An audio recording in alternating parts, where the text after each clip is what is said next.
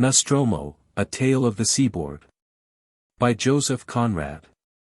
So foul a sky clears without a storm. Shakespeare. 2. John Galsworthy. Author's note.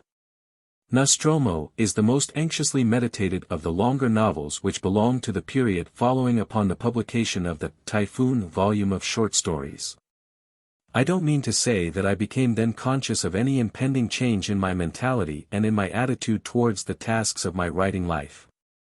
And perhaps there was never any change, except in that mysterious, extraneous thing which has nothing to do with the theories of art, a subtle change in the nature of the inspiration, a phenomenon for which I cannot in any way be held responsible.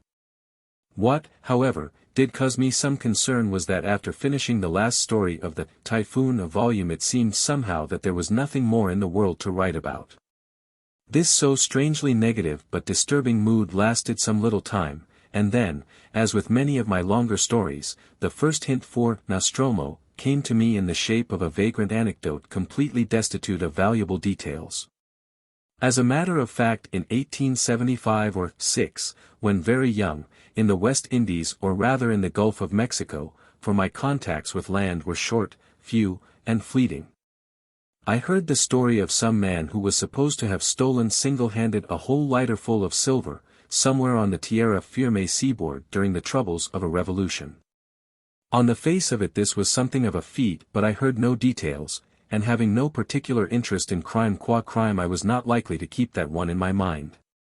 And I forgot it till 26 or 7 years afterwards I came upon the very thing in a shabby volume picked up outside a second-hand bookshop. It was the life story of an American seaman written by himself with the assistance of a journalist. In the course of his wanderings that American sailor worked for some months on board a schooner, the master and owner of which was the thief of whom I had heard in my very young days. I have no doubt of that because there could hardly have been two exploits of that peculiar kind in the same part of the world and both connected with a South American revolution. The fellow had actually managed to steal a lighter with silver, and this, it seems, only because he was implicitly trusted by his employers, who must have been singularly poor judges of character. In the sailor's story he is represented as an unmitigated rascal, a small cheat, stupidly ferocious, morose, of mean appearance, and altogether unworthy of the greatness this opportunity had thrust upon him. What was interesting was that he would boast of it openly. He used to say, "People think I make a lot of money in this schooner of mine. But that is nothing. I don't care for that. Now and then I go away quietly and lift a bar of silver. I must get rich slowly, you understand." There was also another curious point about the man. Once in the course of some quarrel the sailor threatened him, "What's to prevent me reporting ashore what you have told me about that silver?" The cynical ruffian was not alarmed in the least. He actually laughed. "You fool, if you dare talk like that on shore about me you will get a knife stuck in your back. Every man, woman, and child in that port is my friend. And who's to prove the lighter wasn't sunk? I didn't show you where the silver is hidden. Did I? So you know nothing. And suppose I lied? Eh?" Ultimately the sailor, disgusted with the sordid meanness of that impenitent thief, deserted from the schooner. The whole episode takes about 3 pages of his autobiography. Nothing to speak of. But as I looked them over, the curious confirmation of the few casual words heard in my early youth evoked the memories of that distant time when everything was so fresh, so surprising, so venturesome, so interesting. Bits of strange coasts under the stars, shadows of hills in the sunshine, men's passions in the dusk, gossip half forgotten, faces grown dim. Perhaps, there still was in the world something to write about. Yet I did not see anything at first in the mere story. A rascal steals a large parcel of a valuable commodity, so people say. It's either true or untrue, and in any case it has no value in itself. To invent a circumstantial account of the robbery did not appeal to me, because my talents not running that way I did not think that the game was worth the candle. It was only when it dawned upon me that the purloiner of the treasure need not necessarily be a confirmed rogue, that he could be even a man of character, an actor and possibly a victim in the changing scenes of a revolution. It was only then that I had the first vision of a twilight country which was to become the province of Sulaco. With its high shadowy sierra and its misty campo for mute witnesses of events flowing from the passions of men short-sighted in good and evil. Such are in very truth the obscure origins of Nostromo, the book. From that moment, I suppose, it had to be. Yet even then I hesitated, as if warned by the instinct of self-preservation from venturing on a distant and toilsome journey into a land full of intrigues and revolutions. But it had to be done. It took the best part of the years 1903 to 4 to do. With many intervals of renewed hesitation, lest I should lose myself in the ever-enlarging vistas opening before me as I progressed deeper in my knowledge of the country. Often, also, when I had thought myself to a standstill over the tangled-up affairs of the Republic, I would, figuratively speaking, pack my bag, rush away from Sulaco for a change of air and write a few pages of the Mirror of the Sea. But generally, as I've said before, my sojourn on the continent of Latin America, famed for its hospitality, lasted for about 2 years. On my return I found, speaking somewhat in the style of Captain Gulliver, my family all well, my wife heartily glad to learn that the fuss was all over, and our small boy considerably grown during my absence. My principal authority for the history of Costaguana is, of course, my venerated friend, the late Don José Avellanos, minister to the courts of England and Spain, etc., etc., in his impartial and eloquent History of 50 Years of Misrule. That work was never published, the reader will discover why, and I am in fact the only person in the world possessed of its contents. I have mastered them in not a few hours of earnest meditation, and I hope that my accuracy will be trusted. In justice to myself, and to allay the fears of prospective readers, I beg to point out that the few historical allusions are never dragged in for the sake of parading my unique erudition, but that each of them is closely related to actuality. Either throwing a light on the nature of current events or affecting directly the fortunes of the people of whom I speak. As to their own histories I have tried to set them down, aristocracy and people, men and women, Latin and Anglo-Saxon, bandit and politician, with as cool a hand as was possible in the heat and clash of my own conflicting emotions. And after all this is also the story of their conflicts. It is for the reader to say how far they are deserving of interest in their actions and in the secret purposes of their hearts revealed in the bitter necessities of the time. I confess that, for me, that time is the time of firm friendships and unforgotten hospitalities. And in my gratitude I must mention here Mrs. Gould, the First Lady of Sulaco, whom we may safely leave to the secret devotion of Dr. Monaghan, and Charles Gould, the idealist creator of material interests whom we must leave to his mine, from which there is no escape in this world. About Nostromo, the second of the two racially and socially contrasted men, both captured by the silver of the San Tomé mine, I feel bound to say something more. I did not hesitate to make that central figure an Italian. First of all, the thing is perfectly credible, Italians were swarming into the Occidental province at the time, as anybody who will read further can see. And secondly, there was no one who could stand so well by the side of Giorgio Viola the Garibaldino, the idealist of the old, humanitarian revolutions. For myself I needed there a man of the people as free as possible from his class conventions and all settled modes of thinking. This is not a side snarl at conventions. My reasons were not moral but artistic. Had he been an Anglo-Saxon he would have tried to get into local politics. But Nostromo does not aspire to be a leader in a personal game. He does not want to raise himself above the mass. He is content to feel himself a power, within the people. But mainly Nostromo is what he is because I received the inspiration for him in my early days from a Mediterranean sailor. Those who have read certain pages of mine will see at once what I mean when I say that Dominic, the padrone of the Tremolino, might under given circumstances have been a Nostromo. At any rate Dominic would have understood the younger man perfectly, if scornfully. He and I were engaged together in a rather absurd adventure, but the absurdity does not matter. It is a real satisfaction to think that in my very young days there must, after all, have been something in me worthy to command that man's half-bitter fidelity, his half-ironic devotion. Many of Nostromo's speeches I have heard first in Dominic's voice. His hand on the tiller and his fearless eyes roaming the horizon from within the monkish hood shadowing his face, he would utter the usual exordium of his remorseless wisdom, vous autres gentilhommes, in a caustic tone that hangs on my ear yet. Like Nostromo. You hombres finos. Very much like Nostromo. But Dominic the Corsican nursed a certain pride of ancestry from which my Nostromo is free, for Nostromo's lineage had to be more ancient still. He is a man with the weight of countless generations behind him and no parentage to boast of. Like the people. In his firm grip on the earth he inherits, in his improvidence and generosity, in his lavishness with his gifts, in his manly vanity. In the obscure sense of his greatness and in his faithful devotion with something despairing as well as desperate in its impulses, he is a man of the people, their very own unenvious force, disdaining to lead but ruling from within. Years afterwards, grown older as the famous Captain Fidanza, with a stake in the country, going about his many affairs followed by respectful glances in the modernized streets of Sulaco, calling on the widow of the Cargador, attending the lodge. Listening in unmoved silence to anarchist speeches at the meeting, the enigmatical patron of the new revolutionary agitation, the trusted, the wealthy comrade Fidanza with the knowledge of his moral ruin locked up in his breast.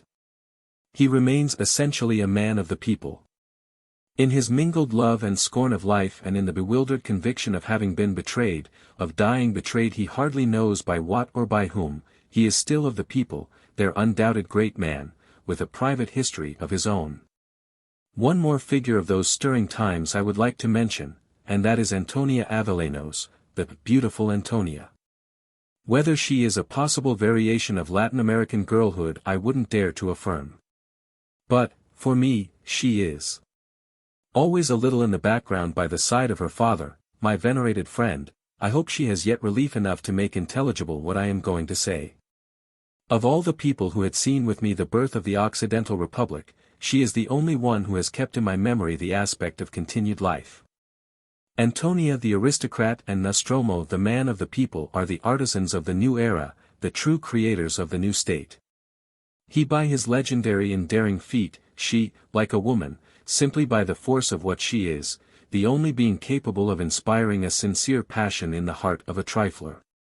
If anything could induce me to revisit Sulaco, I should hate to see all these changes, it would be Antonia. And the true reason for that, why not be frank about it, the true reason is that I have modeled her on my first love. How we, a band of Talish schoolboys, the chums of her two brothers, how we used to look up to that girl just out of the schoolroom herself. As the standard-bearer of a faith to which we all were born but which she alone knew how to hold aloft with an unflinching hope. She had perhaps more glow and less serenity in her soul than Antonia, but she was an uncompromising Puritan of patriotism with no taint of the slightest worldliness in her thoughts. I was not the only one in love with her. But it was I who had to hear oftenest her scathing criticism of my levities, very much like poor Decaud, or stand the brunt of her austere, unanswerable invective. She did not quite understand, but never mind. That afternoon when I came in, a shrinking yet defiant sinner, to say the final goodbye I received a hand squeeze that made my heart leap and saw a tear that took my breath away. She was softened at the last as though she had suddenly perceived, we were such children still. That I was really going away for good, going very far away, even as far as Sulaco, lying unknown, hidden from our eyes in the darkness of the placid gulf. That's why I long sometimes for another glimpse of the beautiful Antonia, or can it be the other? Moving in the dimness of the great cathedral, saying a short prayer at the tomb of the first and last Cardinal Archbishop of Sulaco, standing absorbed in filial devotion before the monument of Don José Avellanos, and, with a lingering, tender, faithful glance at the medallion memorial to Martin Decaud, going out serenely into the sunshine of the plaza with her upright carriage and her white head. A relic of the past disregarded by men awaiting impatiently the dawns of other new eras, the coming of more revolutions. But this is the idlest of dreams. For I did understand perfectly well at the time that the moment the breath left the body of the magnificent Capataz, the man of the people, freed at last from the toils of love and wealth, there was nothing more for me to do in Sulaco. J.C. October, 1917. Part 1. Chapter 1. In the time of Spanish rule, and for many years afterwards. The town of Sulaco, the luxuriant beauty of the orange gardens bears witness to its antiquity, had never been commercially anything more important than a coasting port with a fairly large local trade in ox hides and indigo. The clumsy deep-sea galleons of the conquerors that, needing a brisk gale to move at all, would lie becalmed, where your modern ship built on clipper lines forges ahead by the mere flapping of her sails, had been barred out of Sulaco by the prevailing calms of its vast gulf. Some harbors of the earth are made difficult of access by the treachery of sunken rocks and the tempests of their shores. Sulaco had found an inviolable sanctuary from the temptations of a trading world in the solemn hush of the deep Golfo Placido, as if within an enormous semicircular and unroofed temple open to the ocean, with its walls of lofty mountains hung with the morning draperies of cloud. On one side of this broad curve in the straight seaboard of the Republic of Costaguana, the last spur of the coast range forms an insignificant cape whose name is Punta Mala. From the middle of the gulf the point of the land itself is not visible at all, but the shoulder of a steep hill at the back can be made out faintly like a shadow on the sky. On the other side, what seems to be an isolated patch of blue mist floats lightly on the glare of the horizon. This is the peninsula of Azuera, a wild chaos of sharp rocks and stony levels cut about by vertical ravines. It lies far out to sea like a rough head of stone stretched from a green-clad coast at the end of a slender neck of sand covered with thickets of thorny scrub. Utterly waterless, for the rainfall runs off at once on all sides into the sea, it has not soil enough, it is said, to grow a single blade of grass, as if it were blighted by a curse. The poor, associating by an obscure instinct of consolation the ideas of evil and wealth, will tell you that it is deadly because of its forbidden treasures. The common folk of the neighborhood, peons of the estancias, vaqueros of the seaboard plains, tame Indians coming miles to market with a bundle of sugar cane or a basket of maize worth about threepence, are well aware that heaps of shining gold lie in the gloom of the deep precipices cleaving the stony levels of Azuera. Tradition has it that many adventurers of olden time had perished in the search. The story goes also that within men's memory 2 wandering sailors, Americanos, perhaps, but gringos of some sort for certain, talked over a gambling, good-for-nothing mozo, and the 3 stole a donkey to carry for them a bundle of dry sticks, a water skin, and provisions enough to last a few days. Thus accompanied, and with revolvers at their belts, they had started to chop their way with machetes through the thorny scrub on the neck of the peninsula. On the second evening an upright spiral of smoke, it could only have been from their campfire, was seen for the first time within memory of man standing up faintly upon the sky above a razor-backed ridge on the stony head. The crew of a coasting schooner, lying becalmed 3 miles off the shore, stared at it with amazement till dark. A Negro fisherman, living in a lonely hut in a little bay nearby, had seen the start and was on the lookout for some sign. He called to his wife just as the sun was about to set. They had watched the strange portent with envy, incredulity, and awe. The impious adventurers gave no other sign. The sailors, the Indian, and the stolen burro were never seen again.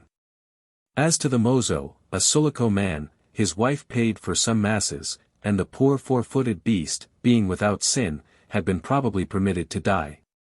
But the 2 gringos, spectral and alive, are believed to be dwelling to this day amongst the rocks, under the fatal spell of their success. Their souls cannot tear themselves away from their bodies mounting guard over the discovered treasure. They are now rich and hungry and thirsty, a strange theory of tenacious gringo ghosts suffering in their starved and parched flesh of defiant heretics, where a Christian would have renounced and been released. These, then, are the legendary inhabitants of Azuera guarding its forbidden wealth. And the shadow on the sky on one side with the round patch of blue haze blurring the bright skirt of the horizon on the other, mark the 2 outermost points of the bend which bears the name of Golfo Placido. Because never a strong wind had been known to blow upon its waters. On crossing the imaginary line drawn from Punta Mala to Azuera the ships from Europe bound to Sulaco lose at once the strong breezes of the ocean. They become the prey of capricious heirs that play with them for 30 hours at a stretch sometimes. Before them the head of the calm gulf is filled on most days of the year by a great body of motionless and opaque clouds. On the rare clear mornings another shadow is cast upon the sweep of the gulf. The dawn breaks high behind the towering and serrated wall of the Cordillera, a clear-cut vision of dark peaks rearing their steep slopes on a lofty pedestal of forest rising from the very edge of the shore. Amongst them the white head of Higuerota rises majestically upon the blue. Bare clusters of enormous rock sprinkle with tiny black dots the smooth dome of snow. Then, as the midday sun withdraws from the gulf the shadow of the mountains, the clouds begin to roll out of the lower valleys. They swathe in somber tatters the naked crags of precipices above the wooded slopes, hide the peaks, smoke in stormy trails across the snows of Higuerota. The Cordillera is gone from you as if it had dissolved itself into great piles of gray and black vapors that travel out slowly to seaward and vanish into thin air all along the front before the blazing heat of the day. The wasting edge of the cloud bank always strives for, but seldom wins, the middle of the gulf. The sun, as the sailors say, is eating it up. Unless perchance a somber thunderhead breaks away from the main body to career all over the gulf till it escapes into the offing beyond Azuera, where it bursts suddenly into flame and crashes like a sinister pirate ship of the air. Hove to above the horizon, engaging the sea. At night the body of clouds advancing higher up the sky smothers the whole quiet gulf below with an impenetrable darkness, in which the sound of the falling showers can be heard beginning and ceasing abruptly, now here, now there. Indeed, these cloudy nights are proverbial with the seamen along the whole west coast of a great continent. Sky, land, and sea disappear together out of the world when the Placido, as the saying is, goes to sleep under its black poncho. The few stars left below the seaward frown of the vault shine feebly as into the mouth of a black cavern. In its vastness your ship floats unseen under your feet, her sails flutter invisible above your head. The eye of God himself, they add with grim profanity, could not find out what work a man's hand is doing in there, and you would be free to call the devil to your aid with impunity if even his malice were not defeated by such a blind darkness. The shores on the gulf are steep to all round, 3 uninhabited islets basking in the sunshine just outside the cloud veil, and opposite the entrance to the harbor of Sulaco, bear the name of the Isabels. There is the Great Isabel, the Little Isabel, which is round, and Hermosa, which is the smallest. That last is no more than a foot high, and about 7 paces across, a mere flat top of a grey rock which smokes like a hot cinder after a shower, and where no man would care to venture a naked soul before sunset. On the Little Isabel an old ragged palm, with a thick bulging trunk rough with spines, a very which amongst palm trees, rustles a dismal bunch of dead leaves above the coarse sand. The Great Isabel has a spring of fresh water issuing from the overgrown side of a ravine. Resembling an emerald green wedge of land a mile long, and laid flat upon the sea, it bears 2 forest trees standing close together, with a wide spread of shade at the foot of their smooth trunks. A ravine extending the whole length of the island is full of bushes, and presenting a deep tangled cleft on the high side spreads itself out on the other into a shallow depression abutting on a small strip of sandy shore. From that low end of the Great Isabel the eye plunges through an opening 2 miles away, as abrupt as if chopped with an axe out of the regular sweep of the coast, right into the harbor of Sulaco. It is an oblong, lake-like piece of water. On one side the short wooded spurs and valleys of the Cordillera come down at right angles to the very strand, on the other the open view of the great Sulaco plain passes into the opal mystery of great distances overhung by dry haze. The town of Sulaco itself, tops of walls, a great cupola, gleams of white miradors in a vast grove of orange trees, lies between the mountains and the plain, at some little distance from its harbor and out of the direct line of sight from the sea. Chapter 2. The only sign of commercial activity within the harbor, visible from the beach of the Great Isabel, is the square blunt end of the wooden jetty which the Oceanic Steam Navigation Company, the OSN, of familiar speech, had thrown over the shallow part of the bay soon after they had resolved to make of Sulaco one of their ports of call for the Republic of Costaguana. The state possesses several harbors on its long seaboard, but except Queda, an important place, all are either small and inconvenient inlets in an iron-bound coast, like Esmeralda, for instance, 60 miles to the south, or else mere open roadsteads exposed to the winds and fretted by the surf. Perhaps the very atmospheric conditions which had kept away the merchant fleets of bygone ages induced the OSN Company to violate the sanctuary of peace sheltering the calm existence of Sulaco. The variable airs sporting lightly with the vast semicircle of waters within the head of Azuera could not baffle the steam power of their excellent fleet. Year after year the black hulls of their ships had gone up and down the coast, in and out, past Azuera, past the Isabels, past Punta Mala, disregarding everything but the tyranny of time. Their names, the names of all mythology, became the household words of a coast that had never been ruled by the gods of Olympus. The Juno was known only for her comfortable cabins amidships, the Saturn for the geniality of her captain and the painted and gilt luxuriousness of her saloon, whereas the Ganymede was fitted out mainly for cattle transport, and to be avoided by coastwise passengers. The humblest Indian in the obscurest village on the coast was familiar with the Cerberus, a little black puffer without charm or living accommodation to speak of, whose mission was to creep inshore along the wooded beaches close to mighty ugly rocks, stopping obligingly before every cluster of huts to collect produce, down to 3-pound parcels of India rubber bound in a wrapper of dry grass. And as they seldom failed to account for the smallest package, rarely lost a bullock, and had never drowned a single passenger, the name of the OSN stood very high for trustworthiness. People declared that under the company's care their lives and property were safer on the water than in their own houses on shore. The OSN's superintendent in Sulaco for the whole Costaguana section of the service was very proud of his company's standing. He resumed it in a saying which was very often on his lips: "We never make mistakes." To the company's officers it took the form of a severe injunction: "We must make no mistakes. I'll have no mistakes here, no matter what Smith may do at his end." Smith, on whom he had never set eyes in his life, was the other superintendent of the service, quartered some 1,500 miles away from Sulaco. "Don't talk to me of your Smith." Then, calming down suddenly, he would dismiss the subject with studied negligence. "Smith knows no more of this continent than a baby. Our excellent Senor Mitchell, for the business and official world of Sulaco.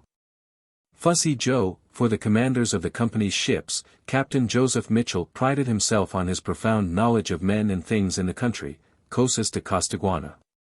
Amongst these last he accounted as most unfavorable to the orderly working of his company the frequent changes of government brought about by revolutions of the military type. The political atmosphere of the Republic was generally stormy in these days. The fugitive patriots of the defeated party had the knack of turning up again on the coast with half a steamer's load of small arms and ammunition. Such resourcefulness Captain Mitchell considered as perfectly wonderful in view of their utter destitution at the time of flight. He had observed that, they never seemed to have enough change about them to pay for their passage ticket out of the country. And he could speak with knowledge. For on a memorable occasion he had been called upon to save the life of a dictator, together with the lives of a few Sulaco officials, the political chief, the director of the customs, and the head of police, belonging to an overturned government. Poor Senor Ribiera, such was the dictator's name, had come pelting 80 miles over mountain tracks after the lost Battle of Socorro, in the hope of outdistancing the fatal news, which, of course, he could not manage to do on a lame mule. The animal, moreover, expired under him at the end of the Alameda, where the military band plays sometimes in the evenings between the revolutions. "Sir," Captain Mitchell would pursue with portentous gravity, "the ill-timed end of that mule attracted attention to the unfortunate rider. His features were recognized by several deserters from the dictatorial army amongst the rascally mob already engaged in smashing the windows of the Intendencia." Early on the morning of that day the local authorities of Sulaco had fled for refuge to the OSN Company's offices, a strong building near the shore end of the jetty, leaving the town to the mercies of a revolutionary rabble. And as the dictator was execrated by the populace on account of the severe recruitment law his necessities had compelled him to enforce during the struggle, he stood a good chance of being torn to pieces. Providentially, Nostromo, invaluable fellow, with some Italian workmen, imported to work upon the National Central Railway, was at hand, and managed to snatch him away, for the time at least. Ultimately, Captain Mitchell succeeded in taking everybody off in his own gig to one of the company's steamers. It was the Minerva, just then, as luck would have it, entering the harbor. He had to lower these gentlemen at the end of a rope out of a hole in the wall at the back, while the mob which, pouring out of the town, had spread itself all along the shore, howled and foamed at the foot of the building in front. He had to hurry them then the whole length of the jetty. It had been a desperate dash, neck or nothing, and again it was Nostromo, a fellow in 1,000, who, at the head, this time, of the company's body of lighter men, held the jetty against the rushes of the rabble, thus giving the fugitives time to reach the gig lying ready for them at the other end with the company's flag at the stern. Sticks, stones, shots flew, knives, too, were thrown. Captain Mitchell exhibited willingly the long cicatrice of a cut over his left ear and temple, made by a razor blade fastened to a stick, a weapon, he explained, very much in favor with the worst kind of nigger out here. Captain Mitchell was a thick, elderly man, wearing high, pointed collars and short side whiskers, partial to white waistcoats, and really very communicative under his air of pompous reserve. These gentlemen, he would say, staring with great solemnity, had to run like rabbits, sir. I ran like a rabbit myself. Certain forms of death are distasteful to a respectable man. They would have pounded me to death, too. A crazy mob, sir, does not discriminate. Under Providence we owed our preservation to my Capataz de Cargadores, as they called him in the town, a man who, when I discovered his value, sir, was just the bosun of an Italian ship, a big Genoese ship. One of the few European ships that ever came to Sulaco with a general cargo before the building of the National Central. He left her on account of some very respectable friends he made here, his own countrymen, but also, I suppose, to better himself. Sir, I am a pretty good judge of character. I engaged him to be the foreman of our lighter men, and caretaker of our jetty. That's all that he was. But without him Senor Ribiera would have been a dead man. This Nostromo, sir, a man absolutely above reproach, became the terror of all the thieves in the town. We were infested, overrun, sir, here at that time by ladrones and matreros, thieves and murderers from the whole province. On this occasion they had been flocking into Sulaco for a week past. They had scented the end, sir. 50% of that murdering mob were professional bandits from the Campo, sir, but there wasn't one that hadn't heard of Nostromo. As to the town leperos, sir, the sight of his black whiskers and white teeth was enough for them. They quailed before him, sir. That's what the force of character will do for you. It could very well be said that it was Nostromo alone who saved the lives of these gentlemen. Captain Mitchell, on his part, never left them till he had seen them collapse, panting, terrified, and exasperated, but safe, on the luxuriant velvet sofas in the first-class saloon of the Minerva. To the very last he had been careful to address the ex-dictator as, Your Excellency. Sir, I could do no other. The man was down, ghastly, livid, one mass of scratches. The Minerva never let go her anchor that call. The superintendent ordered her out of the harbor at once. No cargo could be landed, of course, and the passengers for Sulaco naturally refused to go ashore. They could hear the firing and see plainly the fight going on at the edge of the water. The repulsed mob devoted its energies to an attack upon the custom house, a dreary, unfinished-looking structure with many windows 200 yards away from the OSN offices, and the only other building near the harbor. Captain Mitchell, after directing the commander of the Minerva to land these gentlemen in the first port of call outside Costaguana, went back in his gig to see what could be done for the protection of the company's property. That and the property of the railway were preserved by the European residents. That is, by Captain Mitchell himself and the staff of engineers building the road, aided by the Italian and Basque workmen who rallied faithfully round their English chiefs. The company's lighter men, too, natives of the Republic, behaved very well under their capataz. An outcast lot of very mixed blood, mainly Negroes, everlastingly at feud with the other customers of low grog shops in the town, they embraced with delight this opportunity to settle their personal scores under such favorable auspices. There was not one of them that had not, at some time or other, looked with terror at Nostromo's revolver poked very close at his face, or been otherwise daunted by Nostromo's resolution. He was much of a man, their capataz was, they said, too scornful in his temper ever to utter abuse, a tireless taskmaster, and the more to be feared because of his aloofness. And behold! There he was that day, at their head, condescending to make jocular remarks to this man or the other. Such leadership was inspiriting, and in truth all the harm the mob managed to achieve was to set fire to only one, stack of railway sleepers, which, being creosote, burned well. The main attack on the railway yards, on the OSN offices, and especially on the custom house, whose strong room, it was well known, contained a large treasure in silver ingots, failed completely. Even the little hotel kept by old Giorgio, standing alone halfway between the harbor and the town, escaped looting and destruction, not by a miracle, but because with the safes in view they had neglected it at first. And afterwards found no leisure to stop. Nostromo, with his cargadores, was pressing them too hard then. Chapter 3. It might have been said that there he was only protecting his own. From the first he had been admitted to live in the intimacy of the family of the hotel keeper who was a countryman of his. Old Giorgio Viola, a Genoese with a shaggy white leonine head, often called simply the Garibaldino, as Mohammedans are called after their prophet, was, to use Captain Mitchell's own words, the respectable married friend, by whose advice Nostromo had left his ship to try for a run of shore luck in Costaguana. The old man, full of scorn for the populace, as your austere republican so often is, had disregarded the preliminary sounds of trouble. He went on that day as usual pottering about the casa in his slippers, muttering angrily to himself his contempt of the non-political nature of the riot and shrugging his shoulders. In the end he was taken unawares by the outrush of the rabble. It was too late then to remove his family, and, indeed, where could he have run to with the portly Signora Teresa and two little girls on that great plain? So, barricading every opening, the old man sat down sternly in the middle of the darkened café with an old shotgun on his knees. His wife sat on another chair by his side, muttering pious invocations to all the saints of the calendar.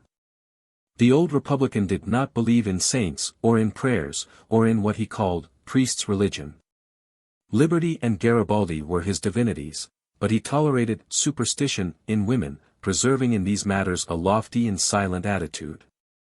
His two girls, the eldest 14, and the other 2 years younger, crouched on the sanded floor, on each side of the Signora Teresa, with their heads on their mother's lap, both scared, but each in her own way. The dark-haired Linda indignant and angry, the fair Giselle, the younger, bewildered and resigned. The patrona removed her arms, which embraced her daughters, for a moment to cross herself and wring her hands hurriedly. She moaned a little louder. "Oh! Gian Battista, why art thou not here? Oh! Why art thou not here?" She was not then invoking the saint himself, but calling upon Nostromo, whose patron he was. And Giorgio, motionless on the chair by her side, would be provoked by these reproachful and distracted appeals. "Peace, woman! Where's the sense of it? There's his duty," he murmured in the dark, and she would retort, panting. "Eh! I have no patience. Duty!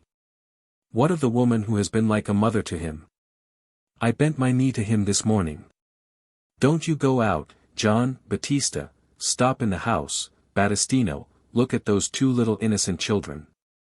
Mrs. Viola was an Italian, too, a native of Spezia, and though considerably younger than her husband, already middle-aged. She had a handsome face, whose complexion had turned yellow because the climate of Sulaco did not suit her at all.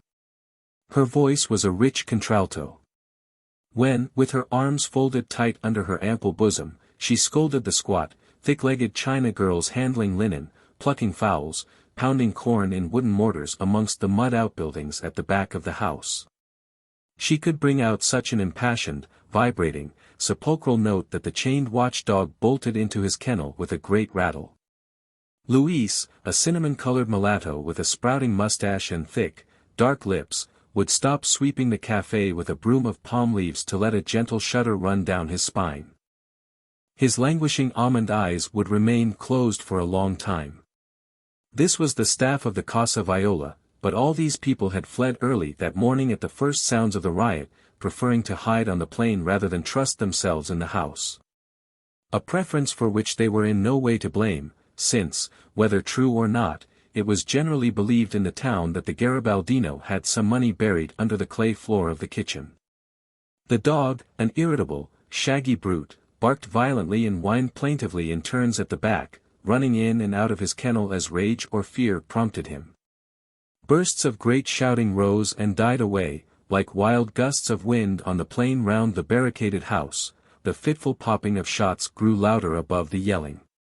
Sometimes there were intervals of unaccountable stillness outside, and nothing could have been more gaily peaceful than the narrow bright lines of sunlight from the cracks in the shutters. Ruled straight across the café over the disarranged chairs and tables to the wall opposite. Old Giorgio had chosen that bare, whitewashed room for a retreat. It had only one window, and its only door swung out upon the track of thick dust fenced by aloe hedges between the harbor and the town, where clumsy carts used to creak along behind slow yokes of oxen guided by boys on horseback.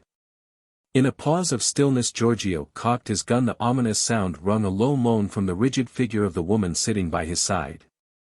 A sudden outbreak of defiant yelling quite near the house sank all at once to a confused murmur of growls. Somebody ran along, the loud catching of his breath was heard for an instant passing the door, there were hoarse mutters and footsteps near the wall. A shoulder rubbed against the shutter, effacing the bright lines of sunshine penciled across the whole breadth of the room. Signora Teresa's arms thrown about the kneeling forms of her daughters embraced them closer with a convulsive pressure. The mob, driven away from the custom house, had broken up into several bands, retreating across the plain in the direction of the town. The subdued crash of irregular volleys fired in the distance was answered by faint yells far away. In the intervals the single shots rang feebly, and the low, long, white building blinded in every window seemed to be the center of a turmoil widening in a great circle about its closed-up silence. But the cautious movements and whispers of a routed party seeking a momentary shelter behind the wall made the darkness of the room, striped by threads of quiet sunlight, alight with evil, stealthy sounds. The Violas had them in their ears as though invisible ghosts hovering about their chairs had consulted in mutters as to the advisability of setting fire to this foreigner's casa. It was trying to the nerves. Old Viola had risen slowly, gun in hand, irresolute, for he did not see how he could prevent them. Already voices could be heard talking at the back. Signora Teresa was beside herself with terror. Ah! The traitor! The traitor! She mumbled, almost inaudibly. Now we are going to be burnt, and I bent my knee to him. No! He must run at the heels of his English. She seemed to think that Nostromo's mere presence in the house would have made it perfectly safe. So far, she, too, was under the spell of that reputation the Capataz de Cargadores had made for himself by the waterside, along the railway line, with the English and with the populace of Sulaco. To his face, and even against her husband, she invariably affected to laugh it to scorn, sometimes good-naturedly, more often with a curious bitterness. But then women are unreasonable in their opinions, as Giorgio used to remark calmly on fitting occasions. On this occasion, with his gun held at ready before him, he stooped down to his wife's head, and, keeping his eyes steadfastly on the barricaded door, he breathed out into her ear that Nostromo would have been powerless to help. What could two men shut up in a house do against 20 or more bent upon setting fire to the roof? Gian Battista was thinking of the casa all the time, he was sure. He think of the casa. He, gasped Signora Viola, crazily. She struck her breast with her open hands. I know him. He thinks of nobody but himself. A discharge of firearms nearby made her throw her head back and close her eyes. Old Giorgio set his teeth hard under his white mustache, and his eyes began to roll fiercely. Several bullets struck the end of the wall together, pieces of plaster could be heard falling outside, a voice screamed, "Here they come." And after a moment of uneasy silence there was a rush of running feet along the front. Then the tension of old Giorgio's attitude relaxed, and a smile of contemptuous relief came upon his lips of an old fighter with a leonine face. These were not a people striving for justice, but thieves. Even to defend his life against them was a sort of degradation for a man who had been one of Garibaldi's immortal 1,000 in the conquest of Sicily. He had an immense scorn for this outbreak of scoundrels and leperos, who did not know the meaning of the word liberty. He grounded his old gun, and, turning his head, glanced at the colored lithograph of Garibaldi in a black frame on the white wall. A thread of strong sunshine cut it perpendicularly. His eyes, accustomed to the luminous twilight, made out the high coloring of the face, the red of the shirt, the outlines of the square shoulders, the black patch of the Bersagliere hat with cock's feathers curling over the crown. An immortal hero. This was your liberty, it gave you not only life, but immortality as well. For that one man his fanaticism had suffered no diminution. In the moment of relief from the apprehension of the greatest danger, perhaps, his family had been exposed to in all their wanderings, he had turned to the picture of his old chief, first and only, then laid his hand on his wife's shoulder. The children kneeling on the floor had not moved. Signora Teresa opened her eyes a little, as though he had awakened her from a very deep and dreamless slumber. Before he had time in his deliberate way to say a reassuring word she jumped up, with the children clinging to her, one on each side, gasped for breath, and let out a hoarse shriek. It was simultaneous with the bang of a violent blow struck on the outside of the shutter. They could hear suddenly the snorting of a horse, the restive tramping of hoofs on the narrow, hard path in front of the house. The toe of a boot struck at the shutter again, a spur jingled at every blow, and an excited voice shouted, "Hola! Hola, in there!" Chapter 4. All the morning Nostromo had kept his eye from afar on the Casa Viola, even in the thick of the hottest scrimmage near the custom house. "If I see smoke rising over there," he thought to himself, "they are lost." Directly the mob had broken he pressed with a small band of Italian workmen in that direction, which, indeed, was the shortest line towards the town. That part of the rabble he was pursuing seemed to think of making a stand under the house. A volley fired by his followers from behind an aloe hedge made the rascals fly. In a gap chopped out for the rails of the harbor branch line Nostromo appeared, mounted on his silver-gray mare. He shouted, sent after them one shot from his revolver, and galloped up to the café window. He had an idea that old Giorgio would choose that part of the house for a refuge. His voice had penetrated to them, sounding breathlessly hurried, "Hola! Vecchio! Oh, Vecchio! Is it all well with you in there?" "You see," murmured old Viola to his wife. Signora Teresa was silent now. Outside Nostromo laughed. "I can hear the padrona is not dead." "You have done your best to kill me with fear," cried Signora Teresa. She wanted to say something more, but her voice failed her. Linda raised her eyes to her face for a moment, but old Giorgio shouted apologetically, "She is a little upset."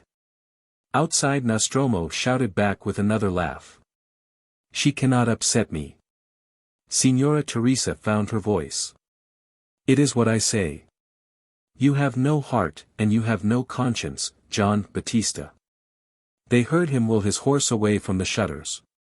The party he led were babbling excitedly in Italian and Spanish, inciting each other to the pursuit. He put himself at their head, crying, "Avanti! He has not stopped very long with us." "There is no praise from strangers to be got here," Signora Teresa said tragically. "Avanti! Yes. That is all he cares for. To be first somewhere, somehow, to be first with these English. They will be showing him to everybody. This is our Nostromo." She laughed ominously. "What a name! What is that? Nostromo? He would take a name that is properly no word from them." Meantime Giorgio, with tranquil movements, had been unfastening the door. The flood of light fell on Signora Teresa, with her two girls gathered to her side, a picturesque woman in a pose of maternal exaltation. Behind her the wall was dazzlingly white, and the crude colors of the Garibaldi lithograph paled in the sunshine. Old Viola, at the door, moved his arm upwards as if referring all his quick, fleeting thoughts to the picture of his old chief on the wall. Even when he was cooking for the Signori Inglesi, the engineers, he was a famous cook, though the kitchen was a dark place, he was, as it were, under the eye of the great man who had led him in a glorious struggle where, under the walls of Gaeta, tyranny would have expired forever had it not been for that accursed Piedmontese race of kings and ministers. When sometimes a frying pan caught fire during a delicate operation with some shredded onions, and the old man was seen backing out of the doorway, swearing and coughing violently in an acrid cloud of smoke. The name of Cavour, the arch-intriguer sold to kings and tyrants, could be heard involved in imprecations against the China girls, cooking in general. And the brute of a country where he was reduced to live for the love of liberty that traitor had strangled. Then Signora Teresa, all in black, issuing from another door, advanced, portly and anxious, inclining her fine, black-browed head, opening her arms, and crying in a profound tone. Giorgio! Thou passionate man! Misericordia divina! In the sun like this! He will make himself ill. At her feet the hens made off in all directions, with immense strides. If there were any engineers from up the line staying in Sulaco, a young English face or two would appear at the billiard room occupying one end of the house, but at the other end, in the café, Luis, the mulatto, took good care not to show himself. The Indian girls, with hair like flowing black manis, and dressed only in a shift and short petticoat, stared dully from under the square-cut fringes on their foreheads. The noisy frizzling of fat had stopped, the fumes floated upwards in sunshine, a strong smell of burnt onions hung in the drowsy heat, enveloping the house. And the eye lost itself in a vast flat expanse of grass to the west, as if the plain between the Sierra overtopping Sulaco and the coast range away there towards Esmeralda had been as big as half the world. Signora Teresa, after an impressive pause, remonstrated. Giorgio! Leave Cavour alone and take care of yourself now we are lost in this country all alone with the two children, because you cannot live under a king. And while she looked at him she would sometimes put her hand hastily to her side with a short twitch of her fine lips and a knitting of her black, straight eyebrows like a flicker of angry pain or an angry thought on her handsome, regular features. It was pain, she suppressed the twinge. It had come to her first a few years after they had left Italy to emigrate to America and settle at last in Sulaco after wandering from town to town, trying shopkeeping in a small way here and there. And once an organized enterprise of fishing, in Maldonado, for Giorgio, like the great Garibaldi, had been a sailor in his time. Sometimes she had no patience with pain. For years its gnawing had been part of the landscape embracing the glitter of the harbor under the wooded spurs of the range. And the sunshine itself was heavy and dull, heavy with pain, not like the sunshine of her girlhood, in which middle-aged Giorgio had wooed her gravely and passionately on the shores of the Gulf of Spezia. You go in at once, Giorgio, she directed. One would think you do not wish to have any pity on me, with 4 Signori Inglesi staying in the house. Va bene, Giorgio would mutter. He obeyed. The Signori Inglesi would require their midday meal presently. He had been one of the immortal and invincible band of liberators who had made the mercenaries of tyranny fly like chaff before a hurricane, un uragano terribile.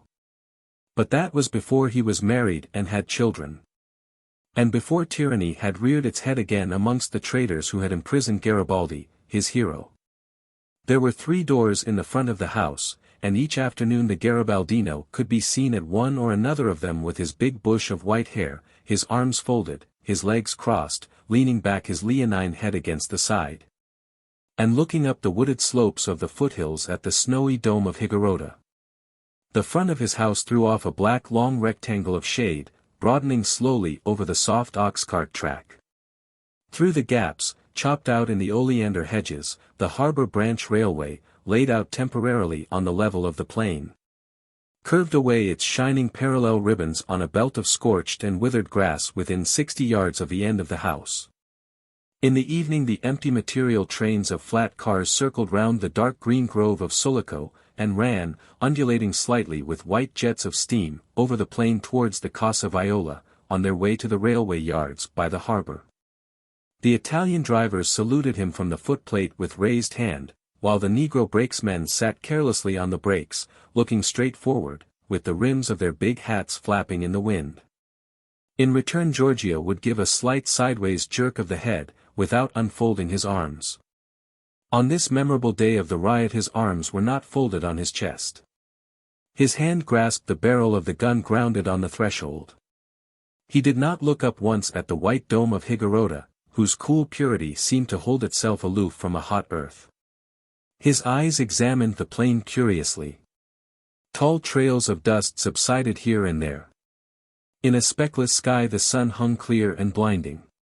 Knots of men ran headlong, others made a stand, and the irregular rattle of firearms came rippling to his ears in the fiery, still air. Single figures on foot raced desperately. Horsemen galloped towards each other, wheeled round together, separated at speed.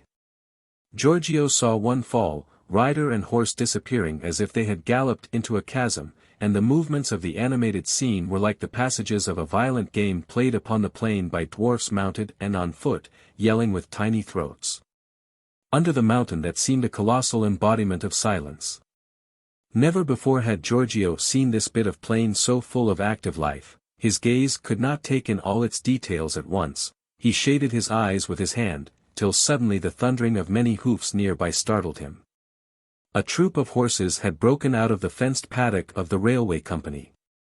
They came on like a whirlwind, and dashed over the line snorting, kicking, squealing in a compact, piebald, tossing mob of bay, brown, grey backs, eyes staring, necks extended, nostrils red, long tails streaming. As soon as they had leaped upon the road the thick dust flew upwards from under their hoofs, and within 6 yards of Giorgio only a brown cloud with vague forms of necks and cruppers rolled by, making the soil tremble on its passage. Viola coughed, turning his face away from the dust, and shaking his head slightly. "There will be some horse catching to be done before tonight," he muttered. In the square of sunlight falling through the door Signora Teresa, kneeling before the chair, had bowed her head, heavy with a twisted mass of ebony hair streaked with silver, into the palm of her hands. The black lace shawl she used to drape about her face had dropped to the ground by her side. The two girls had got up, hand in hand, in short skirts, their loose hair falling in disorder. The younger had thrown her arm across her eyes, as if afraid to face the light. Linda, with her hand on the other's shoulder, stared fearlessly. Viola looked at his children. The sun brought out the deep lines on his face, and, energetic in expression, it had the immobility of a carving. It was impossible to discover what he thought. Bushy grey eyebrows shaded his dark glance. "Well. And do you not pray like your mother?"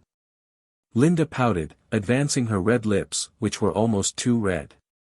But she had admirable eyes, brown, with a sparkle of gold in the irises, full of intelligence and meaning, and so clear that they seemed to throw a glow upon her thin, colorless face.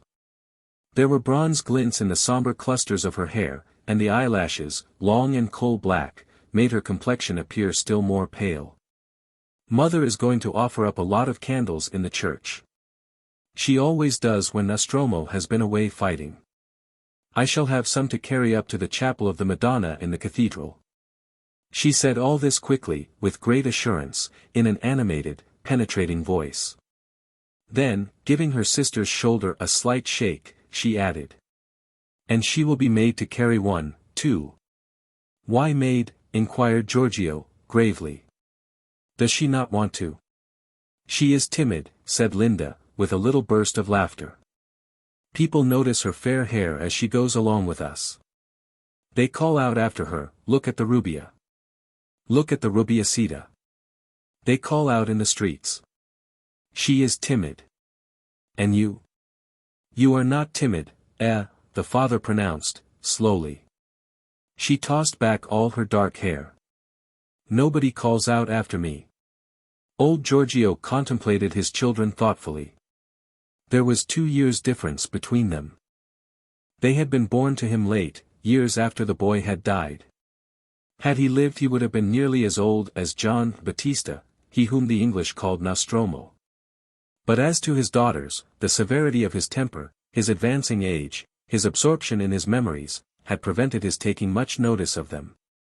He loved his children, but girls belong more to the mother, and much of his affection had been expended in the worship and service of liberty. When quite a youth he had deserted from a ship trading to La Plata, to enlist in the navy of Montevideo, then under the command of Garibaldi.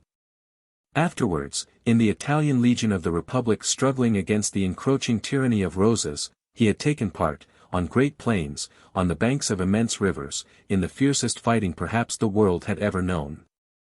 He had lived amongst men who had declaimed about liberty, suffered for liberty, died for liberty, with a desperate exaltation, and with their eyes turned towards an oppressed Italy.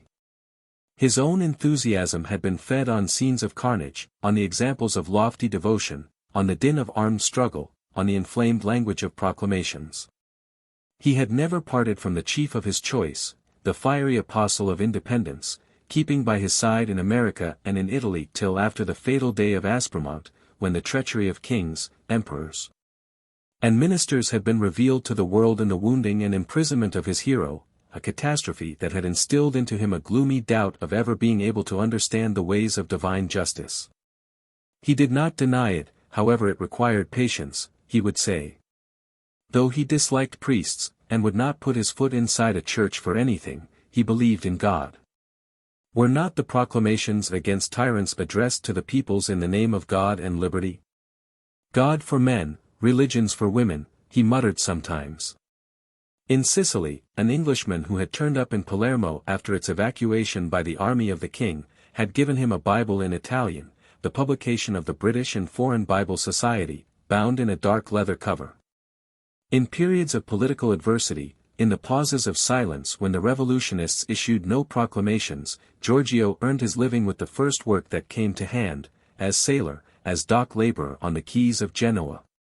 Once as a hand on a farm in the hills above Spezia, and in his spare time he studied the thick volume. He carried it with him into battles. Now it was his only reading, and in order not to be deprived of it, the print was small, he had consented to accept the present of a pair of silver-mounted spectacles from Signora Amelia Gould, the wife of the Englishman who managed the silver mine in the mountains 3 leagues from the town. She was the only Englishwoman in Sulaco. Giorgio Viola had a great consideration for the English. This feeling, born on the battlefields of Uruguay, was 40 years old at the very least. Several of them had poured their blood for the cause of freedom in America, and the first he had ever known he remembered by the name of Samuel. He commanded a Negro company under Garibaldi, during the famous siege of Montevideo, and died heroically with his Negroes at the fording of the Boyana. He, Giorgio, had reached the rank of ensign alferez and cooked for the general.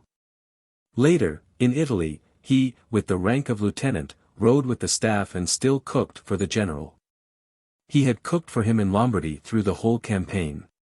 On the march to Rome he had lassoed his beef in the Campagna after the American manner, he had been wounded in the defense of the Roman Republic. He was one of the 4 fugitives who, with the general, carried out of the woods the inanimate body of the general's wife into the farmhouse where she died, exhausted by the hardships of that terrible retreat.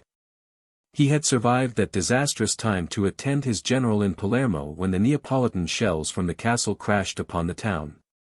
He had cooked for him on the field of Volturno after fighting all day. And everywhere he had seen Englishmen in the front rank of the army of freedom. He respected their nation because they loved Garibaldi. Their very countesses and princesses had kissed the general's hands in London, it was said. He could well believe it, for the nation was noble, and the man was a saint. It was enough to look once at his face to see the divine force of faith in him and his great pity for all that was poor, suffering, and oppressed in this world. The spirit of self-forgetfulness, the simple devotion to a vast humanitarian idea which inspired the thought and stress of that revolutionary time, had left its mark upon Giorgio in a sort of austere contempt for all personal advantage. This man, whom the lowest class in Sulaco suspected of having a buried hoard in his kitchen, had all his life despised money. The leaders of his youth had lived poor, had died poor. It had been a habit of his mind to disregard tomorrow. It was engendered partly by an existence of excitement, adventure, and wild warfare. But mostly it was a matter of principle. It did not resemble the carelessness of a condottiere, it was a puritanism of conduct, born of stern enthusiasm like the puritanism of religion. This stern devotion to a cause had cast a gloom upon Giorgio's old age. It cast a gloom because the cause seemed lost. Too many kings and emperors flourished yet in the world which God had meant for the people. He was sad because of his simplicity. Though always ready to help his countrymen, and greatly respected by the Italian emigrants wherever he lived, in his exile he called it, he could not conceal from himself that they cared nothing for the wrongs of downtrodden nations. They listened to his tales of war readily, but seemed to ask themselves what he had got out of it after all. There was nothing that they could see. We wanted nothing, we suffered for the love of all humanity. He cried out furiously sometimes, and the powerful voice, the blazing eyes, the shaking of the white mane, the brown, sinewy hand pointing upwards as if to call heaven to witness, impressed his hearers. After the old man had broken off abruptly with a jerk of the head and a movement of the arm, meaning clearly, "But what's the good of talking to you?" they nudged each other.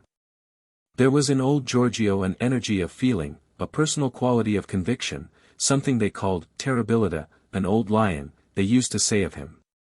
Some slight incident, a chance word would set him off talking on the beach to the Italian fishermen of Maldonado, in the little shop he kept afterwards, in Valparaiso, to his countrymen customers. Of an evening, suddenly, in the café at one end of the Casa Viola, the other was reserved for the English engineers, to the select clientele of engine drivers and foremen of the railway shops.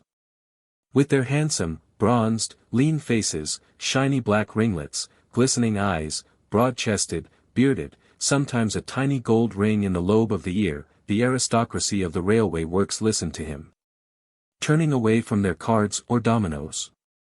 Here and there a fair-haired Basque studied his hand meantime, waiting without protest.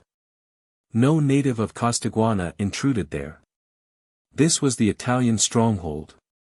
Even the Sulaco policemen on a night patrol let their horses pace softly by, bending low in the saddle to glance through the window at the heads in a fog of smoke. And the drone of old Giorgio's declamatory narrative seemed to sink behind them into the plain. Only now and then the assistant of the chief of police, some broad-faced, brown little gentleman, with a great deal of Indian in him, would put in an appearance. Leaving his man outside with the horses he advanced with a confident, sly smile, and without a word up to the long trestle table. He pointed to one of the bottles on the shelf. Giorgio, thrusting his pipe into his mouth abruptly, served him in person. Nothing would be heard but the slight jingle of the spurs. His glass emptied, he would take a leisurely, scrutinizing look all round the room, go out, and ride away slowly, circling towards the town. Chapter 5. In this way only was the power of the local authorities vindicated amongst the great body of strong-limbed foreigners who dug the earth, blasted the rocks, drove the engines for the progressive and patriotic undertaking. In these very words 18 months before the Excellentissimo Señor Don Vicente Ribiera, the dictator of Costaguana, had described the National Central Railway in his great speech at the turning of the first sod. He had come on purpose to Sulaco, and there was a 1 o'clock dinner party, a convite offered by the OSN company on board the Juno after the function on shore. Captain Mitchell had himself steered the cargo lighter, all draped with flags, which, in tow of the Juno's steam launch, took the Excellentissimo from the jetty to the ship. Everybody of note in Sulaco had been invited, the 1 or 2 foreign merchants, all the representatives of the old Spanish families then in town, the great owners of estates on the plain, grave, courteous, simple men, caballeros of pure descent. With small hands and feet, conservative, hospitable, and kind.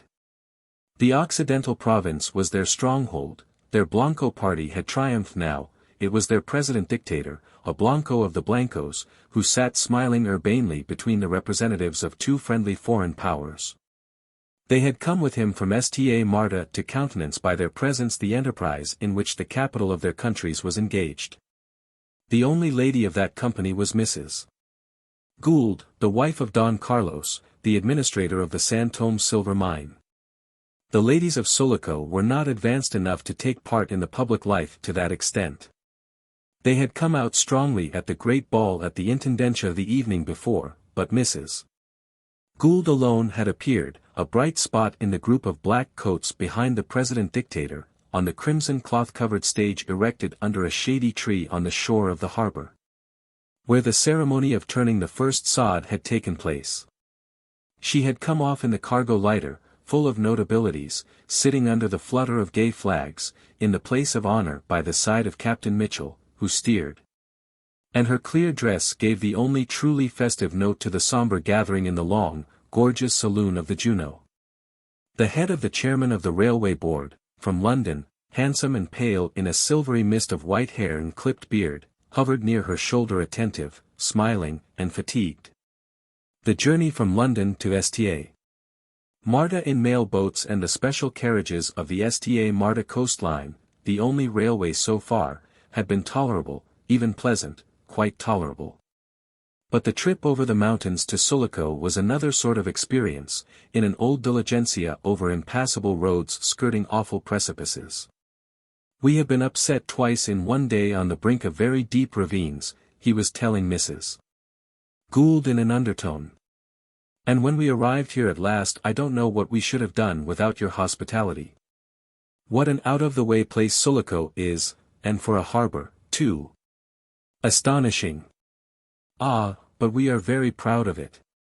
It used to be historically important. The highest ecclesiastical court for two viceroyalties sat here in the olden time," she instructed him with animation. "I am impressed. I didn't mean to be disparaging. You seem very patriotic. The place is lovable, if only by its situation. Perhaps you don't know what an old resident I am." "How old, I wonder," he murmured, looking at her with a slight smile. Mrs. Gould's appearance was made youthful by the mobile intelligence of her face. "We can't give you your ecclesiastical court back again. But you shall have more steamers, a railway, a telegraph cable, a future in the great world which is worth infinitely more than any amount of ecclesiastical past. You shall be brought in touch with something greater than two viceroyalties. But I had no notion that a place on a sea coast could remain so isolated from the world. If it had been 1,000 miles inland now, most remarkable. Has anything ever happened here for 100 years before today?" While he talked in a slow, humorous tone, she kept her little smile. Agreeing ironically, she assured him that certainly not, nothing ever happened in Sulaco. Even the revolutions, of which there had been two in her time, had respected the repose of the place. Their course ran in the more populous southern parts of the Republic, and the great valley of Sta Marta, which was like one great battlefield of the parties, with the possession of the capital for a prize and an outlet to another ocean. They were more advanced over there. Here in Sulaco they heard only the echoes of these great questions, and, of course, their official world changed each time, coming to them over their rampart of mountains which he himself had traversed in an old diligencia. With such a risk to life and limb. The chairman of the railway had been enjoying her hospitality for several days, and he was really grateful for it. It was only since he had left Sta Marta that he had utterly lost touch with the feeling of European life on the background of his exotic surroundings. In the capital he had been the guest of the legation, and had been kept busy negotiating with the members of Don Vincente's government, cultured men, men to whom the conditions of civilized business were not unknown. What concerned him most at the time was the acquisition of land for the railway. In the Sta Marta Valley, where there was already one line in existence, the people were tractable, and it was only a matter of price. A commission had been nominated to fix the values, and the difficulty resolved itself into the judicious influencing of the commissioners. But in Sulaco, the Occidental province for whose very development the railway was intended, there had been trouble. It had been lying for ages ensconced behind its natural barriers, repelling modern enterprise by the precipices of its mountain range, by its shallow harbor opening into the everlasting calms of a gulf full of clouds. By the benighted state of mind of the owners of its fertile territory, all these aristocratic old Spanish families, all those Don Ambrosios this and Don Fernandos that, who seemed actually to dislike and distrust the coming of the railway over their lands. It had happened that some of the surveying parties scattered all over the province had been warned off with threats of violence. In other cases outrageous pretensions as to price had been raised. But the man of railways prided himself on being equal to every emergency. Since he was met by the inimical sentiment of blind conservatism in Sulaco, he would meet it by sentiment, too, before taking his stand on his right alone. The government was bound to carry out its part of the contract with the board of the new railway company, even if it had to use force for the purpose.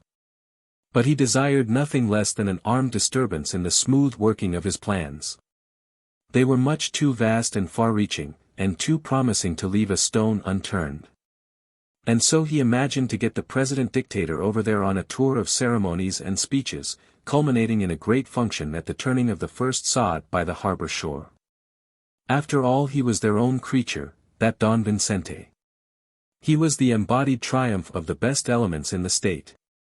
These were facts, and, unless facts meant nothing, Sir John argued to himself, such a man's influence must be real, and his personal action would produce the conciliatory effect he required. He had succeeded in arranging the trip with the help of a very clever advocate, who was known in Sta Marta as the agent of the Gould silver mine, the biggest thing in Sulaco, and even in the whole republic. It was indeed a fabulously rich mine. Its so-called agent, evidently a man of culture and ability, seemed, without official position, to possess an extraordinary influence in the highest government spheres. He was able to assure Sir John that the president-dictator would make the journey. He regretted, however, in the course of the same conversation, that General Montero insisted upon going, too. General Montero, whom the beginning of the struggle had found an obscure army captain employed on the wild eastern frontier of the state, had thrown in his lot with the Ribiera party at a moment when special circumstances had given that small adhesion of fortuitous importance. The fortunes of war served him marvelously, and the victory of Rio Seco, after a day of desperate fighting, put a seal to his success. At the end he emerged general, minister of war, and the military head of the Blanco party, although there was nothing aristocratic in his descent.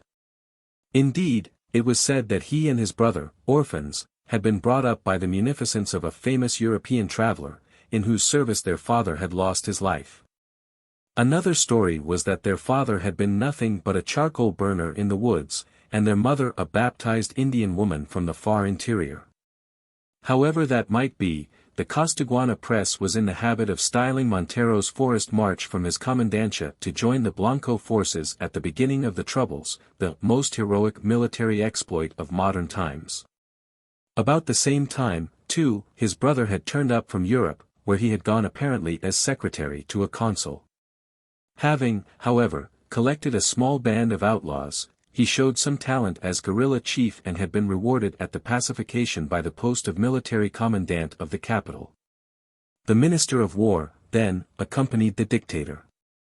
The board of the OSN company, working hand in hand with the railway people for the good of the Republic, had on this important occasion instructed Captain Mitchell to put the mailboat Juno at the disposal of the distinguished party.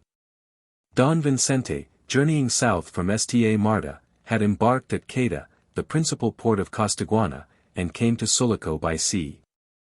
But the chairman of the railway company had courageously crossed the mountains in a ramshackle diligencia, mainly for the purpose of meeting his engineer-in-chief engaged in the final survey of the road. For all the indifference of a man of affairs to nature, whose hostility can always be overcome by the resources of finance, he could not help being impressed by his surroundings during his halt at the surveying camp established at the highest point his railway was to reach. He spent the night there, arriving just too late to see the last dying glow of sunlight upon the snowy flank of Higuerota. Pillared masses of black basalt framed like an open portal a portion of the white field lying aslant against the west. In the transparent air of the high altitudes everything seemed very near, steeped in a clear stillness as in an imponderable liquid.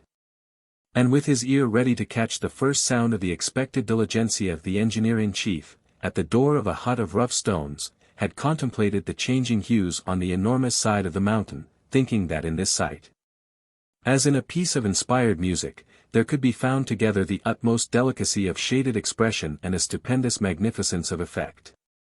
Sir John arrived too late to hear the magnificent and inaudible strains sung by the sunset amongst the high peaks of the Sierra. It had sung itself out into the breathless pause of deep dusk before, climbing down the fore-wheel of the diligencia with stiff limbs, he shook hands with the engineer. They gave him his dinner in a stone hut like a cubical boulder, with no door or windows in its two openings, a bright fire of sticks, brought on muleback from the first valley below, burning outside, sent in a wavering glare. And 2 candles in tin candlesticks, lighted, it was explained to him, in his honor, stood on a sort of rough camp table, at which he sat on the right hand of the chief he knew how to be amiable. And the young men of the engineering staff, for whom the surveying of the railway track had the glamour of the first steps on the path of life, sat there, too, listening modestly, with their smooth faces tanned by the weather. And very pleased to witness so much affability in so great a man. Afterwards, late at night, pacing to and fro outside, he had a long talk with his chief engineer. He knew him well of old.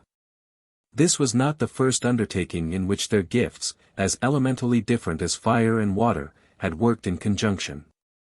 From the contact of these two personalities, who had not the same vision of the world, there was generated a power for the world's service, a subtle force that could set in motion mighty machines, men's muscles. And awaken also in human breasts an unbounded devotion to the task. Of the young fellows at the table, to whom the survey of the track was like the tracing of the path of life, more than one would be called to meet death before the work was done. But the work would be done, the force would be almost as strong as a faith. Not quite, however. In the silence of the sleeping camp upon the moonlit plateau forming the top of the pass like the floor of a vast arena surrounded by the basalt walls of precipices, 2 strolling figures in thick ulsters stood still. And the voice of the engineer pronounced distinctly the words, "We can't move mountains." Sir John, raising his head to follow the pointing gesture, felt the full force of the words. The white Higuerota soared out of the shadows of rock and earth like a frozen bubble under the moon. All was still, till near by, behind the wall of a corral for the camp animals, built roughly of loose stones in the form of a circle, a pack mule stamped his forefoot and blew heavily twice. The engineer-in-chief had used the phrase in answer to the chairman's tentative suggestion that the tracing of the line could, perhaps, be altered in deference to the prejudices of the Sulaco landowners. The chief engineer believed that the obstinacy of men was the lesser obstacle. Moreover, to combat that they had the great influence of Charles Gould, whereas tunneling under Higuerota would have been a colossal undertaking. Ah, yes. Gould. What sort of a man is he? Sir John had heard much of Charles Gould in Sta Marta, and wanted to know more. The engineer-in-chief assured him that the administrator of the San Tomé silver mine had an immense influence over all these Spanish dons. He had also one of the best houses in Sulaco, and the Gould hospitality was beyond all praise. They received me as if they had known me for years, he said. The little lady is kindness personified. I stayed with them for a month. He helped me to organize the surveying parties. His practical ownership of the San Tomé silver mine gives him a special position. He seems to have the ear of every provincial authority apparently, and, as I said, he can win all the hidalgos of the province round his little finger. If you follow his advice the difficulties will fall away, because he wants the railway. Of course, you must be careful in what you say.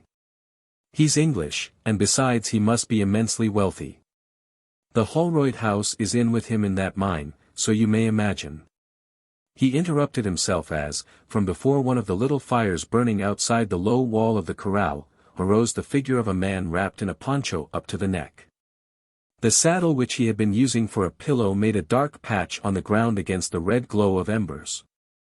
"I shall see Holroyd himself on my way back through the States," said Sir John. "I've ascertained that he, too, wants the railway." The man who, perhaps disturbed by the proximity of the voices, had arisen from the ground, struck a match to light a cigarette. The flame showed a bronzed, black-whiskered face, a pair of eyes gazing straight. Then, rearranging his wrappings, he sank full length and laid his head again on the saddle. "That's our campmaster, whom I must send back to Sulaco now we are going to carry our survey into the Sta Marta Valley," said the engineer. "A most useful fellow, lent me by Captain Mitchell of the OSN Company. It was very good of Mitchell. Charles Gould told me I couldn't do better than take advantage of the offer. He seems to know how to rule all these muleteers and peons. We had not the slightest trouble with our people. He shall escort your diligencia right into Sulaco with some of our railway peons. The road is bad. To have him at hand may save you an upset or two. He promised me to take care of your person all the way down as if you were his father." This campmaster was the Italian sailor whom all the Europeans in Sulaco, following Captain Mitchell's mispronunciation, were in the habit of calling Nostromo. And indeed, taciturn and ready, he did take excellent care of his charge at the bad parts of the road, as Sir John himself acknowledged to Mrs. Gould afterwards. Chapter 6. At that time Nostromo had been already long enough in the country to raise to the highest pitch Captain Mitchell's opinion of the extraordinary value of his discovery. Clearly he was one of those invaluable subordinates whom to possess is a legitimate cause of boasting.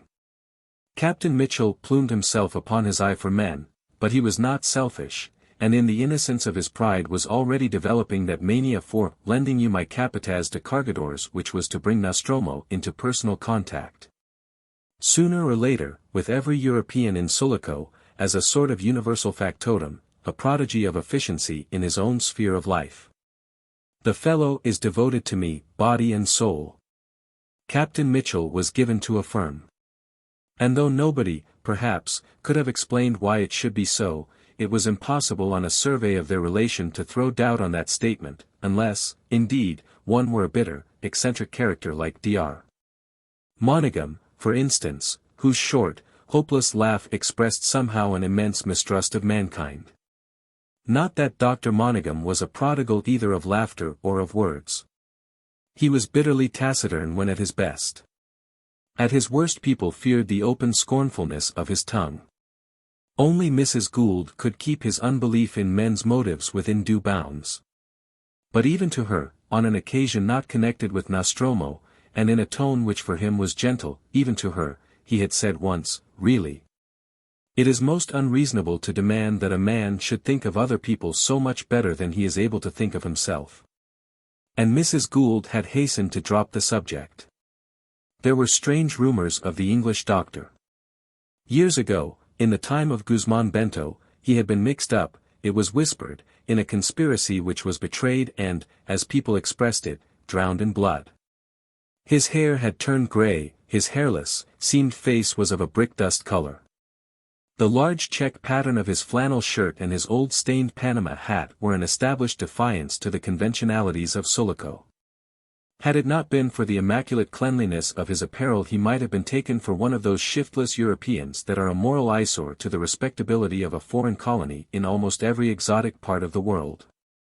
The young ladies of Sulaco, adorning with clusters of pretty faces the balconies along the street of the Constitution, when they saw him pass, with his limping gait and bowed head, a short linen jacket drawn on carelessly over the flannel check shirt, would remark to each other, "Here is the Senor Doctor going to call on Dona Emilia. He has got his little coat on." The inference was true. Its deeper meaning was hidden from their simple intelligence. Moreover, they expended no store of thought on the doctor. He was old, ugly, learned, and a little loco, mad, if not a bit of a sorcerer, as the common people suspected him of being. The little white jacket was in reality a concession to Mrs. Gould's humanizing influence. The doctor, with his habit of skeptical, bitter speech, had no other means of showing his profound respect for the character of the woman who was known in the country as the English Sonora. He presented this tribute very seriously indeed. It was no trifle for a man of his habits. Mrs. Gould felt that, too, perfectly. She would never have thought of imposing upon him this marked show of deference. She kept her old Spanish house, one of the finest specimens in Sulaco, open for the dispensation of the small graces of existence. She dispensed them with simplicity and charm because she was guided by an alert perception of values. She was highly gifted in the art of human intercourse, which consists in delicate shades of self-forgetfulness and in the suggestion of universal comprehension. Charles Gould, the Gould family, established in Costaguana for 3 generations, always went to England for their education and for their wives, imagined that he had fallen in love with a girl's sound common sense like any other man. But these were not exactly the reasons why, for instance, the whole surveying camp, from the youngest of the young men to their mature chief, should have found occasion to allude to Mrs.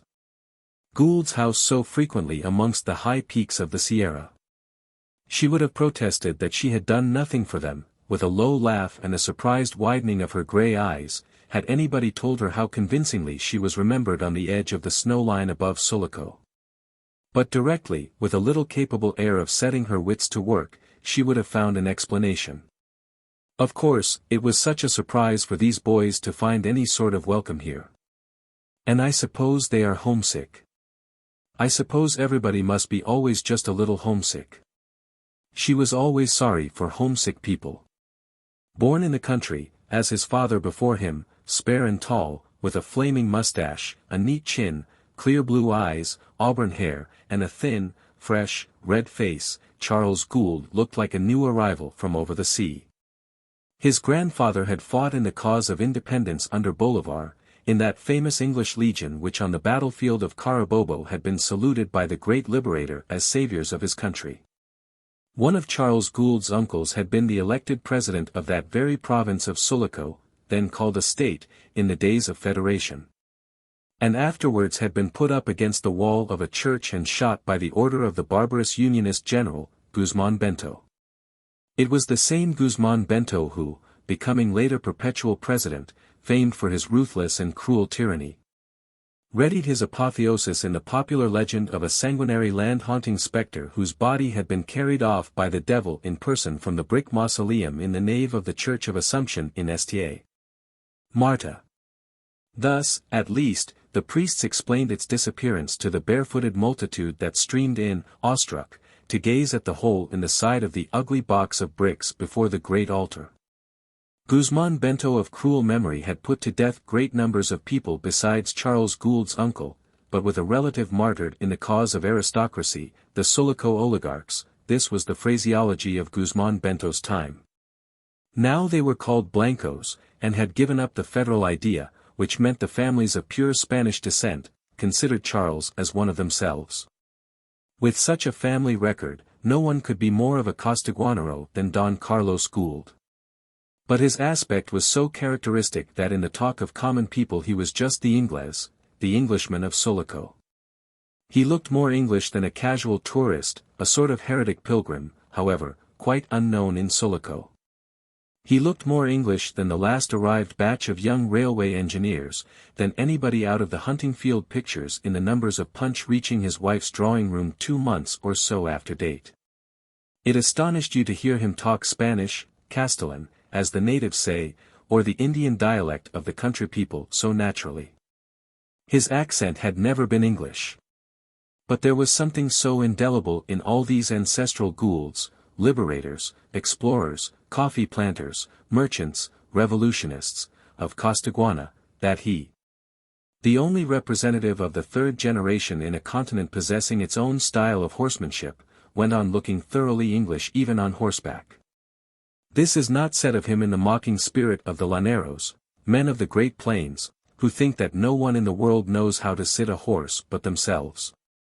Charles Gould, to use the suitably lofty phrase, rode like a centaur.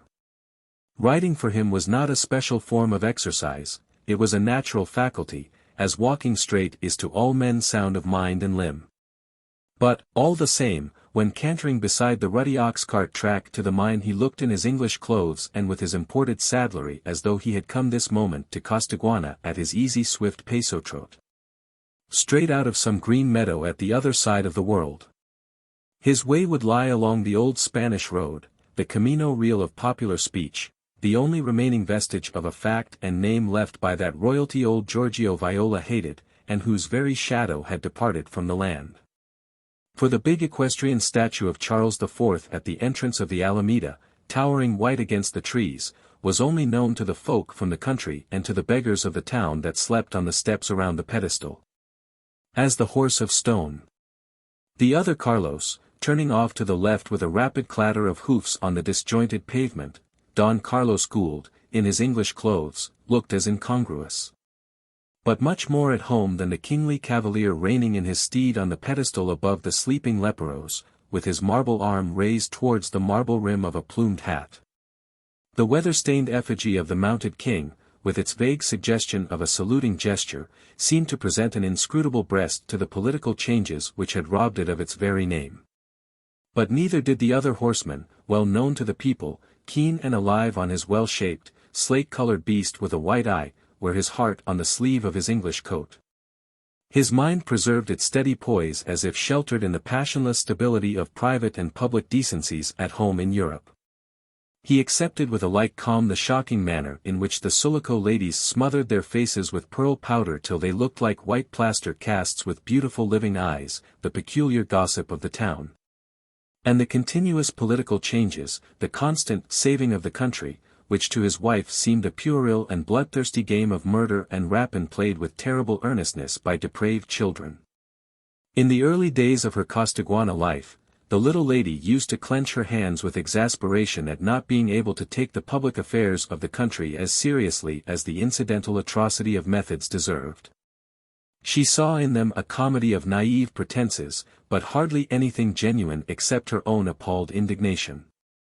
Charles, very quiet and twisting his long mustaches, would decline to discuss them at all. Once, however, he observed to her gently, "My dear, you seem to forget that I was born here." These few words made her pause as if they had been a sudden revelation. Perhaps the mere fact of being born in the country did make a difference.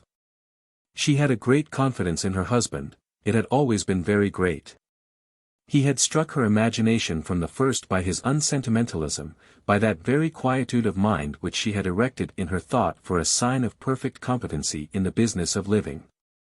Don José Avellanos, their neighbor across the street, a statesman, a poet, a man of culture, who had represented his country at several European courts, and had suffered untold indignities as a state prisoner in the time of the tyrant Guzman Bento, used to declare in Dona Emilia's drawing-room that Carlos had all the English qualities of character with a truly patriotic heart. Mrs. Gould, raising her eyes to her husband's thin, red and tan face, could not detect the slightest quiver of a feature at what he must have heard said of his patriotism. Perhaps he had just dismounted on his return from the mine. He was English enough to disregard the hottest hours of the day. Basilio, in a livery of white linen and a red sash, had squatted for a moment behind his heels to unstrap the heavy, blunt spurs in the patio. And then the senior administrator would go up the staircase into the gallery. Rows of plants in pots, ranged on the balustrade between the pilasters of the arches, screened the corridor with their leaves and flowers from the quadrangle below, whose paved space is the true hearthstone of a South American house, where the quiet hours of domestic life are marked by the shifting of light and shadow on the flagstones. Señor Avellanos was in the habit of crossing the patio at 5 o'clock almost every day. Don José chose to come over at tea time because the English rite at Dona Emilia's house reminded him of the time he lived in London as minister plenipotentiary to the court of St. James. He did not like tea. And, usually, rocking his American chair, his neat little shiny boots crossed on the footrest, he would talk on and on with a sort of complacent virtuosity wonderful in a man of his age, while he held the cup in his hands for a long time. His close-cropped head was perfectly white, his eyes coal-black. On seeing Charles Gould step into the sala he would nod provisionally and go on to the end of the oratorial period. Only then he would say, Carlos, my friend, you have ridden from San Tomé in the heat of the day. Always the true English activity. No. What? He drank up all the tea at once in one draught. This performance was invariably followed by a slight shudder and a low, involuntary brrrr, which was not covered by the hasty exclamation, "Excellent." Then giving up the empty cup into his young friend's hand, extended with a smile, he continued to expatiate upon the patriotic nature of the San Tomé mine for the simple pleasure of talking fluently, it seemed.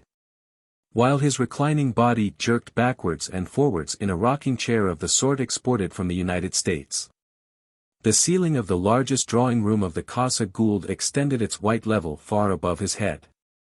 The loftiness dwarfed the mixture of heavy, straight-backed Spanish chairs of brown wood with leathern seats, and European furniture, low, and cushioned all over, like squat little monsters gorged to bursting with steel springs and horsehair. There were knick-knacks on little tables, mirrors let into the wall above marble consoles, square spaces of carpet under the two groups of armchairs, each presided over by a deep sofa, smaller rugs scattered all over the floor of red tiles. 3 windows from the ceiling down to the ground, opening on a balcony, and flanked by the perpendicular folds of the dark hangings. The stateliness of ancient days lingered between the 4 high, smooth walls, tinted a delicate primrose color.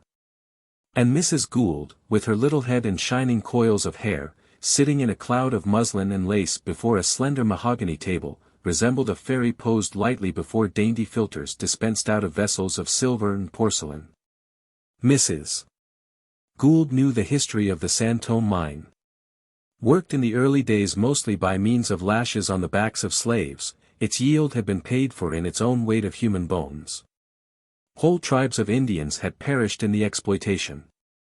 And then the mine was abandoned, since with this primitive method it had ceased to make a profitable return, no matter how many corpses were thrown into its maw.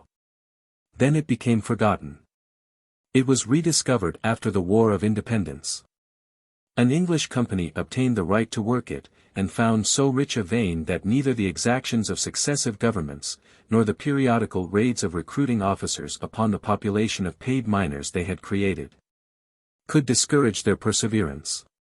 But in the end, during the long turmoil of pronunciamientos that followed the death of the famous Guzman Bento, the native miners, incited to revolt by the emissaries sent out from the capital, had risen upon their English chiefs and murdered them to a man. The decree of confiscation, which appeared immediately afterwards in the Diario Official, published in Sta. Marta, began with the words, justly incensed at the grinding oppression of foreigners, actuated by sordid motives of gain rather than by love for a country where they come impoverished to seek their fortunes, the mining population of San Tomé, etc. And ended with the declaration, the chief of the state has resolved to exercise to the full his power of clemency. The mine, which by every law, international, human, and divine, reverts now to the government as national property, shall remain closed till the sword drawn for the sacred defense of liberal principles has accomplished its mission of securing the happiness of our beloved country. And for many years this was the last of the San Tomé mine. What advantage that government had expected from the spoliation, it is impossible to tell now. Costaguana was made with difficulty to pay a beggarly money compensation to the families of the victims, and then the matter dropped out of diplomatic dispatches. But afterwards another government bethought itself of that valuable asset. It was an ordinary Costaguana government, the 4th in 6 years, but it judged of its opportunities sanely. It remembered the San Tomé mine with a secret conviction of its worthlessness in their own hands, but with an ingenious insight into the various uses a silver mine can be put to. Apart from the sordid process of extracting the metal from under the ground. The father of Charles Gould, for a long time one of the most wealthy merchants of Costaguana, had already lost a considerable part of his fortune in forced loans to the successive governments. He was a man of calm judgment, who never dreamed of pressing his claims, and when, suddenly, the perpetual concession of the San Tomé mine was offered to him in full settlement, his alarm became extreme. He was versed in the ways of governments. Indeed, the intention of this affair, though no doubt deeply meditated in the closet, lay open on the surface of the document presented urgently for his signature. The third and most important clause stipulated that the concession holder should pay at once to the government 5 years' royalties on the estimated output of the mine. Mr. Gould, Sr., defended himself from this fatal favor with many arguments and entreaties, but without success. He knew nothing of mining, he had no means to put his concession on the European market, the mine as a working concern did not exist. The buildings had been burnt down, the mining plant had been destroyed, the mining population had disappeared from the neighborhood years and years ago. The very road had vanished under a flood of tropical vegetation as effectually as if swallowed by the sea, and the main gallery had fallen in within 100 yards from the entrance.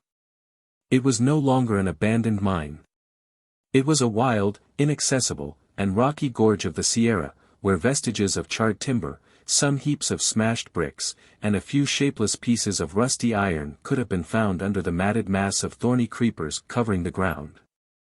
Mr. Gould, Sr., did not desire the perpetual possession of that desolate locality. In fact, the mere vision of it arising before his mind in the still watches of the night had the power to exasperate him into hours of hot and agitated insomnia. It so happened, however, that the finance minister of the time was a man to whom, in years gone by, Mr. Gould had, unfortunately, declined to grant some small pecuniary assistance, basing his refusal on the ground that the applicant was a notorious gambler and cheat. Besides being more than half suspected of a robbery with violence on a wealthy ranchero in a remote country district, where he was actually exercising the function of a judge. Now, after reaching his exalted position, that politician had proclaimed his intention to repay evil with good to Senor Gould, the poor man. He affirmed and reaffirmed this resolution in the drawing rooms of St. Marta, in a soft and implacable voice, and with such malicious glances that Mr. Gould's best friends advised him earnestly to attempt no bribery to get the matter dropped. It would have been useless. Indeed, it would not have been a very safe proceeding. Such was also the opinion of a stout, loud-voiced lady of French extraction, the daughter, she said, of an officer of high rank, officier supérieur de l'armée, who was accommodated with lodgings within the walls of a secularized convent next door to the Ministry of Finance. That florid person, when approached on behalf of Mr. Gould in a proper manner, and with a suitable present, shook her head despondently. She was good-natured, and her despondency was genuine. She imagined she could not take money in consideration of something she could not accomplish. The friend of Mr. Gould, charged with the delicate mission, used to say afterwards that she was the only honest person closely or remotely connected with the government he had ever met. No go, she had said with a cavalier, husky intonation which was natural to her, and using turns of expression more suitable to a child of parents unknown than to the orphaned daughter of a general officer. No, it's no go. Pas moyen, mon garçon. C'est dommage, tout de même. Ah. Zut. Je ne vole pas mon monde. Je ne suis pas ministre, moi. Vous pouvez importer votre petit sac.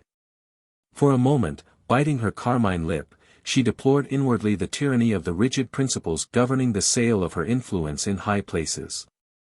Then, significantly, and with a touch of impatience, Allez, she added, il dites bien à votre bonhomme, entendez-vous, il faut avaler la pilule. After such a warning there was nothing for it but to sign and pay. Mr. Gould had swallowed the pill, and it was as though it had been compounded of some subtle poison that acted directly on his brain. He became at once mind-ridden, and as he was well read in light literature it took to his mind the form of the old man of the sea fastened upon his shoulders. He also began to dream of vampires. Mr. Gould exaggerated to himself the disadvantages of his new position, because he viewed it emotionally. His position in Costaguana was no worse than before. But man is a desperately conservative creature, and the extravagant novelty of this outrage upon his purse distressed his sensibilities. Everybody around him was being robbed by the grotesque and murderous bands that played their game of governments and revolutions after the death of Guzman Bento. His experience had taught him that, however short the plunder might fall of their legitimate expectations, no gang in possession of the presidential palace would be so incompetent as to suffer itself to be baffled by the want of a pretext. The first casual colonel of the barefooted army of scarecrows that came along was able to expose with force and precision to any mere civilian his titles to a sum of $10,000. The while his hope would be immutably fixed upon a gratuity, at any rate, of no less than 1,000. Mr. Gould knew that very well, and, armed with resignation, had waited for better times. But to be robbed under the forms of legality and business was intolerable to his imagination. Mr. Gould, the father, had one fault in his sagacious and honorable character: he attached too much importance to form. It is a failing common to mankind, whose views are tinged by prejudices. There was for him in that affair a malignancy of perverted justice which, by means of a moral shock, attacked his vigorous physique. "It will end by killing me," he used to affirm many times a day. And, in fact, since that time he began to suffer from fever, from liver pains, and mostly from a worrying inability to think of anything else. The finance minister could have formed no conception of the profound subtlety of his revenge. Even Mr. Gould's letters to his 14-year-old boy Charles, then away in England for his education, came at last to talk of practically nothing but the mine. He groaned over the injustice, the persecution, the outrage of that mine. He occupied whole pages in the exposition of the fatal consequences attaching to the possession of that mine from every point of view, with every dismal inference, with words of horror at the apparently eternal character of that curse. For the concession had been granted to him and his descendants forever. He implored his son never to return to Costaguana, never to claim any part of his inheritance there, because it was tainted by the infamous concession. Never to touch it, never to approach it, to forget that America existed, and pursue a mercantile career in Europe. And each letter ended with bitter self-reproaches for having stayed too long in that cavern of thieves, intriguers, and brigands. To be told repeatedly that one's future is blighted because of the possession of a silver mine is not, at the age of 14, a matter of prime importance as to its main statement. But in its form it is calculated to excite a certain amount of wonder and attention. In course of time the boy, at first only puzzled by the angry Jeremiads, but rather sorry for his dad, began to turn the matter over in his mind in such moments as he could spare from play and study. In about a year he had evolved from the lecture of the letters a definite conviction that there was a silver mine in the Sulaco province of the Republic of Costaguana, where poor Uncle Harry had been shot by soldiers a great many years before. There was also connected closely with that mine a thing called the iniquitous Gould concession, apparently written on a paper which his father desired ardently to tear and fling into the faces of presidents, members of judicature, and ministers of state. And this desire persisted, though the names of these people, he noticed, seldom remained the same for a whole year together. This desire, since the thing was iniquitous, seemed quite natural to the boy, though why the affair was iniquitous he did not know. Afterwards, with advancing wisdom, he managed to clear the plain truth of the business from the fantastic intrusions of the old man of the sea, vampires, and ghouls, which had lent to his father's correspondence the flavor of a gruesome Arabian Nights tale. In the end, the growing youth attained to as close an intimacy with the San Tomé mine as the old man who wrote these plaintive and enraged letters on the other side of the sea. He had been made several times already to pay heavy fines for neglecting to work the mine, he reported, besides other sums extracted from him on account of future royalties. On the ground that a man with such a valuable concession in his pocket could not refuse his financial assistance to the government of the Republic. The last of his fortune was passing away from him against worthless receipts, he wrote, in a rage, whilst he was being pointed out as an individual who had known how to secure enormous advantages from the necessities of his country. And the young man in Europe grew more and more interested in that thing which could provoke such a tumult of words and passion. He thought of it every day, but he thought of it without bitterness. It might have been an unfortunate affair for his poor dad, and the whole story threw a queer light upon the social and political life of Costaguana. The view he took of it was sympathetic to his father, yet calm and reflective. His personal feelings had not been outraged, and it is difficult to resent with proper and durable indignation the physical or mental anguish of another organism, even if that other organism is one's own father. By the time he was 20, Charles Gould had, in his turn, fallen under the spell of the San Tomé mine. But it was another form of enchantment, more suitable to his youth, into whose magic formula there entered hope, vigor, and self-confidence, instead of weary indignation and despair. Left after he was 20 to his own guidance, except for the severe injunction not to return to Costaguana, he had pursued his studies in Belgium and France with the idea of qualifying for a mining engineer. But this scientific aspect of his labors remained vague and imperfect in his mind. Mines had acquired for him a dramatic interest. He studied their peculiarities from a personal point of view, too, as one would study the varied characters of men. He visited them as one goes with curiosity to call upon remarkable persons. He visited mines in Germany, in Spain, in Cornwall. Abandoned workings had for him strong fascination. Their desolation appealed to him like the sight of human misery, whose causes are varied and profound. They might have been worthless, but also they might have been misunderstood. His future wife was the first, and perhaps the only person to detect this secret mood which governed the profoundly sensible, almost voiceless attitude of this man towards the world of material things. And at once her delight in him, lingering with half-open wings like those birds that cannot rise easily from a flat level, found a pinnacle from which to soar up into the skies. They had become acquainted in Italy, where the future Mrs.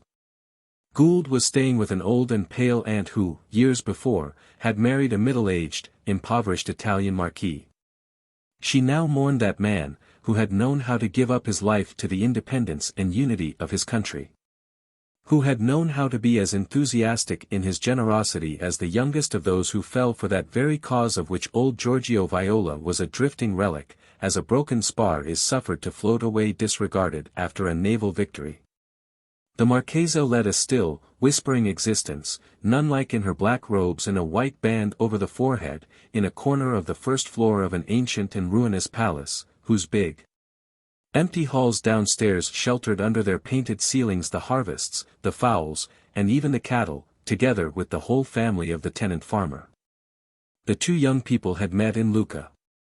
After that meeting Charles Gould visited no mines, though they went together in a carriage, once, to see some marble quarries, where the work resembled mining in so far that it also was the tearing of the raw material of treasure from the earth. Charles Gould did not open his heart to her in any set speeches. He simply went on acting and thinking in her sight. This is the true method of sincerity. One of his frequent remarks was, "I think sometimes that poor father takes a wrong view of that San Tomé business." And they discussed that opinion long and earnestly, as if they could influence a mind across half the globe. But in reality they discussed it because the sentiment of love can enter into any subject and live ardently in remote phrases. For this natural reason these discussions were precious to Mrs. Gould in her engaged state. Charles feared that Mr. Gould, Sr., was wasting his strength and making himself ill by his efforts to get rid of the concession. "I fancy that this is not the kind of handling it requires," he mused aloud, as if to himself. And when she wondered frankly that a man of character should devote his energies to plotting and intrigues, Charles would remark, with a gentle concern that understood her wonder, "You must not forget that he was born there."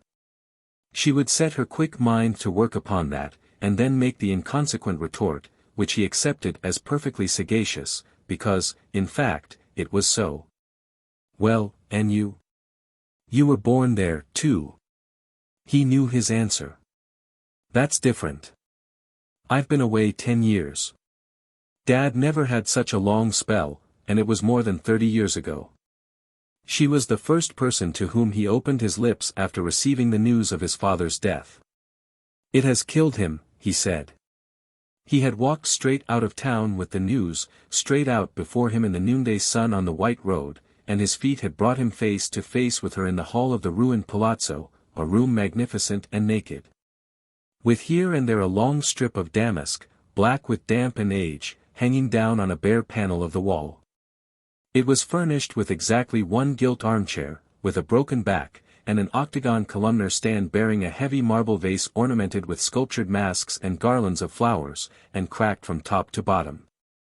Charles Gould was dusty with the white dust of the road lying on his boots, on his shoulders, on his cap with two peaks. Water dripped from under it all over his face, and he grasped a thick oaken cudgel in his bare right hand. She went very pale under the roses of her big straw hat, gloved, swinging a clear sunshade, caught just as she was going out to meet him at the bottom of the hill, where 3 poplars stand near the wall of a vineyard. "It has killed him," he repeated. "He ought to have had many years yet. We are a long-lived family." She was too startled to say anything. He was contemplating with a penetrating and motionless stare the cracked marble urn as though he had resolved to fix its shape forever in his memory.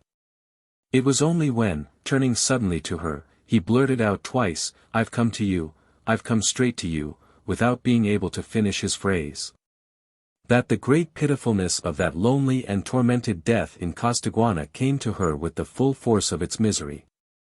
He caught hold of her hand, raised it to his lips, and at that she dropped her parasol to pat him on the cheek, murmured "Poor boy," and began to dry her eyes under the downward curve of her hat brim, very small in her simple, white frock. Almost like a lost child crying in the degraded grandeur of the noble hall, while he stood by her, again perfectly motionless in the contemplation of the marble urn. Afterwards they went out for a long walk, which was silent till he exclaimed suddenly, "Yes, but if he had only grappled with it in a proper way." And then they stopped.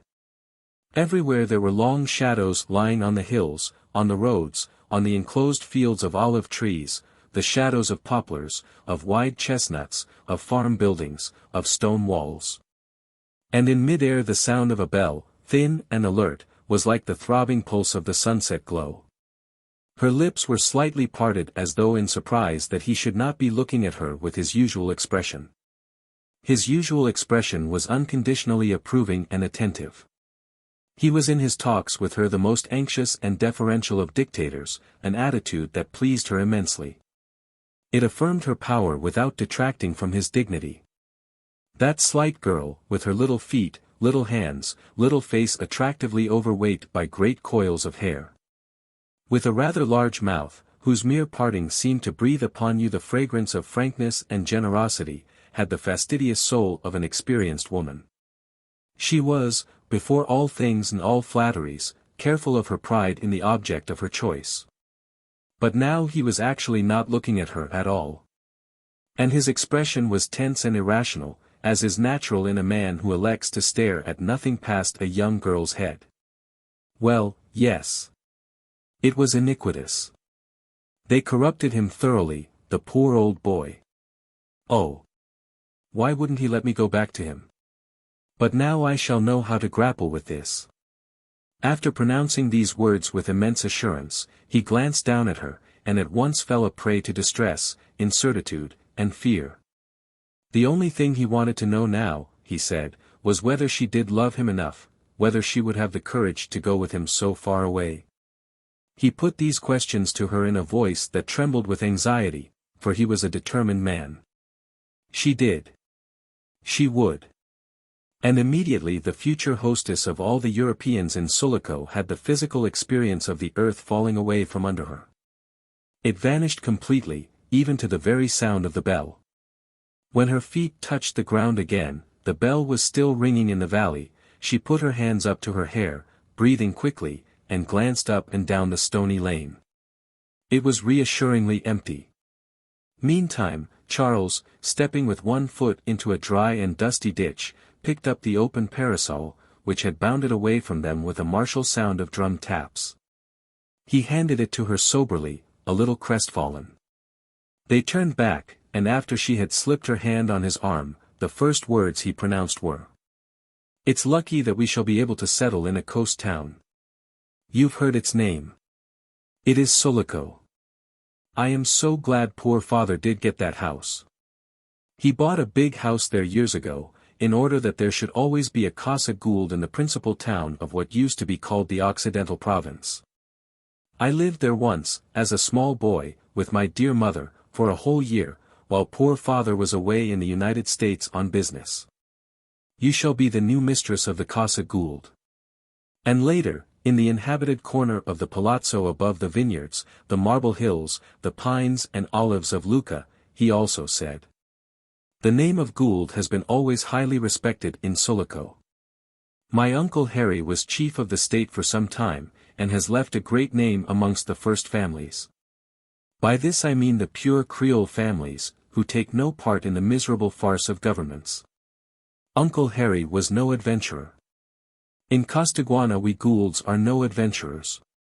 He was of the country, and he loved it, but he remained essentially an Englishman in his ideas. He made use of the political cry of his time. It was federation. But he was no politician. He simply stood up for social order out of pure love for rational liberty and from his hate of oppression. There was no nonsense about him. He went to work in his own way because it seemed right, just as I feel I must lay hold of that mine. In such words he talked to her because his memory was very full of the country of his childhood, his heart of his life with that girl, and his mind of the San Tomé concession. He added that he would have to leave her for a few days to find an American, a man from San Francisco, who was still somewhere in Europe. A few months before he had made his acquaintance in an old historic German town, situated in a mining district. The American had his womankind with him, but seemed lonely while they were sketching all day long the old doorways and the turreted corners of the medieval houses. Charles Gould had with him the inseparable companionship of the mine. The other man was interested in mining enterprises, knew something of Costaguana, and was no stranger to the name of Gould. They had talked together with some intimacy which was made possible by the difference of their ages. Charles wanted now to find that capitalist of shrewd mind and accessible character. His father's fortune in Costaguana, which he had supposed to be still considerable, seemed to have melted in the rascally crucible of revolutions. Apart from some £10,000 deposited in England, there appeared to be nothing left except the house in Sulaco, a vague right of forest exploitation in a remote and savage district, and the San Tomé concession, which had attended his poor father to the very brink of the grave. He explained those things. It was late when they parted. She had never before given him such a fascinating vision of herself. All the eagerness of youth for a strange life, for great distances, for a future in which there was an air of adventure, of combat, a subtle thought of redress and conquest, had filled her with an intense excitement, which she returned to the giver with a more open and exquisite display of tenderness.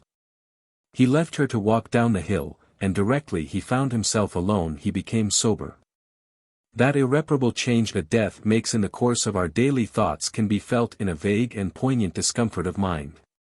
It hurt Charles Gould to feel that never more, by no effort of will, would he be able to think of his father in the same way he used to think of him when the poor man was alive. His breathing image was no longer in his power. This consideration, closely affecting his own identity, filled his breast with a mournful and angry desire for action. In this his instinct was unerring. Action is consolatory. It is the enemy of thought and the friend of flattering illusions. Only in the conduct of our action can we find the sense of mastery over the fates. For his action, the mine was obviously the only field. It was imperative sometimes to know how to disobey the solemn wishes of the dead. He resolved firmly to make his disobedience as thorough, by way of atonement, as it well could be. The mine had been the cause of an absurd moral disaster, its working must be made a serious and moral success. He owed it to the dead man's memory. Such were the, properly speaking, emotions of Charles Gould. His thoughts ran upon the means of raising a large amount of capital in San Francisco or elsewhere. And incidentally there occurred to him also the general reflection that the counsel of the departed must be an unsound guide. Not one of them could be aware beforehand what enormous changes the death of any given individual may produce in the very aspect of the world. The latest phase in the history of the mine Mrs. Gould knew from personal experience. It was in essence the history of her married life. The mantle of the Goulds' hereditary position in Sulaco had descended amply upon her little person. But she would not allow the peculiarities of the strange garment to weigh down the vivacity of her character, which was the sign of no mere mechanical sprightliness, but of an eager intelligence. It must not be supposed that Mrs.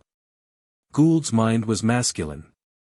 A woman with a masculine mind is not a being of superior efficiency, she is simply a phenomenon of imperfect differentiation, interestingly barren and without importance. Donna Emilia's intelligence being feminine led her to achieve the conquest of Sulaco, simply by lighting the way for her unselfishness and sympathy. She could converse charmingly, but she was not talkative. The wisdom of the heart having no concern with the erection or demolition of theories any more than with the defense of prejudices, has no random words at its command. The words it pronounces have the value of acts of integrity, tolerance, and compassion. A woman's true tenderness, like the true virility of man, is expressed in action of a conquering kind. The ladies of Sulaco adored Mrs. Gould. They still look upon me as something of a monster, Mrs. Gould had said pleasantly to one of the 3 gentlemen from San Francisco she had to entertain in her new Sulaco house just about a year after her marriage. They were her first visitors from abroad, and they had come to look at the San Tomé mine. She jested most agreeably, they thought, and Charles Gould, besides knowing thoroughly what he was about, had shown himself a real hustler. These facts caused them to be well disposed towards his wife. An unmistakable enthusiasm, pointed by a slight flavor of irony, made her talk of the mine absolutely fascinating to her visitors, and provoked them to grave and indulgent smiles in which there was a good deal of deference.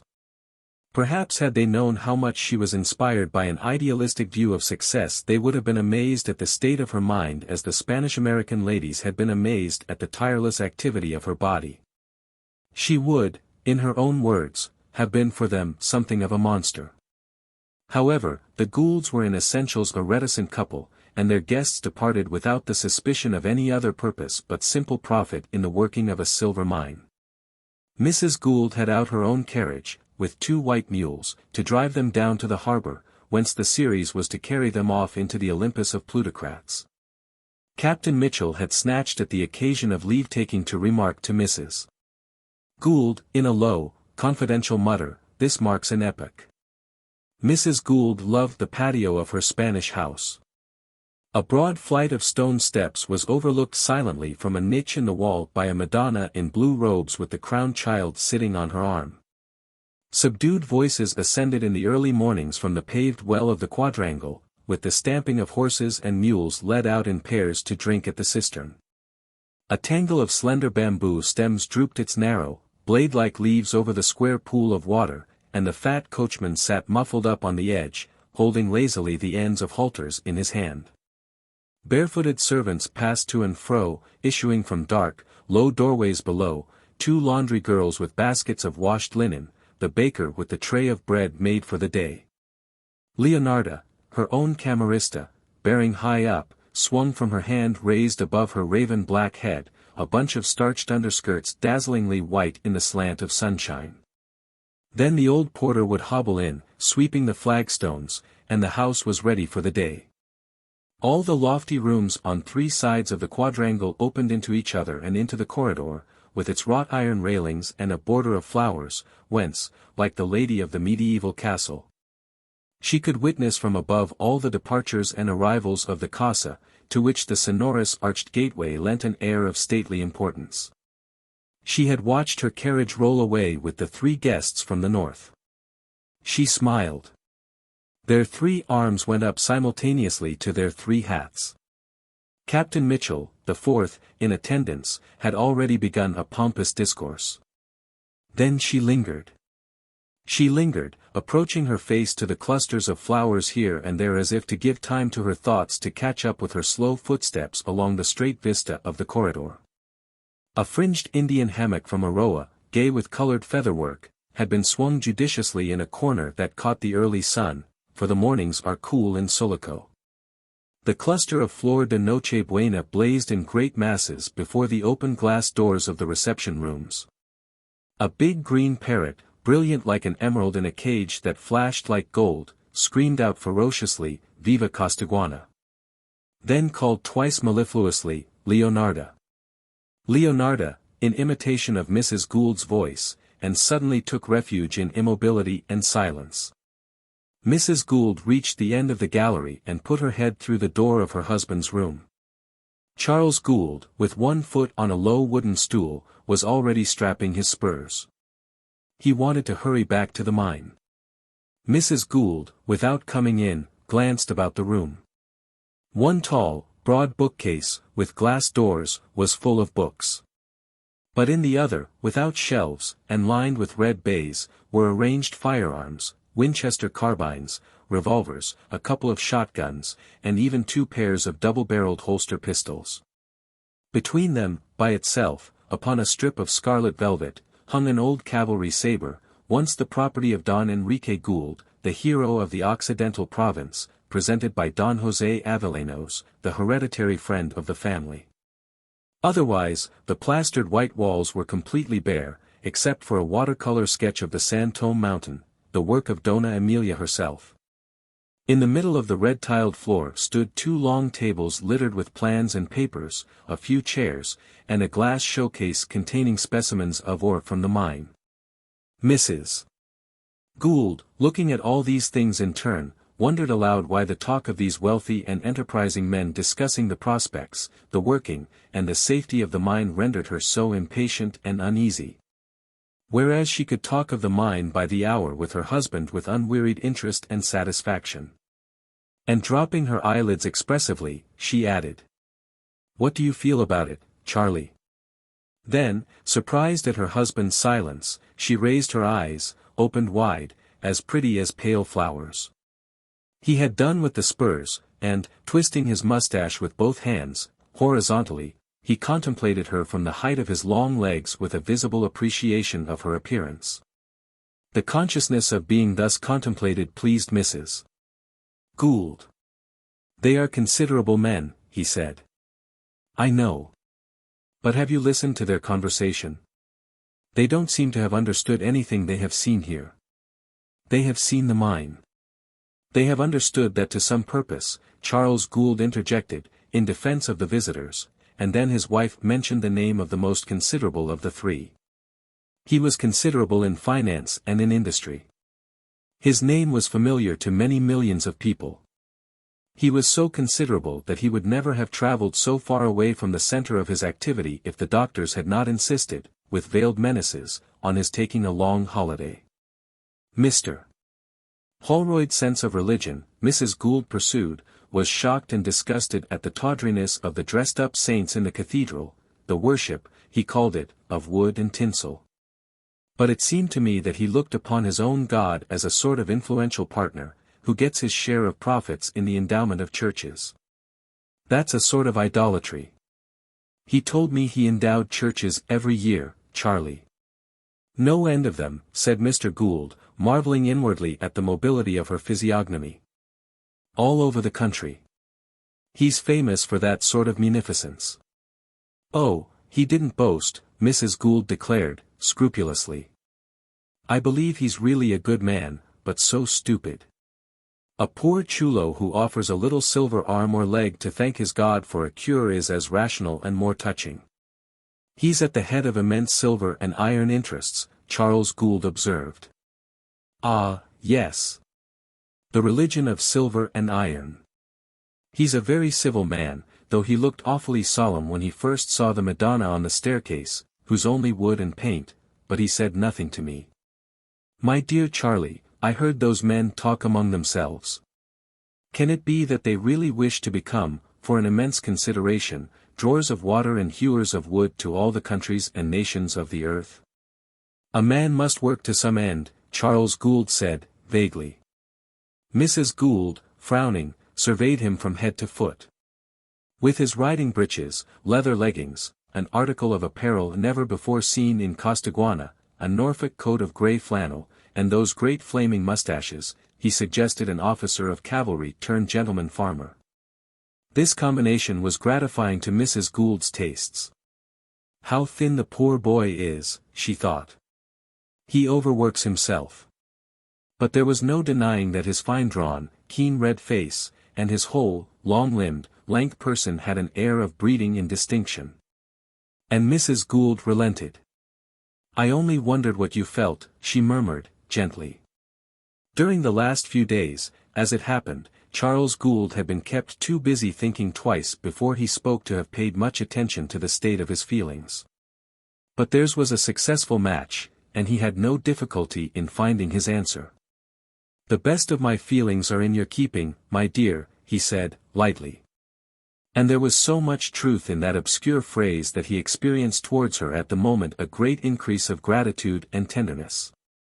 Mrs. Gould, however, did not seem to find this answer in the least obscure. She brightened up delicately. Already he had changed his tone. "But there are facts. The worth of the mine, as a mine, is beyond doubt. It shall make us very wealthy. The mere working of it is a matter of technical knowledge, which I have, which 10,000 other men in the world have. But its safety, its continued existence as an enterprise, giving a return to men, to strangers, comparative strangers, who invest money in it, is left altogether in my hands. I have inspired confidence in a man of wealth and position. You seem to think this perfectly natural, do you? Well, I don't know. I don't know why I have, but it is a fact. This fact makes everything possible, because without it I would never have thought of disregarding my father's wishes. I would never have disposed of the concession as a speculator disposes of a valuable right to a company, for cash and shares, to grow rich eventually if possible, but at any rate to put some money at once in his pocket. No. Even if it had been feasible, which I doubt, I would not have done so. Poor father did not understand. He was afraid I would hang on to the ruinous thing, waiting for just some such chance, and waste my life miserably. That was the true sense of his prohibition, which we have deliberately set aside."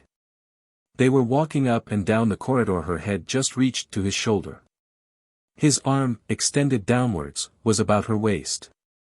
His spurs jingled slightly. He had not seen me for 10 years. He did not know me. He parted from me for my sake, and he would never let me come back. He was always talking in his letters of leaving Costaguana, of abandoning everything and making his escape. But he was too valuable a prey. They would have thrown him into one of their prisons at the first suspicion. His spurred feet clinked slowly. He was bending over his wife as they walked. The big parrot, turning its head askew, followed their pacing figures with a round, unblinking eye. He was a lonely man. Ever since I was 10 years old he used to talk to me as if I had been grown up. When I was in Europe he wrote to me every month. 12 pages every month of my life for 10 years. And, after all, he did not know me. Just think of it, 10 whole years away, the years I was growing up into a man. He could not know me. Do you think he could? Mrs. Gould shook her head negatively, which was just what her husband had expected from the strength of the argument. But she shook her head negatively only because she thought that no one could know her Charles, really know him for what he was but herself. The thing was obvious. It could be felt. It required no argument. And poor Mr. Gould, Sr., who had died too soon to ever hear of their engagement, remained too shadowy a figure for her to be credited with knowledge of any sort whatever. No, he did not understand. In my view this mine could never have been a thing to sell. Never. After all his misery I simply could not have touched it for money alone, Charles Gould pursued, and she pressed her head to his shoulder approvingly. These two young people remembered the life which had ended wretchedly just when their own lives had come together in that splendor of hopeful love, which to the most sensible minds appears like a triumph of good over all the evils of the earth. A vague idea of rehabilitation had entered the plan of their life. That it was so vague as to elude the support of argument made it only the stronger. It had presented itself to them at the instant when the woman's instinct of devotion and the man's instinct of activity receive from the strongest of illusions their most powerful impulse. The very prohibition imposed the necessity of success. It was as if they had been morally bound to make good their vigorous view of life against the unnatural error of weariness and despair. If the idea of wealth was present to them it was only in so far as it was bound with that other success. Mrs. Gould, an orphan from early childhood and without fortune, brought up in an atmosphere of intellectual interests, had never considered the aspects of great wealth. They were too remote, and she had not learned that they were desirable. On the other hand, she had not known anything of absolute want. Even the very poverty of her aunt, the Marchesa, had nothing intolerable to a refined mind. It seemed in accord with a great grief, it had the austerity of a sacrifice offered to a noble ideal. Thus even the most legitimate touch of materialism was wanting in Mrs. Gould's character. The dead man of whom she thought with tenderness, because he was Charlie's father, and with some impatience, because he had been weak, must be put completely in the wrong. Nothing else would do to keep their prosperity without a stain on its only real, on its immaterial side. Charles Gould, on his part, had been obliged to keep the idea of wealth well to the fore, but he brought it forward as a means, not as an end. Unless the mine was good business it could not be touched. He had to insist on that aspect of the enterprise. It was his lever to move men who had capital. And Charles Gould believed in the mine. He knew everything that could be known of it. His faith in the mine was contagious, though it was not served by a great eloquence, but business men are frequently as sanguine and imaginative as lovers. They are affected by a personality much oftener than people would suppose. And Charles Gould, in his unshaken assurance, was absolutely convincing. Besides, it was a matter of common knowledge to the men to whom he addressed himself that mining in Costaguana was a game that could be made considerably more than worth the candle. The men of affairs knew that very well. The real difficulty in touching it was elsewhere. Against that there was an implication of calm and implacable resolution in Charles Gould's very voice. Men of affairs venture sometimes on acts that the common judgment of the world would pronounce absurd. They make their decisions on apparently impulsive and human grounds. Very well, had said the considerable personage to whom Charles Gould on his way out through San Francisco had lucidly exposed his point of view. Let us suppose that the mining affairs of Sulaco are taken in hand.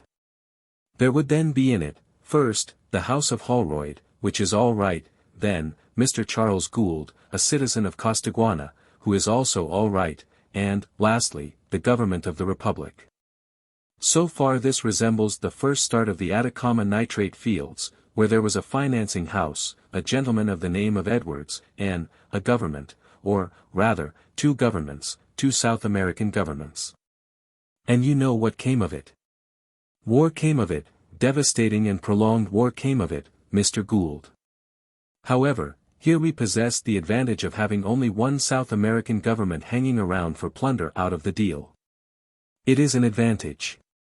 But then there are degrees of badness, and that government is the Costaguana government. Thus spoke the considerable personage, the millionaire endower of churches on a scale befitting the greatness of his native land, the same to whom the doctors used the language of horrid and veiled menaces. He was a big-limbed, deliberate man, whose quiet burliness lent to an ample silk-faced frock coat a superfine dignity. His hair was iron gray, his eyebrows were still black, and his massive profile was the profile of a Caesar's head on an old Roman coin. But his parentage was German and Scotch and English, with remote strains of Danish and French blood, giving him the temperament of a Puritan and an insatiable imagination of conquest. He was completely unbending to his visitor, because of the warm introduction the visitor had brought from Europe, and because of an irrational liking for earnestness and determination wherever met, to whatever end directed. The Costaguana government shall play its hand for all it's worth, and don't you forget it, Mr. Gould. Now, what is Costaguana? It is the bottomless pit of 10% loans and other fool investments. European capital has been flung into it with both hands for years. Not ours, though. We in this country know just about enough to keep indoors when it rains. We can sit and watch. Of course, some day we shall step in. We are bound to. But there's no hurry.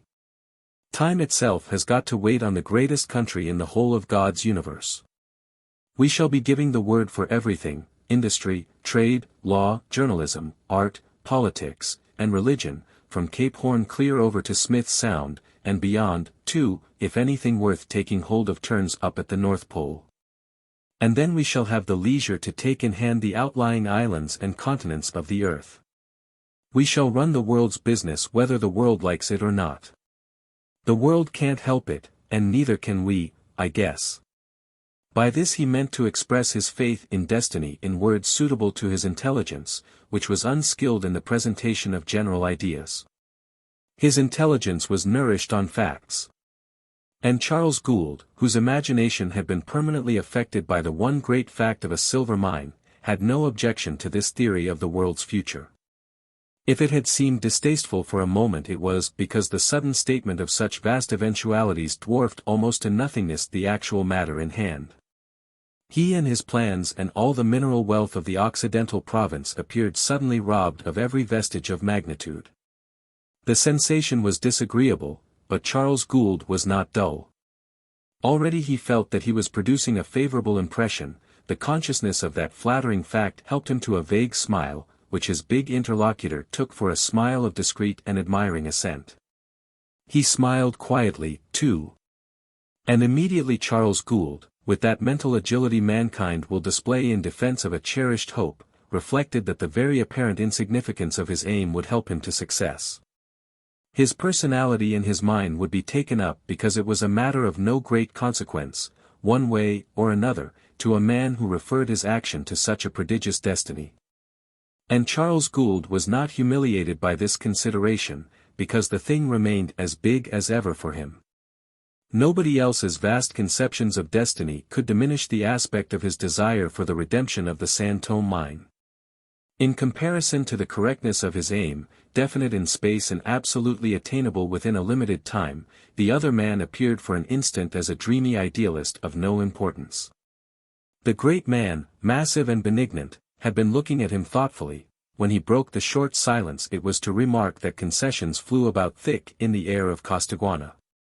Any simple soul that just yearned to be taken in could bring down a concession at the first shot. Our consuls get their mouths stopped with them, he continued, with a twinkle of genial scorn in his eyes. But in a moment he became grave. A conscientious, upright man, that cares nothing for boodle, and keeps clear of their intrigues, conspiracies, and factions, soon gets his passports. See that, Mr. Gould? Persona non grata. That's the reason our government is never properly informed. On the other hand, Europe must be kept out of this continent, and for proper interference on our part the time is not yet ripe, I dare say.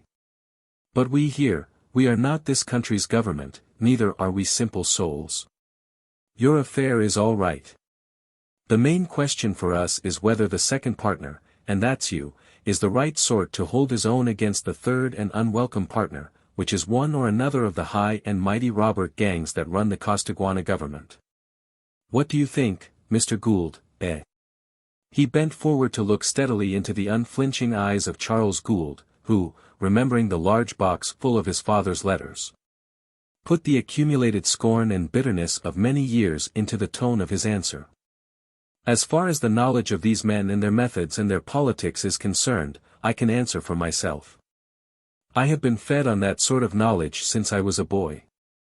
I am not likely to fall into mistakes from excess of optimism. Not likely, eh? That's all right. Tact and a stiff upper lip is what you'll want. And you could bluff a little on the strength of your backing. Not too much, though. We will go with you as long as the thing runs straight. But we won't be drawn into any large trouble. This is the experiment which I am willing to make. There is some risk, and we will take it, but if you can't keep up your end, we will stand our loss, of course, and then, we'll let the thing go. This mine can wait, it has been shut up before, as you know. You must understand that under no circumstances will we consent to throw good money after bad. Thus the great personage had spoken then, in his own private office, in a great city where other men, very considerable in the eyes of a vain populace, waited with alacrity upon a wave of his hand. And rather more than a year later, during his unexpected appearance in Sulaco, he had emphasized his uncompromising attitude with a freedom of sincerity permitted to his wealth and influence. He did this with the less reserve, perhaps, because the inspection of what had been done, and more still the way in which successive steps had been taken, had impressed him with the conviction that Charles Gould was perfectly capable of keeping up his end. This young fellow, he thought to himself, may yet become a power in the land. This thought flattered him, for hitherto the only account of this young man he could give to his intimates was, "My brother-in-law met him in one of these one-horse old German towns, near some mines, and sent him on to me with a letter. He's one of the Costaguana Goulds, pure-bred Englishmen, but all born in the country. His uncle went into politics, was the last provincial president of Sulaco, and got shot after a battle. His father was a prominent business man in Sta. Marta, tried to keep clear of their politics, and died ruined after a lot of revolutions. And that's your Costaguana in a nutshell. Of course, he was too great a man to be questioned as to his motives, even by his intimates. The outside world was at liberty to wonder respectfully at the hidden meaning of his actions. He was so great a man that his lavish patronage of the purer forms of Christianity, which in its naive form of church-building amused Mrs.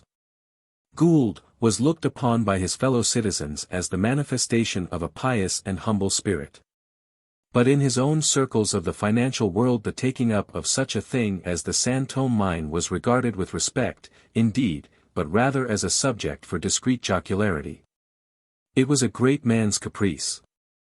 In the great Holroyd building, an enormous pile of iron, glass, and blocks of stone at the corner of two streets, cobwebbed aloft by the radiation of telegraph wires, the heads of principal departments exchanged humorous glances, which meant that they were not let into the secrets of the San Tomé business.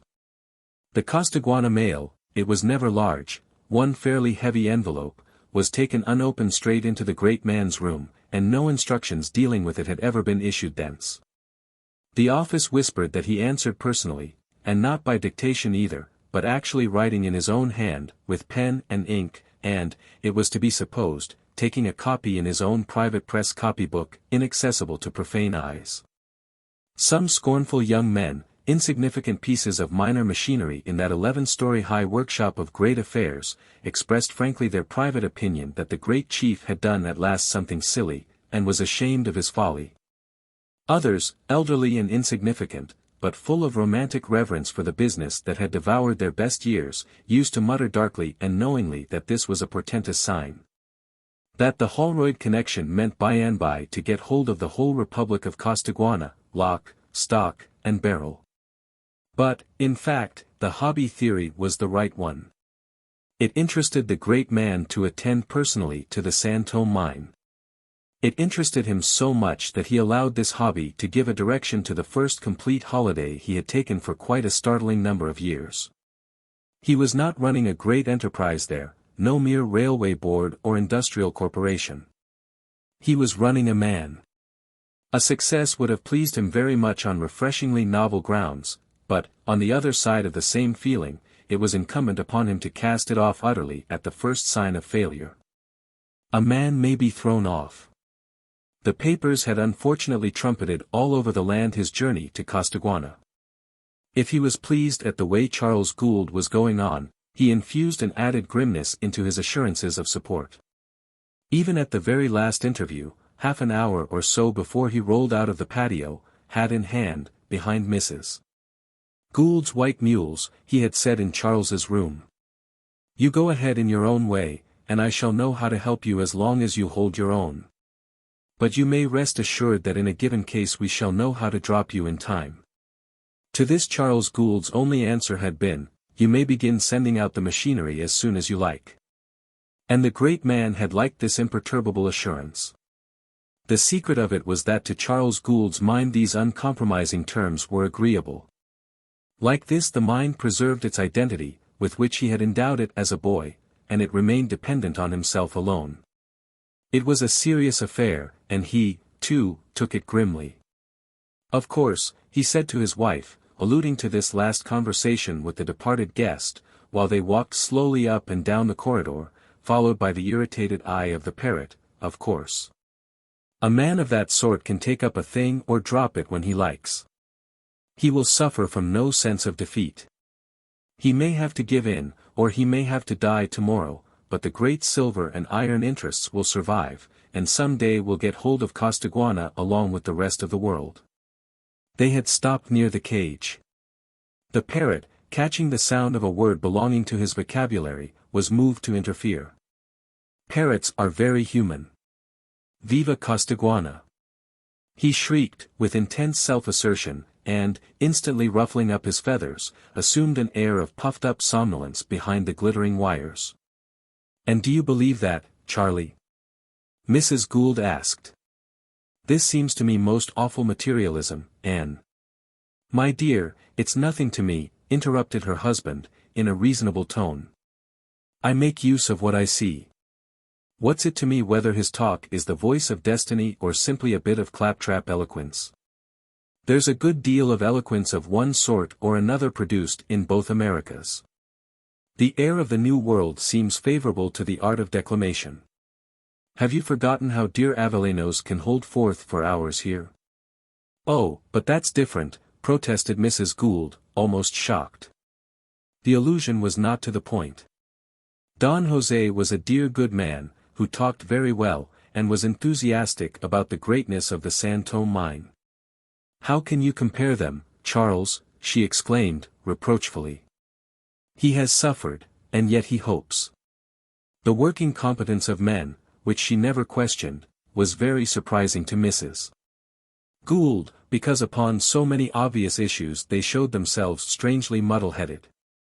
Charles Gould, with a careworn calmness which secured for him at once his wife's anxious sympathy, assured her that he was not comparing. He was an American himself, after all, and perhaps he could understand both kinds of eloquence, if it were worth while to try, he added, grimly. But he had breathed the air of England longer than any of his people had done for 3 generations, and really he begged to be excused. His poor father could be eloquent, too. And he asked his wife whether she remembered a passage in one of his father's last letters where Mr.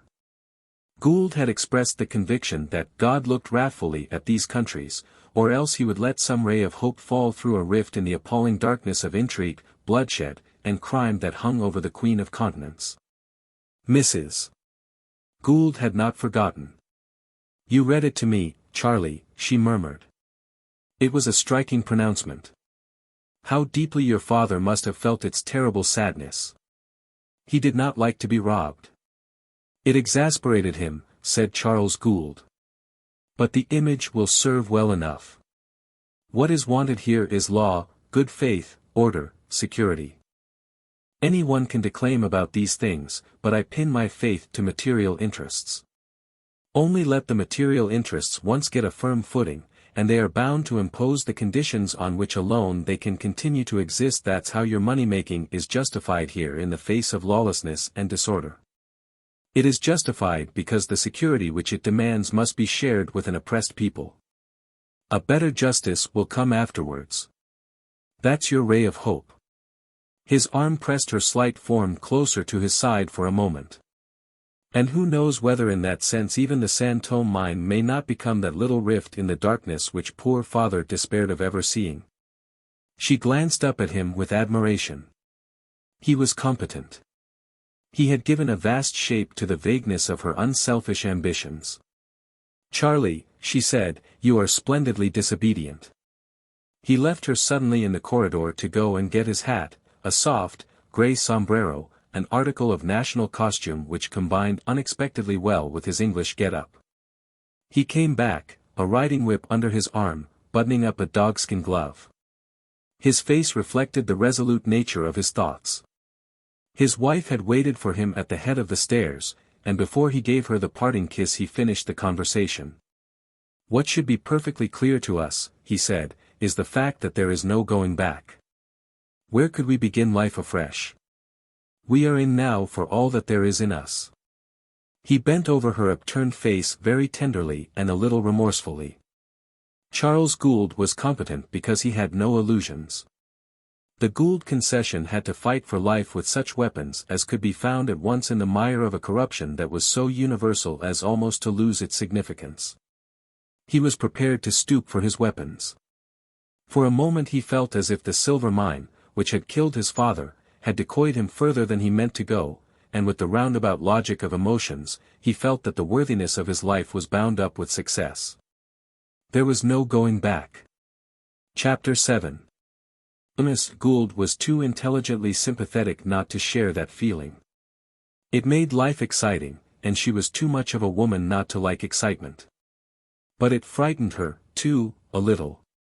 And when Don José Avellanos, rocking in the American chair, would go so far as to say, even, my dear Carlos, if you had failed, even if some untoward event were yet to destroy your work, which God forbid, you would have deserved well of your country, Mrs. Gould would look up from the tea-table profoundly at her unmoved husband stirring the spoon in the cup as though he had not heard a word.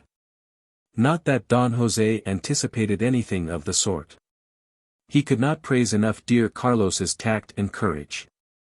His English, rock-like quality of character was his best safeguard, Don José affirmed, and, turning to Mrs.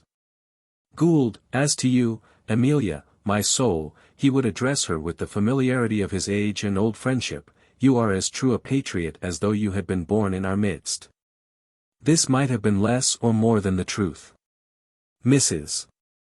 Gould, accompanying her husband all over the province in the search for labor, had seen the land with a deeper glance than a true-born Costaguana could have done. In her travel-worn riding habit, her face powdered white like a plaster cast, with a further protection of a small silk mask during the heat of the day, she rode on a well-shaped, light-footed pony in the center of a little cavalcade. Two mozos de campo, picturesque in great hats, with spurred bare heels, in white embroidered calzoneras, leather jackets and striped ponchos, rode ahead with carbines across their shoulders, swaying in unison to the pace of the horses. A tropilla of pack mules brought up the rear in charge of a thin brown muleteer, sitting his long-eared beast very near the tail, legs thrust far forward, the wide brim of his hat set far back, making a sort of halo for his head. An old Costaguana officer, a retired senior major of humble origin, but patronized by the first families on account of his Blanco opinions, had been recommended by Don José for commissary and organizer of that expedition. The points of his grey mustache hung far below his chin, and, riding on Mrs. Gould's left hand, he looked about with kindly eyes, pointing out the features of the country, telling the names of the little pueblos and of the estates.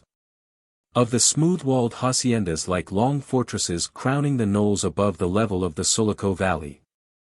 It unrolled itself, with green young crops, plains, woodland, and gleams of water, park-like, from the blue vapor of the distant Sierra to an immense quivering horizon of grass and sky, where big white clouds seemed to fall slowly into the darkness of their own shadows.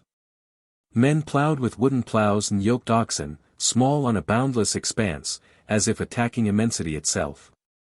The mounted figures of vaqueros galloped in the distance, and the great herds fed with all their horned heads one way, in one single wavering line as far as I could reach across the broad potreros. A spreading cotton-wool tree shaded a thatched ranch by the road.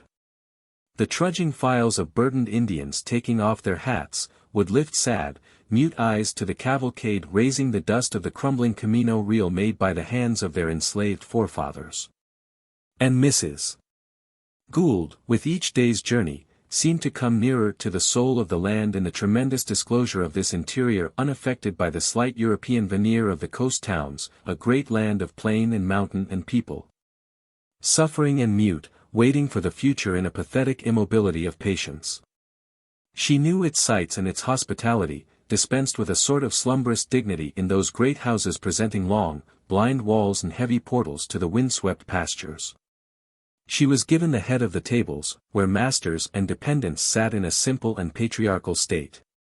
The ladies of the house would talk softly in the moonlight under the orange trees of the courtyards, impressing upon her the sweetness of their voices and the something mysterious in the quietude of their lives.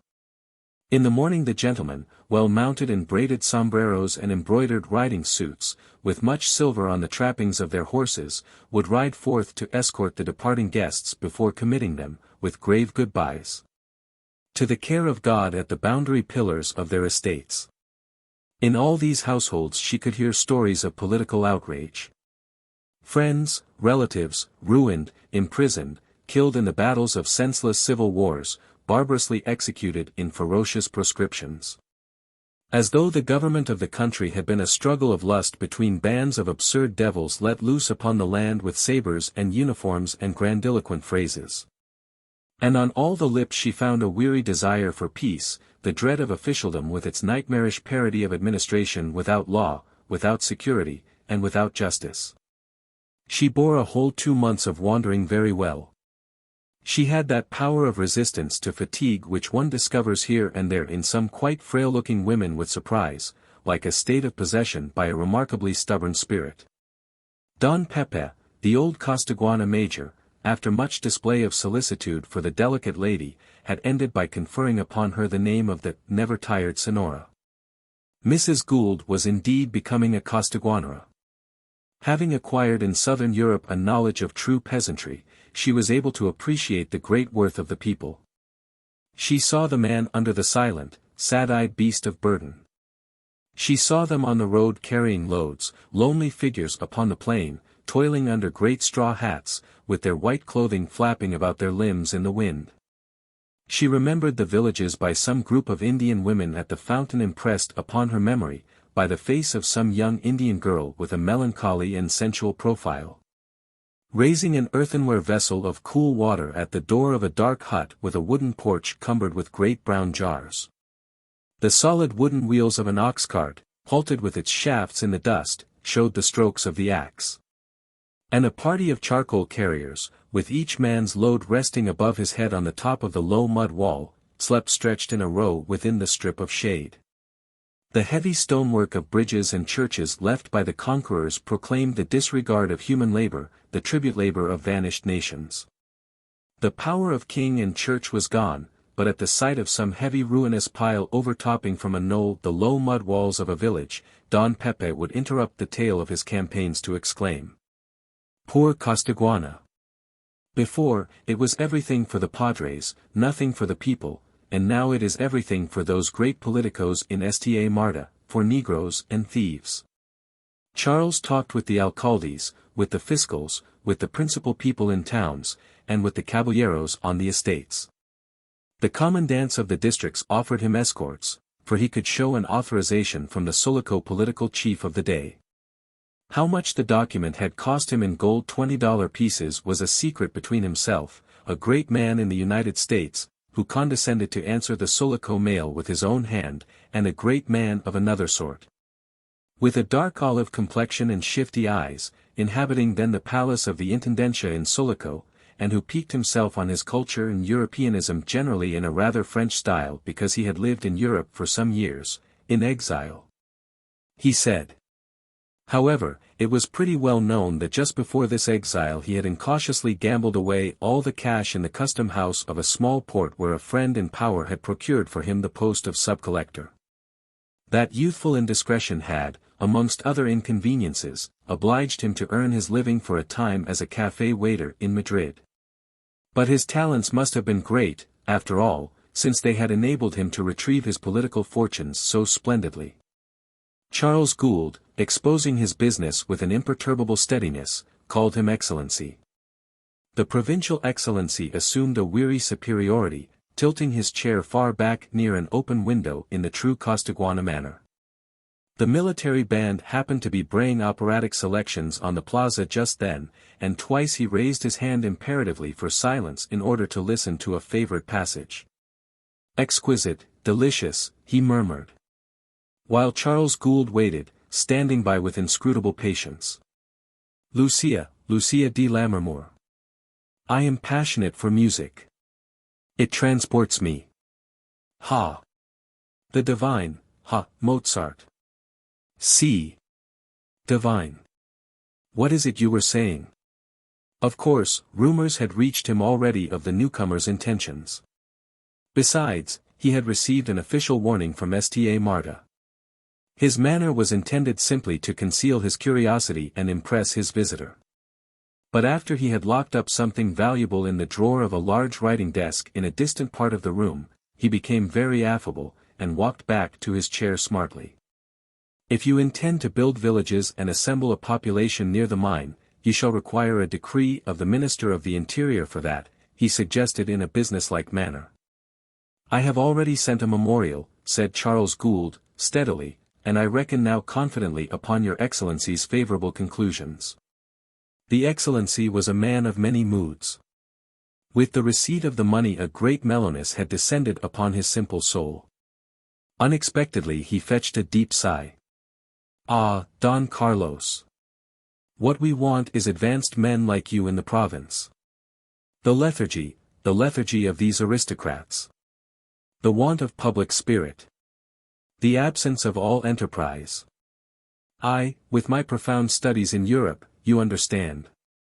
With one hand thrust into his swelling bosom, he rose and fell on his toes, and for 10 minutes, almost without drawing breath, went on hurling himself intellectually to the assault of Charles Gould's polite silence. And when, stopping abruptly, he fell back into his chair, it was as though he had been beaten off from a fortress. To save his dignity he hastened to dismiss this silent man with a solemn inclination of the head and the words, pronounced with moody, fatigued condescension. You may depend upon my enlightened goodwill as long as your conduct as a good citizen deserves it. He took up a paper fan and began to cool himself with a consequential air, while Charles Gould bowed and withdrew. Then he dropped the fan at once, and stared with an appearance of wonder and perplexity at the closed door for quite a long time. At last he shrugged his shoulders as if to assure himself of his disdain. Cold, dull. No intellectuality. Red hair. A true Englishman. He despised him. His face darkened.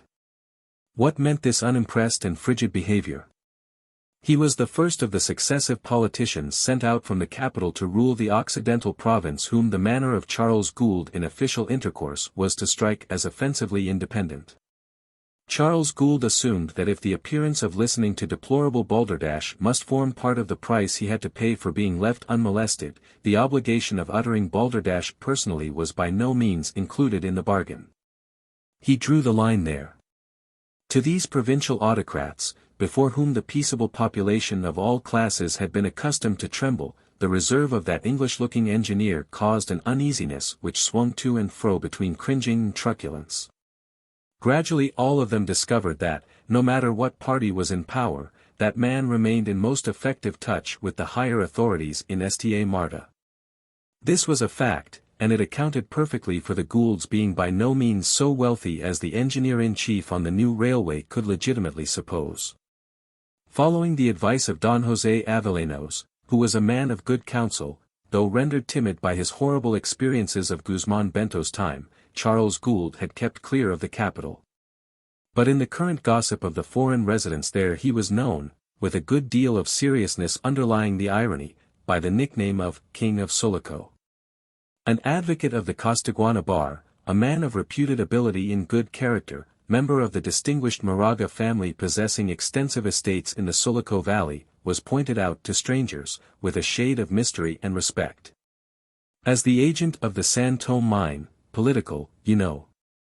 He was tall, black-whiskered, and discreet.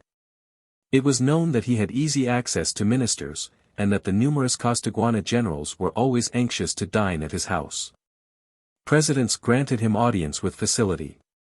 He corresponded actively with his maternal uncle, Don José Avellanos, but his letters, unless those expressing formally his dutiful affection, were seldom entrusted to the Costaguana post office. There the envelopes are opened, indiscriminately, with the frankness of a brazen and childish impudence characteristic of some Spanish-American governments. But it must be noted that at about the time of the reopening of the San Tomé mine the muleteer who had been employed by Charles Gould in his preliminary travels on the Campo added his small train of animals to the thin stream of traffic carried over the mountain passes between the Sta Marta upland and the valley of Sulaco. There are no travelers by that arduous and unsafe route unless under very exceptional circumstances, and the state of inland trade did not visibly require additional transport facilities. But the man seemed to find his account in it. A few packages were always found for him whenever he took the road. Very brown and wooden, in goatskin breeches with the hair outside, he sat near the tail of his own smart mule, his great hat turned against the sun, an expression of blissful vacancy on his long face. humming day after day a love song in a plaintive key, or, without a change of expression, letting out a yell at his small tropilla in front. A round little guitar hung high up on his back. And there was a place scooped out artistically in the wood of one of his pack saddles where a tightly rolled piece of paper could be slipped in, the wooden plug replaced, and the coarse canvas nailed on again. When in Sulaco it was his practice to smoke and doze all day long, as though he had no care in the world, on a stone bench outside the doorway of the Casa Gould and facing the windows of the Avellano's house. Years and years ago his mother had been chief laundrywoman in that family, very accomplished in the matter of clear starching. He himself had been born on one of their haciendas. His name was Bonifacio, and Don José, crossing the street about 5 o'clock to call on Dona Emilia, always acknowledged his humble salute by some movement of hand or head. The porters of both houses conversed lazily with him in tones of grave intimacy. His evenings he devoted to gambling and to calls in a spirit of generous festivity upon the Pain d'Oro girls in the more remote side streets of the town. But he, too, was a discreet man. Chapter 8.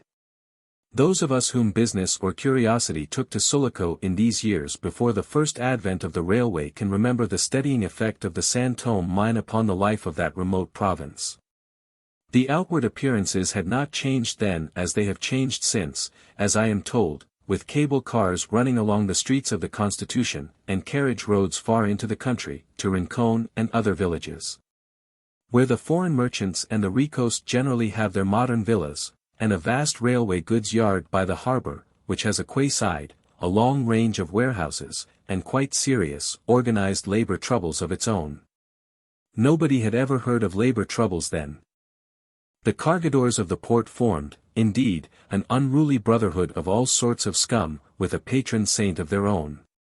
They went on strike regularly, every bullfight day, a form of trouble that even Nostromo at the height of his prestige could never cope with efficiently. But the morning after each fiesta, before the Indian market women had opened their mat parasols on the plaza, when the snows of Higuerota gleamed pale over the town on a yet black sky, the appearance of a phantom-like horseman mounted on a silver-grey mare solved the problem of labor without fail. His steed paced the lanes of the slums and the weed-grown enclosures within the old ramparts, between the black, lightless cluster of huts, like cow-byres, like dog kennels.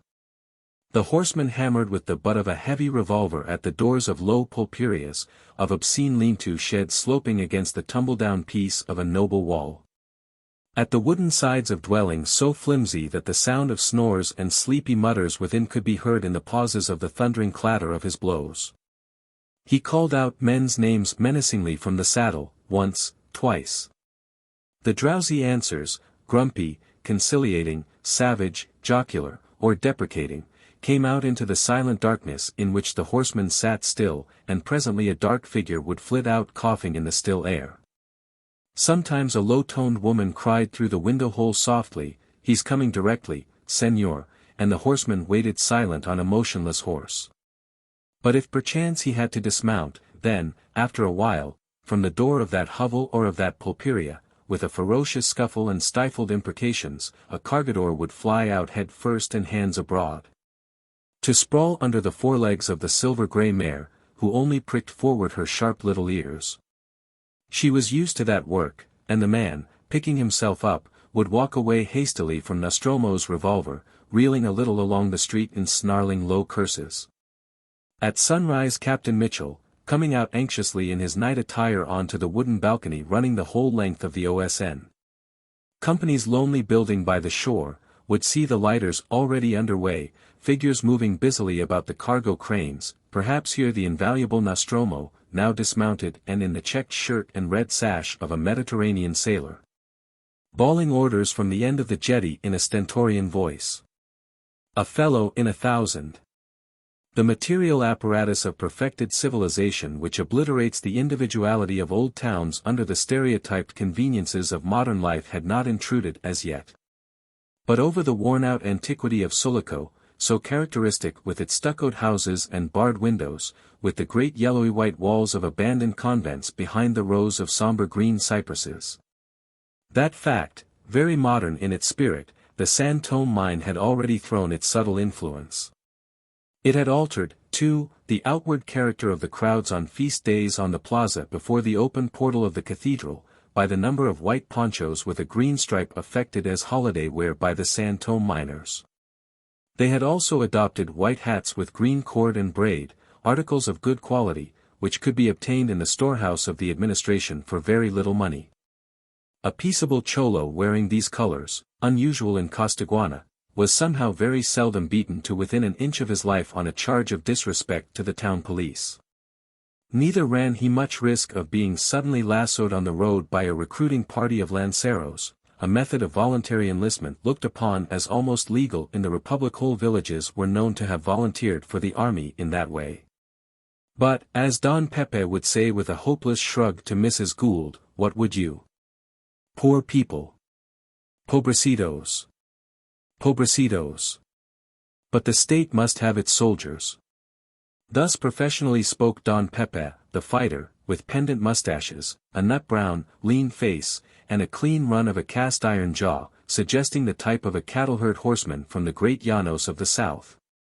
If you will listen to an old officer of Paez, señores, was the exordium of all his speeches in the aristocratic club of Sulaco, where he was admitted on account of his past services to the extinct cause of federation. The club, dating from the days of the proclamation of Costaguana's independence, boasted many names of liberators amongst its first founders. Suppressed arbitrarily innumerable times by various governments, with memories of proscriptions and of at least one wholesale massacre of its members. Sadly assembled for a banquet by the order of a zealous military commandante, their bodies were afterward stripped naked and flung into the plaza out of the windows by the lowest scum of the populace. It was again flourishing, at that period. Peacefully. It extended to strangers the large hospitality of the cool, big rooms of its historic quarters in the front part of a house, once the residence of a high official of the Holy Office.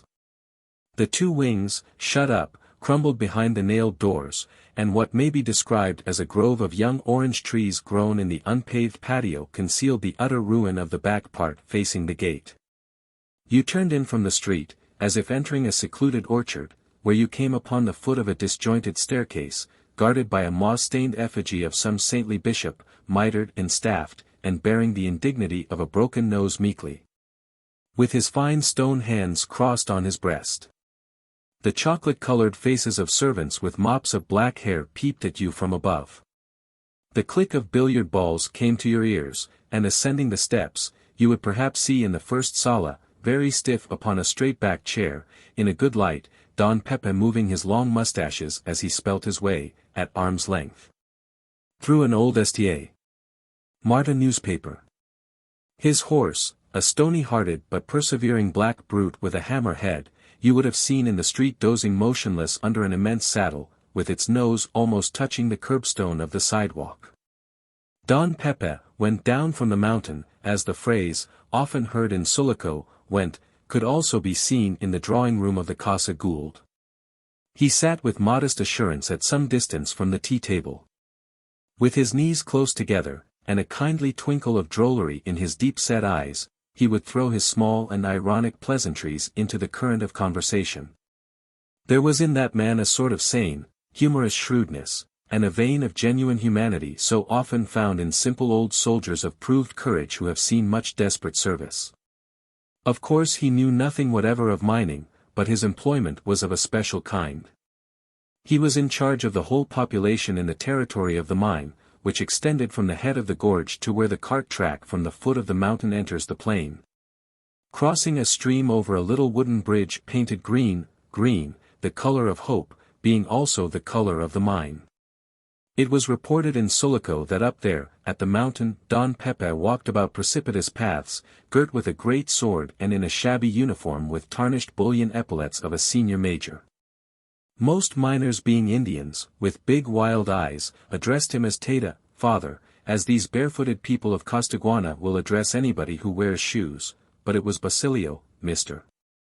Gould's own mozo and the head servant of the casa, who, in all good faith and from a sense of propriety, announced him once in the solemn words, El Señor Gobernador has arrived. Don José Avellanos, then in the drawing-room, was delighted beyond measure at the aptness of the title, with which he greeted the old major banteringly as soon as the latter's soldierly figure appeared in the doorway.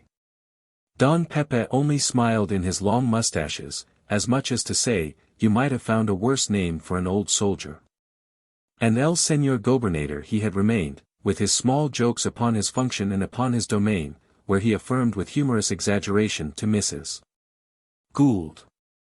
No two stones could come together anywhere without the Gobernador hearing the click, sonora. And he would tap his ear with the tip of his forefinger knowingly.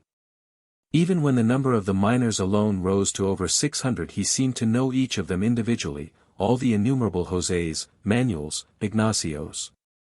From the villages Primero, Segundo, or Tercero, there were 3 mining villages, under his government. He could distinguish them not only by their flat, joyless faces, which to Mrs. Gould looked all alike, as if run into the same ancestral mold of suffering and patience, but apparently also by the infinitely graduated shades of reddish-brown, of blackish-brown, of coppery-brown backs, as the 2 shifts. Stripped to linen drawers and leather skullcaps, mingled together with a confusion of naked limbs, of shouldered picks, swinging lamps, in a great shuffle of sandalled feet on the open plateau before the entrance of the main tunnel. It was a time of pause. The Indian boys leaned idly against the long line of little cradle wagons standing empty, the screeners and oar-breakers squatted on their heels smoking long cigars. The great wooden chutes slanting over the edge of the tunnel plateau were silent. And only the ceaseless, violent rush of water in the open flumes could be heard, murmuring fiercely, with the splash and rumble of revolving turbine wheels. And the thudding march of the stamps pounding to powder the treasure rock on the plateau below. The heads of gangs, distinguished by brass medals hanging on their bare breasts, marshaled their squads. And at last the mountain would swallow one half of the silent crowd, while the other half would move off in long files down the zigzag paths leading to the bottom of the gorge. It was deep. And, far below, a thread of vegetation winding between the blazing rock faces resembled a slender green cord, in which 3 lumpy knots of banana patches, palm leaf roots, and shady trees marked the Village 1, Village 2, Village 3. Housing the miners of the Gould concession. Whole families had been moving from the first towards the spot in the Higuerota range, whence the rumor of work and safety had spread over the pastoral campo, forcing its way also, even as the waters of a high flood, into the nooks and crannies of the distant blue walls of the Sierras. Father first, in a pointed straw hat, then the mother with the bigger children, generally also a diminutive donkey, all under burdens, except the leader himself, or perhaps some grown girl, the pride of the family. Stepping barefooted and straight as an arrow, with braids of raven hair, a thick, haughty profile, and no load to carry but the small guitar of the country and a pair of soft leather sandals tied together on her back. At the sight of such parties strung out on the cross trails between the pastures, or camped by the side of the royal road, travelers on horseback would remark to each other.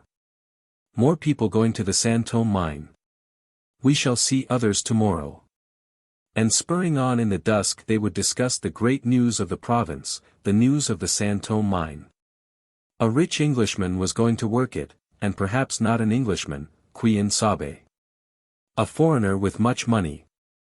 Oh, yes, it had begun. A party of men who had been to Sulaco with a herd of black bulls for the next corrida had reported that from the porch of the posada in Rincon, only a short league from the town, the lights on the mountain were visible, twinkling above the trees. And there was a woman seen riding a horse sideways, not in the chair seat, but upon a sort of saddle, and a man's hat on her head. She walked about, too, on foot up the mountain paths. A woman engineer, it seemed she was. What an absurdity! Impossible, señor. Sí. Una Americana del Norte. Ah, well. If your worship is informed. Una Americana, it need be something of that sort.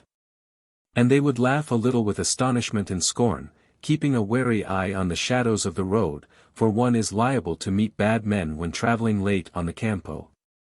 And it was not only the men that Don Pepe knew so well, but he seemed able, with one attentive, thoughtful glance, to classify each woman, girl, or growing youth of his domain. It was only the small fry that puzzled him sometimes. He and the padre could be seen frequently side by side, meditative and gazing across the street of a village at a lot of sedate brown children, trying to sort them out, as it were, in low, consulting tones.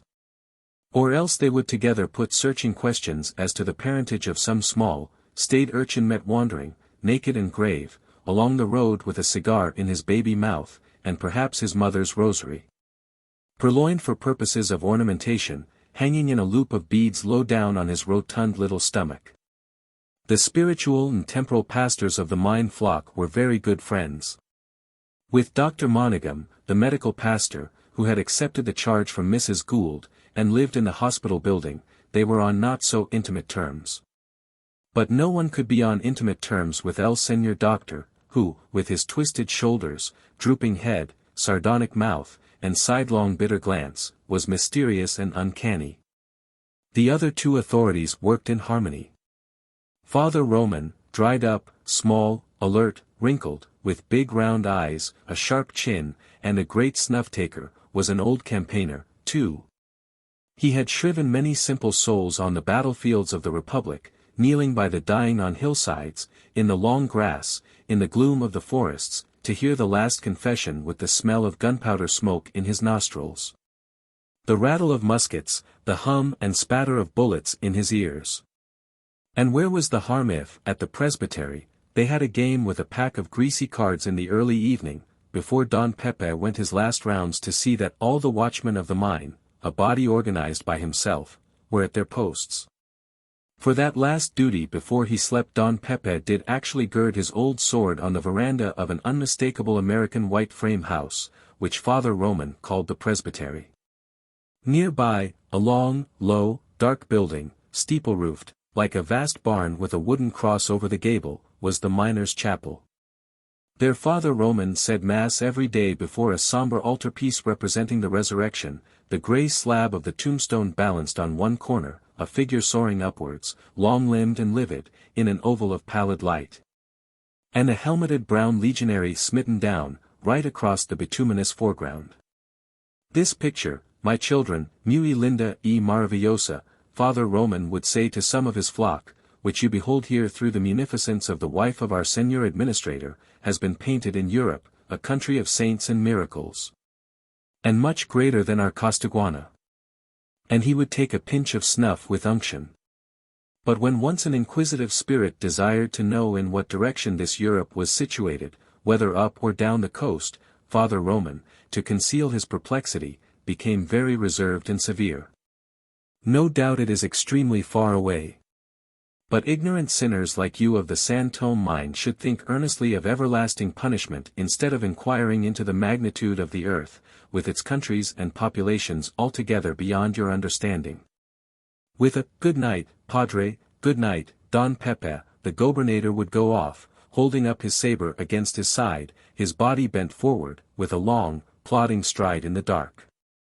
The jocularity proper to an innocent card game for a few cigars or a bundle of yerba was replaced at once by the stern duty mood of an officer setting out to visit the outposts of an encamped army. One loud blast of the whistle that hung from his neck provoked instantly a great shrilling of responding whistles, mingled with the barking of dogs, that would calm down slowly at last, away up at the head of the gorge. And in the stillness 2 serenos, on guard by the bridge, would appear walking noiselessly towards him. On one side of the road a long frame building, the store, would be closed and barricaded from end to end.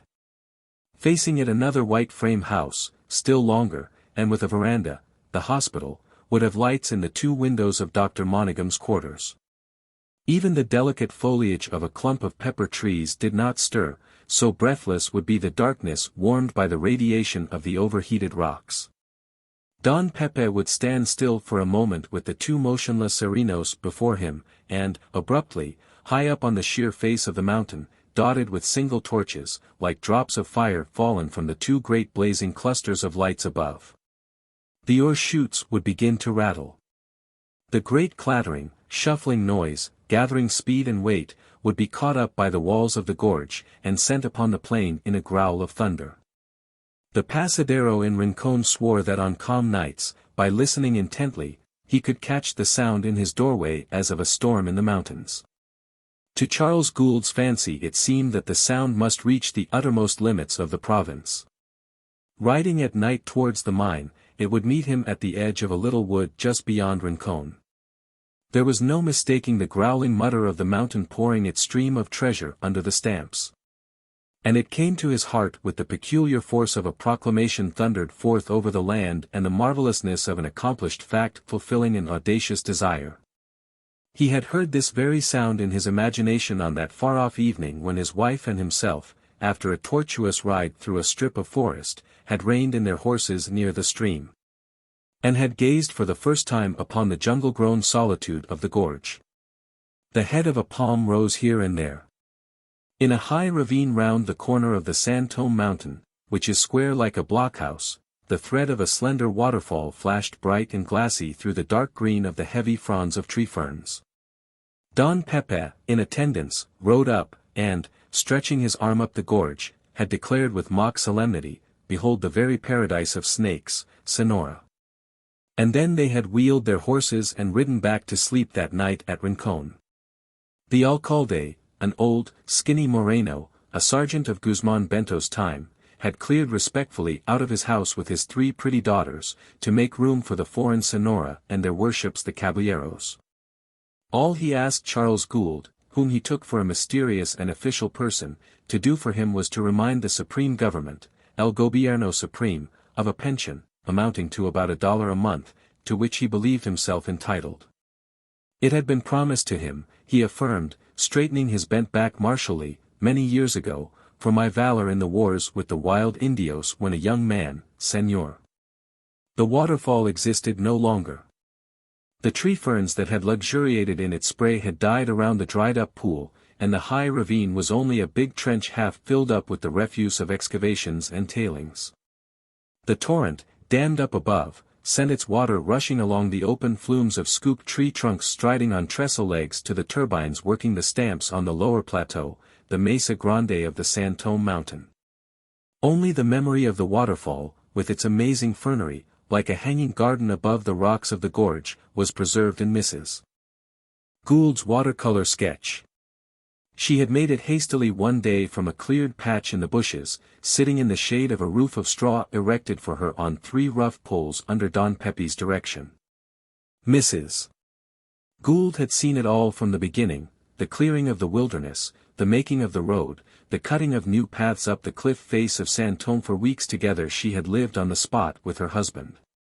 And she was so little in Sulaco during that year that the appearance of the Gould carriage on the Alameda would cause a social excitement. From the heavy family coaches full of stately señoras and black-eyed señoritas rolling solemnly in the shaded alley, white hands were waved towards her with animation in a flutter of greetings. Dona Emilia was down from the mountain. But not for long. Dona Emilia would be gone up to the mountain in a day or two, and her sleek carriage mules would have an easy time of it for another long spell. She had watched the erection of the first frame house put up on the lower mesa for an office and Don Pepe's quarters. She heard with a thrill of thankful emotion the first wagon load of or rattled down the then only chute. She had stood by her husband's side perfectly silent, and gone cold all over with excitement at the instant when the first battery of only 15 stamps was put in motion for the first time. On the occasion when the fires under the first set of retorts in their shed had glowed far into the night, she did not retire to rest on the rough cadre set up for her in the as yet bare frame house till she had seen the first spongy lump of silver yielded to the hazards of the world by the dark depths of the Gould concession. She had laid her unmercenary hands, with an eagerness that made them tremble, upon the first silver ingot turned out still warm from the mold. And by her imaginative estimate of its power she endowed that lump of metal with a justificative conception, as though it were not a mere fact, but something far-reaching and impalpable. Like the true expression of an emotion or the emergence of a principle. Don Pepe, extremely interested, too, looked over her shoulder with a smile that, making longitudinal folds on his face, caused it to resemble a leathern mask with a benignantly diabolic expression.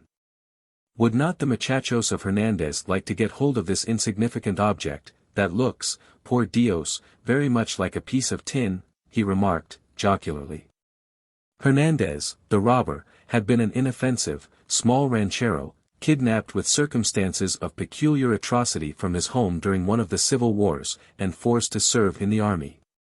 There his conduct as soldier was exemplary, till, watching his chance, he killed his colonel, and managed to get clear away. With a band of deserters, who chose him for their chief, he had taken refuge beyond the wild and waterless Bolsón de Tonoro. The haciendas paid him blackmail in cattle and horses. Extraordinary stories were told of his powers and of his wonderful escapes from capture. He used to ride, single-handed, into the villages and the little towns on the Campo, driving a pack mule before him, with 2 revolvers in his belt, go straight to the shop or store, select what he wanted, and ride away unopposed because of the terror his exploits and his audacity inspired. Poor country people he usually left alone. The upper class were often stopped on the roads and robbed, but any unlucky official that fell into his hands was sure to get a severe flogging. The army officers did not like his name to be mentioned in their presence. His followers, mounted on stolen horses, laughed at the pursuit of the regular cavalry sent to hunt them down, and whom they took pleasure to ambush most scientifically in the broken ground of their own fastness. Expeditions had been fitted out. A price had been put upon his head. Even attempts had been made, treacherously of course, to open negotiations with him, without in the slightest way affecting the even tenor of his career. At last, in true Costaguana fashion, the fiscal of Tonoro, who was ambitious of the glory of having reduced the famous Hernandez, offered him a sum of money and a safe conduct out of the country for the betrayal of his band.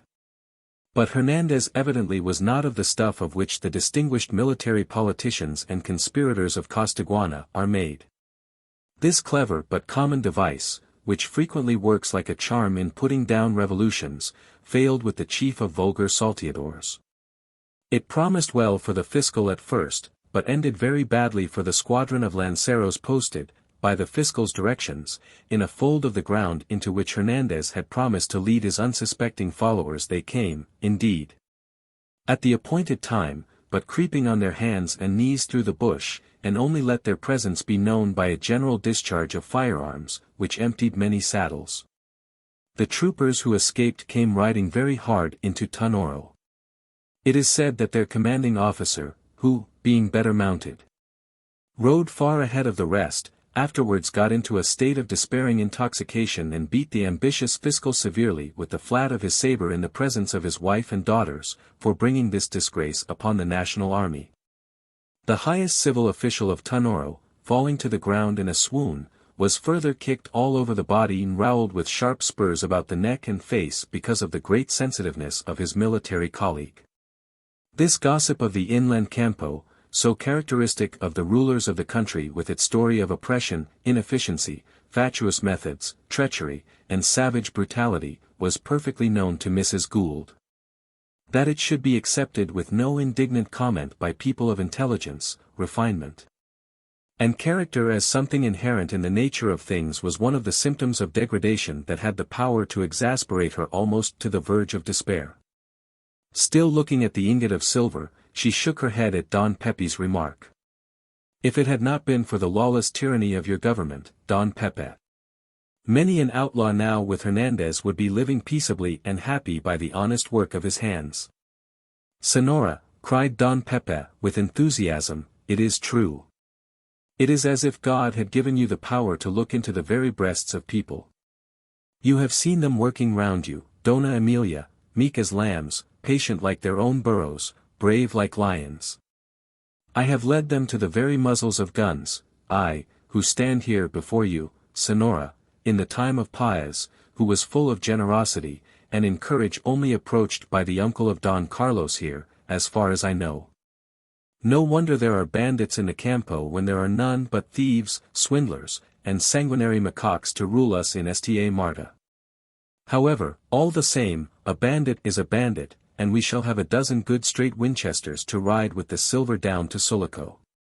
Mrs. Gould's ride with the first silver escort to Sulaco was the closing episode of what she called my camp life, before she had settled in her townhouse permanently. As was proper and even necessary for the wife of the administrator of such an important institution as the San Tomé mine. For the San Tomé mine was to become an institution, a rallying point for everything in the province that needed order and stability to live. Security seemed to flow upon this land from the mountain gorge. The authorities of Sulaco had learned that the San Tomé mine could make it worth their while to leave things and people alone. This was the nearest approach to the rule of common sense and justice Charles Gould felt it possible to secure at first. In fact, the mine, with its organization, its population growing fiercely attached to their position of privileged safety, with its armory, with its Don Pepe, with its armed body of serenos, where, it was said, many an outlaw and deserter, and even some members of Hernandez's band, had found a place, the mine was a power in the land. As a certain prominent man in Sta Marta had exclaimed with a hollow laugh, once, when discussing the line of action taken by the Sulaco authorities at a time of political crisis. You call these men government officials? They never. They are officials of the mine, officials of the concession, I tell you. The prominent man, who was then a person in power, with a lemon-colored face and a very short and curly, not to say woolly, head of hair, went so far in his temporary discontent as to shake his yellow fist under the nose of his interlocutor. And shriek. Yes. All. Silence. All.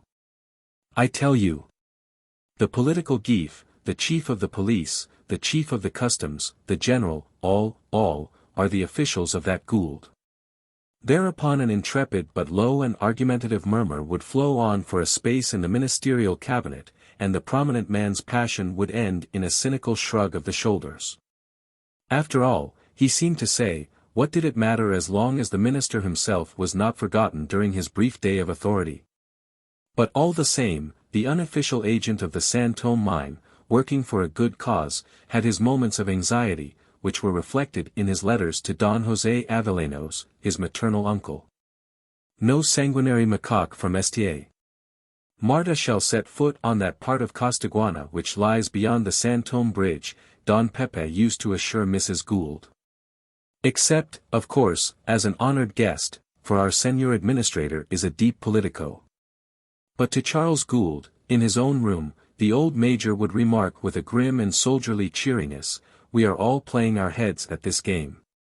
Don José Avellanos would mutter imperium in imperio, Emilia, my soul, with an air of profound self-satisfaction which, somehow, in a curious way, seemed to contain a queer admixture of bodily discomfort. But that, perhaps, could only be visible to the initiated. And for the initiated it was a wonderful place, this drawing-room of the Casa Gould, with its momentary glimpses of the master, El Señor Administrator, older, harder, mysteriously silent, with the lines deepened on his English, ruddy, out-of-doors complexion. Flitting on his thin cavalryman's legs across the doorways, either just back from the mountain or with jingling spurs and riding whip under his arm, on the point of starting for the mountain. Then Don Pepe, modestly martial in his chair, the lanero who seemed somehow to have found his martial jocularity, his knowledge of the world, and his manner perfect for his station, in the midst of savage armed contests with his kind.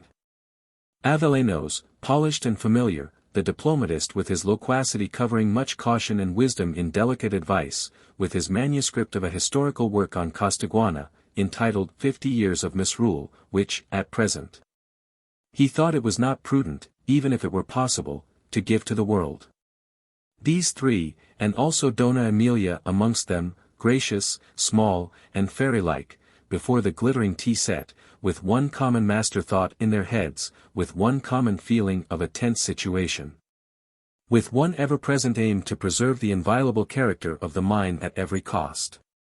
And there was also to be seen Captain Mitchell, a little apart, near one of the long windows, with an air of old-fashioned neat old bachelorhood about him, slightly pompous, in a white waistcoat, a little disregarded and unconscious of it. Utterly in the dark, and imagining himself to be in the thick of things. The good man, having spent a clear 30 years of his life on the high seas before getting what he called a shore billet, was astonished at the importance of transactions, other than relating to shipping, which take place on dry land. Almost every event out of the usual daily course marked an epoch for him or else was history. Unless with his pomposity struggling with a discomfited droop of his rubicund, rather handsome face, set off by snow-white close hair and short whiskers, he would mutter.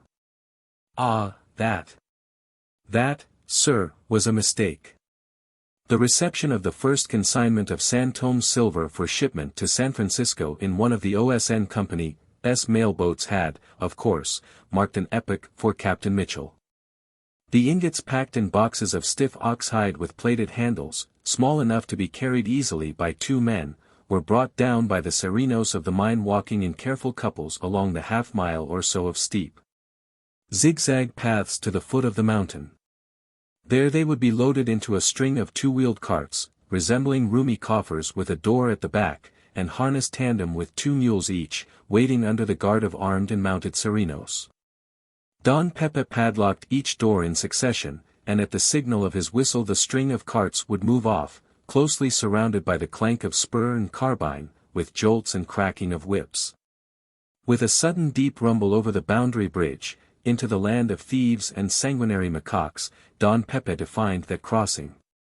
Hats bobbing in the first light of the dawn, on the heads of cloaked figures, Winchesters on hip, bridle hands protruding lean and brown from under the falling folds of the ponchos.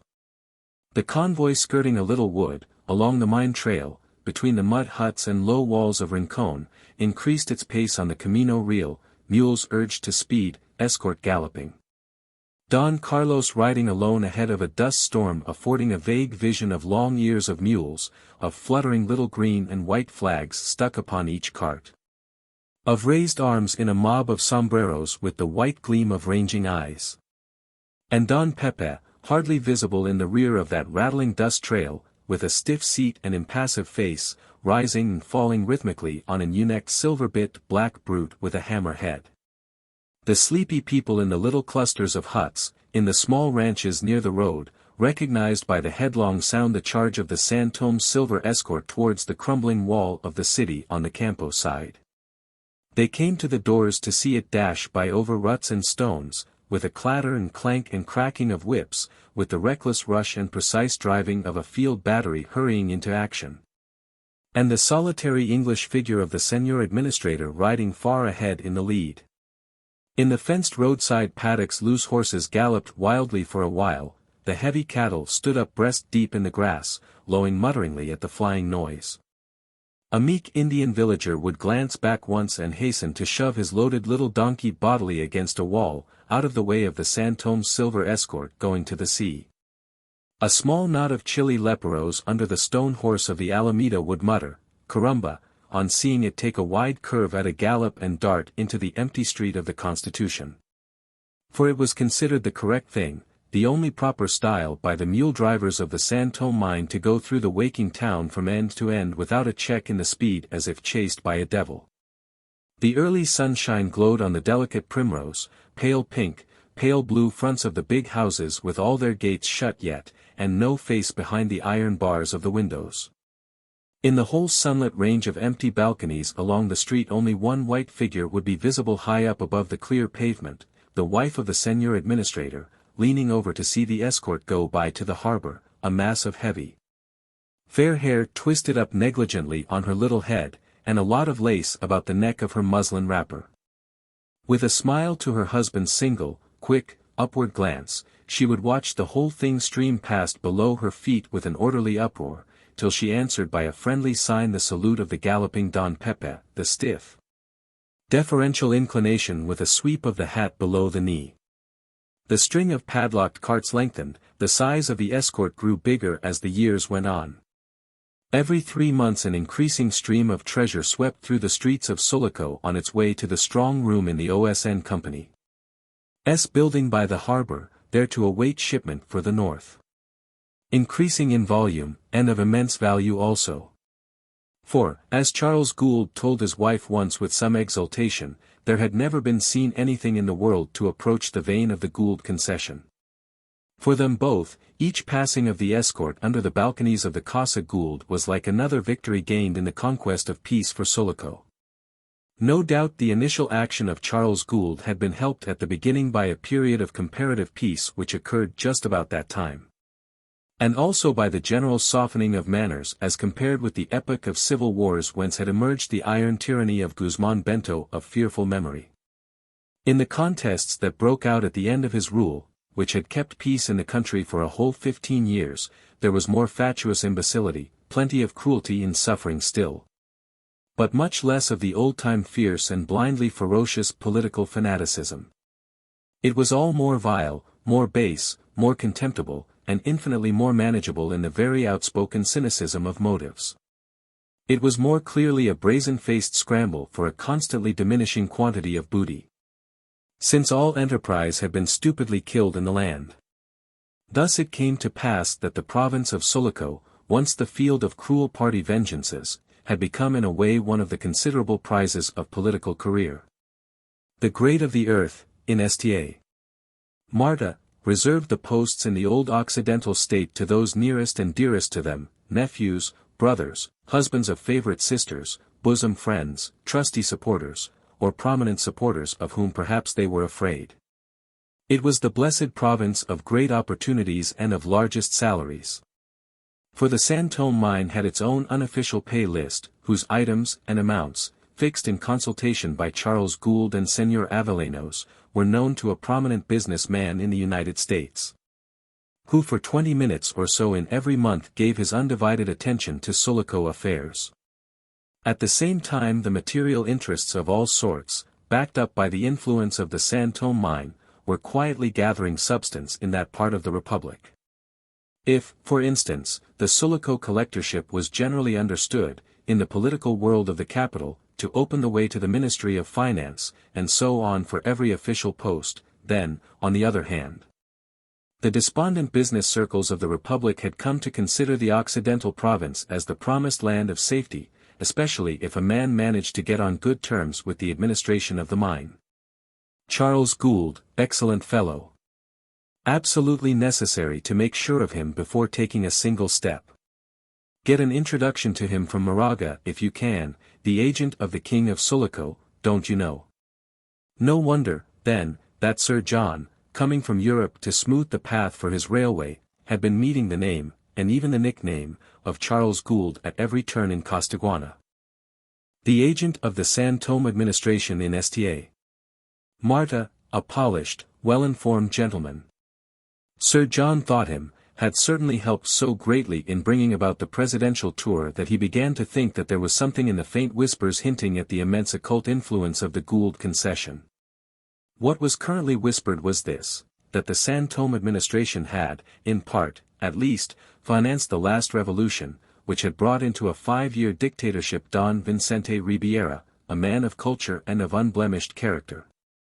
Invested with a mandate of reform by the best elements of the state.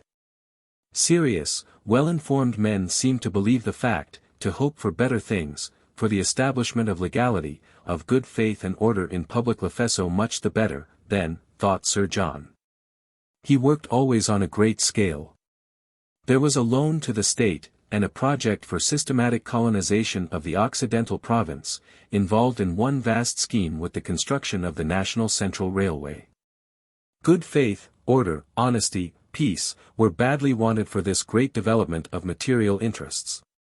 Anybody on the side of these things, and especially if able to help, had an importance in Sir John's eyes. He had not been disappointed in the King of Sulaco. The local difficulties had fallen away, as the engineer-in-chief had foretold they would, before Charles Gould's mediation. Sir John had been extremely feted in Sulaco, next to the president-dictator, a fact which might have accounted for the evident ill-humor General Montero displayed at lunch given on board the Juno just before she was to sail. Taking away from Sulaco the president-dictator and the distinguished foreign guests in his train. The Excellentissimo, the hope of honest men, as Don José had addressed him in a public speech delivered in the name of the Provincial Assembly of Sulaco, sat at the head of the long table.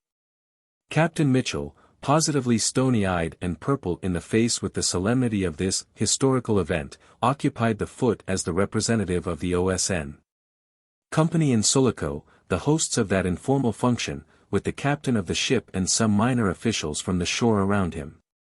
Those cheery, Swarthy little gentlemen cast jovial side glances at the bottles of champagne beginning to pop behind the guests' backs in the hands of the ship's stewards. The amber wine creamed up to the rims of the glasses. Charles Gould had his place next to a foreign envoy, who, in a listless undertone, had been talking to him fitfully of hunting and shooting. The well-nourished, pale face, with an eyeglass and drooping yellow mustache, made the senior administrator appear by contrast twice as sunbaked, more flaming red, 100 times more intensely and silently alive. Don José Avellanos touched elbows with the other foreign diplomat, a dark man with a quiet, watchful, self-confident demeanor, and a touch of reserve. All etiquette being laid aside on the occasion, General Montero was the only one there in full uniform, so stiff with embroideries in front that his broad chest seemed protected by a cuirass of gold. Sir John at the beginning had got away from high places for the sake of sitting near Mrs. Gould. The great financier was trying to express to her his grateful sense of her hospitality and of his obligation to her husband's enormous influence in this part of the country, when she interrupted him by a low hush. The president was going to make an informal pronouncement. The Excellentissimo was on his legs. He said only a few words, evidently deeply felt, and meant perhaps mostly for Avellanos, his old friend, as to the necessity of unremitting effort to secure the lasting welfare of the country emerging after this last struggle, he hoped, into a period of peace and material prosperity. Mrs. Gould, listening to the mellow, slightly mournful voice, looking at this rotund, dark, spectacled face, at the short body, obese to the point of infirmity, thought that this man of delicate and melancholy mind, physically almost a cripple, coming out of his retirement into a dangerous strife at the call of his fellows, had the right to speak with the authority of his self-sacrifice. And yet she was made uneasy. He was more pathetic than promising, this first civilian chief of the state Costaguana had ever known, pronouncing, glass in hand, his simple watchwords of honesty, peace, respect for law, political good faith abroad and at home, the safeguards of national honor. He sat down. During the respectful, appreciative buzz of voices that followed the speech, General Montero raised a pair of heavy, drooping eyelids and rolled his eyes with a sort of uneasy dullness from face to face.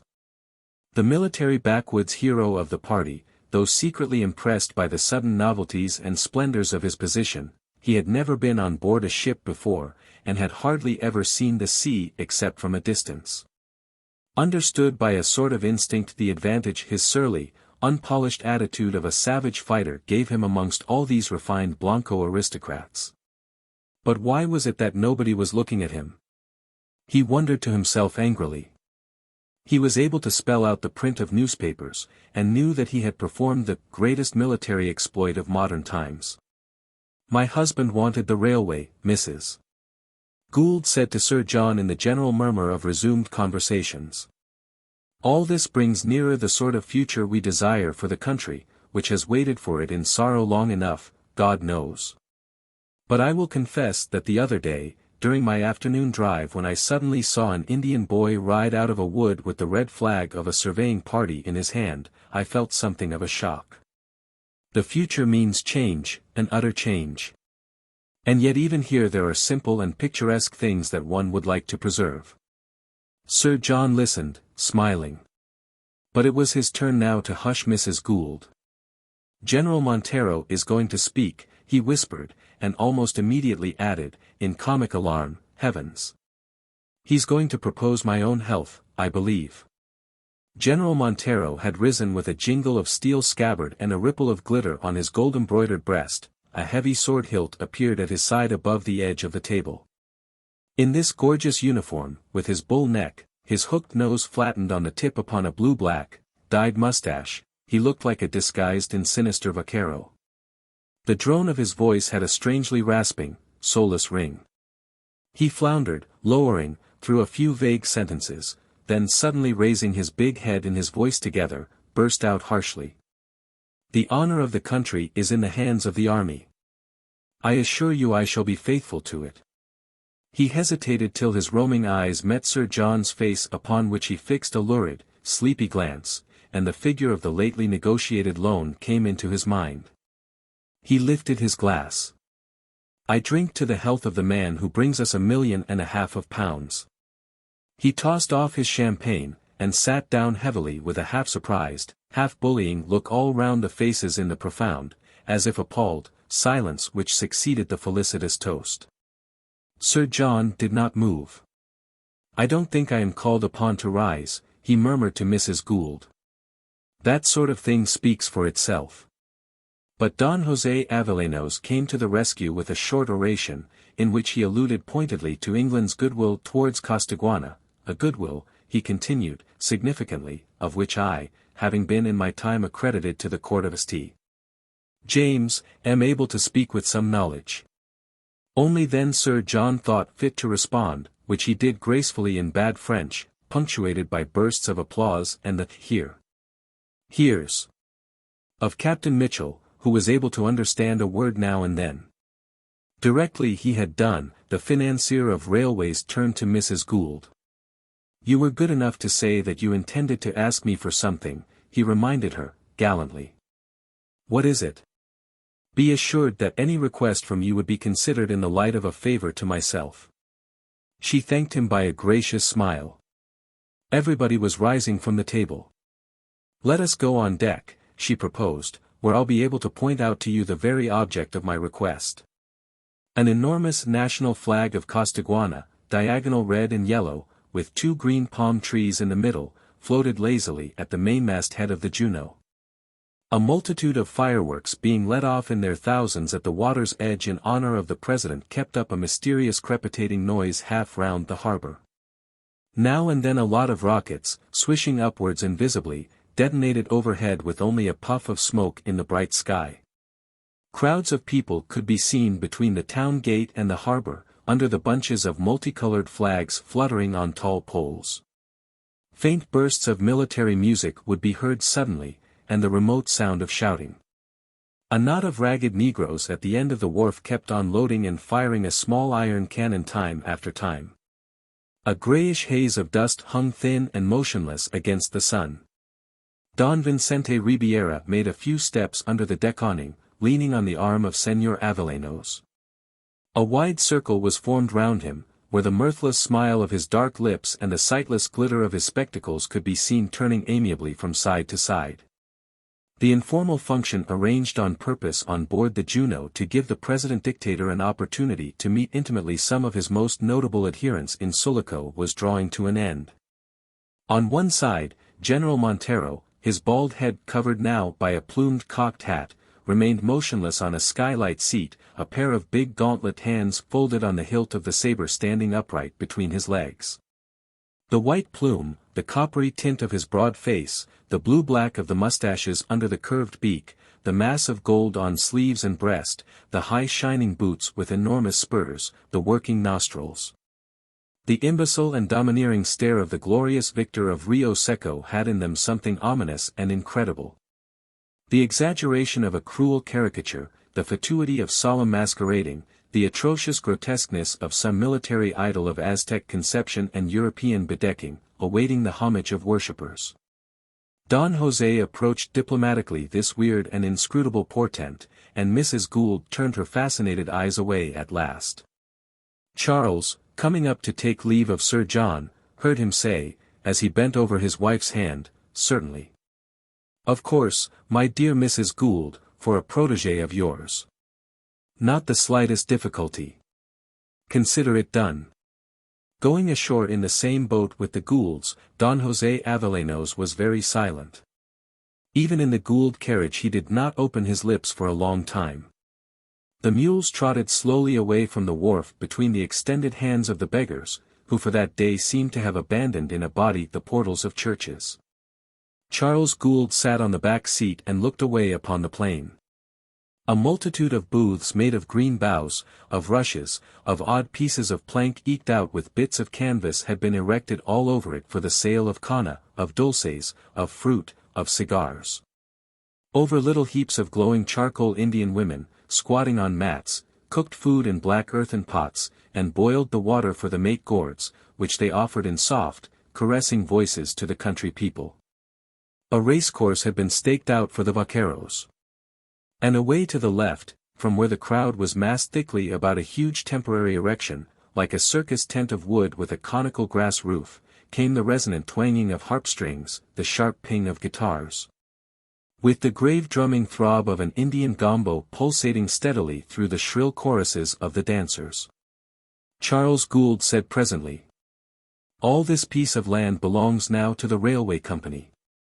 There will be no more popular feasts held here. Mrs. Gould was rather sorry to think so.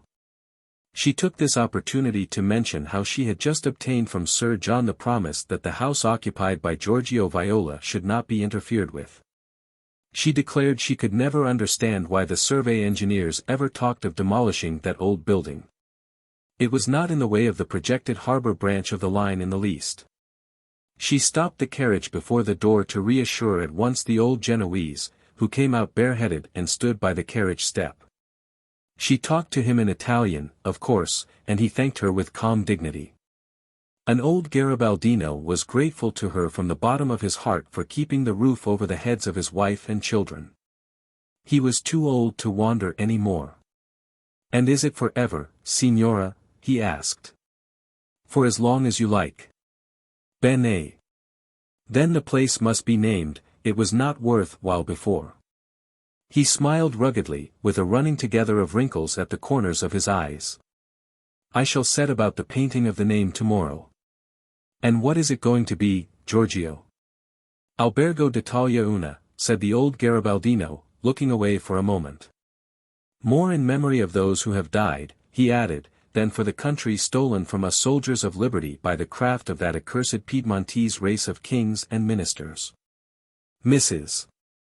Gould smiled slightly, and, bending over a little, began to inquire about his wife and children. He had sent them into town on that day. The padrona was better in health, many thanks to the signora for inquiring. People were passing in twos and threes, in whole parties of men and women attended by trotting children. A horseman mounted on a silver-grey mare drew rein quietly in the shade of the house after taking off his hat to the party in the carriage, who returned smiles and familiar nods. Old Viola, evidently very pleased with the news he had just heard, interrupted himself for a moment to tell him rapidly that the house was secured, by the kindness of the English signora, for as long as he liked to keep it. The other listened attentively, but made no response. When the carriage moved on he took off his hat again, a grey sombrero with a silver cord and tassels. The bright colors of a Mexican serape twisted on the cantle, the enormous silver buttons on the embroidered leather jacket, the row of tiny silver buttons down the seam of the trousers, the snowy linen, a silk sash with embroidered ends. The silver plates on headstall and saddle proclaimed the unapproachable style of the famous Capataz de Cargadores, a Mediterranean sailor, got up with more finished splendor than any well-to-do young ranchero of the Campo had ever displayed on a high holiday. It is a great thing for me, murmured old Giorgio, still thinking of the house, for now he had grown weary of change. The signora just said a word to the Englishman. The old Englishman who has enough money to pay for a railway. He is going off in an hour, remarked Nostromo, carelessly. Buon viaggio, then. I've guarded his bones all the way from the Entrada Pass down to the plain and into Sulaco, as though he had been my own father. Old Giorgio only moved his head sideways absently. Nostromo pointed after the Gould's carriage, nearing the grass-grown gate in the old town wall that was like a wall of matted jungle. And I have sat alone at night with my revolver in the company's warehouse time and again by the side of that other Englishman's heap of silver, guarding it as though it had been my own. Viola seemed lost in thought. It is a great thing for me, he repeated again, as if to himself. It is, agreed the magnificent Capataz de Cargadores, calmly. Listen, Vecchio, go in and bring me, out a cigar, but don't look for it in my room. There's nothing there. Viola stepped into the cafe and came out directly, still absorbed in his idea, and tendered him a cigar, mumbling thoughtfully in his mustache, children growing up, and girls, too. Girls. He sighed and fell silent. What, only one? Remarked Nostromo, looking down with a sort of comic inquisitiveness at the unconscious old man. No matter, he added, with lofty negligence, one is enough till another is wanted. He lit it and let the match drop from his passive fingers. Giorgio Viola looked up, and said abruptly. My son would have been just such a fine young man as you, Gian Battista, if he had lived. What? Your son? But you are right, Padrone. If he had been like me he would have been a man. He turned his horse slowly, and paced on between the booths, checking the mare almost to a standstill now and then for children, for the groups of people from the distant campo, who stared after him with admiration. The company's lighter men saluted him from afar, and the greatly envied Capataz de Cargadores advanced, amongst murmurs of recognition and obsequious greetings, towards the huge circus-like erection. The throng thickened, the guitars tinkled louder. Other horsemen sat motionless, smoking calmly above the heads of the crowd. It eddied and pushed before the doors of the high-roofed building, whence issued a shuffle and thumping of feet in time to the dance music vibrating and shrieking with a racking rhythm, overhung by the tremendous, sustained, hollow roar of the gombo. The barbarous and imposing noise of the big drum, that can madden a crowd, and that even Europeans cannot hear without a strange emotion, seemed to draw Nostromo on to its source, while a man, wrapped up in a faded, torn poncho, walked by his stirrup, and, buffeted right and left, begged his worship insistently for employment on the wharf. He whined, offering the Senor Capataz half his daily pay for the privilege of being admitted to the swaggering fraternity of Cargadores, the other half would be enough for him, he protested. But Captain Mitchell's right-hand man, invaluable for our work, a perfectly incorruptible fellow, after looking down critically at the ragged mozo, shook his head without a word in the uproar going on around. The man fell back. And a little further on Nostromo had to pull up. From the doors of the dance hall men and women emerged tottering, streaming with sweat, trembling in every limb, to lean, panting, with staring eyes and parted lips, against the wall of the structure, where the harps and guitars played on with mad speed in an incessant roll of thunder. Hundreds of hands clapped in there, voices shrieked, and then all at once would sink low, chanting in unison the refrain of a love song, with a dying fall. A red flower, flung with a good aim from somewhere in the crowd, struck the resplendent Capataz on the cheek. He caught it as it fell, neatly, but for some time did not turn his head. When at last he condescended to look round, the throng near him had parted to make way for a pretty Morenita, her hair held up by a small golden comb, who was walking towards him in the open space. Her arms and neck emerged plump and bare from a snowy chemisette, the blue woolen skirt, with all the fullness gathered in front, scanty on the hips and tight across the back, disclosed the provoking action of her walk. She came straight on and laid her hand on the mare's neck with a timid, coquettish look upwards out of the corner of her eyes. "Querido," she murmured, caressingly, "why do you pretend not to see me when I pass?" "Because I don't love thee any more," said Nostromo, deliberately, after a moment of reflective silence. The hand on the mare's neck trembled suddenly. She dropped her head before all the eyes in the wide circle formed round the generous, the terrible, the inconstant Capataz de Cargadores, and his Morenita. Nostromo, looking down, saw tears beginning to fall down her face. "Has it come, then, ever beloved of my heart?" she whispered. "Is it true?" "No," said Nostromo, looking away carelessly. "It was a lie. I love thee as much as ever." "Is that true?" she cooed, joyously, her cheek still wet with tears. "It is true. True on the life. As true as that, but thou must not ask me to swear it on the Madonna that stands in thy room." And the Capataz laughed a little in response to the grins of the crowd. She pouted, very pretty, a little uneasy. "No, I will not ask for that. I can see love in your eyes." She laid her hand on his knee. "Why are you trembling like this?" "From love," she continued, while the cavernous thundering of the gombo went on without a pause. "But if you love her as much as that, you must give your Paquita a gold-mounted rosary of beads for the neck of her Madonna." "No," said Nostromo, looking into her uplifted, begging eyes, which suddenly turned stony with surprise. "No. "Then what else will your worship give me on the day of the fiesta?" she asked, angrily, "so as not to shame me before all these people." "There is no shame for thee in getting nothing from thy lover for once." "True.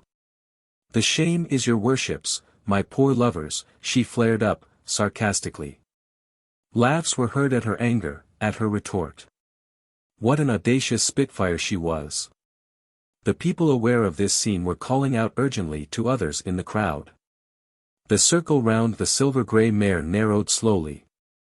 The girl went off a pace or two, confronting the mocking curiosity of the eyes, then flung back to the stirrup, tiptoeing, her enraged face turned up to Nostromo with a pair of blazing eyes.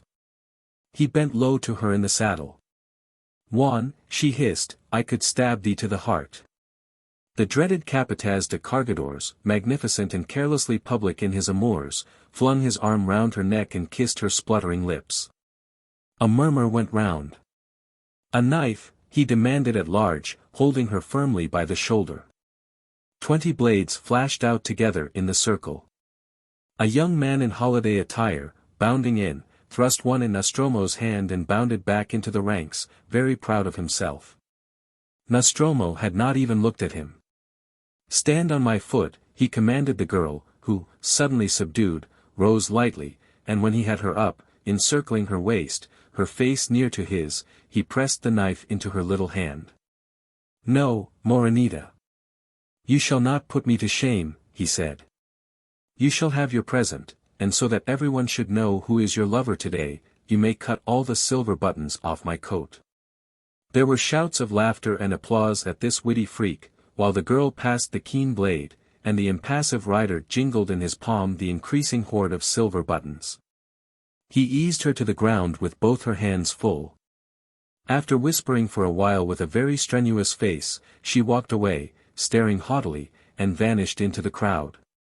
The circle had broken up, and the lordly Capataz de Cargadores, the indispensable man, the tried and trusty Nostromo, the Mediterranean sailor come ashore casually to try his luck in Costaguana, rode slowly towards the harbor. The Juno was just then swinging round, and even as Nostromo reined up again to look on, a flag ran up on the improvised flagstaff erected in an ancient and dismantled little fort at the harbor entrance. Half a battery of field guns had been hurried over there from the Sulaco barracks for the purpose of firing the regulation salutes for the president-dictator and the war minister. As the mailboat headed through the pass, the badly timed reports announced the end of Don Vicente Ribiera's first official visit to Sulaco, and for Captain Mitchell the end of another historic occasion.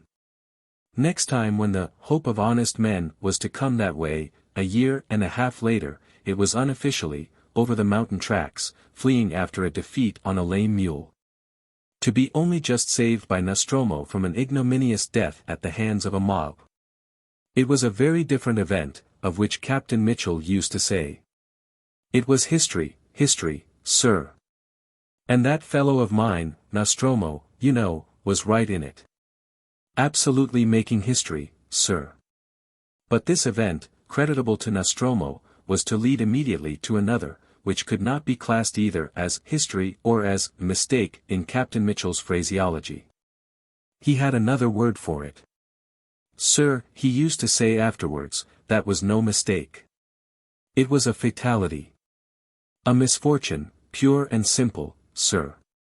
And that poor fellow of mine was right in it, right in the middle of it. A fatality, if ever there was one, and to my mind he has never been the same man since." Part 2. The Isabels. Chapter 1. Through good and evil report in the varying fortune of that struggle which Don José had characterized in the phrase, "The fate of national honesty trembles in the balance," the Gould concession. Imperium in Imperio, had gone on working. The square mountain had gone on pouring its treasure down the wooden chutes to the unresting batteries of stamps, the lights of San Tomé had twinkled night after night upon the great, limitless shadow of the Campo. Every 3 months the silver escort had gone down to the sea as if neither the war nor its consequences could ever affect the ancient occidental state secluded beyond its high barrier of the Cordillera. All the fighting took place on the other side of that mighty wall of serrated peaks lorded over by the white dome of Higuerota and as yet unbreached by the railway, of which only the first part, the easy Campo part from Sulaco to the Ivy Valley at the foot of the pass, had been laid. Neither did the telegraph line cross the mountains yet, its poles, like slender beacons on the plain, penetrated into the forest fringe of the foothills cut by the deep avenue of the track. And its wire ended abruptly in the construction camp at a white deal table supporting a Morse apparatus. In a long hut of planks with a corrugated iron roof overshadowed by gigantic cedar trees, the quarters of the engineer in charge of the advance section. The harbor was busy, too, with the traffic in railway material, and with the movements of troops along the coast. The OSN company found much occupation for its fleet. Costaguana had no navy, and, apart from a few Coast Guard cutters, there were no national ships except a couple of old merchant steamers used as transports. Captain Mitchell, feeling more and more in the thick of history, found time for an hour or so during an afternoon in the drawing-room of the Casa Gould, where, with a strange ignorance of the real forces at work around him, he professed himself delighted to get away from the strain of affairs. He did not know what he would have done without his invaluable Nostromo, he declared. Those confounded Costaguana politics gave him more work, he confided to Mrs. Gould, than he had bargained for.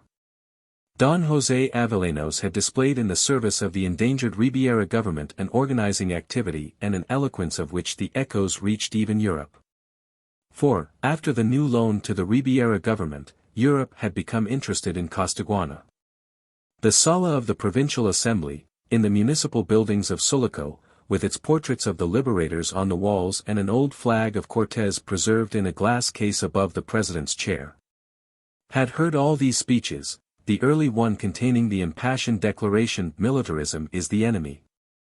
The famous one of the trembling balance, delivered on the occasion of the vote for the raising of a second Sulaco regiment in the defense of the reforming government. And when the provinces again displayed their old flags, proscribed in Guzman Bento's time, there was another of those great orations, when Don José greeted these old emblems of the War of Independence, brought out again in the name of new ideals. The old idea of federalism had disappeared. For his part he did not wish to revive old political doctrines. They were perishable.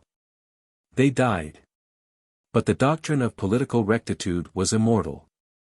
The second Sulaco regiment, to whom he was presenting this flag, was going to show its valor in a contest for order, peace, progress. For the establishment of national self-respect without which, he declared with energy, we are a reproach and a byword amongst the powers of the world. Don José Avellanos loved his country. He had served it lavishly with his fortune during his diplomatic career, and the later story of his captivity and barbarous ill-usage under Guzman Bento was well known to his listeners. It was a wonder that he had not been a victim of the ferocious and summary executions which marked the course of that tyranny, for Guzman had ruled the country with the somber imbecility of political fanaticism. The power of supreme government had become in his dull mind an object of strange worship, as if it were some sort of cruel deity. It was incarnated in himself, and his adversaries, the Federalists, were the supreme sinners, objects of hate, abhorrence, and fear, as heretics would be to a convinced inquisitor. For years he had carried about at the tail of the army of pacification, all over the country, a captive band of such atrocious criminals, who considered themselves most unfortunate at not having been summarily executed. It was a diminishing company of nearly naked skeletons, loaded with irons, covered with dirt, with vermin, with raw wounds, all men of position, of education, of wealth, who had learned to fight amongst themselves for scraps of rotten beef thrown to them by soldiers, or to beg a Negro cook for a drink of muddy water in pitiful accents. Don José Avellanos, clanking his chains amongst the others, seemed only to exist in order to prove how much hunger, pain, degradation, and cruel torture a human body can stand without parting with the last spark of life. Sometimes interrogatories, backed by some primitive method of torture, were administered to them by a commission of officers hastily assembled in a hut of sticks and branches, and made pitiless by the fear for their own lives. A lucky one or two of that spectral company of prisoners would perhaps be led tottering behind a bush to be shot by a file of soldiers. Always an army chaplain, some unshaven, dirty man, girt with a sword and with a tiny cross embroidered in white cotton on the left breast of a lieutenant's uniform, would follow, cigarette in the corner of the mouth, wooden stool in hand, to hear the confession and give absolution. For the citizen savior of the country, Guzman Bento was called thus officially in petitions, was not averse from the exercise of rational clemency. The irregular report of the firing squad would be heard, followed sometimes by a single finishing shot. A little bluish cloud of smoke would float up above the green bushes, and the army of pacification would move on over the savannas, through the forests, crossing rivers, invading rural pueblos, devastating the haciendas of the horrid aristocrats, occupying the inland towns in the fulfillment of its patriotic mission, and leaving behind a united land wherein the evil taint of federalism could no longer be detected in the smoke of burning houses and the smell of spilt blood. Don José Avellanos had survived that time. Perhaps, when contemptuously signifying to him his release, the citizen savior of the country might have thought this benighted aristocrat too broken in health and spirit and fortune to be any longer dangerous. Or, perhaps, it may have been a simple caprice. Guzman Bento, usually full of fanciful fears and brooding suspicions, had sudden accesses of unreasonable self-confidence when he perceived himself elevated on a pinnacle of power and safety beyond the reach of mere mortal plotters. At such times he would impulsively command the celebration of a solemn mass of thanksgiving, which would be sung in great pomp in the cathedral of Sta. Marta by the trembling, subservient archbishop of his creation. He heard it sitting in a gilt armchair placed before the high altar, surrounded by the civil and military heads of his government. The unofficial world of Sta. Marta would crowd into the cathedral, for it was not quite safe for anybody of mark to stay away from these manifestations of presidential piety. Having thus acknowledged the only power he was at all disposed to recognize as above himself, he would scatter acts of political grace in a sardonic wantonness of clemency. There was no other way left now to enjoy his power but by seeing his crushed adversaries crawl impotently into the light of day out of the dark, noisome cells of the Collegio. Their harmlessness fed his insatiable vanity, and they could always be got hold of again. It was the rule for all the women of their families to present thanks afterwards in a special audience. The incarnation of that strange god, El Gobierno Supremo, received them standing, cocked hat on head, and exhorted them in a menacing mutter to show their gratitude by bringing up their children in fidelity to the democratic form of government, which I have established for the happiness of our country. His front teeth having been knocked out in some accident of his former herdsman's life, his utterance was spluttering and indistinct. He had been working for Costaguana alone in the midst of treachery and opposition. Let it cease now lest he should become weary of forgiving. Don José Avellanos had known this forgiveness. He was broken in health and fortune deplorably enough to present a truly gratifying spectacle to the supreme chief of democratic institutions. He retired to Sulaco. His wife had an estate in that province, and she nursed him back to life out of the house of death and captivity. When she died, their daughter, an only child, was old enough to devote herself to poor papa.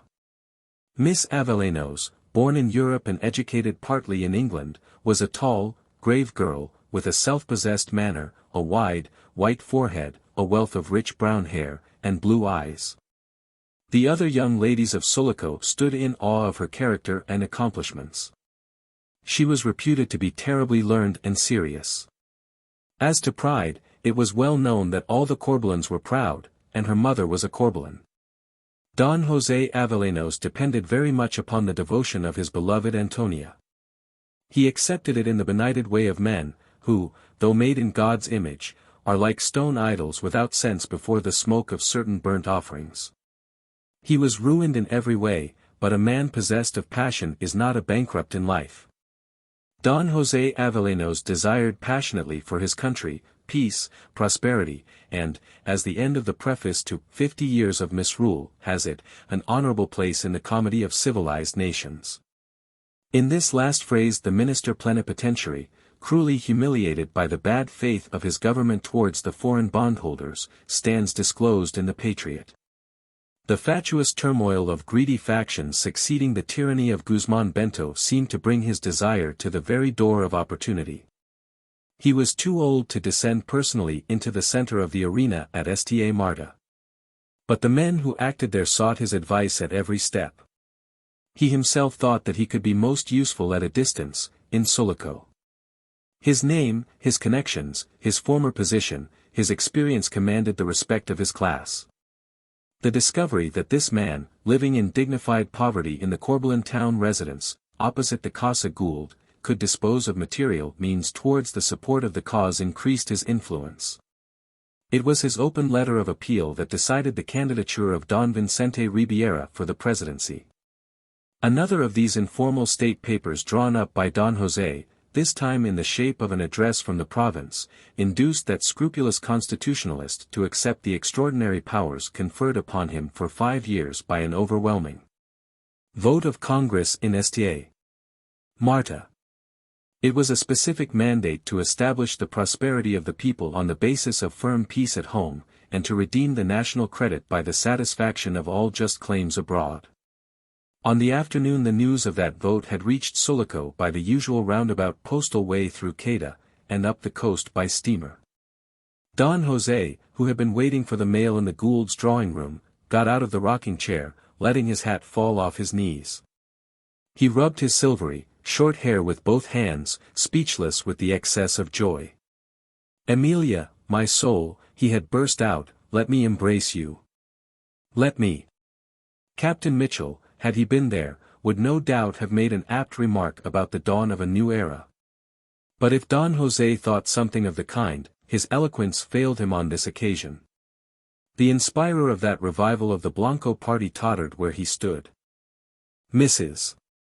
Gould moved forward quickly and, as she offered her cheek with a smile to her old friend, managed very cleverly to give him the support of her arm he really needed.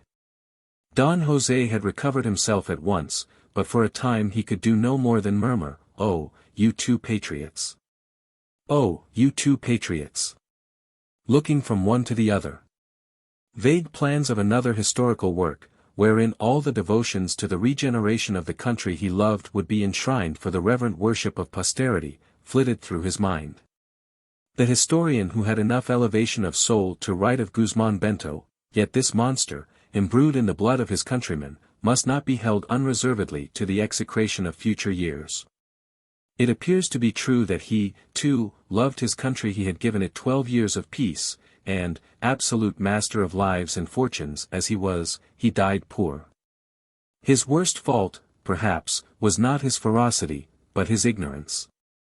The man who could write thus of a cruel persecutor, the passage occurs in his History of Misrule, felt at the foreshadowing of success an almost boundless affection for his two helpers, for these two young people from over the sea.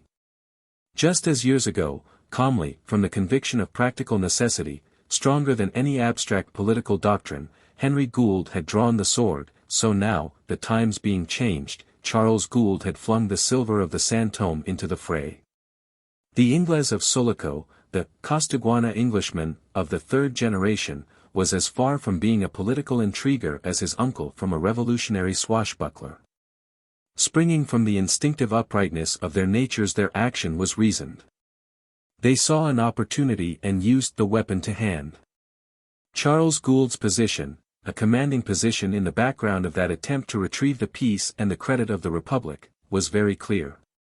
At the beginning he had had to accommodate himself to existing circumstances of corruption so naively brazen as to disarm the hate of a man courageous enough not to be afraid of its irresponsible potency to ruin everything it touched. It seemed to him too contemptible for hot anger even. He made use of it with a cold, fearless scorn, manifested rather than concealed by the forms of stony courtesy which did away with much of the ignominy of the situation. At bottom, perhaps, he suffered from it, for he was not a man of cowardly illusions, but he refused to discuss the ethical view with his wife. He trusted that, though a little disenchanted, she would be intelligent enough to understand that his character safeguarded the enterprise of their lives as much or more than his policy. The extraordinary development of the mine had put a great power into his hands. To feel that prosperity always at the mercy of unintelligent greed had grown irksome to him. To Mrs. Gould it was humiliating. At any rate, it was dangerous.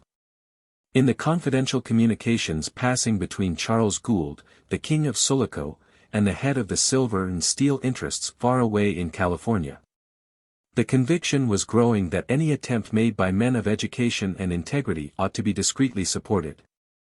"You may tell your friend Avellanos that I think so," Mr. Holroyd had written at the proper moment from his inviolable sanctuary within the 11-story high factory of great affairs.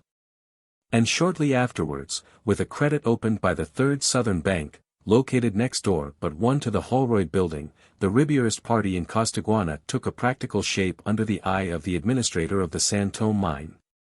And Don José, the hereditary friend of the Gould family, could say, perhaps, "My dear Carlos, I shall not have believed in vain." Chapter 2. After another armed struggle, decided by Montero's victory of Rio Seco, had been added to the tale of civil wars, the honest men, as Don José called them, could breathe freely for the first time in half a century. The 5-year mandate law became the basis of that regeneration, the passionate desire and hope for which had been like the elixir of everlasting youth for Don José Avellanos. And when it was suddenly, and not quite unexpectedly, endangered by that brute Montero, it was a passionate indignation that gave him a new lease of life, as it were. Already, at the time of the president-dictator's visit to Sulaco, Moraga had sounded a note of warning from Sta Marta about the war minister.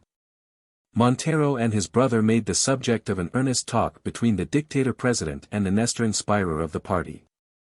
But Don Vicente, a doctor of philosophy from the Cordova University, seemed to have an exaggerated respect for military ability, whose mysteriousness, since it appeared to be altogether independent of intellect, imposed upon his imagination. The victor of Rio Seco was a popular hero. His services were so recent that the president-dictator quailed before the obvious charge of political ingratitude. Great regenerating transactions were being initiated, the fresh loan, a new railway line, a vast colonization scheme. Anything that could unsettle the public opinion in the capital was to be avoided. Don José bowed to these arguments and tried to dismiss from his mind the gold-laced portent in boots, and with a saber, made meaningless now at last, he hoped, in the new order of things. Less than 6 months after the president-dictator's visit, Sulaco learned with stupefaction of the military revolt in the name of national honor. The Minister of War, in a Baroque Square allocution to the officers of the artillery regiment he had been inspecting, had declared the national honor sold to foreigners. The dictator, by his weak compliance with the demands of the European powers, for the settlement of long outstanding money claims, had showed himself unfit to rule. A letter from Moraga explained afterwards that the initiative, and even the very text, of the incendiary allocution came, in reality, from the other Montero, the ex-guerrillero, the Comandante de Plaza. The energetic treatment of Dr. Monaghan, sent for in haste to the mountain, who came galloping 3 leagues in the dark, saved Don José from a dangerous attack of jaundice. After getting over the shock, Don José refused to let himself be prostrated. Indeed, better news succeeded at first. The revolt in the capital had been suppressed after a night of fighting in the streets. Unfortunately, both the Monteros had been able to make their escape south, to their native province of Entre Montes. The hero of the Forest March, the victor of Rio Seco, had been received with frenzied acclamations in Nicoya, the provincial capital. The troops in garrison there had gone to him in a body. The brothers were organizing an army, gathering malcontents, sending emissaries primed with patriotic lies to the people, and with promises of plunder to the wild llaneros. Even a Monterist press had come into existence, speaking oracularly of the secret promises of support given by our great sister Republic of the North against the sinister land-grabbing designs of European powers. Cursing in every issue the miserable Ribiera, who had plotted to deliver his country, bound hand and foot, for a prey to foreign speculators. Sulaco, pastoral and sleepy, with its opulent campo and the rich silver mine, heard the din of arms fitfully in its fortunate isolation. It was nevertheless in the very forefront of the defense with men and money. But the very rumors reached it circuitously, from abroad even, so much was it cut off from the rest of the Republic, not only by natural obstacles, but also by the vicissitudes of the war. The Monteristos were besieging Quetta, an important postal link. The overland couriers ceased to come across the mountains, and no muleteer would consent to risk the journey at last. Even Bonifacio on one occasion failed to return from Sta. Marta, either not daring to start, or perhaps captured by the parties of the enemy raiding the country between the Cordillera and the capital.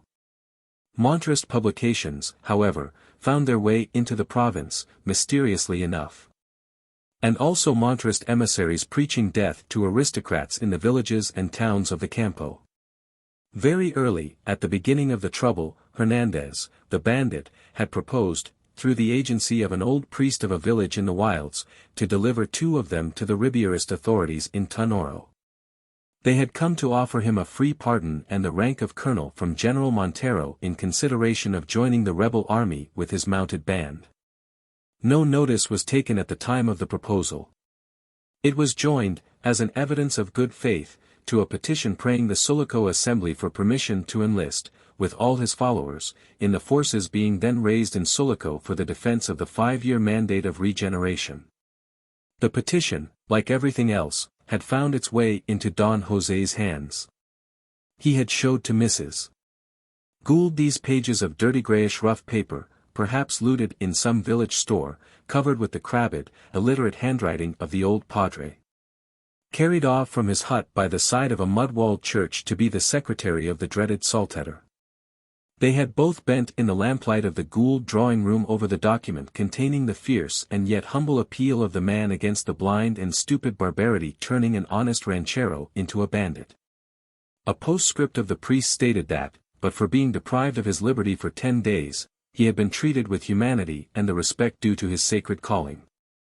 He had been, it appears, confessing and absolving the chief and most of the band, and he guaranteed the sincerity of their good disposition.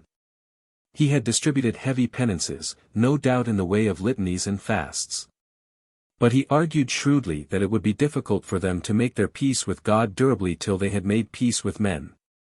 Never before, perhaps, had Hernandez's head been in less jeopardy than when he petitioned humbly for permission to buy a pardon for himself and his gang of deserters by armed service. He could range afar from the waste lands protecting his fastness, unchecked, because there were no troops left in the whole province. The usual garrison of Sulaco had gone south to the war, with its brass band playing the Bolivar March on the bridge of one of the OSN Company's steamers. The great family coaches drawn up along the shore of the harbor were made to rock on the high leathern springs by the enthusiasm of the señoras and the señoritas standing up to wave their lace handkerchiefs. As lighter after lighter packed full of troops left the end of the jetty, Nostromo directed the embarkation, under the superintendence of Captain Mitchell, red-faced in the sun, conspicuous in a white waistcoat, representing the allied and anxious goodwill of all the material interests of civilization. General Barrios, who commanded the troops, assured Don José on parting that in 3 weeks he would have Montero in a wooden cage drawn by 3 pair of oxen ready for a tour through all the towns of the Republic. And then, Sonora, he continued, baring his curly iron-gray head to Mrs. Gould in her landau, and then, Sonora, we shall convert our swords into plowshares and grow rich. Even I, myself, as soon as this little business is settled, shall open a foundation on some land I have on the Llanos and try to make a little money in peace and quietness. Sonora, you know, all Costaguana knows, what do I say? This whole South American continent knows, that Pablo Barrios has had his fill of military glory. Charles Gould was not present at the anxious and patriotic send-off. It was not his part to see the soldiers embark. It was neither his part, nor his inclination, nor his policy.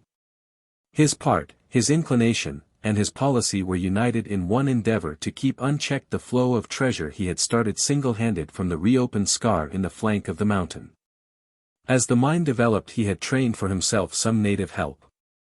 There were foremen, artificers and clerks, with Don Pepe for the gobernator of the mining population. For the rest his shoulders alone sustained the whole weight of the imperium in imperio, the great Gould concession whose mere shadow had been enough to crush the life out of his father. Mrs. Gould had no silver mine to look after. In the general life of the Gould concession she was represented by her two lieutenants, the doctor and the priest, but she fed her woman's love of excitement on events whose significance was purified to her by the fire of her imaginative purpose. On that day she had brought the Avellanos, father and daughter, down to the harbor with her. Amongst his other activities of that stirring time, Don José had become the chairman of a patriotic committee which had armed a great proportion of troops in the Sulaco command with an improved model of a military rifle. It had been just discarded for something still more deadly by one of the great European powers. How much of the market price for second-hand weapons was covered by the voluntary contributions of the principal families, and how much came from those funds Don José was understood to command abroad, remained a secret which he alone could have disclosed. But the ricos, as the populace called them, had contributed under the pressure of their Nestor's eloquence. Some of the more enthusiastic ladies had been moved to bring offerings of jewels into the hands of the man who was the life and soul of the party. There were moments when both his life and his soul seemed overtaxed by so many years of undiscouraged belief in regeneration. He appeared almost inanimate, sitting rigidly by the side of Mrs. Gould in the landau, with his fine, old, clean-shaven face of a uniform tint as if modeled in yellow wax, shaded by a soft felt hat, the dark eyes looking out fixedly. Antonia, the beautiful Antonia, as Miss Avellanos was called in Sulaco, leaned back, facing them, and her full figure, the grave oval of her face with full red lips, made her look more mature than Mrs. Gould, with her mobile expression and small, erect person under a slightly swaying sunshade. Whenever possible Antonia attended her father. Her recognized devotion weakened the shocking effect of her scorn for the rigid conventions regulating the life of Spanish-American girlhood.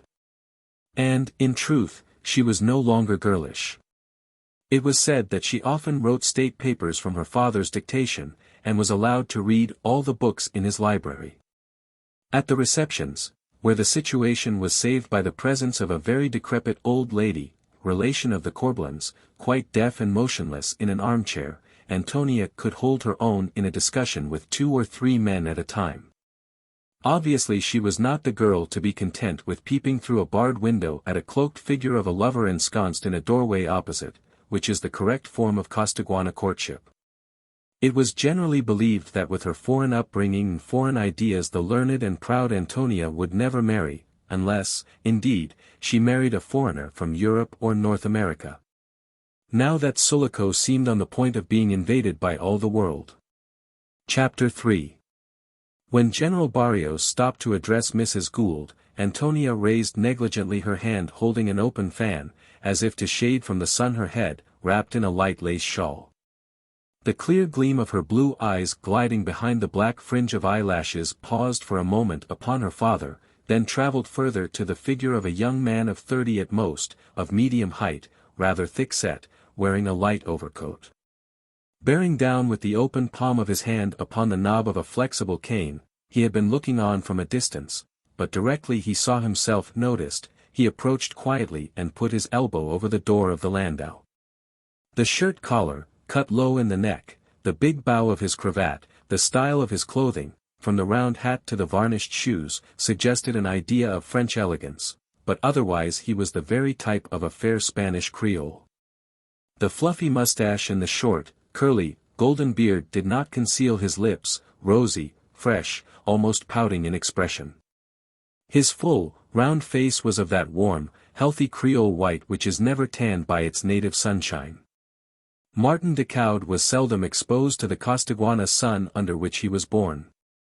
His people had been long settled in Paris, where he had studied law, had dabbled in literature, had hoped now and then in moments of exaltation to become a poet like that other foreigner of Spanish blood, José María Heredia. In other moments he had, to pass the time, condescended to write articles on European affairs for the Seminario, the principal newspaper in Sta. Marta, which printed them under the heading "From our special correspondent," though the authorship was an open secret. Everybody in Costaguana, where the tale of compatriots in Europe is jealously kept, knew that it was the son de Caud, a talented young man, supposed to be moving in the higher spheres of society. As a matter of fact, he was an idle boulevardier, in touch with some smart journalists, made free of a few newspaper offices, and welcomed in the pleasure haunts of pressmen. This life, whose dreary superficiality is covered by the glitter of universal blog, like the stupid clowning of a harlequin by the spangles of a motley costume, induced in him a Frenchified, but most un-French, cosmopolitanism. In reality a mere barren indifferentism posing as intellectual superiority. Of his own country he used to say to his French associates, imagine an atmosphere of opera bouffe in which all the comic business of stage statesmen, brigands, etc., etc. All their farcical stealing, intriguing, and stabbing is done in dead earnest. It is screamingly funny, the blood flows all the time, and the actors believe themselves to be influencing the fate of the universe. Of course, government in general, any government anywhere, is a thing of exquisite comicality to a discerning mind, but really we Spanish Americans do overstep the bounds. No man of ordinary intelligence can take part in the intrigues of un farce macabre. However, these Ribierists, of whom we hear so much just now, are really trying in their own comical way to make the country habitable, and even to pay some of its debts. My friends, you had better write up Senor Ribiera all you can in kindness to your own bondholders. Really, if what I am told in my letters is true, there is some chance for them at last. And he would explain with railing verve what Don Vicente Ribiera stood for, a mournful little man oppressed by his own good intentions, the significance of battles won, who Montero was, un grotesque vanitoide feris. And the manner of the new loan connected with railway development, and the colonization of vast tracts of land in one great financial scheme. And his French friends would remark that evidently this little fellow de Caud connaissait la question à fond. An important Parisian review asked him for an article on the situation. It was composed in a serious tone and in a spirit of levity. Afterwards he asked one of his intimates. Have you read my thing about the regeneration of Costaguana, un bon blog, hein? He imagined himself Parisian to the tips of his fingers. But far from being that he was in danger of remaining a sort of nondescript dilettante all his life. He had pushed the habit of universal raillery to a point where it blinded him to the genuine impulses of his own nature. To be suddenly selected for the executive member of the patriotic Small Arms Committee of Sulaco seemed to him the height of the unexpected, one of those fantastic moves of which only his dear countrymen were capable. It's like a tile falling on my head. I, executive member. It's the first I hear of it. What do I know of military rifles? C'est funambulesque, he had exclaimed to his favorite sister. For the de Caud family, except the old father and mother, used the French language amongst themselves. And you should see the explanatory and confidential letter. 8 pages of it, no less. This letter, in Antonia's handwriting, was signed by Don José, who appealed to the young and gifted Costaguanero on public grounds, and privately opened his heart to his talented godson, a man of wealth and leisure, with wide relations. And by his parentage and bringing up worthy of all confidence. Which means, Martin commented, cynically, to his sister, that I am not likely to misappropriate the funds, or go blabbing to our charge d'affaires here. The whole thing was being carried out behind the back of the war minister, Montero, a mistrusted member of the Ribiera government, but difficult to get rid of at once. He was not to know anything of it till the troops under Barrios's command had the new rifle in their hands. The president-dictator, whose position was very difficult, was alone in the secret. How funny, commented Martin's sister and confidant. To which the brother, with an air of best Parisian blog, had retorted. It's immense. The idea of that chief of the state engaged, with the help of private citizens, in digging a mine under his own indispensable war minister. No. We are unapproachable. And he laughed immoderately. Afterwards his sister was surprised at the earnestness and ability he displayed in carrying out his mission, which circumstances made delicate, and his want of special knowledge rendered difficult. She had never seen Martin take so much trouble about anything in his whole life. "It amuses me," he had explained, briefly. "I am beset by a lot of swindlers trying to sell all sorts of gaspipe weapons. They are charming. They invite me to expensive luncheons, I keep up their hopes, it's extremely entertaining. Meanwhile, the Real affair is being carried through in quite another quarter." When the business was concluded, he declared suddenly his intention of seeing the precious consignment delivered safely in Sulaco. The whole burlesque business, he thought, was worth following up to the end. He mumbled his excuses, tugging at his golden beard, before the acute young lady who, after the first wide stare of astonishment, looked at him with narrowed eyes, and pronounced slowly. "I believe you want to see Antonia." "What Antonia?" asked the Costaguana boulevardier, in a vexed and disdainful tone. He shrugged his shoulders, and spun round on his heel. His sister called out after him joyously. "The Antonia you used to know when she wore her hair in 2 plaits down her back." He had known her some 8 years since, shortly before the Avellanos had left Europe for good, as a tall girl of 16, youthfully austere, and of a character already so formed that she ventured to treat slightingly his pose of disabused wisdom. On one occasion, as though she had lost all patience, she flew out at him about the aimlessness of his life and the levity of his opinions. He was 20 then, an only son, spoiled by his adoring family. This attack disconcerted him so greatly that he had faltered in his affectation of amused superiority before that insignificant chit of a schoolgirl. But the impression left was so strong that ever since all the girl friends of his sisters recalled to him Antonia Avellanos by some faint resemblance, or by the great force of contrast. It was, he told himself, like a ridiculous fatality. And, of course, in the news the Decauds received regularly from Costaguana, the name of their friends, the Avellanos, cropped up frequently, the arrest and the abominable treatment of the ex-minister, the dangers and hardships endured by the family. Its withdrawal in poverty to Sulaco, the death of the mother. The Montrose pronunciamento had taken place before Martin Decaud reached Costaguana. He came out in a roundabout way, through Magellan Straits by the main line in the West Coast service of the OSN Company.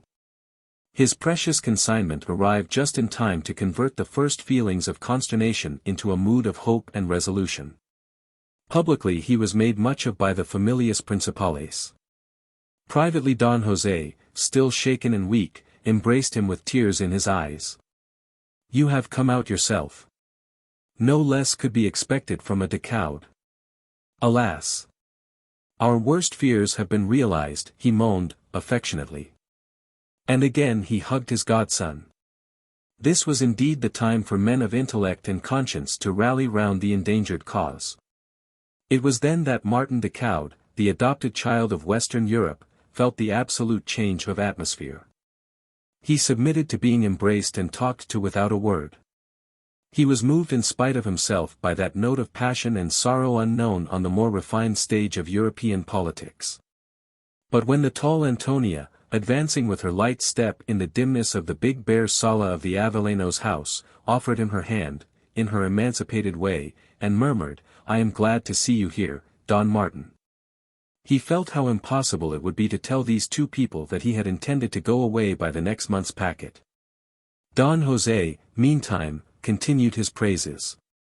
Every accession added to public confidence, and, besides, what an example to the young men at home from the brilliant defender of the country's regeneration, the worthy expounder of the party's political faith before the world. Everybody had read the magnificent article in the famous Parisian Review. The world was now informed, and the author's appearance at this moment was like a public act of faith. Young Decaud felt overcome by a feeling of impatient confusion. His plan had been to return by way of the United States through California, visit Yellowstone Park, see Chicago, Niagara, have a look at Canada, perhaps make a short stay in New York, a longer one in Newport, use his letters of introduction.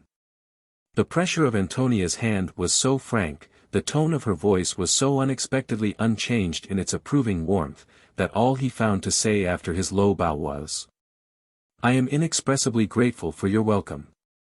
But why need a man be thanked for returning to his native country? I am sure Dona Antonia does not think so. Certainly not, Senor, she said, with that perfectly calm openness of manner which characterized all her utterances. But when he returns, as you return, one may be glad, for the sake of both. Martin Decaud said nothing of his plans. He not only never breathed a word of them to any one, but only a fortnight later asked the mistress of the Casa Gould, where he had of course obtained admission at once, leaning forward in his chair with an air of well-bred familiarity. Whether she could not detect in him that day a marked change, an air, he explained, of more excellent gravity. At this Mrs. Gould turned her face full towards him with the silent inquiry of slightly widened eyes and the merest ghost of a smile, an habitual movement with her, which was very fascinating to men by something subtly devoted. Finally self-forgetful in its lively readiness of attention. Because, Decaud continued imperturbably, he felt no longer an idle cumberer of the earth. She was, he assured her, actually beholding at that moment the journalist of Sulaco. At once Mrs. Gould glanced towards Antonia, posed upright in the corner of a high, straight-backed Spanish sofa, a large black fan waving slowly against the curves of her fine figure, the tips of crossed feet peeping from under the hem of the black skirt. Decaud's eyes also remained fixed there, while in an undertone he added that Miss Avellanos was quite aware of his new and unexpected vocation, which in Costaguana was generally the speciality of half-educated Negroes and wholly penniless lawyers. Then, confronting with a sort of urbane effrontery Mrs. Gould's gaze, now turned sympathetically upon himself, he breathed out the words, pro patria. What had happened was that he had all at once yielded to Don José's pressing entreaties to take the direction of a newspaper that would voice the aspirations of the province. It had been Don José's old and cherished idea. The necessary plant, on a modest scale, and a large consignment of paper had been received from America some time before, the right man alone was wanted. Even Señor Moraga in Estier. Marta had not been able to find one, and the matter was now becoming pressing. Some organ was absolutely needed to counteract the effect of the lies disseminated by the Montrist press, the atrocious calumnies. The appeals to the people calling upon them to rise with their knives in their hands and put an end once for all to the Blancos, to these Gothic remnants, to these sinister mummies, these impotent paralyticos, who plotted with foreigners for the surrender of the lands and the slavery of the people. The clamor of this Negro liberalism frightened Señor Avellanos. A newspaper was the only remedy. And now that the right man had been found in Decaud, great black letters appeared painted between the windows above the arcaded ground floor of a house on the plaza. It was next to Anzani's great emporium of boots, silks, ironware, muslins, wooden toys, tiny silver arms, legs, heads, hearts, for ex voto offerings, rosaries, champagne, women's hats, patent medicines. Even a few dusty books in paper covers and mostly in the French language. The big black letters formed the words, Offices of the Porvenir. From these offices a single folded sheet of Martin's journalism issued 3 times a week. And the sleek yellow Anzani prowling in a suit of ample black and carpet slippers, before the many doors of his establishment, greeted by a deep, sidelong inclination of his body the journalist of Sulaco going to and fro on the business of his august calling. Chapter 4. Perhaps it was in the exercise of his calling that he had come to see the troops depart. The Porvenir of the day after next would no doubt relate the event, but its editor, leaning his side against the landau, seemed to look at nothing. The front rank of the company of infantry drawn up 3 deep across the shore end of the jetty when pressed too close would bring their bayonets to the charge ferociously, with an awful rattle. And then the crowd of spectators swayed back bodily, even under the noses of the big white mules. Notwithstanding the great multitude there was only a low, muttering noise. The dust hung in a brown haze, in which the horsemen, wedged in the throng here and there, towered from the hips upwards, gazing all one way over the heads. Almost every one of them had mounted a friend, who steadied himself with both hands grasping his shoulders from behind, and the rims of their hats touching, made like one disc sustaining the cones of 2 pointed crowns with a double face underneath. A hoarse mozo would bawl out something to an acquaintance in the ranks, or a woman would shriek suddenly the word adios, followed by the Christian name of a man. General Barrios, in a shabby blue tunic and white peg-top trousers falling upon strange red boots, kept his head uncovered and stooped slightly, propping himself up with a thick stick. No. He had earned enough military glory to satiate any man, he insisted to Mrs. Gould, trying at the same time to put an air of gallantry into his attitude. A few jetty hairs hung sparsely from his upper lip, he had a salient nose, a thin, long jaw, and a black silk patch over one eye. His other eye, small and deep-set, twinkled erratically in all directions, aimlessly affable. The few European spectators, all men, who had naturally drifted into the neighborhood of the Gould carriage, betrayed by the solemnity of their faces their impression that the general must have had too much punch, Swedish punch, imported in bottles by Anzani, at the Amarilla Club before he had started with his staff on a furious ride to the harbor. But Mrs. Gould bent forward, self-possessed, and declared her conviction that still more glory awaited the general in the near future. "Senora," he remonstrated, with great feeling, "in the name of God, reflect. How can there be any glory for a man like me in overcoming that bald-headed embustero with the dyed mustaches?" Pablo Ignacio Barrios, son of a village alcalde, general of division, commanding-in-chief the Occidental Military District, did not frequent the higher society of the town. He preferred the unceremonious gatherings of men where he could tell jaguar hunt stories, boast of his powers with the lasso, with which he could perform extremely difficult feats of the sort no married man should attempt. As the saying goes amongst the llaneros, relate tales of extraordinary night rides, encounters with wild bulls, struggles with crocodiles, adventures in the great forests, crossings of swollen rivers. And it was not mere boastfulness that prompted the general's reminiscences, but a genuine love of that wild life which he had led in his young days before he turned his back forever on the thatched roof of the parental Talderia in the woods. Wandering away as far as Mexico, he had fought against the French by the side, as he said, of Juarez, and was the only military man of Costaguana who had ever encountered European troops in the field. That fact shed a great luster upon his name till it became eclipsed by the rising star of Montero. All his life he had been an inveterate gambler. He alluded himself quite openly to the current story how once, during some campaign, when in command of a brigade, he had gambled away his horses, pistols, and accoutrements, to the very epaulets. Playing Monte with his colonels the night before the battle. Finally, he had sent under escort his sword, a presentation sword, with a gold hilt, to the town in the rear of his position to be immediately pledged for 500 pesetas with a sleepy and frightened shopkeeper. By daybreak he had lost the last of that money, too, when his only remark, as he rose calmly, was, "Now let us go and fight to the death." From that time he had become aware that a general could lead his troops into battle very well with a simple stick in his hand. "It has been my custom ever since," he would say. He was always overwhelmed with debts. Even during the periods of splendor in his varied fortunes of a Costaguana general, when he held high military commands, his gold-laced uniforms were almost always in pawn with some tradesman. And at last, to avoid the incessant difficulties of costume caused by the anxious lenders, he had assumed a disdain of military trappings, an eccentric fashion of shabby old tunics, which had become like a second nature. But the faction Barrios joined needed to fear no political betrayal. He was too much of a real soldier for the ignoble traffic of buying and selling victories. A member of the foreign diplomatic body in Sta.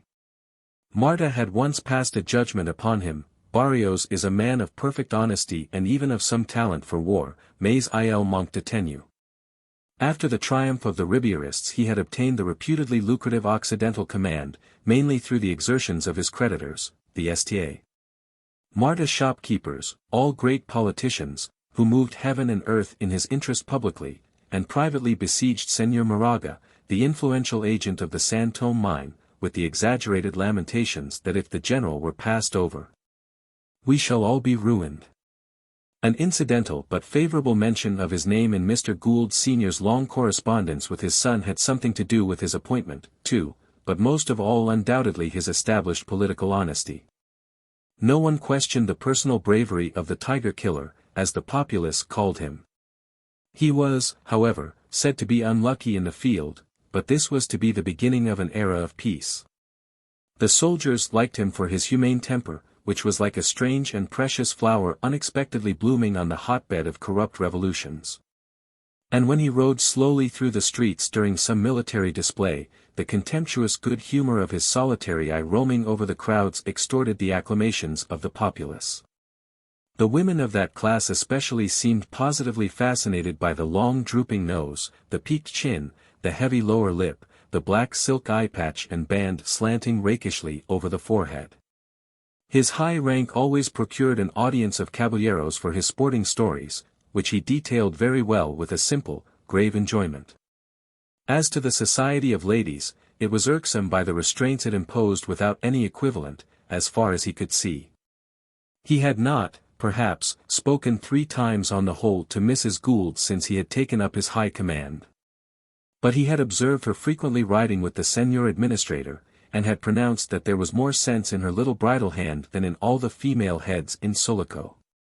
His impulse had been to be very civil on parting to a woman who did not wobble in the saddle, and happened to be the wife of a personality very important to a man always short of money.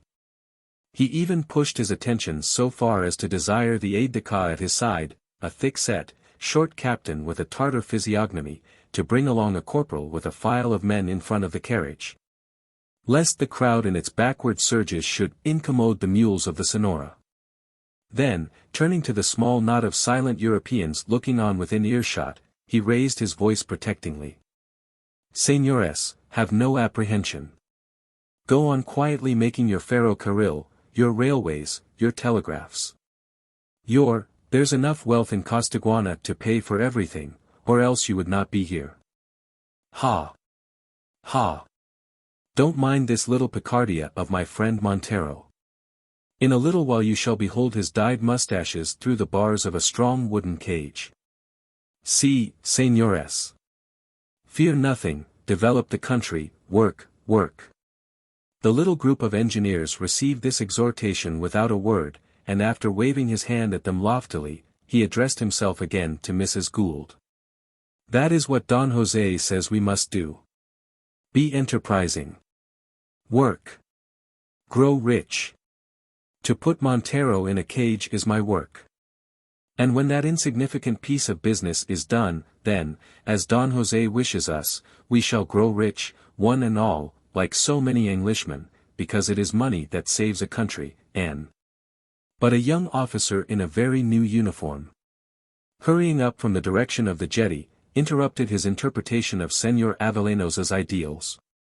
The general made a movement of impatience, the other went on talking to him insistently, with an air of respect. The horses of the staff had been embarked, the steamer's gig was awaiting the general at the boat steps. And Barrios, after a fierce stare of his one eye, began to take leave. Don José roused himself for an appropriate phrase pronounced mechanically. The terrible strain of hope and fear was telling on him, and he seemed to husband the last sparks of his fire for those oratorical efforts of which even the distant Europe was to hear. Antonia, her red lips firmly closed, averted her head behind the raised fan, and young Decaud, though he felt the girl's eyes upon him, gazed away persistently, hooked on his elbow, with a scornful and complete detachment. Mrs. Gould heroically concealed her dismay at the appearance of men and events so remote from her racial conventions, dismay too deep to be uttered in words even to her husband. She understood his voiceless reserve better now.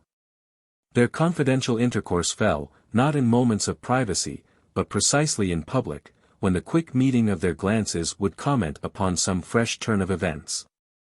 She had gone to his school of uncompromising silence, the only one possible, since so much that seemed shocking, weird, and grotesque in the working out of their purposes had to be accepted as normal in this country. Decidedly, the stately Antonia looked more mature and infinitely calm, but she would never have known how to reconcile the sudden sinkings of her heart with an amiable mobility of expression. Mrs. Gould smiled a good-bye at Barrios, nodded round to the Europeans, who raised their hats simultaneously, with an engaging invitation, "I hope to see you all presently, at home." Then said nervously to Decaud, "Get in, Don Martin," and heard him mutter to himself in French, as he opened the carriage door, "Le sortant est jeté." She heard him with a sort of exasperation. Nobody ought to have known better than himself that the first cast of dice had been already thrown long ago in a most desperate game. Distant acclamations, words of command yelled out, and a roll of drums on the jetty greeted the departing general. Something like a slight faintness came over her, and she looked blankly at Antonia's still face, wondering what would happen to Charlie if that absurd man failed.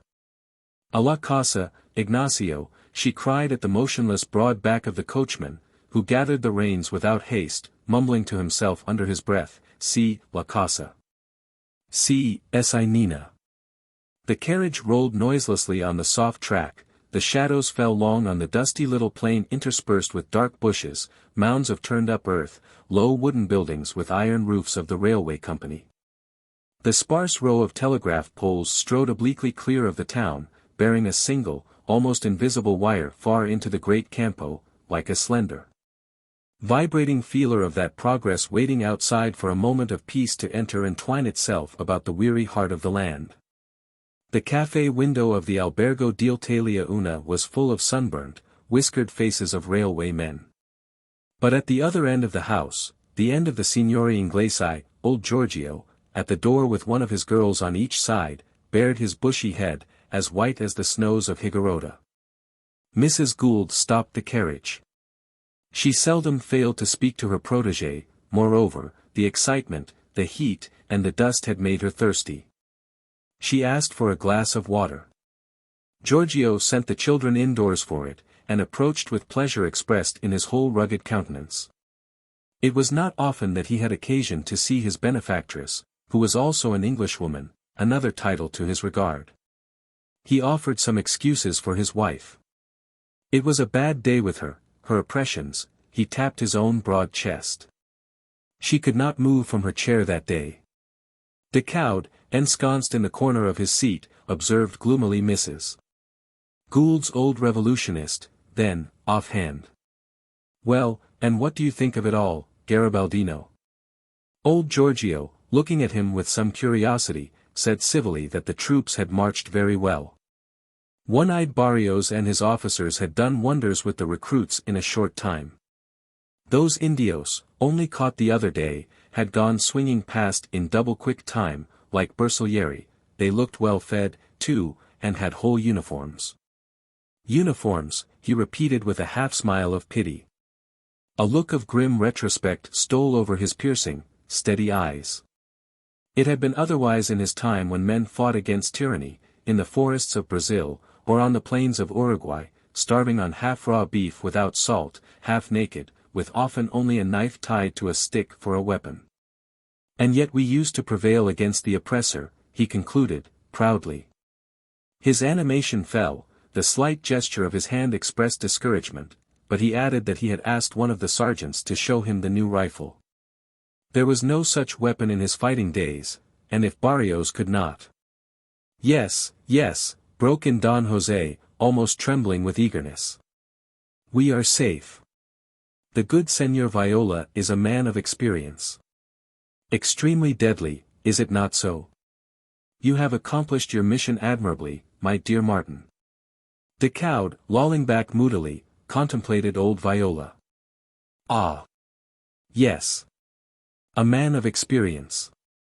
But who are you for, really, in your heart?" Mrs. Gould leaned over to the children. Linda had brought out a glass of water on a tray, with extreme care. Giselle presented her with a bunch of flowers gathered hastily. "For the people," declared old Viola, sternly.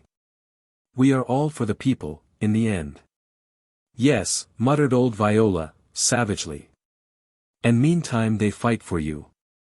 Blind esclavos." At that moment young Scarf of the railway staff emerged from the door of the part reserved for the Signori Inglesi. He had come down to headquarters from somewhere up the line on a light engine, and had had just time to get a bath and change his clothes. He was a nice boy, and Mrs. Gould welcomed him.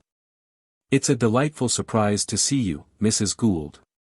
I've just come down. Usual luck. Missed everything, of course. This show is just over, and I hear there has been a great dance at Don Just Lopez's last night. Is it true? The young patricians, Decaud began suddenly in his precise English, have indeed been dancing before they started off to the war with the great Pompey. Young Scarfe stared, astounded. You haven't met before, Mrs. Gould intervened. Mr. Decaud, Mr. Scarfe. Ah. But we are not going to Pharsalia, protested Don José, with nervous haste, also in English. You should not jest like this, Martin. Antonia's breast rose and fell with a deeper breath. The young engineer was utterly in the dark. Great what? He muttered, vaguely. Luckily, Montero is not a Caesar, Decaud continued. Not the two Monteros put together would make a decent parody of a Caesar. He crossed his arms on his breast, looking at Señor Avellanos, who had returned to his immobility. It is only you, Don José, who are a genuine old Roman, vir Romanus, eloquent and inflexible. Since he had heard the name of Montero pronounced, young Scarfe had been eager to express his simple feelings.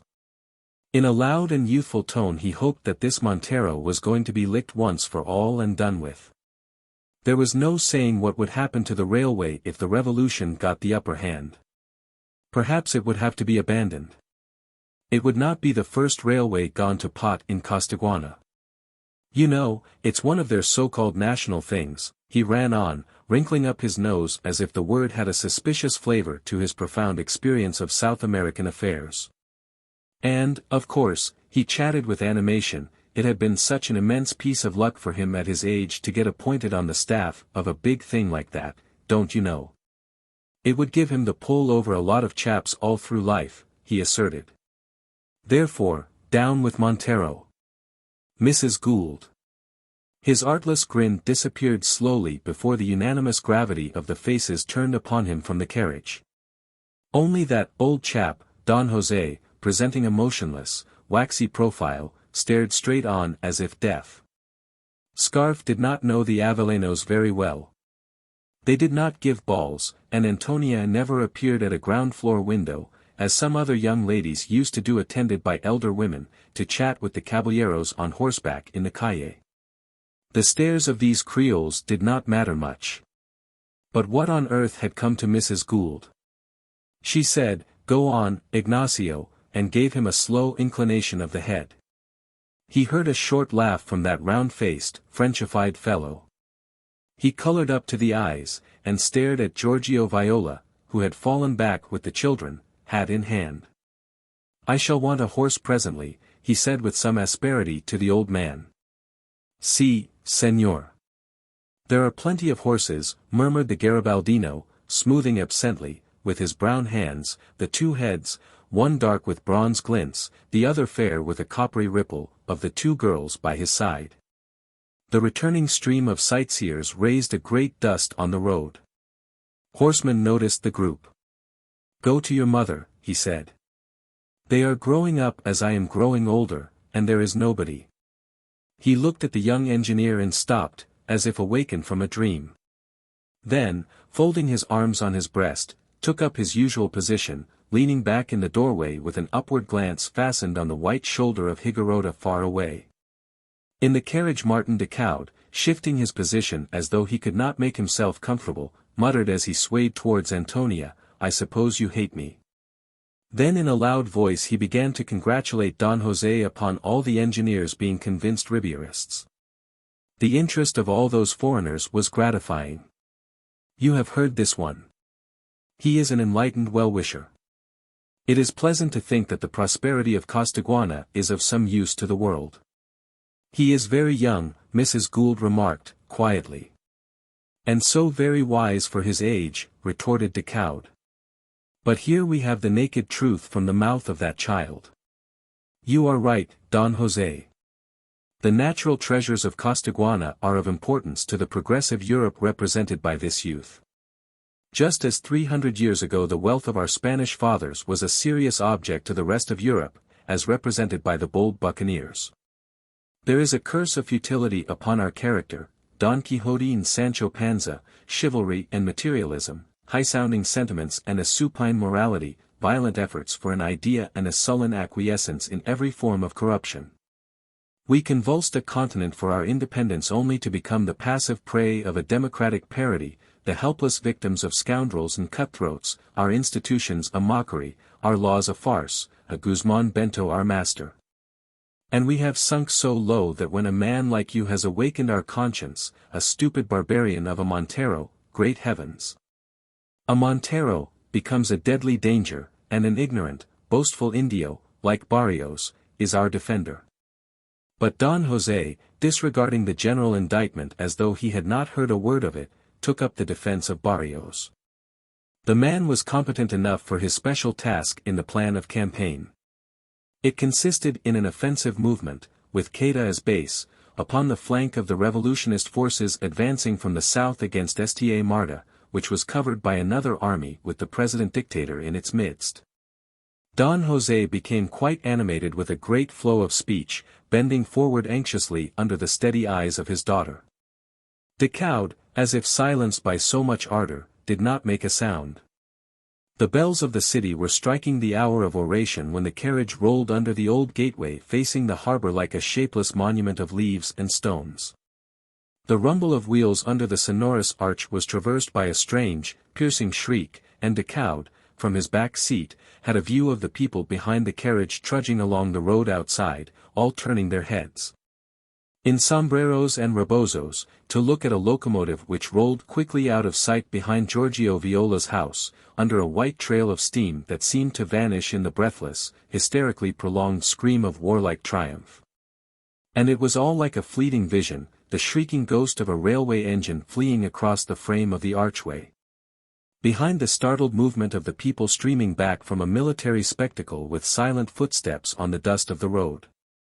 It was a material train returning from the Campo to the Palisade yards. The empty cars rolled lightly on the single track, there was no rumble of wheels, no tremor of the ground. The engine driver, running past the Casa Viola with the salute of an uplifted arm, checked his speed smartly before entering the yard.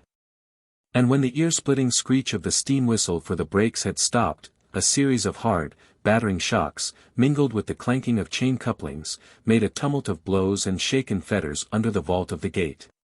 Chapter 5. The Gould carriage was the first to return from the harbor to the empty town.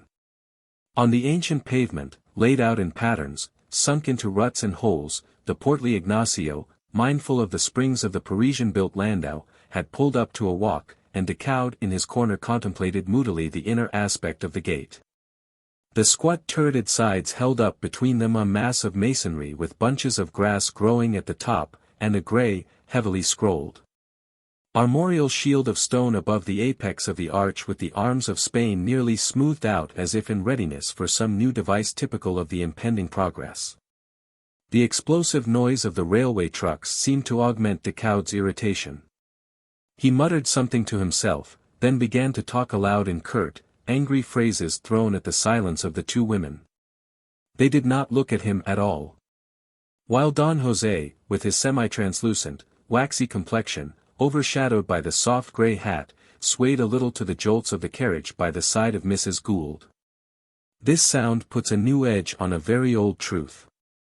Decaud spoke in French, perhaps because of Ignacio on the box above him. The old coachman, with his broad back filling a short, silver-braided jacket, had a big pair of ears, whose thick rims stood well away from his cropped head. Yes, the noise outside the city wall is new, but the principle is old. He ruminated his discontent for a while, then began afresh with a sidelong glance at Antonia. No, but just imagine our forefathers in morions and corselets drawn up outside this gate. And a band of adventurers just landed from their ships in the harbor there. Thieves, of course. Speculators, too. Their expeditions, each one, were the speculations of grave and reverend persons in England. That is history, as that absurd sailor Mitchell is always saying. Mitchell's arrangements for the embarkation of the troops were excellent, exclaimed Don José. That. Oh, that's really the work of that Genoese seaman. But to return to my noises. There used to be in the old days the sound of trumpets outside that gate. War trumpets. I'm sure they were trumpets. I have read somewhere that Drake, who was the greatest of these men, used to dine alone in his cabin on board ship to the sound of trumpets. In those days this town was full of wealth. Those men came to take it. Now the whole land is like a treasure house, and all these people are breaking into it, whilst we are cutting each other's throats. The only thing that keeps them out is mutual jealousy. But they'll come to an agreement some day, and by the time we've settled our quarrels and become decent and honorable, there'll be nothing left for us. It has always been the same. We are a wonderful people, but it has always been our fate to be, he did not say robbed, but added, after a pause, exploited. Mrs. Gould said, "Oh, this is unjust." And Antonia interjected, "Don't answer him, Amelia. He is attacking me." "You surely do not think I was attacking Don Carlos?" The Count answered. And then the carriage stopped before the door of the Casa Gould. The young man offered his hand to the ladies. They went in first together. Don José walked by the side of Decaud, and the gouty old porter tottered after them with some light raps on his arm. Don José slipped his hand under the arm of the journalist of Sulaco. The Porvenir must have a long and confident article upon Barrios and the irresistibleness of his army of Queda. The moral effect should be kept up in the country. We must cable encouraging extracts to Europe and the United States to maintain a favorable impression abroad. Decaud muttered, "Oh, yes, we must comfort our friends, the speculators." The long open gallery was in shadow, with its screen of plants in vases along the balustrade, holding out motionless blossoms, and all the glass doors of the reception rooms thrown open. A jingle of spurs died out at the further end. Basilio, standing aside against the wall, said in a soft tone to the passing ladies, "The Señor Administrator is just back from the mountain." In the great sala, with its groups of ancient Spanish and modern European furniture making as if different centers under the high white spread of the ceiling, the silver and porcelain of the tea service gleamed among a cluster of dwarf chairs. Like a bit of a lady's boudoir, putting in a note of feminine and intimate delicacy. Don José in his rocking chair placed his hat on his lap, and Decaud walked up and down the whole length of the room, passing between tables loaded with knick-knacks and almost disappearing behind the high backs of leathern sofas. He was thinking of the angry face of Antonia. He was confident that he would make his peace with her. He had not stayed in Sulaco to quarrel with Antonia. Martin Decaud was angry with himself. All he saw and heard going on around him exasperated the preconceived views of his European civilization. To contemplate revolutions from the distance of the Parisian boulevards was quite another matter. Here on the spot it was not possible to dismiss their tragic comedy with the expression, quelle farce. The reality of the political action, such as it was, seemed closer, and acquired poignancy by Antonia's belief in the cause. Its crudeness hurt his feelings. He was surprised at his own sensitiveness. "I suppose I am more of a Costaguanero than I would have believed possible," he thought to himself. His disdain grew like a reaction of his skepticism against the action into which he was forced by his infatuation for Antonia. He soothed himself by saying he was not a patriot, but a lover. The ladies came in bareheaded, and Mrs. Gould sank low before the little tea table. Antonia took up her usual place at the reception hour, the corner of a leathern couch, with a rigid grace in her pose and a fan in her hand. Decaud, swerving from the straight line of his march, came to lean over the high back of her seat. For a long time he talked into her ear from behind, softly, with a half-smile and an air of apologetic familiarity. Her fan lay half-grasped on her knees. She never looked at him. His rapid utterance grew more and more insistent and caressing. At last he ventured a slight laugh. "No, really. You must forgive me. One must be serious sometimes." He paused. She turned her head a little, her blue eyes glided slowly towards him, slightly upwards, mollified and questioning. You can't think I am serious when I call Montero a gran bestia every second day in the Porvenir? That is not a serious occupation. No occupation is serious, not even when a bullet through the heart is the penalty of failure. Her hand closed firmly on her fan. Some reason, you understand, I mean some sense, may creep into thinking, some glimpse of truth. I mean some effective truth, for which there is no room in politics or journalism. I happen to have said what I thought. And you are angry. If you do me the kindness to think a little, you will see that I spoke like a patriot. She opened her red lips for the first time, not unkindly. Yes, but you never see the aim. Men must be used as they are. I suppose nobody is really disinterested, unless, perhaps, you, Don Martin. God forbid. It's the last thing I should like you to believe of me. He spoke lightly, and paused. She began to fan herself with a slow movement without raising her hand. After a time he whispered passionately. Antonia. She smiled, and extended her hand after the English manner towards Charles Gould, who was bowing before her, while Decaud, with his elbows spread on the back of the sofa, dropped his eyes and murmured, Bonjour. The senior administrator of the San Tomé mine bent over his wife for a moment. They exchanged a few words, of which only the phrase, the greatest enthusiasm, pronounced by Mrs. Gould, could be heard.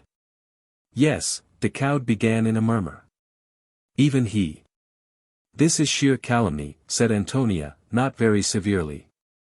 You just ask him to throw his mine into the melting pot for the great cause, Decaud whispered.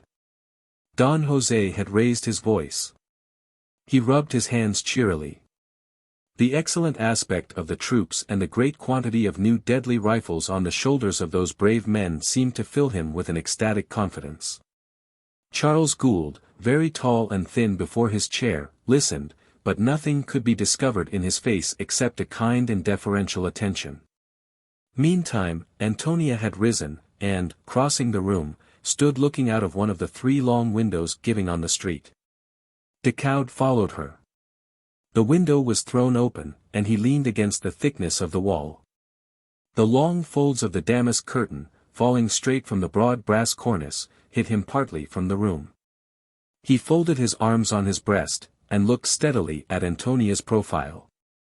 The people returning from the harbor filled the pavements, the shuffle of sandals and a low murmur of voices ascended to the window. Now and then a coach rolled slowly along the disjointed roadway of the Calle de la Constitution. There were not many private carriages in Sulaco. At the most crowded hour on the Alameda they could be counted with one glance of the eye. The great family arks swayed on high leathern springs, full of pretty powdered faces in which the eyes looked intensely alive and black. And first Don Just Lopez, the president of the Provincial Assembly, passed with his 3 lovely daughters, solemn in a black frock coat and stiff white tie, as when directing a debate from a high tribune. Though they all raised their eyes, Antonia did not make the usual greeting gesture of a fluttered hand, and they affected not to see the 2 young people, Costaguaneros with European manners, whose eccentricities were discussed behind the barred windows of the first families in Sulaco. And then the widowed Senora Gavaleso de Valdez rolled by, handsome and dignified, in a great machine in which she used to travel to and from her country house, surrounded by an armed retinue in leather suits and big sombreros, with carbines at the bows of their saddles. She was a woman of most distinguished family, proud, rich, and kind-hearted.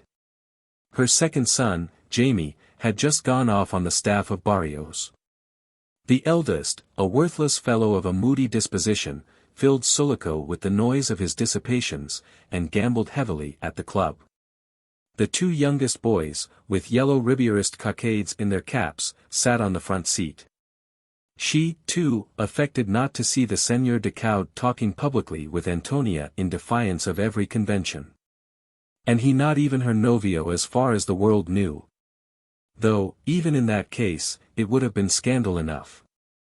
But the dignified old lady, respected and admired by the first families, would have been still more shocked if she could have heard the words they were exchanging.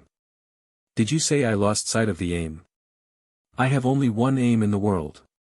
She made an almost imperceptible negative movement of her head, still staring across the street at the Avellanos' house, grey, marked with decay, and with iron bars like a prison. And it would be so easy of attainment, he continued, this aim which, whether knowingly or not, I have always had in my heart, ever since the day when you snubbed me so horribly once in Paris, you remember. A slight smile seemed to move the corner of the lip that was on his side. You know you were a very terrible person, a sort of Charlotte Corday in a schoolgirl's dress, a ferocious patriot. I suppose you would have stuck a knife into Guzman Bento? She interrupted him. You do me too much honor. At any rate, he said, changing suddenly to a tone of bitter levity, you would have sent me to stab him without compunction. Ah, par exemple, she murmured in a shocked tone. Well, he argued, mockingly, you do keep me here writing deadly nonsense. Deadly to me. It has already killed my self-respect. And you may imagine, he continued, his tone passing into light banter, that Montero, should he be successful, would get even with me in the only way such a brute can get even with a man of intelligence who condescends to call him a grand bestia 3 times a week. It's a sort of intellectual death, but there is the other one in the background for a journalist of my ability. If he is successful, said Antonia, thoughtfully. You seem satisfied to see my life hang on a thread, Decaud replied, with a broad smile. And the other Montero, my trusted brother, of the proclamations, the guerrillero, haven't I written that he was taking the guests' overcoats and changing plates in Paris at our legation in the intervals of spying on our refugees there? In the time of Rojas? He will wash out that sacred truth in blood.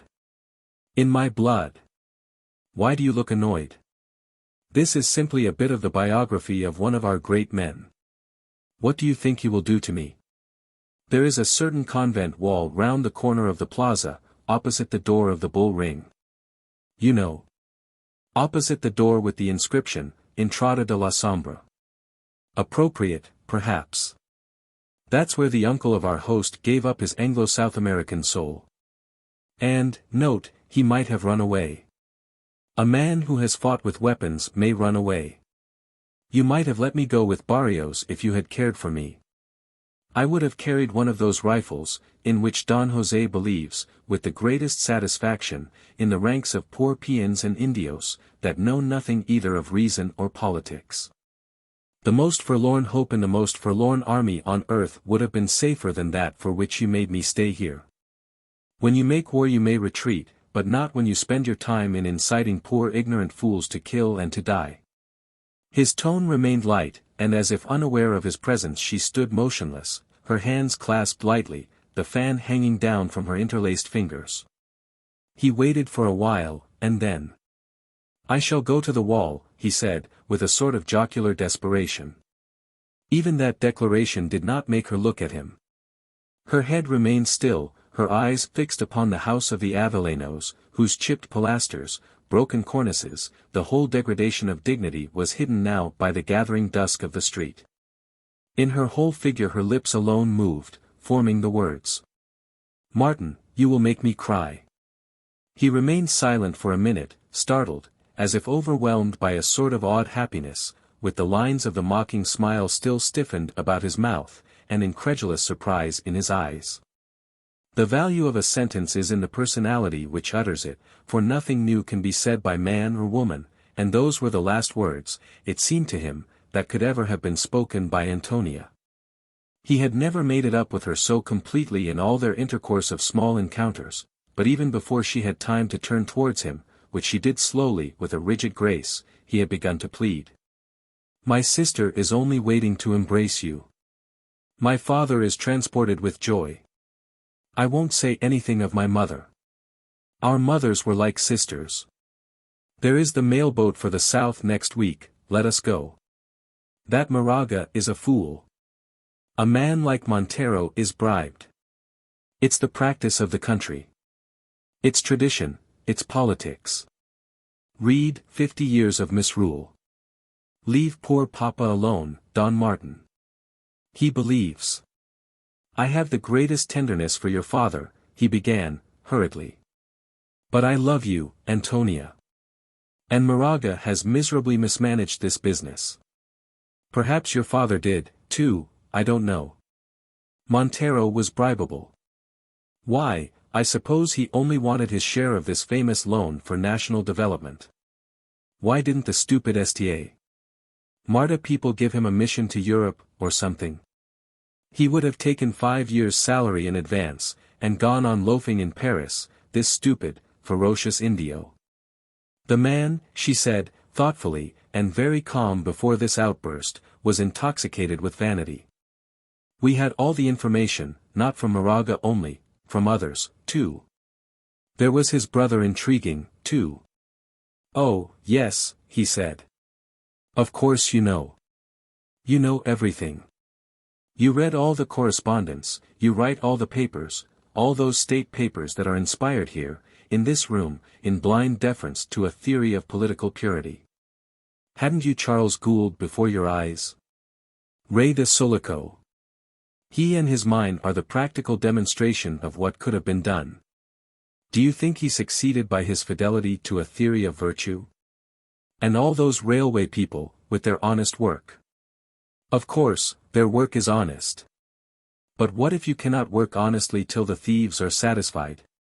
Could he not, a gentleman, have told this Sir John what's-his-name that Montero had to be bought off, he and all his Negro liberals hanging on to his gold-laced sleeve? He ought to have been bought off with his own stupid weight of gold, his weight of gold, I tell you, boots, sabre, spurs, cocked hat, and all. She shook her head slightly. It was impossible, she murmured. He wanted the whole lot. What? She was facing him now in the deep recess of the window, very close and motionless. Her lips moved rapidly. Decaud, leaning his back against the wall, listened with crossed arms and lowered eyelids. He drank the tones of her even voice, and watched the agitated life of her throat, as if waves of emotion had run from her heart to pass out into the air in her reasonable words. He also had his aspirations, he aspired to carry her away out of these deadly futilities of pronunciamientos and reforms. All this was wrong, utterly wrong. But she fascinated him, and sometimes the sheer sagacity of a phrase would break the charm, replace the fascination by a sudden unwilling thrill of interest. Some women hovered, as it were, on the threshold of genius, he reflected. They did not want to know, or think, or understand. Passion stood for all that, and he was ready to believe that some startlingly profound remark, some appreciation of character, or a judgment upon an event, bordered on the miraculous. In the mature Antonia he could see with an extraordinary vividness the austere schoolgirl of the earlier days. She seduced his attention, sometimes he could not restrain a murmur of assent, now and then he advanced an objection quite seriously. Gradually they began to argue, the curtain half hid them from the people in the sala. Outside it had grown dark. From the deep trench of shadow between the houses, lit up vaguely by the glimmer of street lamps, ascended the evening silence of Sulaco, the silence of a town with few carriages, of unshod horses, and a softly sandaled population. The windows of the Casa Gould flung their shining parallelograms upon the house of the Avellanos. Now and then a shuffle of feet passed below with the pulsating red glow of a cigarette at the foot of the walls. And the night air, as if cooled by the snows of Higuerota, refreshed their faces. We Occidentals, said Martin Decaud, using the usual term the provincials of Sulaco applied to themselves, have been always distinct and separated. As long as we hold Queda nothing can reach us. In all our troubles no army has marched over those mountains. A revolution in the central provinces isolates us at once. Look how complete it is now. The news of Barrio's movement will be cabled to the United States, and only in that way will it reach Sta. Marta by the cable from the other seaboard. We have the greatest riches, the greatest fertility, the purest blood in our great families, the most laborious population. The Occidental province should stand alone. The early federalism was not bad for us. Then came this union which Don Enrique Gould resisted. It opened the road to tyranny, and, ever since, the rest of Costaguana hangs like a millstone round our necks. The Occidental territory is large enough to make any man's country. Look at the mountains. Nature itself seems to cry to us, separate. She made an energetic gesture of negation. A silence fell. Oh, yes, I know it's contrary to the doctrine laid down in the history of 50 years misrule. I am only trying to be sensible.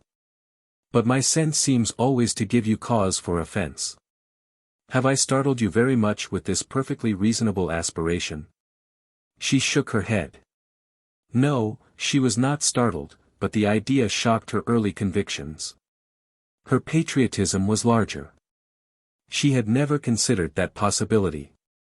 It may yet be the means of saving some of your convictions, he said, prophetically. She did not answer. She seemed tired.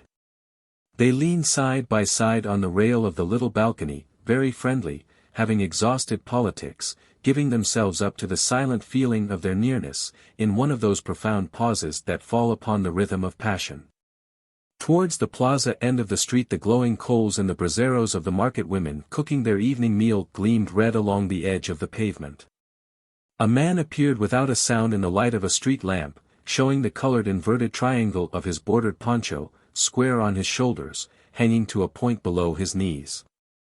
From the harbor end of the calle a horseman walked his soft-stepping mount, gleaming silver-gray abreast each lamp under the dark shape of the rider. Behold the illustrious Capataz de Cargadores, said the Count, gently, coming in all his splendor after his work is done. The next great man of Sulaco after Don Carlos Gould. But he is good-natured, and let me make friends with him. Ah, indeed, said Antonia. How did you make friends? A journalist ought to have his finger on the popular pulse, and this man is one of the leaders of the populace.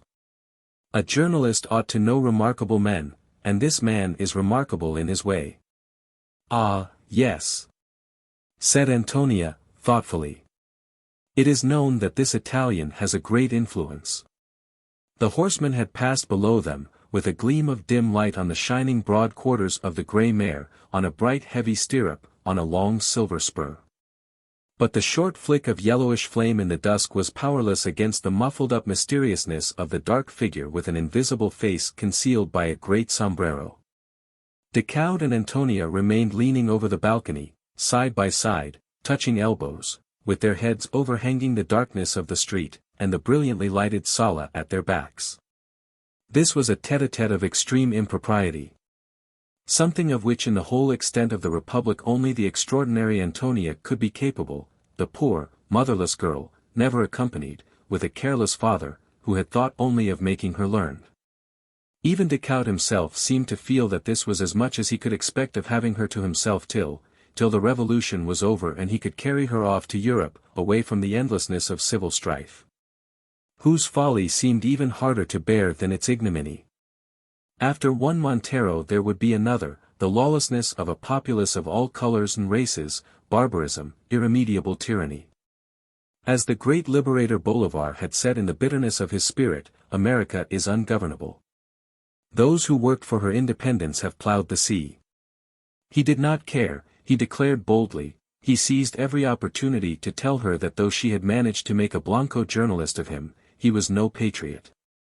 First of all, the word had no sense for cultured minds, to whom the narrowness of every belief is odious, and secondly, in connection with the everlasting troubles of this unhappy country it was hopelessly besmirched. It had been the cry of dark barbarism, the cloak of lawlessness, of crimes, of rapacity, of simple thieving. He was surprised at the warmth of his own utterance. He had no need to drop his voice.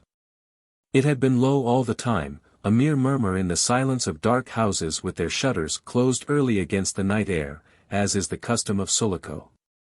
Only the sala of the Casa Gould flung out defiantly the blaze of its 4 windows, the bright appeal of light in the whole dumb obscurity of the street. And the murmur on the little balcony went on after a short pause. But we are laboring to change all that, Antonia protested. It is exactly what we desire. It is our object. It is the great cause. And the word you despise has stood also for sacrifice, for courage, for constancy, for suffering. Papa, Who? Plowing the sea, interrupted Decaud, looking down. There was below the sound of hasty and ponderous footsteps. Your uncle, the Grand Vicar of the cathedral, has just turned under the gate, observed Decaud. He said mass for the troops in the plaza this morning. They had built for him an altar of drums, you know. And they brought outside all the painted blocks to take the air. All the wooden saints stood militarily in a row at the top of the great flight of steps. They looked like a gorgeous escort attending the Vicar General. I saw the great function from the windows of the Porvenir. He is amazing, your uncle, the last of the Corbelins.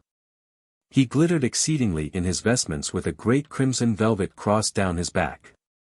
And all the time our Saviour Barrios sat in the Amarilla Club drinking punch at an open window. Esprit fort, our Barrios. I expected every moment your uncle to launch an excommunication there and then at the black eye patch in the window across the plaza. But not at all. Ultimately the troops marched off. Later Barrios came down with some of the officers, and stood with his uniform all unbuttoned, discoursing at the edge of the pavement. Suddenly your uncle appeared, no longer glittering, but all black, at the cathedral door with that threatening aspect he has, you know, like a sort of avenging spirit. He gives one look, strides over straight at the group of uniforms, and leads away the general by the elbow. He walked him for a quarter of an hour in the shade of a wall. Never let go his elbow for a moment, talking all the time with exultation, and gesticulating with a long black arm. It was a curious scene. The officers seemed struck with astonishment. Remarkable man, your missionary uncle. He hates an infidel much less than a heretic, and prefers a heathen many times to an infidel. He condescends graciously to call me a heathen, sometimes, you know. Antonia listened with her hands over the balustrade, opening and shutting the fan gently, and Decaud talked a little nervously, as if afraid that she would leave him at the first pause. Their comparative isolation, the precious sense of intimacy, the slight contact of their arms, affected him softly, for now and then a tender inflection crept into the flow of his ironic murmurs. Any slight sign of favor from a relative of yours is welcome, Antonia. And perhaps he understands me, after all. But I know him, too, our Padre Corbelin. The idea of political honor, justice, and honesty for him consists in the restitution of the confiscated church property. Nothing else could have drawn that fierce converter of savage Indians out of the wilds to work for the Ribierist cause. Nothing else but that wild hope. He would make a pronunciamiento himself for such an object against any government if he could only get followers. What does Don Carlos Gould think of that? But, of course, with his English impenetrability, nobody can tell what he thinks. Probably he thinks of nothing apart from his mine, of his imperium in imperio. As to Mrs. Gould, she thinks of her schools, of her hospitals, of the mothers with the young babies, of every sick old man in the 3 villages. If you were to turn your head now you would see her extracting a report from that sinister doctor in a check shirt, what's his name? Monaghan, or else catechizing Don Pepe or perhaps listening to Padre Roman. They are all down here today, all her ministers of state. Well, she is a sensible woman, and perhaps Don Carlos is a sensible man. It's a part of solid English sense not to think too much, to see only what may be of practical use at the moment. These people are not like ourselves. We have no political reason, we have political passions, sometimes. What is a conviction? A particular view of our personal advantage, either practical or emotional. No one is a patriot for nothing. The word serves us well. But I am clear-sighted, and I shall not use that word to you, Antonia. I have no patriotic illusions. I have only the supreme illusion of a lover. He paused, then muttered almost inaudibly, that can lead one very far, though. Behind their backs the political tide that once in every 24 hours set with a strong flood through the Gould drawing-room could be heard, rising higher in a hum of voices. Men had been dropping in singly, or in 2s and 3s, the higher officials of the province, engineers of the railway, sunburnt and in tweeds, with the frosted head of their chief smiling with slow Humorous indulgence amongst the young eager faces. Scarf, the lover of fandangos, had already slipped out in search of some dance, no matter where, on the outskirts of the town.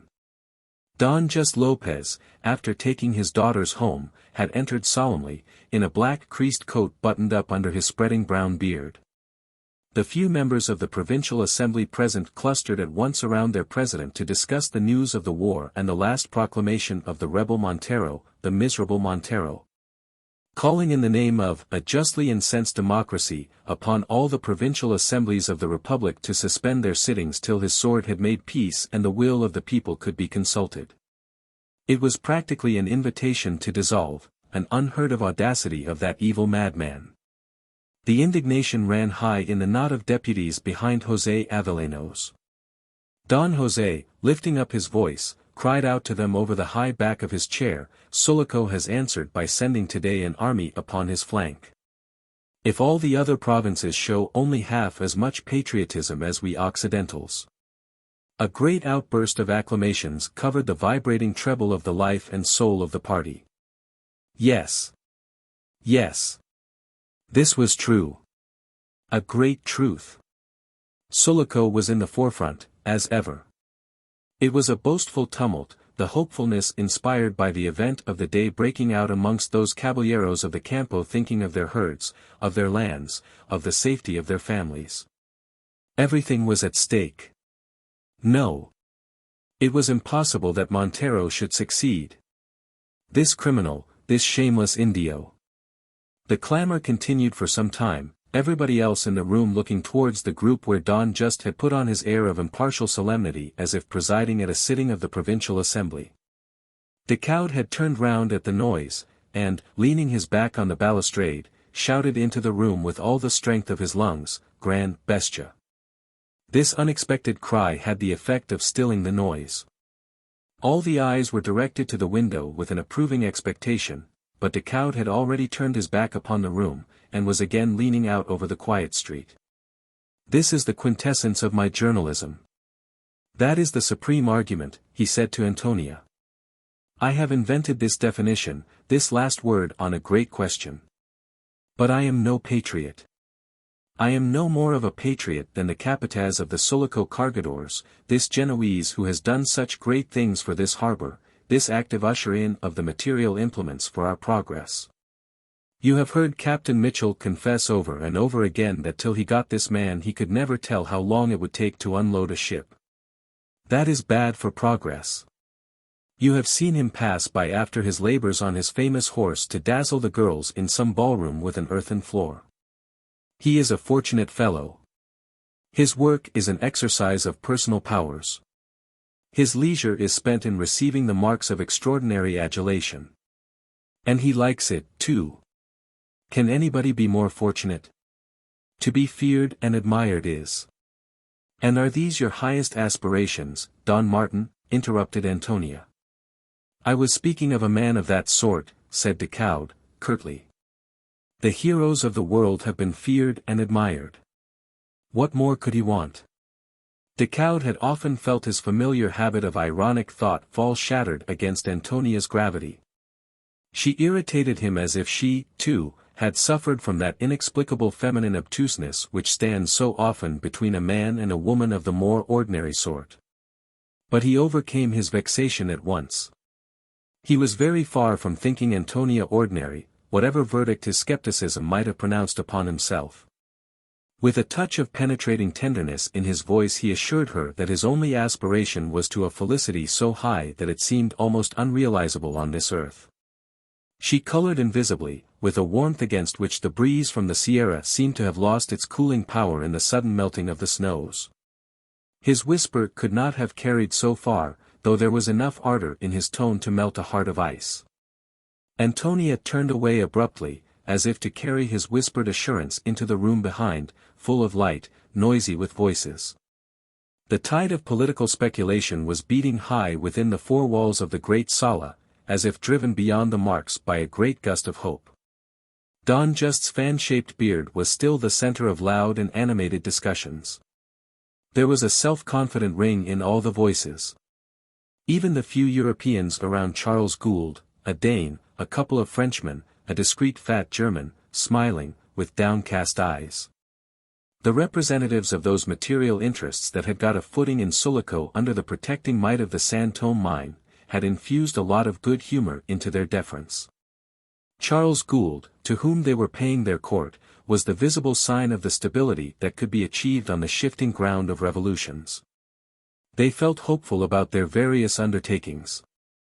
One of the two Frenchmen, small, black, with glittering eyes lost in an immense growth of bushy beard, waved his tiny brown hands and delicate wrists. He had been traveling in the interior of the province for a syndicate of European capitalists. His forcible Monsieur l'Administrateur returning every minute shrilled above the steady hum of conversations. He was relating his discoveries. He was ecstatic. Charles Gould glanced down at him courteously. At a given moment of these necessary receptions it was Mrs. Gould's habit to withdraw quietly into a little drawing-room, especially her own, next to the great sala. She had risen, and, waiting for Antonia, listened with a slightly worried graciousness to the engineer-in-chief of the railway, who stooped over her, relating slowly, without the slightest gesture, something apparently amusing. For his eyes had a humorous twinkle. Antonia, before she advanced into the room to join Mrs. Gould, turned her head over her shoulder towards Decaud, only for a moment. "Why should any one of us think his aspirations unrealizable?" she said, rapidly. "I am going to cling to mine to the end, Antonia," he answered, through clenched teeth, then bowed very low, a little distantly. The engineer-in-chief had not finished telling his amusing story. The humors of railway building in South America appealed to his keen appreciation of the absurd, and he told his instances of ignorant prejudice and his ignorant cunning very well. Now, Mrs. Gould gave him all her attention as he walked by her side escorting the ladies out of the room. Finally all three passed unnoticed through the glass doors in the gallery. Only a tall priest stalking silently in the noise of the sala checked himself to look after them. Father Corbelan, whom Decaud had seen from the balcony turning into the gateway of the Casa Gould, had addressed no one since coming in. The long, skimpy soutane accentuated the tallness of his stature, he carried his powerful torso thrown forward.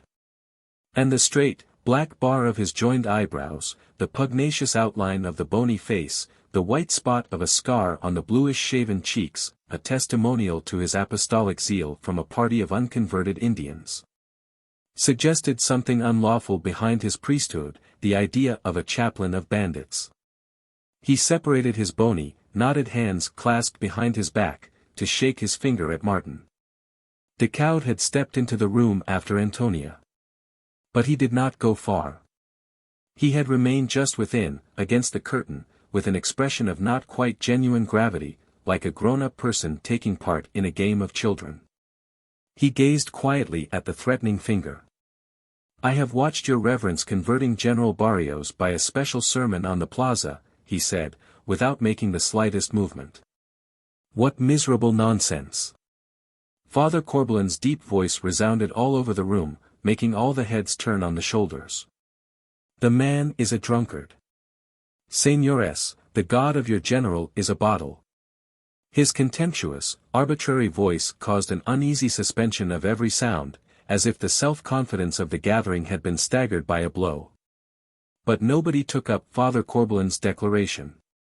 It was known that Father Corbelan had come out of the wilds to advocate the sacred rights of the Church with the same fanatical fearlessness with which he had gone preaching to bloodthirsty savages, devoid of human compassion or worship of any kind. Rumors of legendary proportions told of his successes as a missionary beyond the eye of Christian men. He had baptized whole nations of Indians, living with them like a savage himself. It was related that the padre used to ride with his Indians for days, half naked, carrying a bullock-hide shield, and, no doubt, a long lance, too, who knows? That he had wandered clothed in skins, seeking for proselytes somewhere near the snow line of the Cordillera. Of these exploits Padre Corbelan himself was never known to talk. But he made no secret of his opinion that the politicians of St. Marta had harder hearts and more corrupt minds than the heathen to whom he had carried the word of God. His injudicious zeal for the temporal welfare of the church was damaging the Ribierist cause. It was common knowledge that he had refused to be made titular bishop of the Occidental diocese till justice was done to a despoiled church. The political geef of Sulaco, the same dignitary whom Captain Mitchell saved from the mob afterwards, hinted with naive cynicism that doubtless their excellencies the ministers sent the padre over the mountains to Sulaco in the worst season of the year in the hope that he would be frozen to death by the icy blasts of the high paramos. Every year a few hardy muleteers, men inured to exposure, were known to perish in that way. But what would you have? Their excellencies possibly had not realized what a tough priest he was. Meantime, the ignorant were beginning to murmur that the Ribierist reforms meant simply the taking away of the land from the people. Some of it was to be given to foreigners who made the railway, the greater part was to go to the padres. These were the results of the Grand Vicar's zeal. Even from the short allocution to the troops on the plaza, which only the first ranks could have heard, he had not been able to keep out his fixed idea of an outraged church waiting for reparation from a penitent country. The political geef had been exasperated. But he could not very well throw the brother-in-law of Don José into the prison of the Cabildo. The chief magistrate, an easygoing and popular official, visited the Casa Gould, walking over after sunset from the Intendencia, unattended, acknowledging with dignified courtesy the salutations of high and low alike. That evening he had walked up straight to Charles Gould and had hissed out to him that he would have liked to deport the Grand Vicar out of Sulaco, anywhere, to some desert island, to the Isabels, for instance. The one without water preferably, Don Carlos, he had added in a tone between jest and earnest. This uncontrollable priest, who had rejected his offer of the episcopal palace for a residence and preferred to hang his shabby hammock amongst the rubble and spiders of the sequestrated Dominican convent, had taken into his head to advocate an unconditional pardon for Hernandez the robber. And this was not enough, he seemed to have entered into communication with the most audacious criminal the country had known for years. The Sulaco police knew, of course, what was going on. Padre Corbelan had got hold of that reckless Italian, the Capataz de Cargadores, the only man fit for such an errand, and had sent a message through him. Father Corbelan had studied in Rome, and could speak Italian. The Capataz was known to visit the old Dominican convent at night. An old woman who served the Grand Vicar had heard the name of Hernandez pronounced, and only last Saturday afternoon the Capataz had been observed galloping out of town. He did not return for 2 days. The police would have laid the Italian by the heels if it had not been for fear of the Cargadores, a turbulent body of men, quite apt to raise a tumult. Nowadays it was not so easy to govern Sulaco. Bad characters flocked into it, attracted by the money in the pockets of the railway workmen. The populace was made restless by Father Corbelan's discourses. And the first magistrate explained to Charles Gould that now the province was stripped of troops any outbreak of lawlessness would find the authorities with their boots off, as it were. Then he went away moodily to sit in an armchair, smoking a long, thin cigar, not very far from Don José, with whom, bending over sideways, he exchanged a few words from time to time. He ignored the entrance of the priest, and whenever Father Corbelan's voice was raised behind him, he shrugged his shoulders impatiently. Father Corbelan had remained quite motionless for a time with that something vengeful in his immobility which seemed to characterize all his attitudes. A lurid glow of strong convictions gave its peculiar aspect to the black figure. But its fierceness became softened as the padre, fixing his eyes upon Decaud, raised his long, black arms slowly, impressively. "And you are a perfect heathen," he said, in a subdued, deep voice. He made a step nearer, pointing a forefinger at the young man's breast. Decaud, very calm, felt the wall behind the curtain with the back of his head. Then, with his chin tilted well up, he smiled. "Very well," he agreed with the slightly weary nonchalance of a man well used to these passages. "But is it perhaps that you have not discovered yet what is the God of my worship? It was an easier task with our barrios." The priest suppressed a gesture of discouragement. "You believe neither in stick nor stone," he said. "Nor bottle," added Decaud without stirring. Neither does the other of your reverence's confidants. I mean the capataz of the cargadores. He does not drink. Your reading of my character does honor to your perspicacity. But why call me a heathen? True, retorted the priest. You are 10 times worse.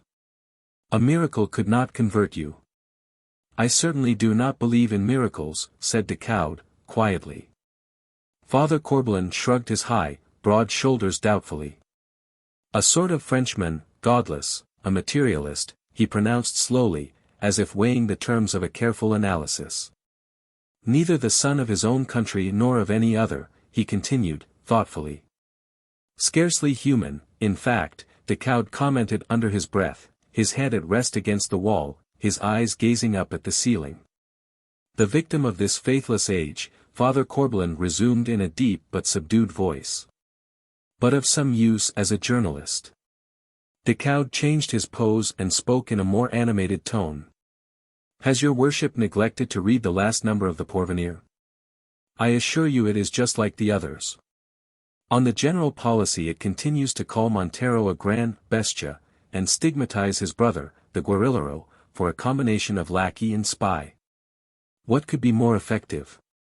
In local affairs it urges the provincial government to enlist bodily into the national army the band of Hernandez the robber, who is apparently the protégé of the church, or at least of the Grand Vicar.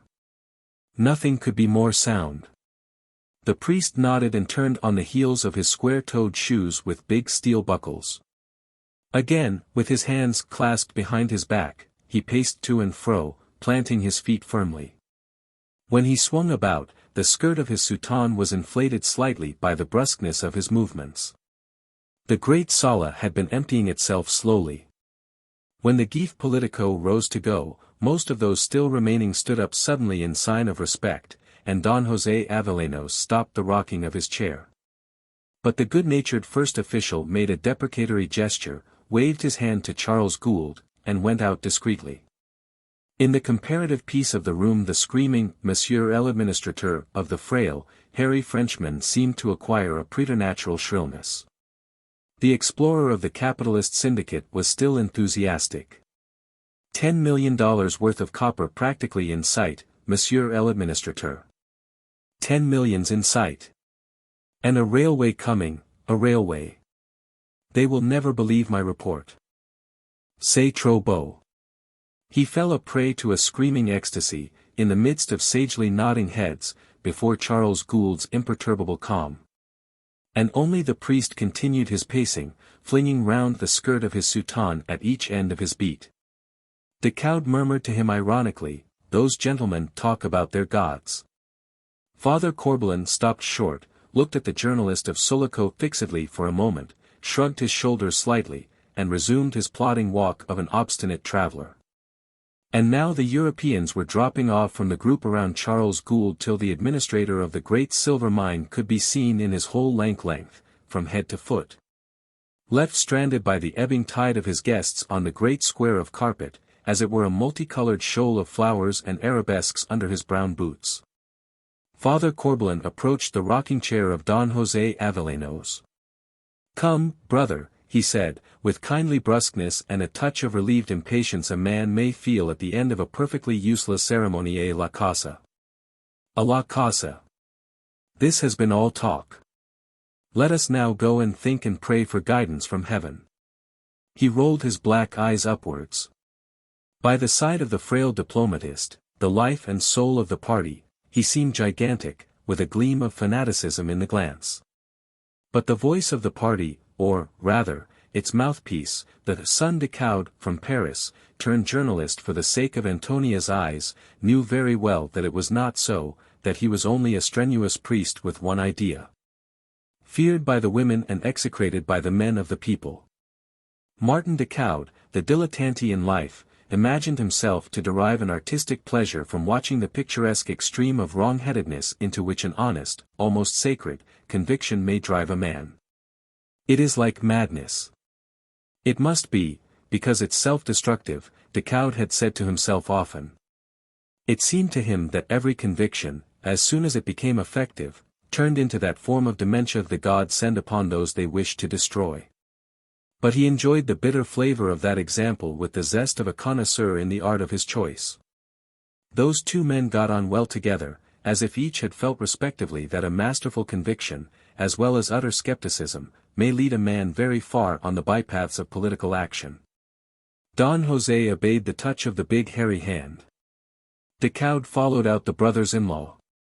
And there remained only one visitor in the vast empty sala, bluishly hazy with tobacco smoke, a heavy-eyed, round-cheeked man, with a drooping mustache, a hide merchant from Esmeralda, who had come overland to Sulaco, riding with a few peons across the coast range. He was very full of his journey, undertaken mostly for the purpose of seeing the Senior Administrator of San Tomé in relation to some assistance he required in his hide exporting business. He hoped to enlarge it greatly now that the country was going to be settled. It was going to be settled, he repeated several times, degrading by a strange, anxious whine the sonority of the Spanish language, which he pattered rapidly, like some sort of cringing jargon. A plain man could carry on his little business now in the country, and even think of enlarging it, with safety. Was it not so? He seemed to beg Charles Gould for a confirmatory word, a grunt of assent, a simple nod even. He could get nothing. His alarm increased, and in the pauses he would dart his eyes here and there, then, loath to give up, he would branch off into feeling allusion to the dangers of his journey. The audacious Hernandez, leaving his usual haunts, had crossed the Campo of Sulaco, and was known to be lurking in the ravines of the coast range. Yesterday, when distant only a few hours from Sulaco, the hide merchant and his servants had seen 3 men on the road arrested suspiciously, with their horses' heads together. 2 of these rode off at once and disappeared in a shallow quebrada to the left. We stopped, continued the man from Esmeralda, and I tried to hide behind a small bush. But none of my mozos would go forward to find out what it meant, and the 3rd horseman seemed to be waiting for us to come up. It was no use. We had been seen. So we rode slowly on, trembling. He let us pass, a man on a grey horse with his hat down on his eyes, without a word of greeting, but by and by we heard him galloping after us. We faced about, but that did not seem to intimidate him. He rode up at speed, and touching my foot with the toe of his boot, asked me for a cigar, with a blood-curdling laugh. He did not seem armed, but when he put his hand back to reach for the matches I saw an enormous revolver strapped to his waist. I shuddered. He had very fierce whiskers, Don Carlos, and as he did not offer to go on we dared not move. At last, blowing the smoke of my cigar into the air through his nostrils, he said, "Señor, it would be perhaps better for you if I rode behind your party.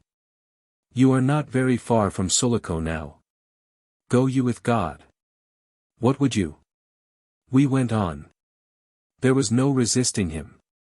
He might have been Hernandez himself, though my servant, who has been many times to Sulaco by sea, assured me that he had recognized him very well for the capataz of the steamship company's cargadores. Later, that same evening, I saw that very man at the corner of the plaza talking to a girl, a Morenita, who stood by the stirrup with her hand on the grey horse's mane. "I assure you, Señor Hirsch," murmured Charles Gould, "that you ran no risk on this occasion." "That may be, Señor, though I tremble yet. A most fierce man, to look at. And what does it mean? A person employed by the steamship company talking with salteadores, no less, Señor." The other horsemen were salteadores, in a lonely place, and behaving like a robber himself. A cigar is nothing, but what was there to prevent him asking me for my purse? "No, no, Señor Hirsch," Charles Gould murmured, letting his glance stray away a little vacantly from the round face, with its hooked beak upturned towards him in an almost childlike appeal. "If it was the capataz de cargadores you met, and there is no doubt, is there? You were perfectly safe. Thank you. You are very good. A very fierce-looking man, Don Carlos." He asked me for a cigar in a most familiar manner. What would have happened if I had not had a cigar? I shudder yet. What business had he to be talking with robbers in a lonely place? But Charles Gould, openly preoccupied now, gave not a sign, made no sound. The impenetrability of the embodied Gould concession had its surface shades. To be dumb is merely a fatal affliction, but the king of Sulaco had words enough to give him all the mysterious weight of a taciturn force. His silences, backed by the power of speech, had as many shades of significance as uttered words in the way of assent, of doubt, of negation, even of simple comment. Some seemed to say plainly, think it over, others meant clearly, go ahead. A simple, low, I see, with an affirmative nod, at the end of a patient listening half-hour was the equivalent of a verbal contract, which men had learned to trust implicitly, since behind it all there was the great San Tomé mine.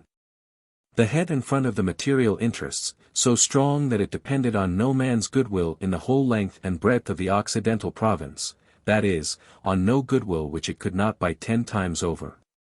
But to the little hook-nosed man from Esmeralda, anxious about the export of hides, the silence of Charles Gould portended a failure. Evidently this was no time for extending a modest man's business. He enveloped in a swift mental malediction the whole country, with all its inhabitants, partisans of Ribiera and Montero alike.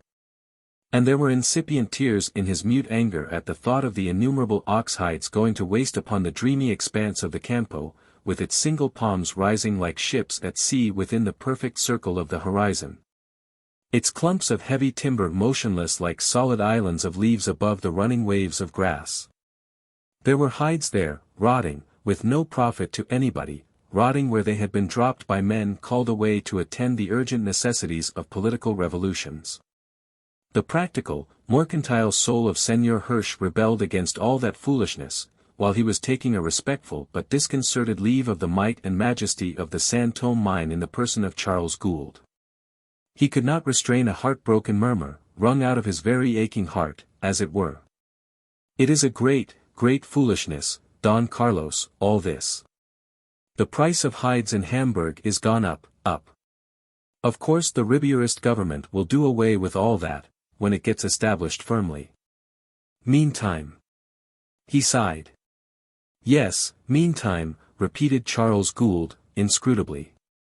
The other shrugged his shoulders. But he was not ready to go yet.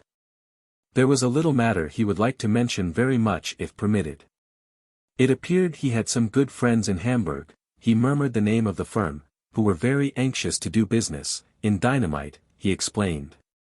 A contract for dynamite with the San Tomé mine, and then, perhaps, later on, other mines, which were sure to, the little man from Esmeralda was ready to enlarge, but Charles interrupted him. It seemed as though the patience of the Seigneur Administrator was giving way at last. Seigneur Hirsch, he said, I have enough dynamite stored up at the mountain to send it down crashing into the valley, his voice rose a little, to send half Sulaco into the air if I liked. Charles Gould smiled at the round, startled eyes of the dealer in hides, who was murmuring hastily, just so. Just so. And now he was going. It was impossible to do business in explosives with an administrator so well provided and so discouraging. He had suffered agonies in the saddle and had exposed himself to the atrocities of the bandit Hernandez for nothing at all. Neither hides nor dynamite, and the very shoulders of the enterprising Israelite expressed dejection. At the door he bowed low to the engineer-in-chief. But at the bottom of the stairs in the patio he stopped short, with his podgy hand over his lips in an attitude of meditative astonishment. What does he want to keep so much dynamite for? He muttered. And why does he talk like this to me? The engineer-in-chief, looking in at the door of the empty sala, whence the political tide had ebbed out to the last insignificant drop, nodded familiarly to the master of the house. Standing motionless like a tall beacon amongst the deserted shoals of furniture. Good night, I am going. Got my bike downstairs. The railway will know where to go for dynamite should we get short at any time. We have done cutting and chopping for a while now. We shall begin soon to blast our way through. Don't come to me, said Charles Gould, with perfect serenity. I shan't have an ounce to spare for anybody. Not an ounce. Not for my own brother, if I had a brother, and he were the engineer-in-chief of the most promising railway in the world. What's that? Asked the engineer-in-chief, with equanimity. Unkindness. No, said Charles Gould, stolidly. Policy. Radical, I should think, the engineer-in-chief observed from the doorway. Is that the right name? Charles Gould said, from the middle of the room. I mean, going to the roots, you know, the engineer explained, with an air of enjoyment.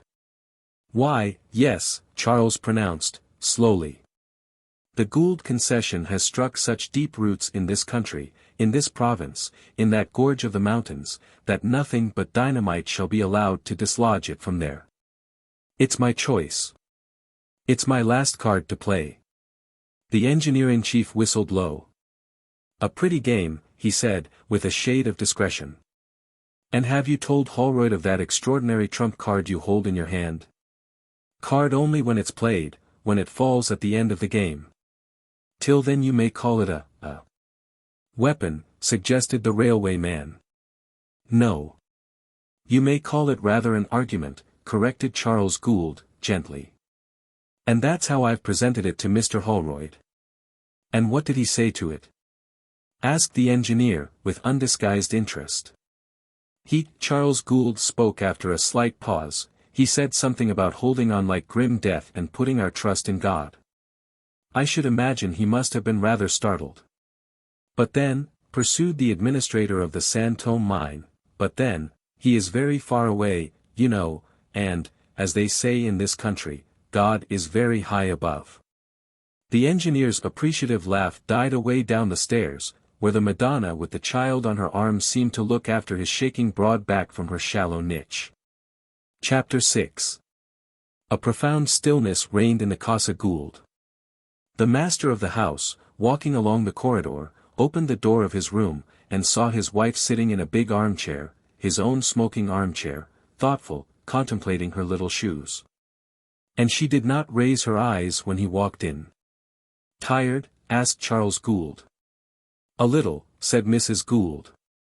Still without looking up, she added with feeling, there is an awful sense of unreality about all this.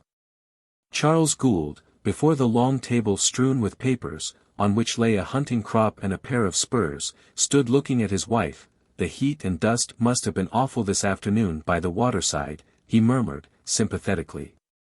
The glare on the water must have been simply terrible. One could close one's eyes to the glare, said Mrs. Gould. But, my dear Charlie, it is impossible for me to close my eyes to our position. To this awful. She raised her eyes and looked at her husband's face, from which all sign of sympathy or any other feeling had disappeared. Why don't you tell me something? She almost wailed. I thought you had understood me perfectly from the first, Charles Gould said, slowly. I thought we had said all there was to say a long time ago. There is nothing to say now. There were things to be done. We have done them. We have gone on doing them. There is no going back now. I don't suppose that, even from the first, there was really any possible way back. And, what's more, we can't even afford to stand still. Ah, if one only knew how far you mean to go, said his wife. Inwardly trembling, but in an almost playful tone. Any distance, any length, of course, was the answer, in a matter-of-fact tone, which caused Mrs. Gould to make another effort to repress a shudder. She stood up, smiling graciously, and her little figure seemed to be diminished still more by the heavy mass of her hair and the long train of her gown. But always to success, she said, persuasively. Charles Gould, enveloping her in the steely blue glance of his attentive eyes, answered without hesitation. Oh, there is no alternative. He put an immense assurance into his tone. As to the words, this was all that his conscience would allow him to say. Mrs. Gould's smile remained a shade too long upon her lips. She murmured. I will leave you, I've a slight headache. The heat, the dust, were indeed, I suppose you are going back to the mine before the morning? At midnight, said Charles Gould. We are bringing down the silver tomorrow. Then I shall take 3 whole days off in town with you. Ah, you are going to meet the escort. I shall be on the balcony at 5 o'clock to see you pass. Till then, goodbye. Charles Gould walked rapidly round the table, and, seizing her hands, bent down, pressing them both to his lips. Before he straightened himself up again to his full height she had disengaged one to smooth his cheek with a light touch, as if he were a little boy. "Try to get some rest for a couple of hours," she murmured, with a glance at a hammock stretched in a distant part of the room. Her long train swished softly after her on the red tiles. At the door she looked back. Two big lamps with unpolished glass globes bathed in a soft and abundant light the four white walls of the room, with a glass case of arms, the brass hilt of Henry Gould's cavalry sabre on its square of velvet. And the watercolor sketch of the San Tomé gorge. And Mrs. Gould, gazing at the last in its black wooden frame, sighed out. "Ah, if we had left it alone, Charlie." "No," Charles Gould said, moodily, "it was impossible to leave it alone." "Perhaps it was impossible," Mrs. Gould admitted, slowly. Her lips quivered a little, but she smiled with an air of dainty bravado. "We have disturbed a good many snakes in that paradise, Charlie, haven't we?" "Yes, I remember," said Charles Gould, "it was Don Pepe who called the gorge the paradise of snakes. No doubt we have disturbed a great many. But remember, my dear, that it is not now as it was when you made that sketch." He waved his hand towards the small watercolor hanging alone upon the great bare wall. "It is no longer a paradise of snakes. We have brought mankind into it, and we cannot turn our backs upon them to go and begin a new life elsewhere." He confronted his wife with a firm, concentrated gaze, which Mrs. Gould returned with a brave assumption of fearlessness before she went out, closing the door gently after her. In contrast with the white glaring room the dimly lit corridor had a restful mysteriousness of a forest glade, suggested by the stems and the leaves of the plants ranged along the balustrade of the open side.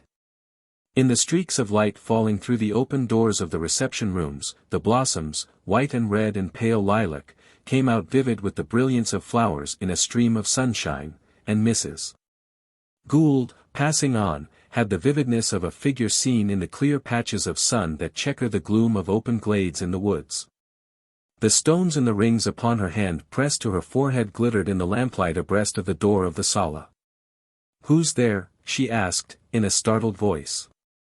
"Is that you, Basilio?" She looked in, and saw Martin de Caude walking about, with an air of having lost something, amongst the chairs and tables. "Antonia has forgotten her fan in here," said de Caude, with a strange air of distraction, "so I entered to see." But, even as he said this, he had obviously given up his search, and walked straight towards Mrs. Gould, who looked at him with doubtful surprise. "Senora," he began, in a low voice. "What is it, Don Martin?" asked Mrs. Gould. And then she added, with a slight laugh, "I am so nervous today," as if to explain the eagerness of the question. "Nothing immediately dangerous," said de Caude, who now could not conceal his agitation. "Pray don't distress yourself." "No, really, you must not distress yourself." Mrs. Gould, with her candid eyes very wide open, her lips composed into a smile, was steadying herself with a little bejeweled hand against the side of the door. "Perhaps you don't know how alarming you are, appearing like this unexpectedly." "Alarming," he protested, sincerely vexed and surprised. "I assure you that I am not in the least alarmed myself. A fan is lost, well, it will be found again. But I don't think it is here. It is a fan I am looking for. I cannot understand how Antonia could, well. Have you found it, amigo?" "No, senor," said behind Mrs. Gould the soft voice of Basilio, the head servant of the casa. "I don't think the señorita could have left it in this house at all. Go and look for it in the patio again. Go now, my friend, look for it on the steps, under the gate, examine every flagstone, search for it till I come down again. That fellow," he addressed himself in English to Mrs. Gould, "is always stealing up behind one's back on his bare feet. I set him to look for that fan directly I came in to justify my reappearance, my sudden return." He paused and Mrs. Gould said, amiably, "You are always welcome." She paused for a second, too, "But I am waiting to learn the cause of your return." Decaud affected suddenly the utmost nonchalance. I can't bear to be spied upon. Oh, the cause. Yes, there is a cause. There is something else that is lost besides Antonia's favorite fan. As I was walking home after seeing Don Jose and Antonia to their house, the Capataz de Cargadores, riding down the street, spoke to me. Has anything happened to the Villas? Inquired Mrs. Gould. The Villas? You mean the old Garibaldino who keeps the hotel where the engineers live? Nothing happened there. The Capataz said nothing of them. He only told me that the telegraphist of the cable company was walking on the plaza, bareheaded, looking out for me. There is news from the interior, Mrs. Gould. I should rather say rumors of news. Good news, said Mrs. Gould in a low voice. Worthless, I should think. But if I must define them, I would say bad. They are to the effect that a 2 days battle had been fought near Sta Marta, and that the Ribeirists are defeated. It must have happened a few days ago, perhaps a week. The rumor has just reached Queta, and the man in charge of the cable station there has telegraphed the news to his colleague here. We might just as well have kept Barrios in Sulaco. What's to be done now, murmured Mrs. Gould. Nothing. He's at sea with the troops. He will get to Queta in a couple of days' time and learn the news there. What he will do then, who can say? Hold Queta? Offer his submission to Montero? Disband his army, this last most likely, and go himself in one of the OSN Company's steamers, north or south, to Valparaiso or to San Francisco, no matter where. Our Barrios has a great practice in exiles and repatriations, which mark the points in the political game. Decaud, exchanging a steady stare with Mrs. Gould, added, tentatively, as it were, and yet, if we had could have been done. Montero victorious, completely victorious. Mrs. Gould breathed out in a tone of unbelief. A canard, probably. That sort of bird is hatched in great numbers in such times as these. And even if it were true? Well, let us put things at their worst, let us say it is true. Then everything is lost, said Mrs. Gould, with the calmness of despair. Suddenly she seemed to divine, she seemed to see Decaud's tremendous excitement under its cloak of studied carelessness. It was, indeed, becoming visible in his audacious and watchful stare, in the curve, half reckless, half contemptuous, of his lips. And a French phrase came upon them as if, for this Costaguanero of the boulevard, that had been the only forcible language.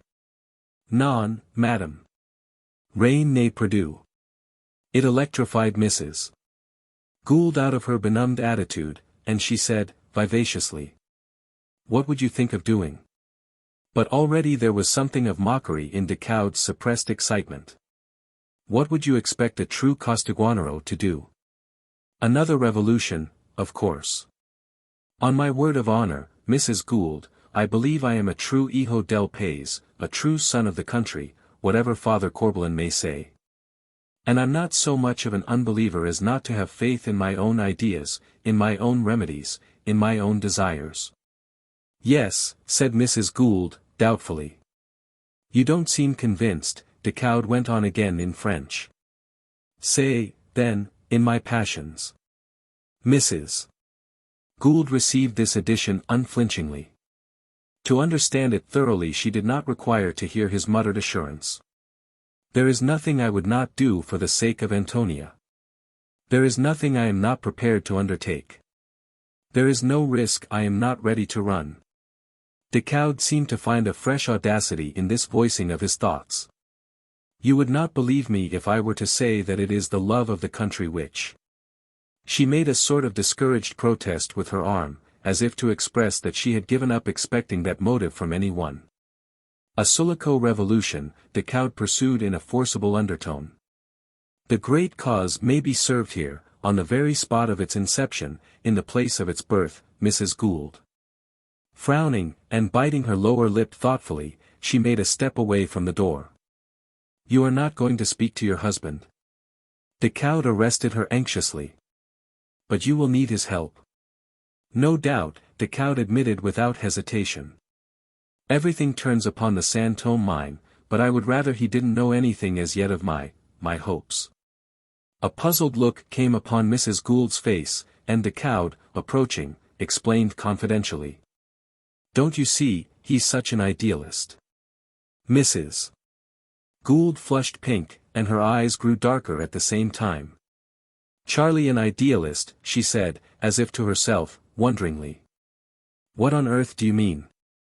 Yes, conceded the Cowd, it's a wonderful thing to say with the sight of the San Tomé mine, the greatest fact in the whole of South America, perhaps, before our very eyes.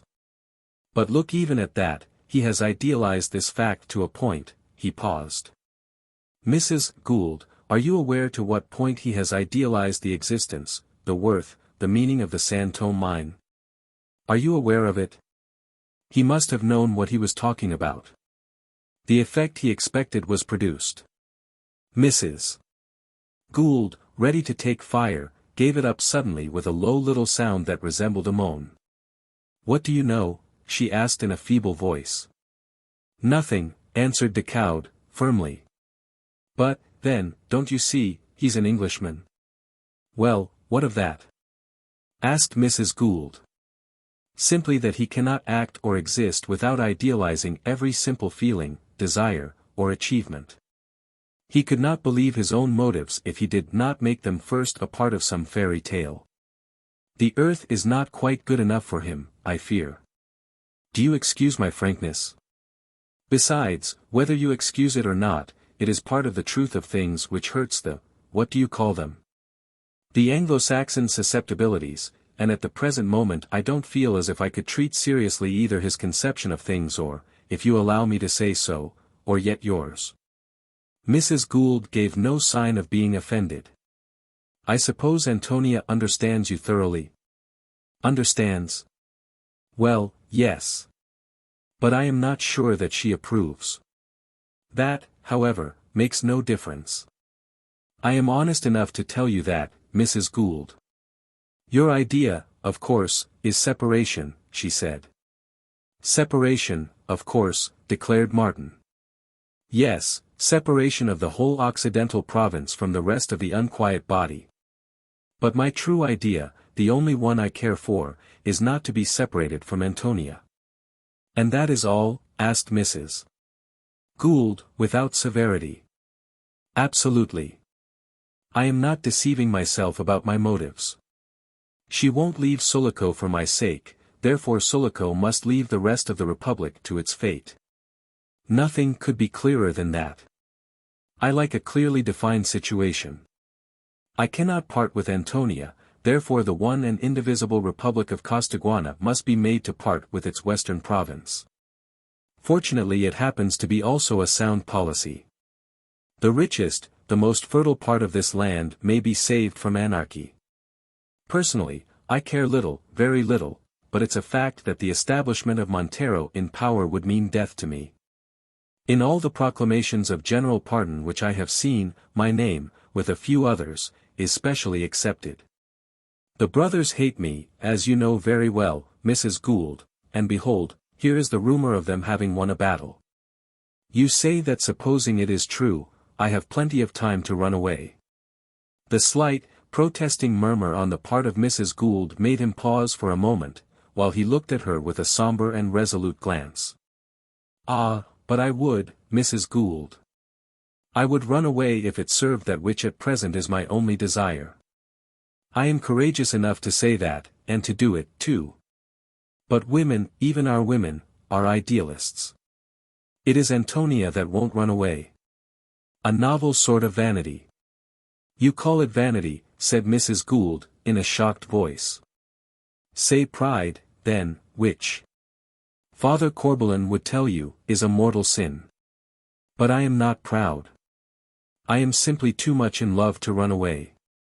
At the same time I want to live. There is no love for a dead man.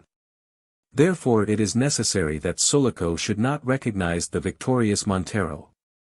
And you think my husband will give you his support? I think he can be drawn into it, like all idealists, when he once sees a sentimental basis for his action.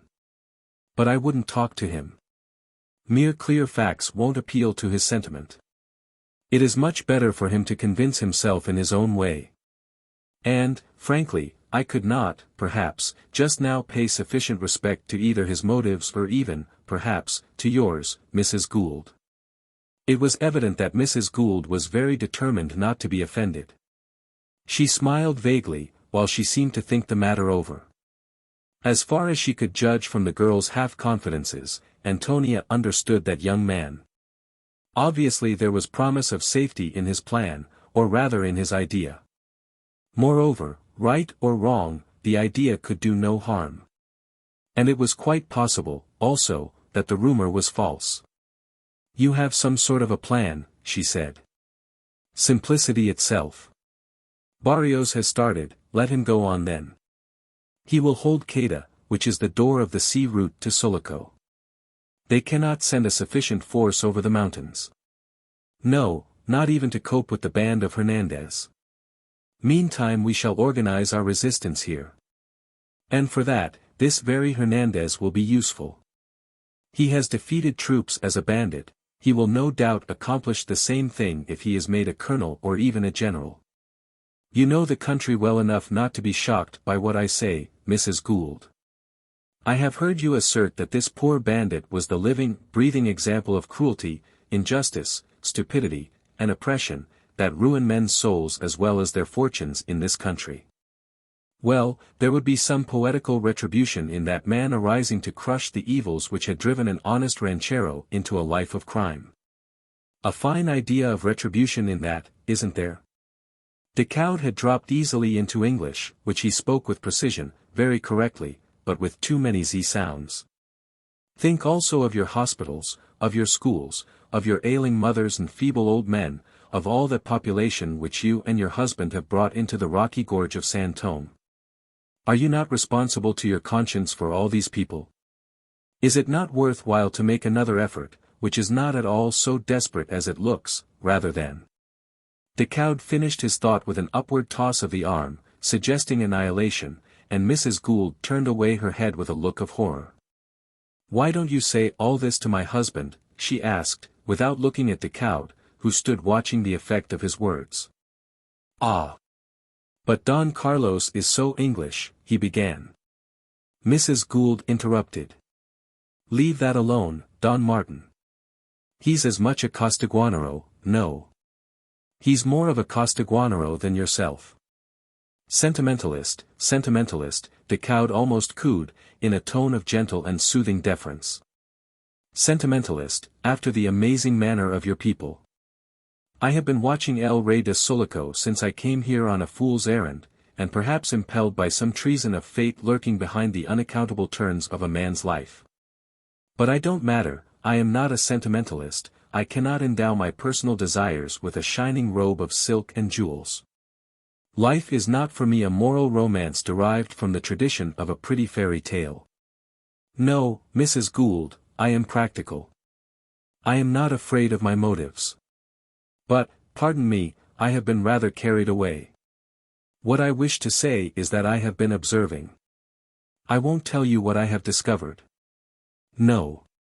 That is unnecessary, whispered Mrs. Gould, once more averting her head. It is. Except one little fact, that your husband does not like me. It's a small matter, which, in the circumstances, seems to acquire a perfectly ridiculous importance. Ridiculous and immense. For, clearly, money is required for my plan, he reflected, then added, meaningly, and we have two sentimentalists to deal with. I don't know that I understand you, Don Martin, said Mrs. Gould, coldly, preserving the low key of their conversation. But, speaking as if I did, who is the other? The great Holroyd in San Francisco, of course, Decaud whispered, lightly. I think you understand me very well. Women are idealists. But then they are so perspicacious.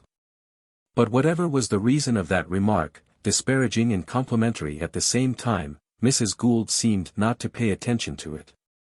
The name of Holroyd had given a new tone to her anxiety. The Silver Escort is coming down to the harbor tomorrow, a whole 6 months working, Don Martin, she cried in dismay. Let it come down, then, breathed out the cowed, earnestly, almost into her ear. But if the rumors should get about, and especially if it turned out true, troubles might break out in the town, objected Mrs. Gould.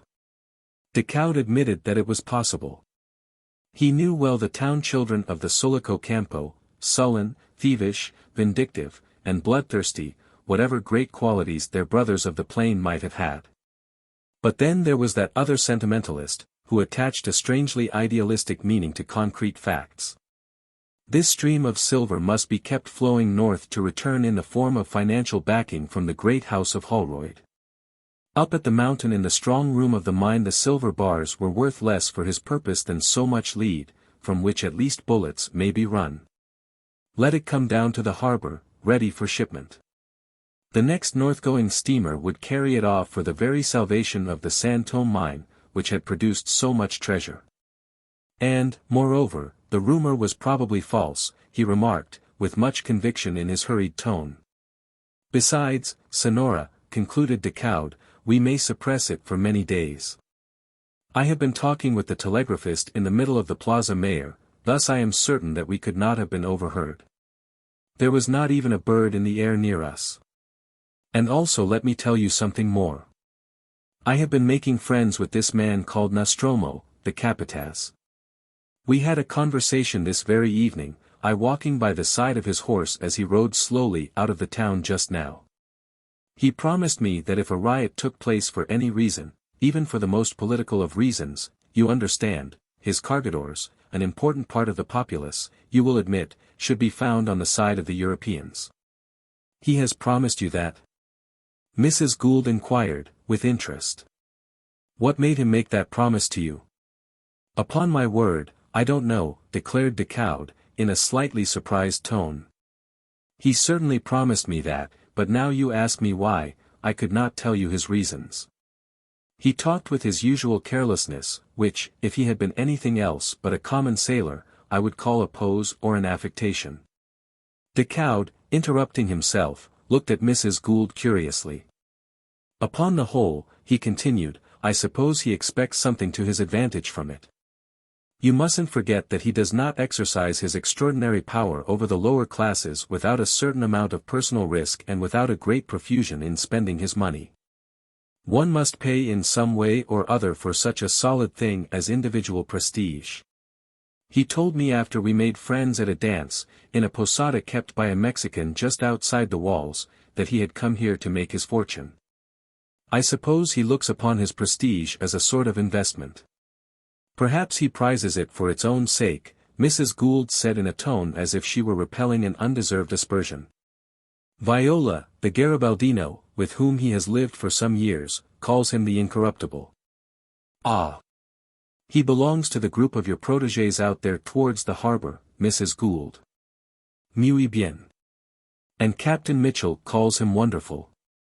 I have heard no end of tales of his strength, his audacity, his fidelity.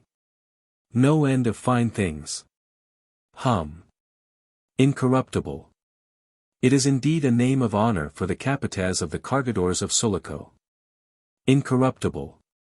Fine, but vague. However, I suppose he's sensible, too.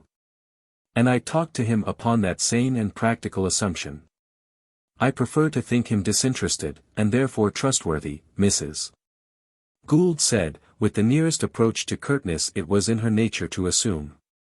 Well, if so, then the silver will be still more safe. Let it come down, Sonora. Let it come down, so that it may go north and return to us in the shape of credit. Mrs. Gould glanced along the corridor towards the door of her husband's room. The cowed, watching her as if she had his fate in her hands, detected an almost imperceptible nod of assent. He bowed with a smile, and, putting his hand into the breast pocket of his coat, pulled out a fan of light feathers set upon painted leaves of sandalwood.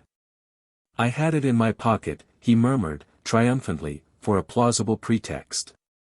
He bowed again. Good night, Sonora. Mrs. Gould continued along the corridor away from her husband's room. The fate of the San Tomé mine was lying heavy upon her heart. It was a long time now since she had begun to fear it. It had been an idea. She had watched it with misgivings turning into a fetish, and now the fetish had grown into a monstrous and crushing weight. It was as if the inspiration of their early years had left her heart to turn into a wall of silver bricks, erected by the silent work of evil spirits, between her and her husband. He seemed to dwell alone within a circumvallation of precious metal, leaving her outside with her school, her hospital, the sick mothers and the feeble old men, mere insignificant vestiges of the initial inspiration. Those poor people! She murmured to herself. Below she heard the voice of Martin de Caude in the patio speaking loudly. "I have found Dona Antonia's fan, Basilio. Look. Here it is." Chapter 7. It was part of what de Caude would have called his sane materialism that he did not believe in the possibility of friendship between man and woman.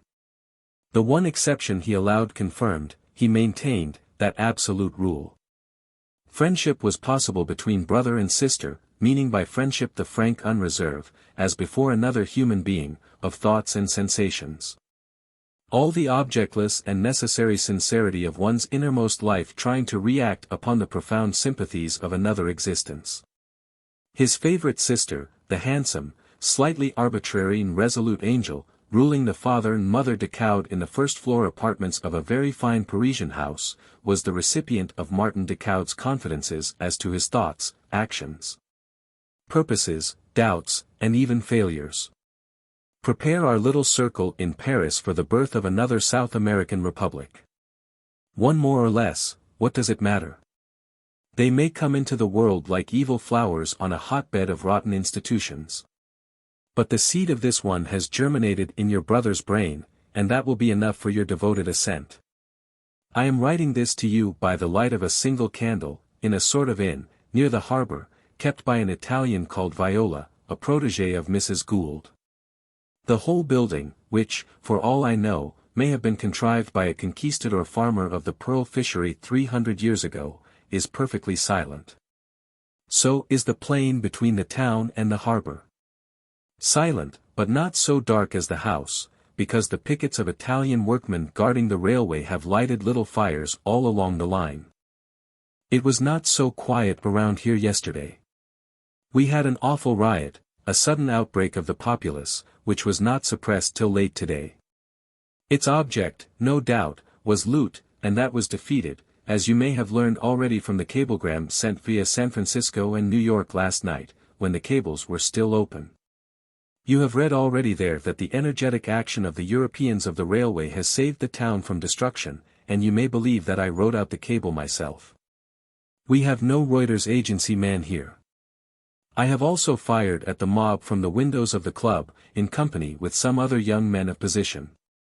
Our object was to keep the Calle de la Constitution clear for the exodus of the ladies and children, who have taken refuge on board a couple of cargo ships now in the harbor here. That was yesterday. You should also have learned from the cable that the missing president, Ribiera, who had disappeared after the Battle of Estier, Marta, has turned up here in Sulaco by one of those strange coincidences that are almost incredible, riding on a lame mule into the very midst of the street fighting. It appears that he had fled, in company of a muleteer called Bonifacio, across the mountains from the threats of Montero into the arms of an enraged mob. The capataz of cargadores, that Italian sailor of whom I have written to you before, has saved him from an ignoble death. That man seems to have a particular talent for being on the spot whenever there is something picturesque to be done. He was with me at 4 o'clock in the morning at the offices of the Porvenir, where he had turned up so early in order to warn me of the coming trouble, and also to assure me that he would keep his cargadores on the side of order. When the full daylight came we were looking together at the crowd on foot and on horseback, demonstrating on the plaza and shying stones at the windows of the Intendencia. Nostromo, that is the name they call him by here, was pointing out to me his cargadores interspersed in the mob. The sun shines late upon Sulaco, for it has first to climb above the mountains. In that clear morning light, brighter than twilight, Nostromo saw right across the vast plaza, at the end of the street beyond the cathedral, a mounted man apparently in difficulties with a yelling knot of leperos. At once he said to me, "That's a stranger. What is it they are doing to him?" Then he took out the silver whistle he is in the habit of using on the wharf. This man seems to disdain the use of any metal less precious than silver, and blew into it twice, evidently a preconcerted signal for his cargadores. He ran out immediately, and they rallied round him. I ran out, too, but was too late to follow them and help in the rescue of the stranger, whose animal had fallen. I was set upon at once as a hated aristocrat, and was only too glad to get into the club, where Don Jamie Burgess, you may remember him visiting at our house in Paris some 3 years ago, thrust a sporting gun into my hands. They were already firing from the windows. There were little heaps of cartridges lying about on the open card tables. I remember a couple of overturned chairs, some bottles rolling on the floor amongst the packs of cards scattered suddenly as the caballeros rose from their game to open fire upon the mob. Most of the young men had spent the night at the club in the expectation of some such disturbance. In 2 of the candelabra, on the consoles, the candles were burning down in their sockets. A large iron nut, probably stolen from the railway workshops, flew in from the street as I entered, and broke one of the large mirrors set in the wall. I noticed also one of the club servants tied up hand and foot with the cords of the curtain and flung in a corner. I have a vague recollection of Don Jamie assuring me hastily that the fellow had been detected putting poison into the dishes at supper. But I remember distinctly he was shrieking for mercy, without stopping at all, continuously, and so absolutely disregarded that nobody even took the trouble to gag him. The noise he made was so disagreeable that I had half a mind to do it myself. But there was no time to waste on such trifles. I took my place at one of the windows and began firing. I didn't learn till later in the afternoon whom it was that Nostromo, with his cargadores and some Italian workmen as well, had managed to save from those drunken rascals. That man has a peculiar talent when anything striking to the imagination has to be done. I made that remark to him afterwards when we met after some sort of order had been restored in the town, and the answer he made rather surprised me. He said quite moodily, "And how much do I get for that, senor?" Then it dawned upon me that perhaps this man's vanity has been satiated by the adulation of the common people and the confidence of his superiors.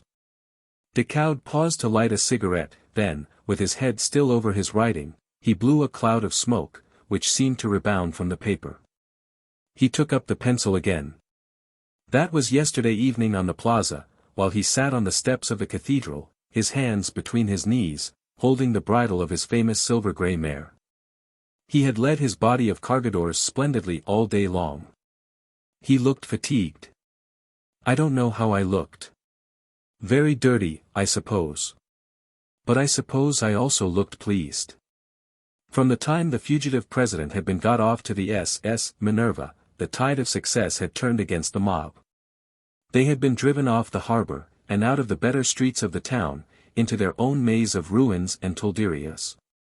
You must understand that this riot, whose primary object was undoubtedly the getting hold of the San Tomé silver stored in the lower rooms of the custom house, besides the general looting of the ricos, had acquired a political coloring from the fact of 2 deputies to the provincial assembly, Señores Camacho and Fuentes, both from Bolsón, putting themselves at the head of it, late in the afternoon, it is true, when the mob, disappointed in their hopes of loot, made a stand in the narrow streets to the cries of "Viva la Libertad!"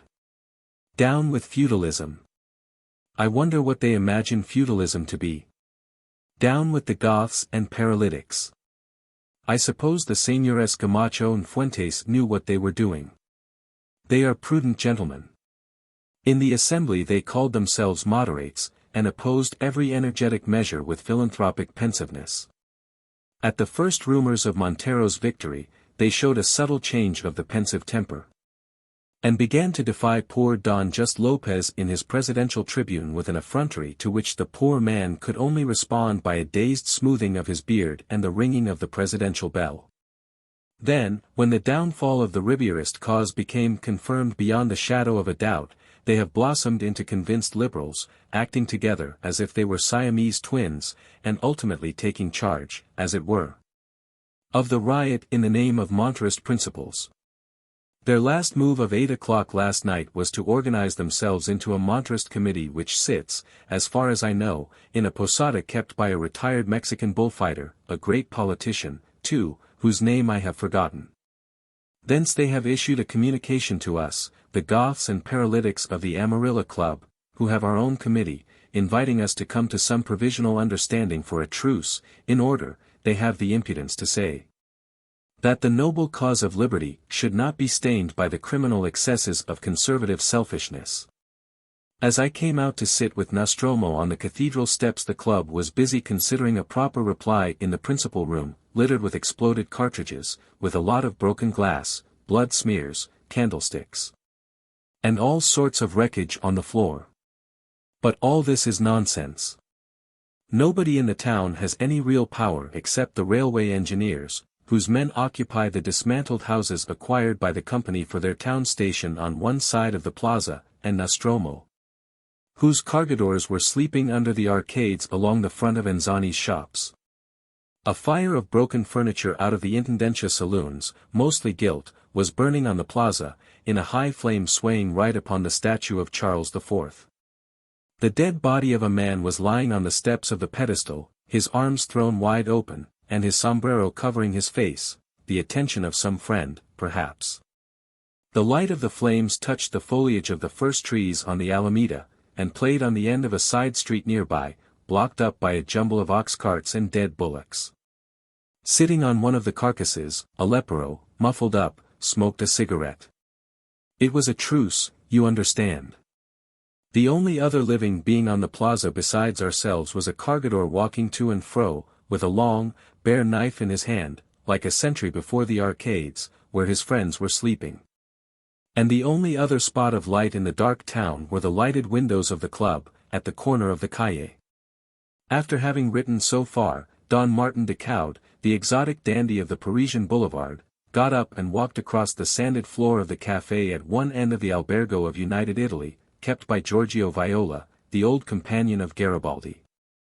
The highly colored lithograph of the faithful hero seemed to look dimly, in the light of one candle, at the man with no faith in anything except the truth of his own sensations. Looking out of the window, de Caud was met by a darkness so impenetrable that he could see neither the mountains nor the town, nor yet the buildings near the harbor. And there was not a sound, as if the tremendous obscurity of the placid gulf, spreading from the waters over the land, had made it dumb as well as blind. Presently de Caud felt a light tremor of the floor and a distant clank of iron. A bright white light appeared, deep in the darkness, growing bigger with a thundering noise. The rolling stock usually kept on the sidings in Rincon was being run back to the yards for safekeeping. Like a mysterious stirring of the darkness behind the headlight of the engine, the train passed in a gust of hollow uproar, by the end of the house, which seemed to vibrate all over in response. And nothing was clearly visible but, on the end of the last flat car, a negro, in white trousers naked to the waist, swinging a blazing torch basket incessantly with a circular movement of his bare arm. De Caud did not stir. Behind him, on the back of the chair from which he had risen, hung his elegant Parisian overcoat, with a pearl-grey silk lining. But when he turned back to come to the table, the candlelight fell upon a face that was grimy and scratched. His rosy lips were blackened with heat, the smoke of gunpowder. Dirt and rust tarnished the luster of his short beard.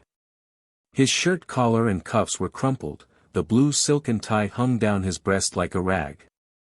A greasy smudge crossed his white brow. He had not taken off his clothing nor used water, except to snatch a hasty drink greedily, for some 40 hours. An awful restlessness had made him its own, had marked him with all the signs of desperate strife, and put a dry, sleepless stare into his eyes. He murmured to himself in a hoarse voice, "I wonder if there's any bread here," looked vaguely about him, then dropped into the chair and took the pencil up again. He became aware he had not eaten anything for many hours. It occurred to him that no one could understand him so well as his sister. In the most skeptical heart there lurks at such moments, when the chances of existence are involved, a desire to leave a correct impression of the feelings, like a light by which the action may be seen when personality is gone. Gone where no light of investigation can ever reach the truth which every death takes out of the world. Therefore, instead of looking for something to eat, or trying to snatch an hour or so of sleep, Decoud was filling the pages of a large pocketbook with a letter to his sister. In the intimacy of that intercourse he could not keep out his weariness, his great fatigue, the close touch of his bodily sensations. He began again as if he were talking to her. With almost an illusion of her presence, he wrote the phrase, "I am very hungry. I have the feeling of a great solitude around me," he continued. Is it, perhaps, because I am the only man with a definite idea in his head, in the complete collapse of every resolve, intention, and hope about me? But the solitude is also very real. All the engineers are out, and have been for 2 days, looking after the property of the National Central Railway, of that great Costaguana undertaking which is to put money into the pockets of Englishmen, Frenchmen, Americans, Germans. And God knows who else. The silence about me is ominous. There is above the middle part of this house a sort of first floor, with narrow openings like loopholes for windows, probably used in old times for the better defense against the savages. When the persistent barbarism of our native continent did not wear the black coats of politicians, but went about yelling, half-naked, with bows and arrows in its hands. The woman of the house is dying up there, I believe, all alone with her old husband. There is a narrow staircase, the sort of staircase one man could easily defend against a mob, leading up there, and I have just heard, through the thickness of the wall, the old fellow going down into their kitchen for something or other. It was a sort of noise a mouse might make behind the plaster of a wall. All the servants they had ran away yesterday and have not returned yet, if ever they do.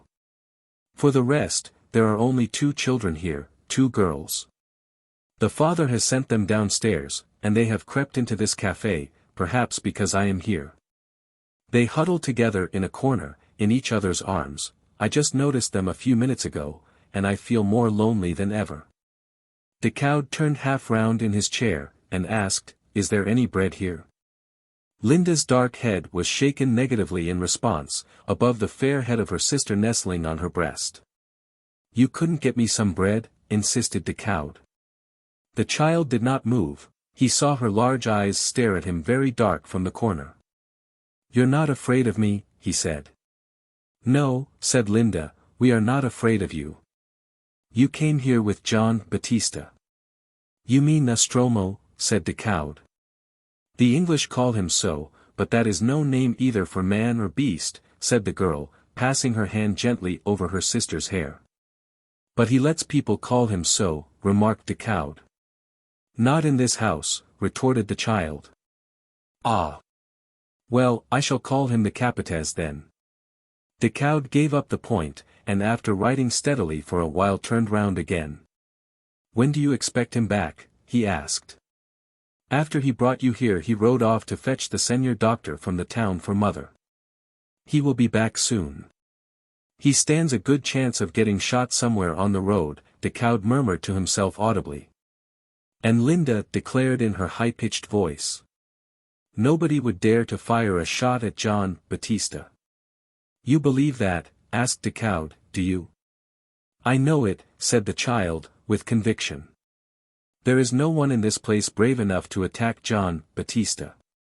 "It doesn't require much bravery to pull a trigger behind a bush," muttered Decoud to himself.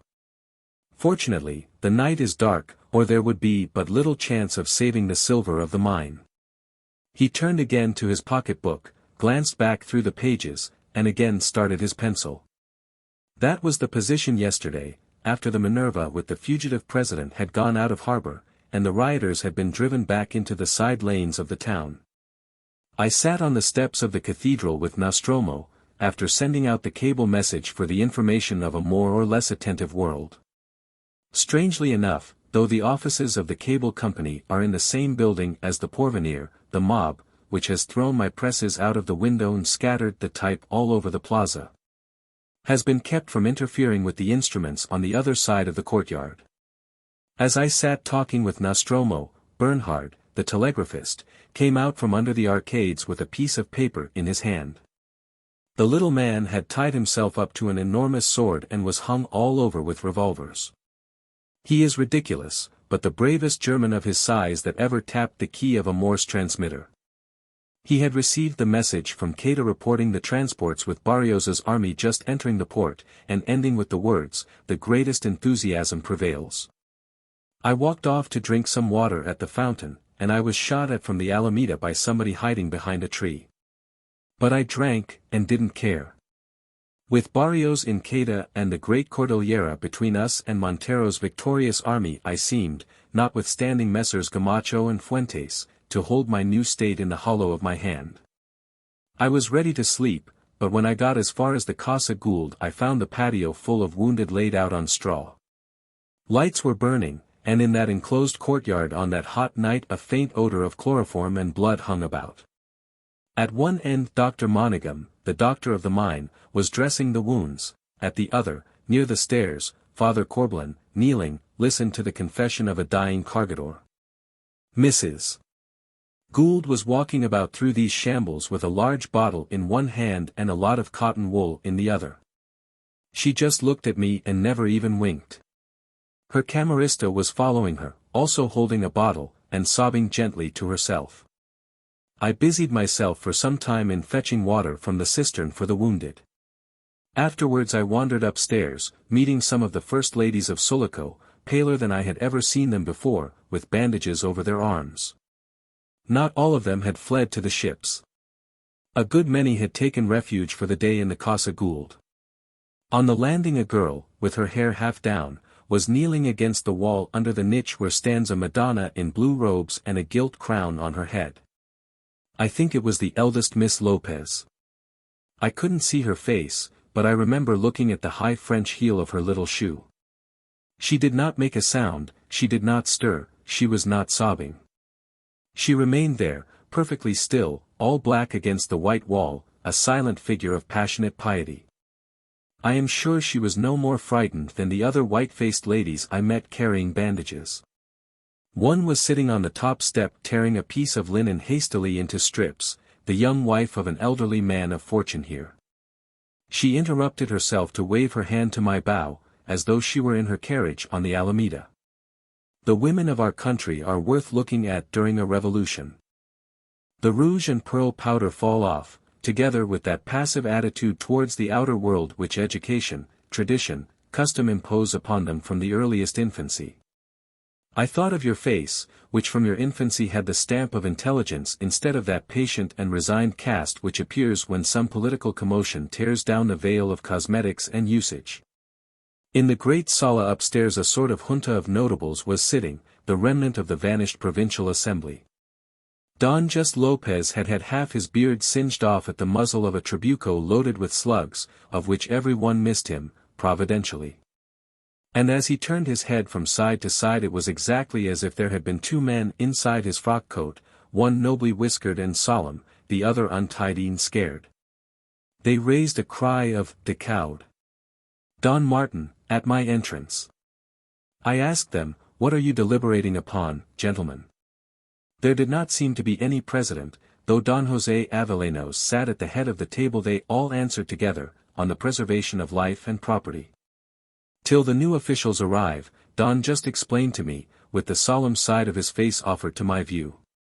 It was as if a stream of water had been poured upon my glowing idea of a new state.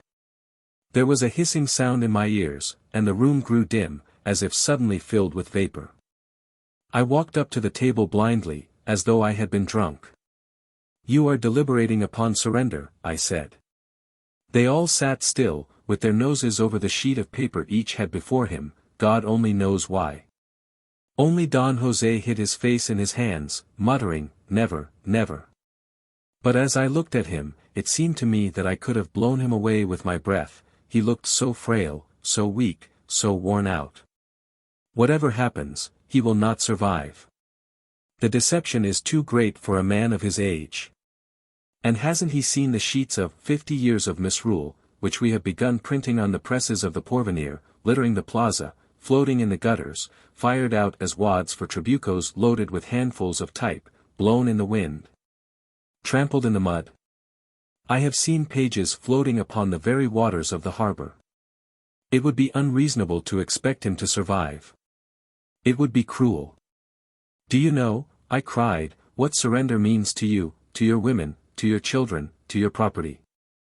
I declaimed for 5 minutes without drawing breath, it seems to me, harping on our best chances, on the ferocity of Montero, whom I made out to be as great a beast as I have no doubt he would like to be if he had intelligence enough to conceive a systematic reign of terror. And then for another 5 minutes or more I poured out an impassioned appeal to their courage and manliness, with all the passion of my love for Antonia. For if ever man spoke well, it would be from a personal feeling, denouncing an enemy, defending himself, or pleading for what really may be dearer than life. My dear girl, I absolutely thundered at them. It seemed as if my voice would burst the walls asunder, and when I stopped I saw all their scared eyes looking at me dubiously. And that was all the effect I had produced. Only Don José's head had sunk lower and lower on his breast. I bent my ear to his withered lips, and made out his whisper, something like, "In God's name, then, Martin, my son." I don't know exactly. There was the name of God in it, I am certain. It seems to me I have caught his last breath, the breath of his departing soul on his lips. He lives yet, it is true. I have seen him since. But it was only a senile body, lying on its back, covered to the chin, with open eyes, and so still that you might have said it was breathing no longer. I left him thus, with Antonia kneeling by the side of the bed, just before I came to this Italian's posada, where the ubiquitous death is also waiting. But I know that Don José has really died there, in the Casa Gould, with that whisper urging me to attempt what no doubt his soul, wrapped up in the sanctity of diplomatic treaties and solemn declarations, must have abhorred. I had exclaimed very loud, "There is never any God in a country where men will not help themselves." Meanwhile, Don just had begun a pondered oration whose solemn effect was spoiled by the ridiculous disaster to his beard. I did not wait to make it out. He seemed to argue that Montero's, he called him the general, intentions were probably not evil, though, he went on, that distinguished man, only a week ago we used to call him a grand bestia, was perhaps mistaken as to the true means. As you may imagine, I didn't stay to hear the rest. I know the intentions of Montero's brother, Pedrito, the guerrillero, whom I exposed in Paris, some years ago, in a café frequented by South American students, where he tried to pass himself off for a secretary of legation. He used to come in and talk for hours, twisting his felt hat in his hairy paws, and his ambition seemed to become a sort of Duc de Morny to a sort of Napoleon. Already, then, he used to talk of his brother in inflated terms. He seemed fairly safe from being found out, because the students, all of the Blanco families, did not, as you may imagine, frequent the legation. It was only Decaud, a man without faith and principles, as they used to say, that went in there sometimes for the sake of the fun, as it were to an assembly of trained monkeys. I know his intentions. I have seen him change the plates at table. Whoever is allowed to live on in terror, I must die the death. No, I didn't stay to the end to hear Don Just Lopez trying to persuade himself in a grave oration of the clemency and justice, and honesty, and purity of the brothers Montero. I went out abruptly to seek Antonia. I saw her in the gallery. As I opened the door, she extended to me her clasped hands. "What are they doing in there?" she asked.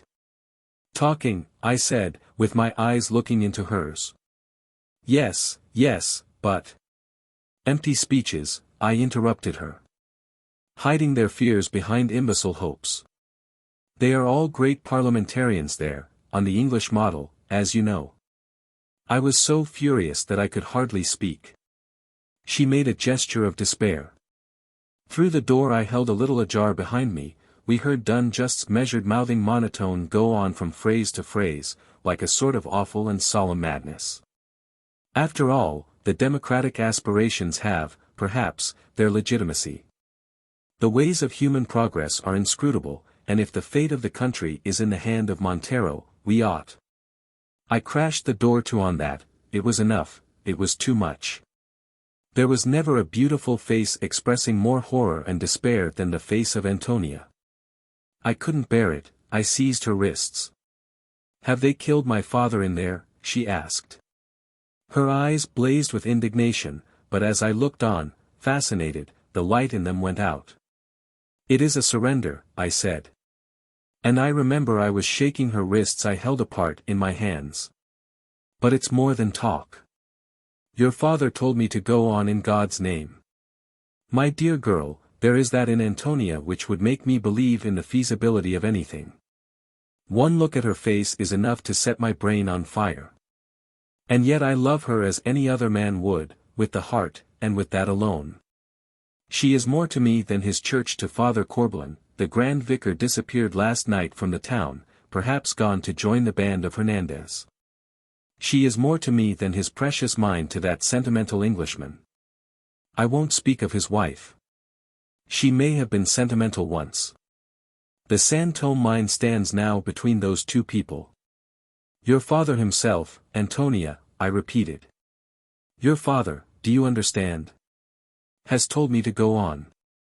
She averted her face, and in a pained voice. "He has," she cried. "Then, indeed, I fear he will never speak again." She freed her wrists from my clutch and began to cry in her handkerchief. I disregarded her sorrow. I would rather see her miserable than not see her at all, never any more, for whether I escaped or stayed to die, there was for us no coming together, no future. And that being so, I had no pity to waste upon the passing moments of her sorrow. I sent her off in tears to fetch Dona Emilia and Don Carlos, too. Their sentiment was necessary to the very life of my plan. The sentimentalism of the people that will never do anything for the sake of their passionate desire, unless it comes to them clothed in the fair robes of an idea. Late at night we formed a small junta of 4, the 2 women, Don Carlos, and myself, in Mrs. Gould's blue and white boudoir. El Rey de Sulaco thinks himself, no doubt, a very honest man. And so he is, if one could look behind his taciturnity. Perhaps he thinks that this alone makes his honesty unstained. Those Englishmen live on illusions which somehow or other help them to get a firm hold of the substance.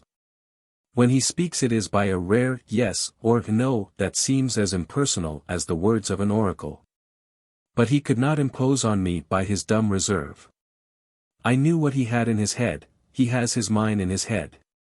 And his wife had nothing in her head but his precious person, which he has bound up with the Gould concession and tied up to that little woman's neck. No matter.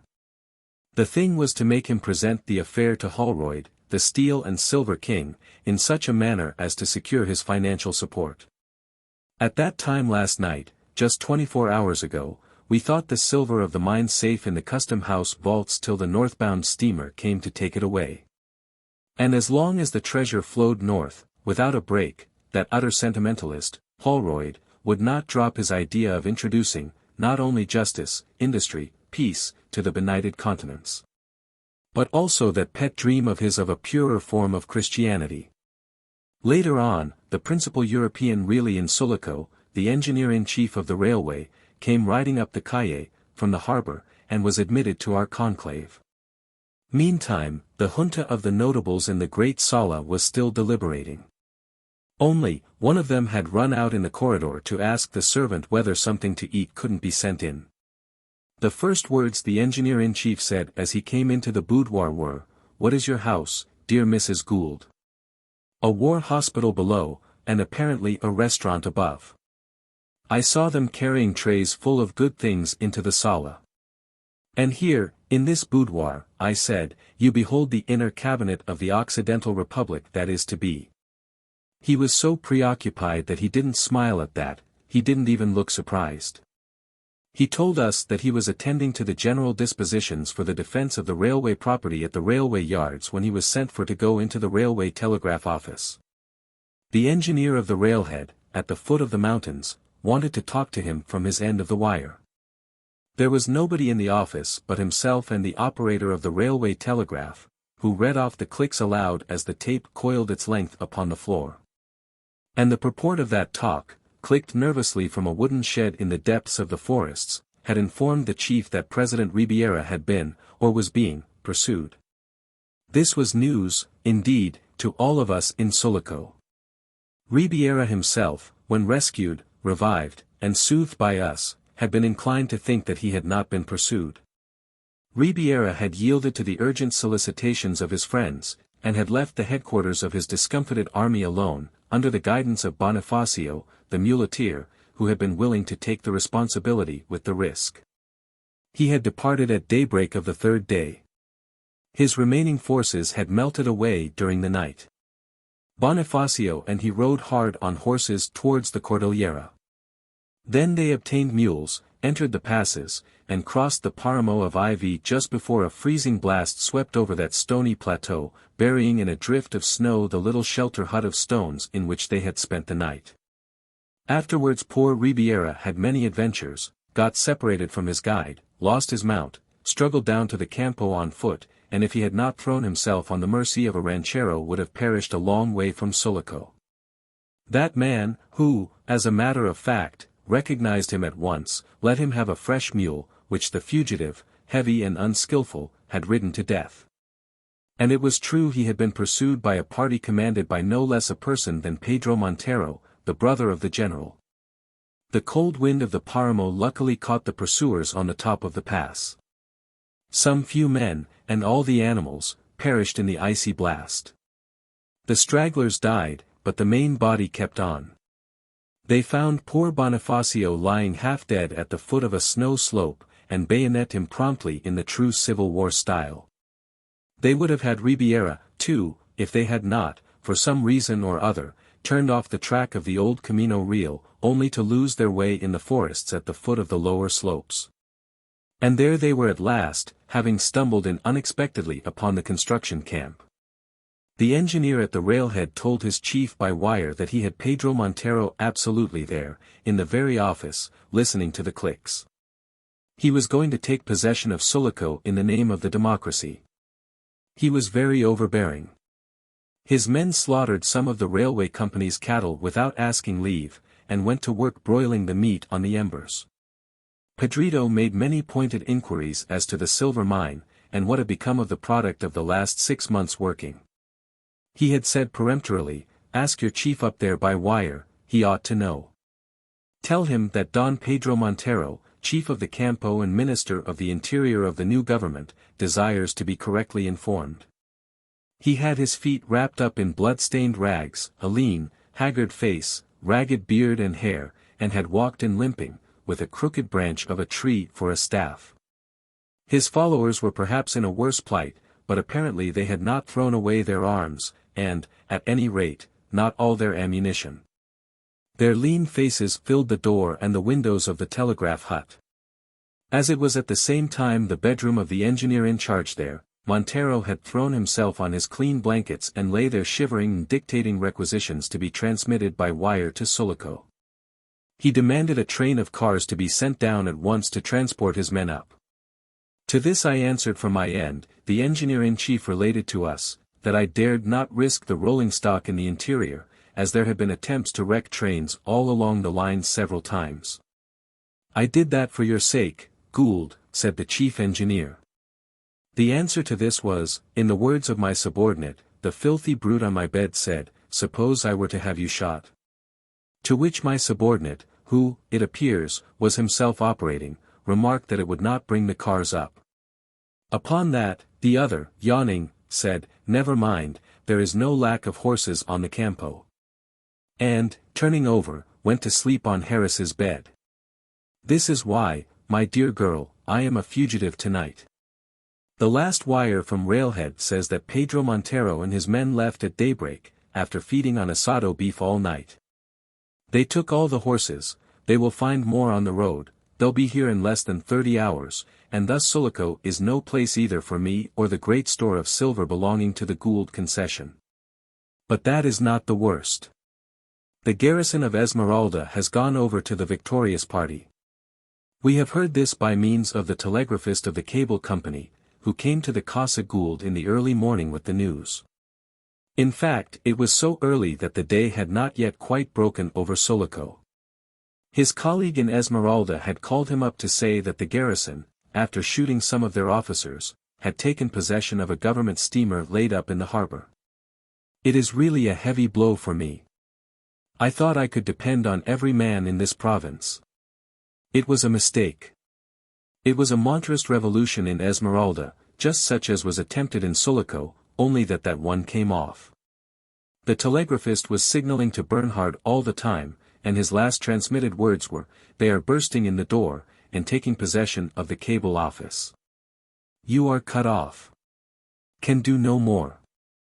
But, as a matter of fact, he managed somehow to escape the vigilance of his captors, who had tried to stop the communication with the outer world. He did manage it. How it was done I don't know, but a few hours afterwards he called up Sulaco again, and what he said was, "The insurgent army has taken possession of the government transport in the bay and are filling her with troops. With the intention of going round the coast to Sulaco. Therefore look out for yourselves. They will be ready to start in a few hours, and may be upon you before daybreak." This is all he could say. They drove him away from his instrument this time for good, because Bernhard has been calling up Esmeralda ever since without getting an answer. After setting these words down in the pocket-book which he was filling up for the benefit of his sister, Decoud lifted his head to listen. But there were no sounds, neither in the room nor in the house, except the drip of the water from the filter into the vast earthenware jar under the wooden stand. And outside the house there was a great silence. Decoud lowered his head again over the pocket-book. "I am not running away, you understand," he wrote on. "I am simply going away with that great treasure of silver which must be saved at all costs. Pedro Montero from the Campo and the revolted garrison of Esmeralda from the sea are converging upon it.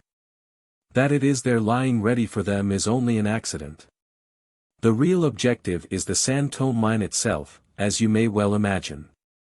Otherwise the Occidental province would have been, no doubt, left alone for many weeks, to be gathered at leisure into the arms of the victorious party. Don Carlos Gould will have enough to do to save his mine, with its organization and its people.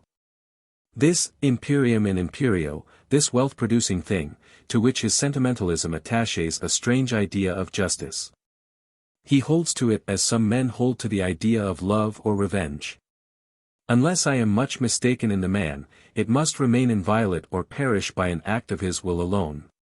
A passion has crept into his cold and idealistic life. A passion which I can only comprehend intellectually. A passion that is not like the passions we know, we men of another blood. But it is as dangerous as any of ours. His wife has understood it, too. That is why she is such a good ally of mine. She seizes upon all my suggestions with a sure instinct that in the end they make for the safety of the Gould concession. And he defers to her because he trusts her perhaps, but I fancy rather as if he wished to make up for some subtle wrong, for that sentimental unfaithfulness which surrenders her happiness, her life, to the seduction of an idea. The little woman has discovered that he lives for the mine rather than for her. But let them be. To each his fate, shaped by passion or sentiment. The principal thing is that she has backed up my advice to get the silver out of the town, out of the country, at once, at any cost, at any risk. Don Carlos' mission is to preserve unstained the fair fame of his mine, Mrs. Gould's mission is to save him from the effects of that cold and overmastering passion, which she dreads more than if it were an infatuation for another woman. Nostromo's mission is to save the silver. The plan is to load it into the largest of the company's lighters, and send it across the Gulf to a small port out of Costaguana territory just on the other side the Azuera, where the first northbound steamer will get orders to pick it up. The waters here are calm. We shall slip away into the darkness of the Gulf before the Esmeralda rebels arrive. And by the time the day breaks over the ocean we shall be out of sight, invisible, hidden by Azuera, which itself looks from the Sulaco shore like a faint blue cloud on the horizon. The incorruptible Capataz de Cargadores is the man for that work. And I, the man with a passion, but without a mission, I go with him to return, to play my part in the farce to the end, and, if successful, to receive my reward, which no one but Antonia can give me. I shall not see her again now before I depart. I left her, as I have said, by Don José's bedside. The street was dark, the houses shut up, and I walked out of the town in the night. Not a single street lamp had been lit for 2 days, and the archway of the gate was only a mass of darkness in the vague form of a tower, in which I heard low, dismal groans, that seemed to answer the murmurs of a man's voice. I recognized something impassive and careless in its tone, characteristic of that Genoese sailor who, like me, has come casually here to be drawn into the events for which his skepticism as well as mine seems to entertain a sort of passive contempt. The only thing he seems to care for, as far as I have been able to discover, is to be well spoken of. An ambition fit for noble souls, but also a profitable one for an exceptionally intelligent scoundrel. Yes. His very words, to be well spoken of. Si, Señor. He does not seem to make any difference between speaking and thinking. Is it sheer naiveness or the practical point of view, I wonder? Exceptional individualities always interest me, because they are true to the general formula expressing the moral state of humanity. He joined me on the harbor road after I had passed them under the dark archway without stopping. It was a woman in trouble he had been talking to. Through discretion I kept silent while he walked by my side. After a time he began to talk himself.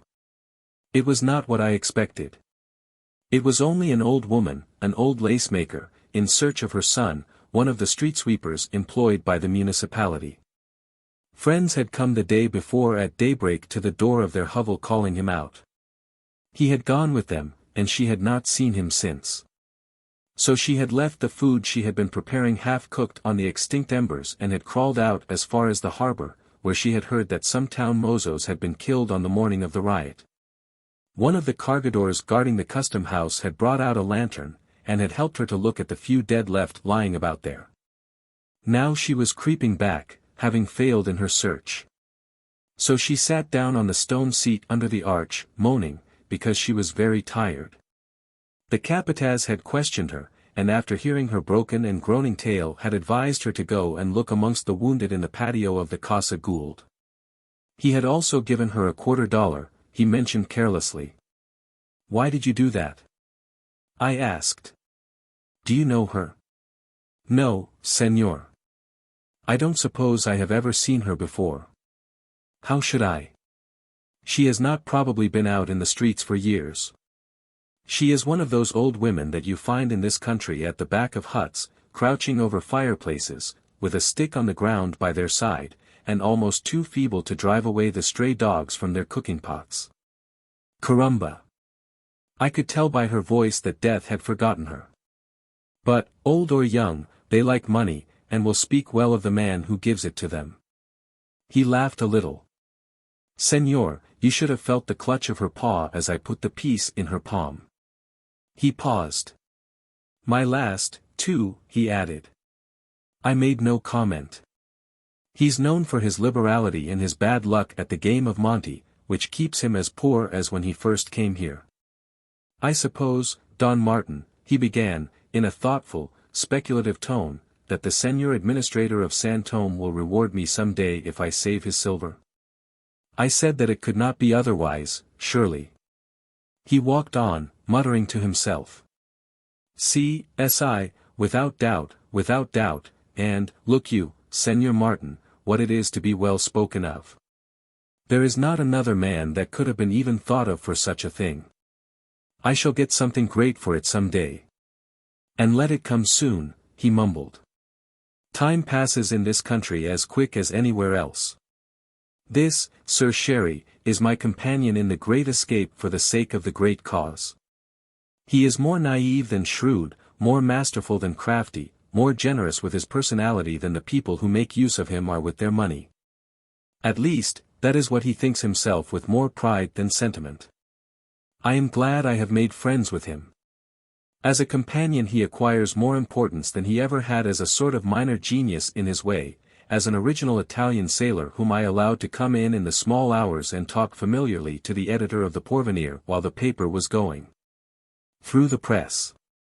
And it is curious to have met a man for whom the value of life seems to consist in personal prestige. I am waiting for him here now."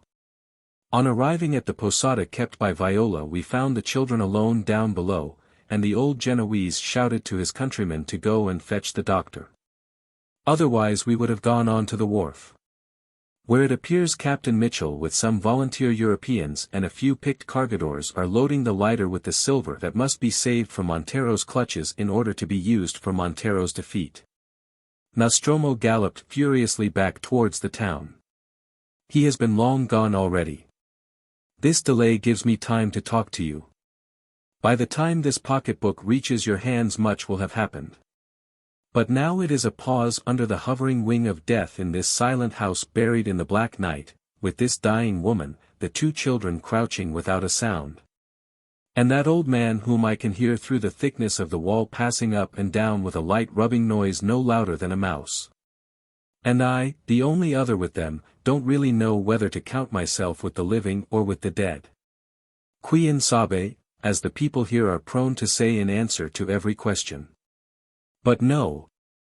Feeling for you is certainly not dead, and the whole thing, the house, the dark night, the silent children in this dim room, my very presence here, all this is life, must be life, since it is so much like a dream. With the writing of the last line there came upon Decoud a moment of sudden and complete oblivion. He swayed over the table as if struck by a bullet. The next moment he sat up, confused, with the idea that he had heard his pencil roll on the floor. The low door of the café, wide open, was filled with the glare of a torch in which was visible half of a horse, switching its tail against the leg of a rider with a long iron spur strapped to the naked heel. The two girls were gone, and Nostromo, standing in the middle of the room, looked at him from under the round brim of the sombrero low down over his brow.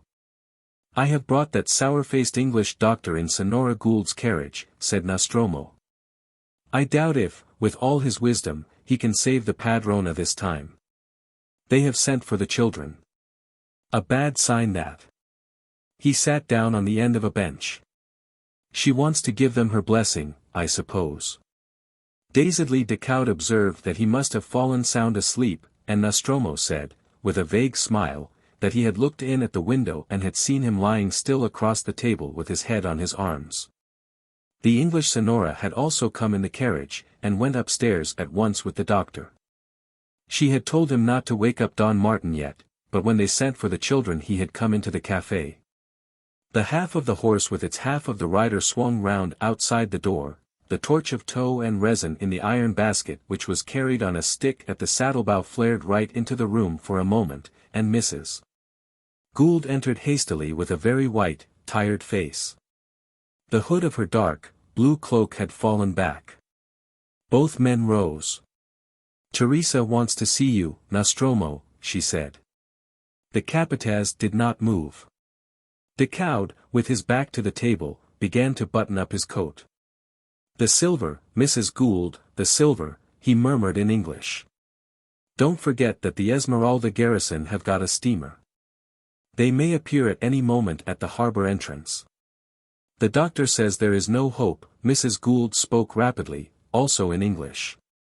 "I shall take you down to the wharf in my carriage and then come back to fetch away the girls." She changed swiftly into Spanish to address Nostromo. "Why are you wasting time?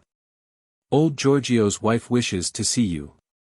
"I am going to her, Senora," muttered the capataz. Dr. Monaghan now showed himself, bringing back the children. To Mrs. Gould's inquiring glance he only shook his head and went outside at once, followed by Nostromo. The horse of the torchbearer, motionless, hung his head low, and the rider had dropped the reins to light a cigarette. The glare of the torch played on the front of the house crossed by the big black letters of its inscription in which only the word Italia was lighted fully. The patch of wavering glare reached as far as Mrs. Gould's carriage waiting on the road, with the yellow-faced, portly Ignacio apparently dozing on the box. By his side Basilio, dark and skinny, held a Winchester carbine in front of him, with both hands, and peered fearfully into the darkness. Nostromo touched lightly the doctor's shoulder. "Is she really dying, Senor Doctor?" "Yes," said the doctor, with a strange twitch of his scarred cheek. "And why she wants to see you I cannot imagine." "She has been like that before," suggested Nostromo, looking away. "Well, capataz, I can assure you she will never be like that again," snarled Dr. Monaghan. "You may go to her or stay away." There is very little to be got from talking to the dying. But she told Dona Emilia in my hearing that she has been like a mother to you ever since you first set foot ashore here. See? And she never had a good word to say for me to anybody. It is more as if she could not forgive me for being alive, and such a man, too, as she would have liked her son to be. Maybe, exclaimed a mournful deep voice near them. Women have their own ways of tormenting themselves. Giorgio Viola had come out of the house. He threw a heavy black shadow in the torchlight, and the glare fell on his big face, on the great bushy head of white hair. He motioned the capataz indoors with his extended arm. Dar. Monaghan, after busying himself with a little medicament box of polished wood on the seat of the landau, turned to old Giorgio and thrust into his big, trembling hand one of the glass-stoppered bottles out of the case. "Give her a spoonful of this now and then, in water," he said. "It will make her easier." "And there is nothing more for her?" asked the old man, patiently. "No. Not on earth," said the doctor, with his back to him, clicking the lock of the medicine case. Nostromo slowly crossed the large kitchen, all dark but for the glow of a heap of charcoal under the heavy mantel of the cooking range, where water was boiling in an iron pot with a loud bubbling sound. Between the two walls of a narrow staircase a bright light streamed from the sick room above. And the magnificent capataz de cargadores stepping noiselessly in soft leather sandals, bushy whiskered, his muscular neck and bronzed chest bare in the open check shirt, resembled a Mediterranean sailor just come ashore from some wine or fruit-laden felucca. At the top he paused, broad-shouldered, narrow-hipped and supple, looking at the large bed, like a white couch of state, with a profusion of snowy linen, amongst which the padrona sat unpropped and bowed, her handsome, black-browed face bent over her chest. A mass of raven hair with only a few white threads in it covered her shoulders, one thick strand fallen forward half veiled her cheek. Perfectly motionless in that pose, expressing physical anxiety and unrest, she turned her eyes alone towards Nostromo. The capataz had a red sash wound many times round his waist, and a heavy silver ring on the forefinger of the hand he raised to give a twist to his mustache. Their revolutions," gasped Signora Teresa. "Look, Gian Battista, it has killed me at last." Nostromo said nothing, and the sick woman with an upward glance insisted. "Look, this one has killed me, while you were away fighting for what did not concern you, foolish man." "Why talk like this?" mumbled the capataz between his teeth. "Will you never believe in my good sense? It concerns me to keep on being what I am, every day alike." "You never change, indeed," she said, bitterly. "Always thinking of yourself and taking your pay out in fine words from those who care nothing for you." There was between them an intimacy of antagonism as close in its way as the intimacy of accord and affection. He had not walked along the way of Teresa's expectations. It was she who had encouraged him to leave his ship, in the hope of securing a friend and defender for the girls. The wife of old Giorgio was aware of her precarious health, and was haunted by the fear of her aged husband's loneliness and the unprotected state of the children. She had wanted to annex that apparently quiet and steady young man, affectionate and pliable, an orphan from his tenderest age, as he had told her, with no ties in Italy except an uncle, owner and master of a felucca, from whose ill usage he had run away before he was 14. He had seemed to her courageous, a hard worker, determined to make his way in the world. From gratitude and the ties of habit he would become like a son to herself and Giorgio, and then, who knows, when Linda had grown up. 10 years difference between husband and wife was not so much. Her own great man was nearly 20 years older than herself.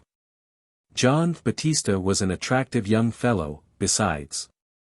Attractive to men, women, and children, just by that profound quietness of personality which, like a serene twilight, rendered more seductive the promise of his vigorous form and the resolution of his conduct.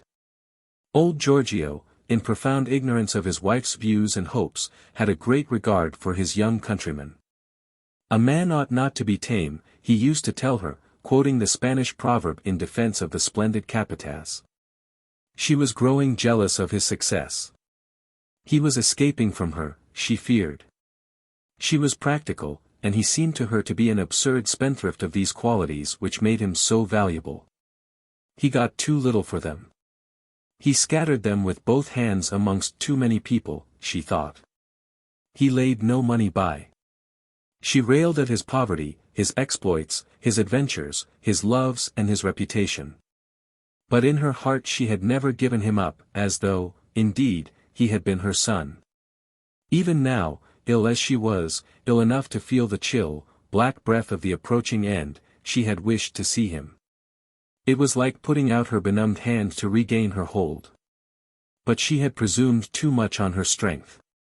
She could not command her thoughts, they had become dim, like her vision.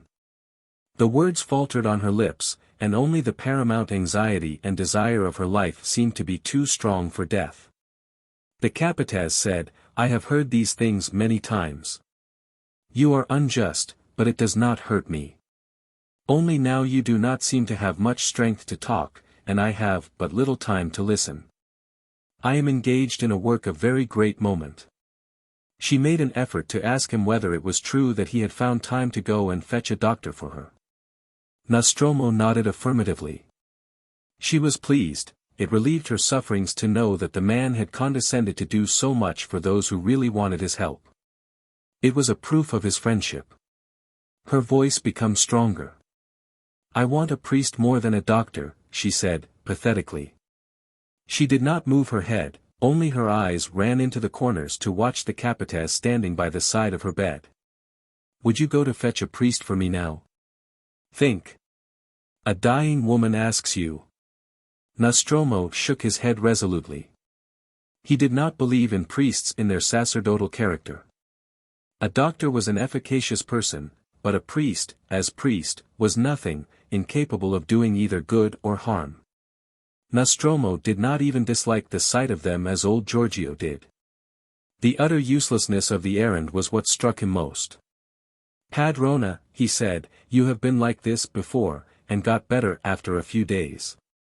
I have given you already the very last moments I can spare. Ask Senora Gould to send you one."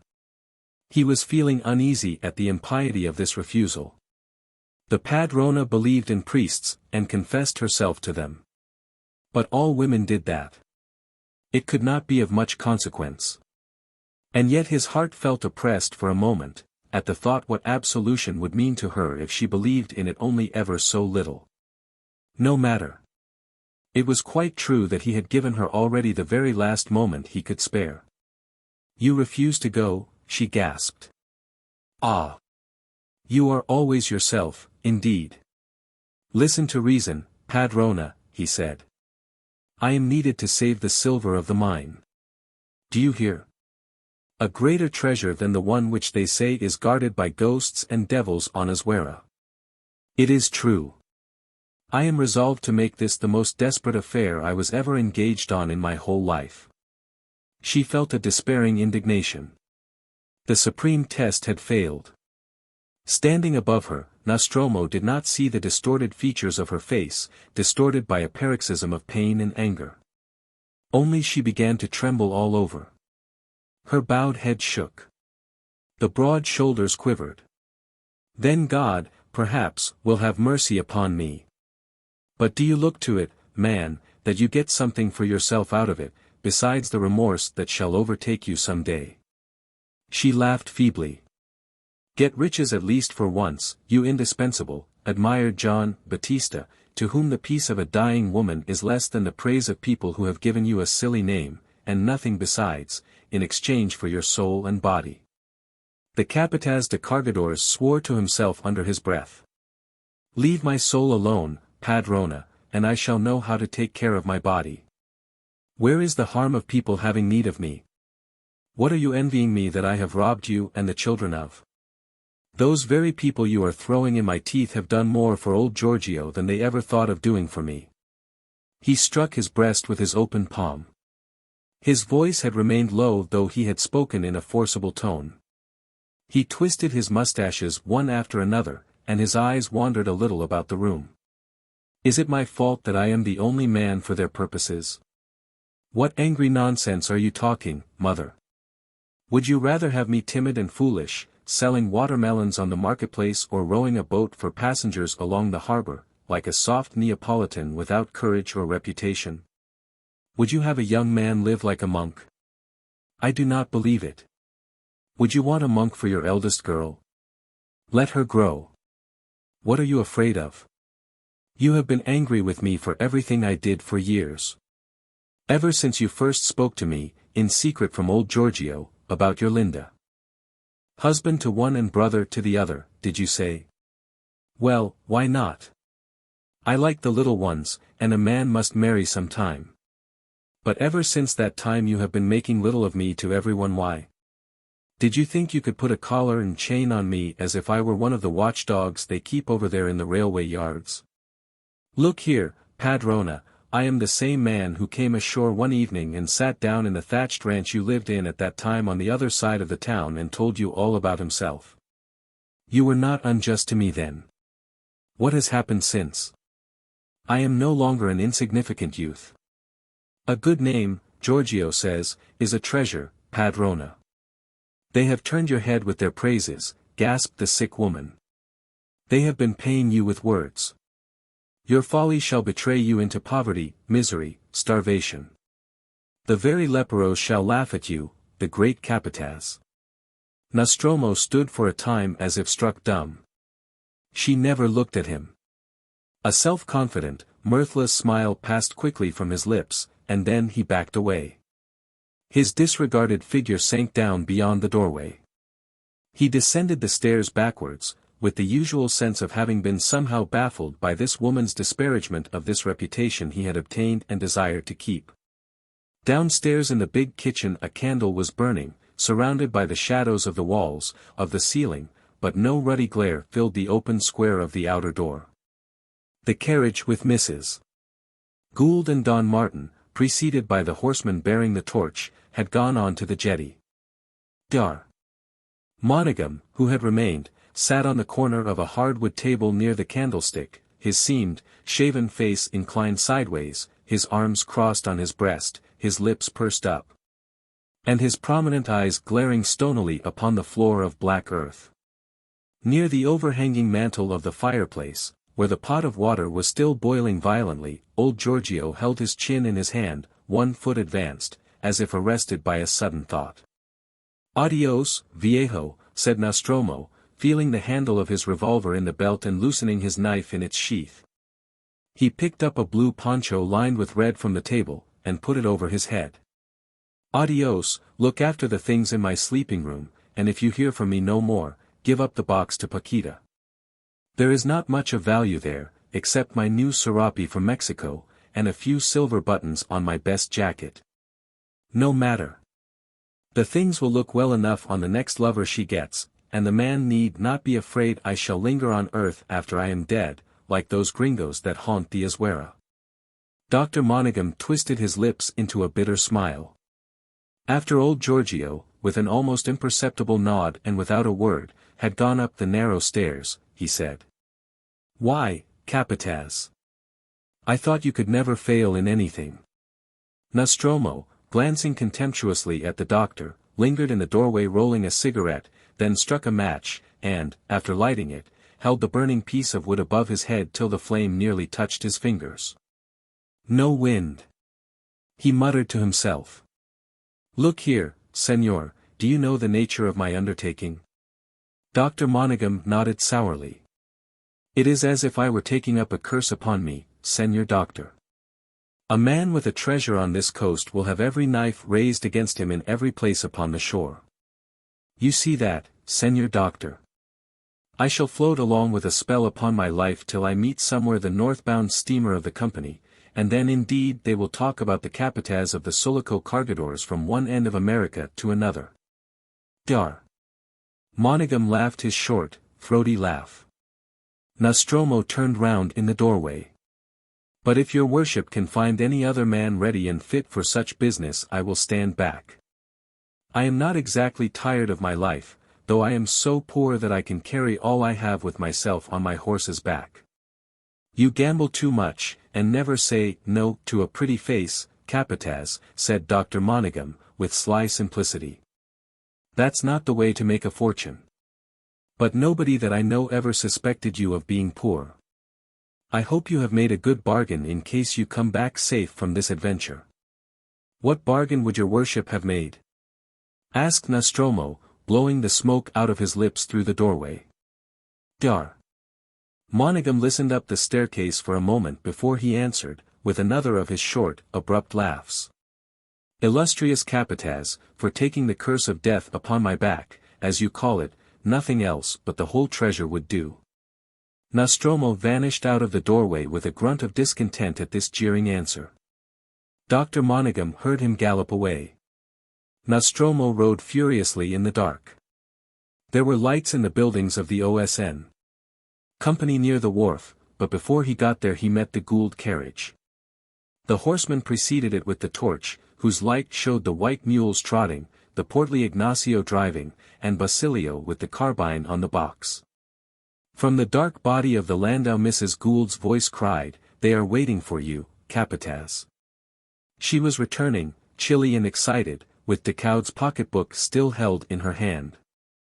He had confided it to her to send to his sister. "Perhaps my last words to her," he had said, pressing Mrs. Gould's hand. The Capataz never checked his speed. At the head of the wharf vague figures with rifles leapt to the head of his horse. Others closed upon him, cargadores of the company posted by Captain Mitchell on the watch. At a word from him they fell back with subservient murmurs, recognizing his voice. At the other end of the jetty, near a cargo crane, in a dark group with glowing cigars, his name was pronounced in a tone of relief. Most of the Europeans in Sulaco were there, rallied round Charles Gould, as if the silver of the mine had been the emblem of a common cause, the symbol of the supreme importance of material interests. They had loaded it into the lighter with their own hands.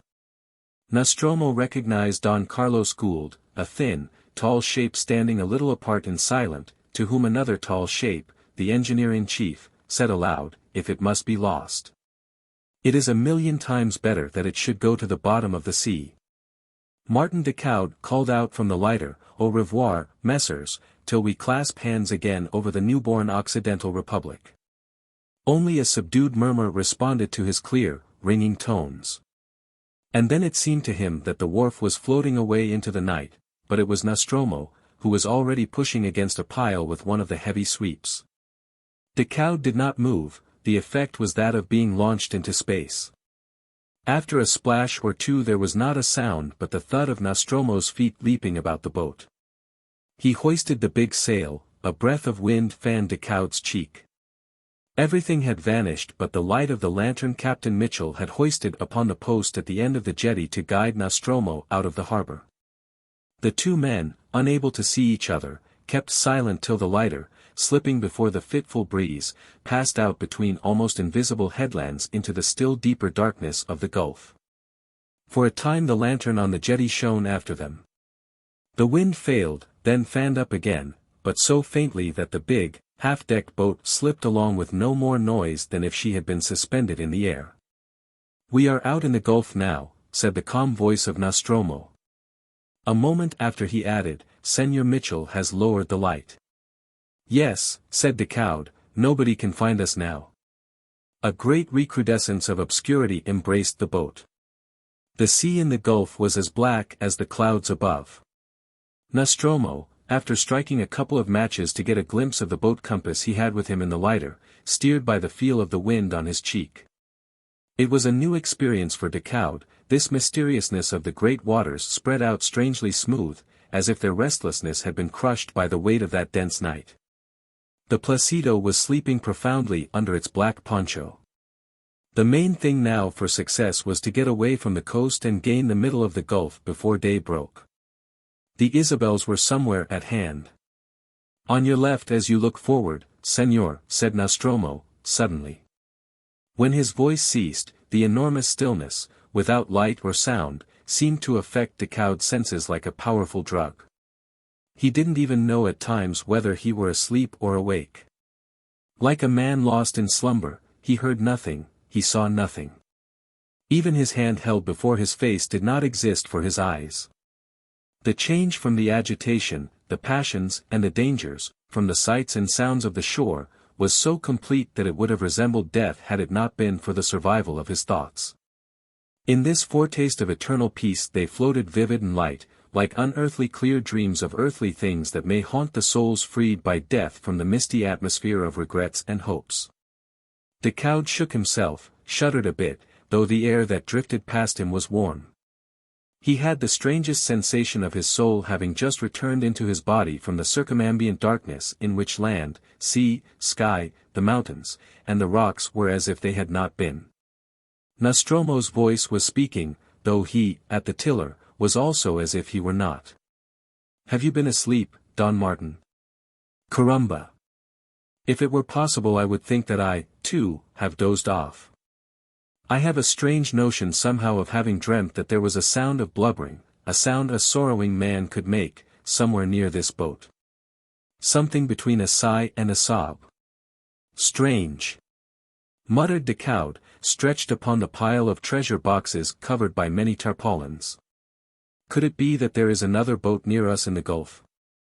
We could not see it, you know." Nostromo laughed a little at the absurdity of the idea. They dismissed it from their minds. The solitude could almost be felt. And when the breeze ceased, the blackness seemed to weigh upon Decaud like a stone. "This is overpowering," he muttered.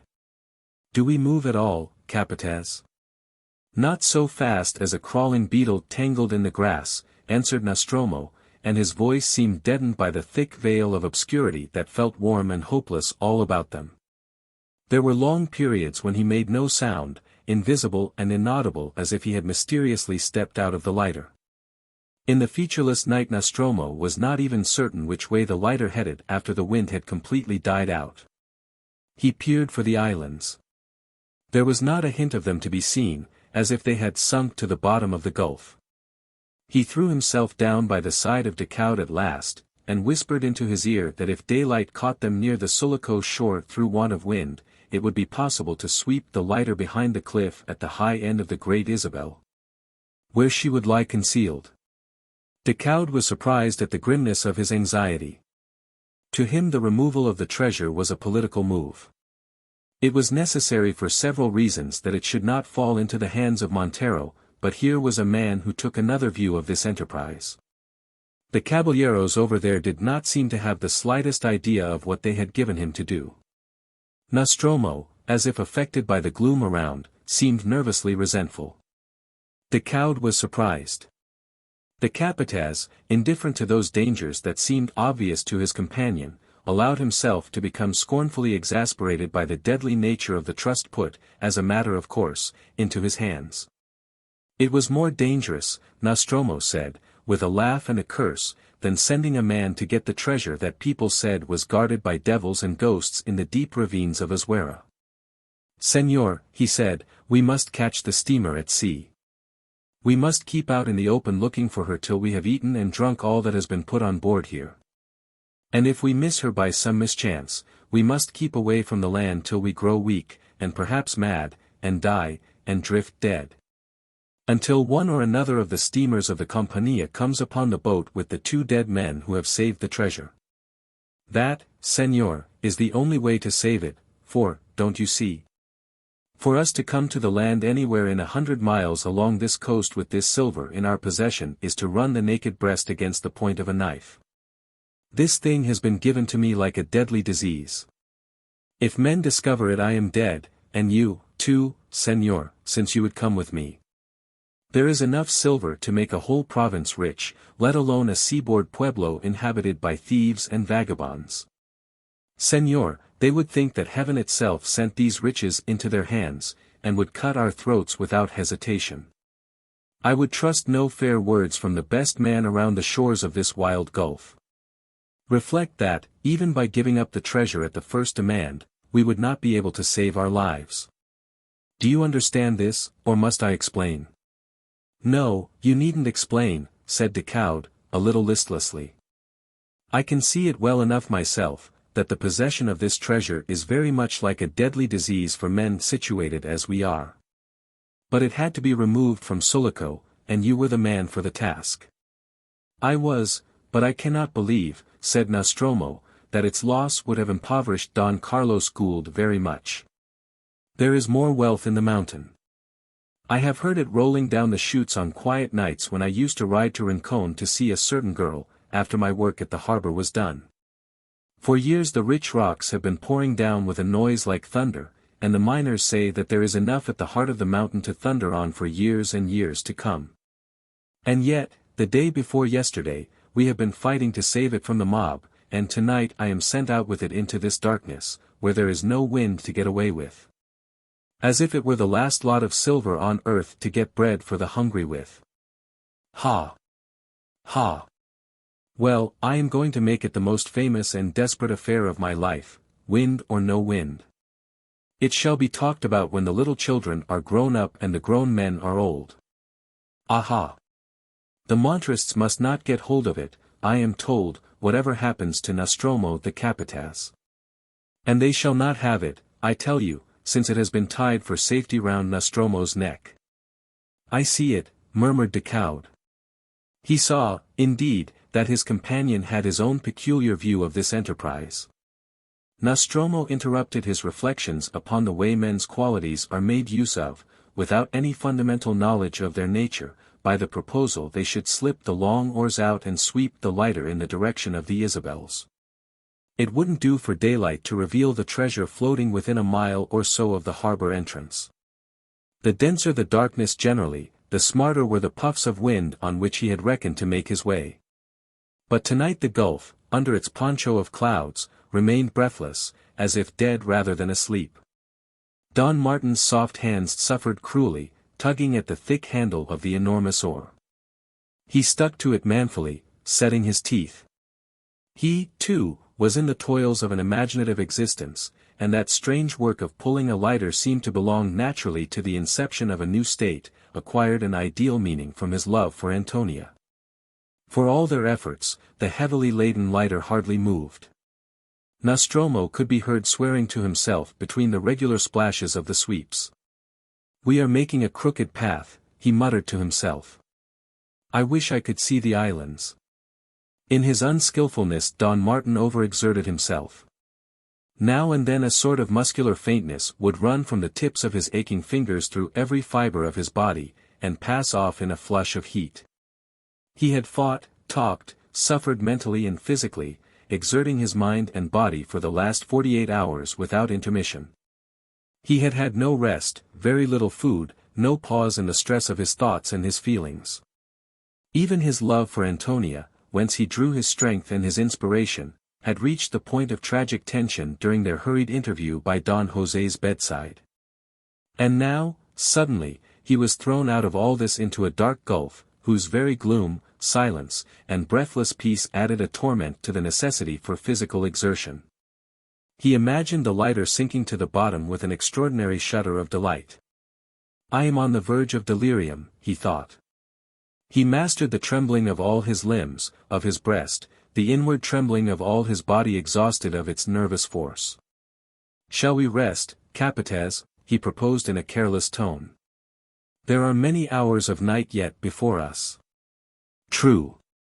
It is but a mile or so, I suppose." "Rest your arms, Señor, if that is what you mean. You will find no other sort of rest, I can promise you, since you let yourself be bound to this treasure whose loss would make no poor man poorer." "No, Señor. There is no rest till we find a northbound steamer, or else some ship finds us drifting about stretched out dead upon the Englishman's silver. Or rather, no, por Dios. I shall cut down the gunwale with the axe right to the water's edge before thirst and hunger rob me of my strength. By all the saints and devils I shall let the sea have the treasure rather than give it up to any stranger. Since it was the good pleasure of the caballeros to send me off on such an errand, they shall learn I am just the man they take me for." Decaud lay on the silver boxes panting.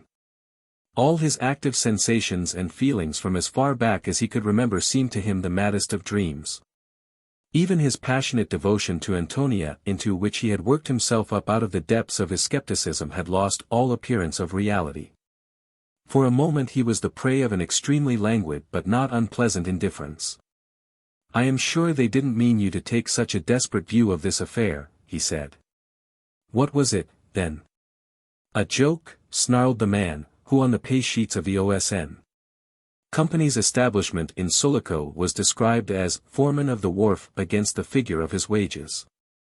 Was it for a joke they woke me up from my sleep after 2 days of street fighting to make me stake my life upon a bad card? Everybody knows, too, that I am not a lucky gambler. Yes, everybody knows of your good luck with women, Capataz, Decaud propitiated his companion in a weary drawl. Look here, Senor, Nostromo went on. I never even remonstrated about this affair. Directly I heard what was wanted I saw what a desperate affair it must be, and I made up my mind to see it out. Every minute was of importance. I had to wait for you first. Then, when we arrived at the Italia Una, old Giorgio shouted to me to go for the English doctor. Later on, that poor dying woman wanted to see me, as you know. Senor, I was reluctant to go. I felt already this cursed silver growing heavy upon my back, and I was afraid that, knowing herself to be dying, she would ask me to ride off again for a priest. Father Corbelan, who is fearless, would have come at a word. But Father Corbelan is far away, safe with the band of Hernandez, and the populace, that would have liked to tear him to pieces, are much incensed against the priests. Not a single fat padre would have consented to put his head out of his hiding place tonight to save a Christian soul, except, perhaps, under my protection. That was in her mind. I pretended I did not believe she was going to die. Senor, I refuse to fetch a priest for a dying woman. Decaud was heard to stir. You did, Capataz, he exclaimed, his tone changed. Well, you know, it was rather fine. You do not believe in priests, Don Martin. Neither do I. What was the use of wasting time? But she believes in them. The thing sticks in my throat.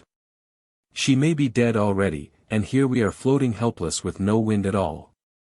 Curse on all superstition. She died thinking I deprived her of paradise, I suppose. It shall be the most desperate affair of my life. Decaud remained lost in reflection. He tried to analyze the sensations awaked by what he had been told. The voice of the Capataz was heard again. Now, Don Martin, let us take up the sweeps and try to find the Isabels. It is either that or sinking the lighter if the day overtakes us. We must not forget that the steamer from Esmeralda with the soldiers may be coming along. We will pull straight on now. I have discovered a bit of a candle here, and we must take the risk of a small light to make a course by the boat compass. There is not enough wind to blow it out, may the curse of heaven fall upon this blind gulf. A small flame appeared burning quite straight. It showed fragmentarily the stout ribs and planking in the hollow, empty part of the lighter. Decaud could see Nostromo standing up to pull.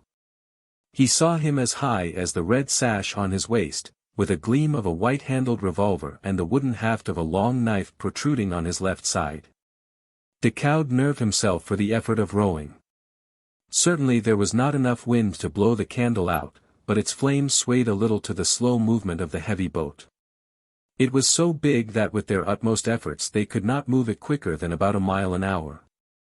This was sufficient, however, to sweep them amongst the Isabels long before daylight came.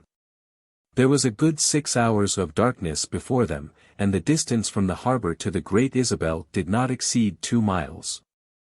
Decaud put this heavy toil to the account of the Capataz's impatience.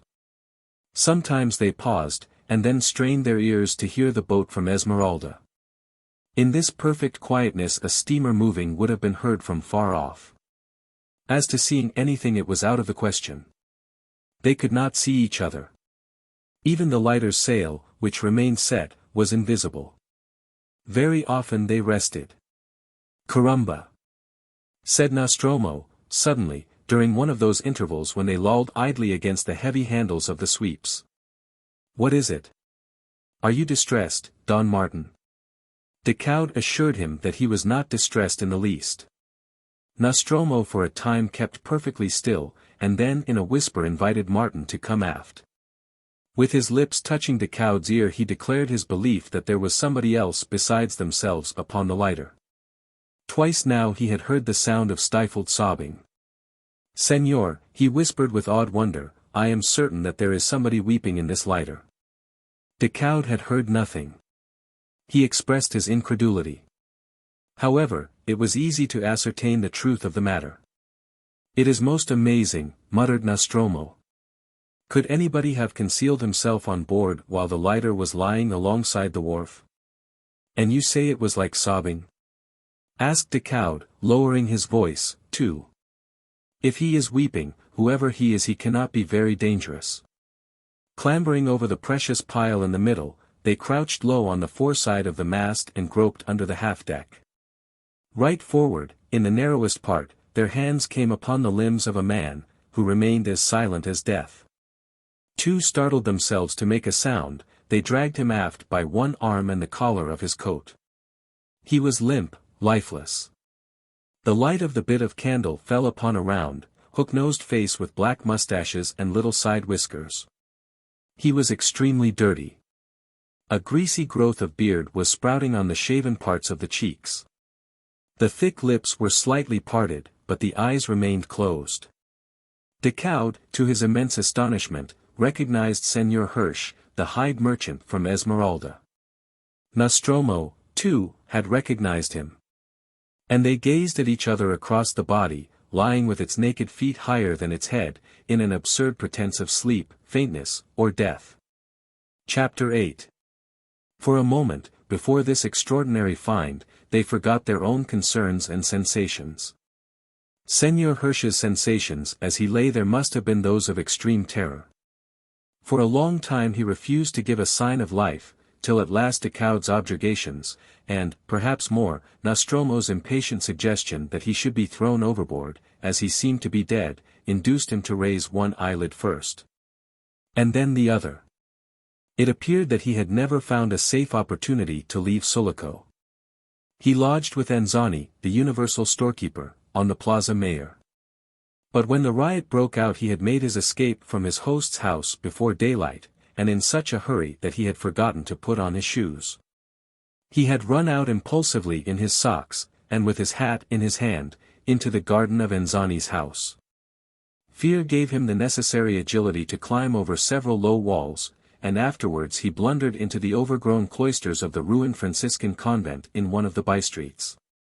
He forced himself into the midst of matted bushes with the recklessness of desperation, and this accounted for his scratched body and his torn clothing. He lay hidden there all day, his tongue cleaving to the roof of his mouth with all the intensity of thirst engendered by heat and fear. 3 times different bands of men invaded the place with shouts and imprecations, looking for Father Corbelan. But towards the evening, still lying on his face in the bushes, he thought he would die from the fear of silence. He was not very clear as to what had induced him to leave the place, but evidently he had got out and slunk successfully out of town along the deserted back lanes. He wandered in the darkness near the railway, so maddened by apprehension that he dared not even approach the fires of the pickets of Italian workmen guarding the line. He had a vague idea evidently of finding refuge in the railway yards, but the dogs rushed upon him, barking, men began to shout, a shot was fired at random. He fled away from the gates. By the merest accident, as it happened, he took the direction of the OSN Company's offices. Twice he stumbled upon the bodies of men killed during the day. But everything living frightened him much more. He crouched, crept, crawled, made dashes, guided by a sort of animal instinct, keeping away from every light and from every sound of voices. His idea was to throw himself at the feet of Captain Mitchell and beg for shelter in the company's offices. It was all dark there as he approached on his hands and knees, but suddenly someone on guard challenged loudly, "Quien vive?" There were more dead men lying about, and he flattened himself down at once by the side of a cold corpse. He heard a voice saying, "Here is one of those wounded rascals crawling about. Shall I go and finish him?" And another voice objected that it was not safe to go out without a lantern upon such an errand. Perhaps it was only some Negro liberal looking for a chance to stick a knife into the stomach of an honest man. Hirsch didn't stay to hear any more, but crawling away to the end of the wharf, hid himself amongst a lot of empty casks. After a while some people came along, talking, and with glowing cigarettes. He did not stop to ask himself whether they would be likely to do him any harm, but bolted incontinently along the jetty, saw a lighter lying moored at the end, and threw himself into it. In his desire to find cover he crept right forward under the half-deck, and he had remained there more dead than alive, suffering agonies of hunger and thirst, and almost fainting with terror. When he heard numerous footsteps and the voices of the Europeans who came in a body escorting the wagon-load of treasure, pushed along the rails by a squad of cargadores.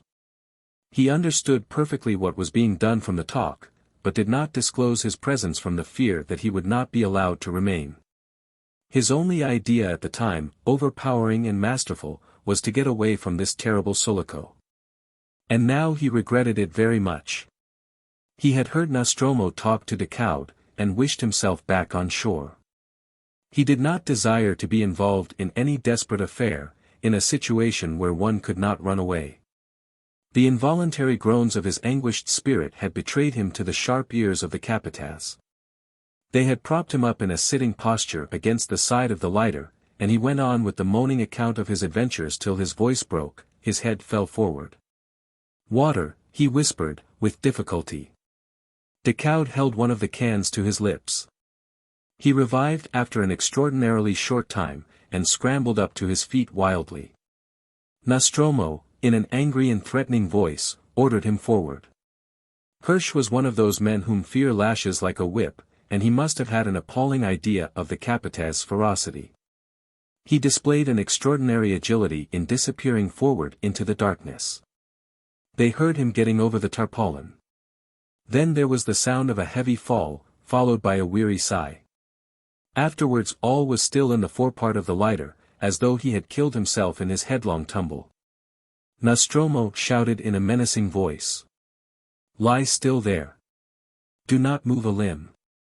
If I hear as much as a loud breath from you I shall come over there and put a bullet through your head." The mere presence of a coward, however passive, brings an element of treachery into a dangerous situation.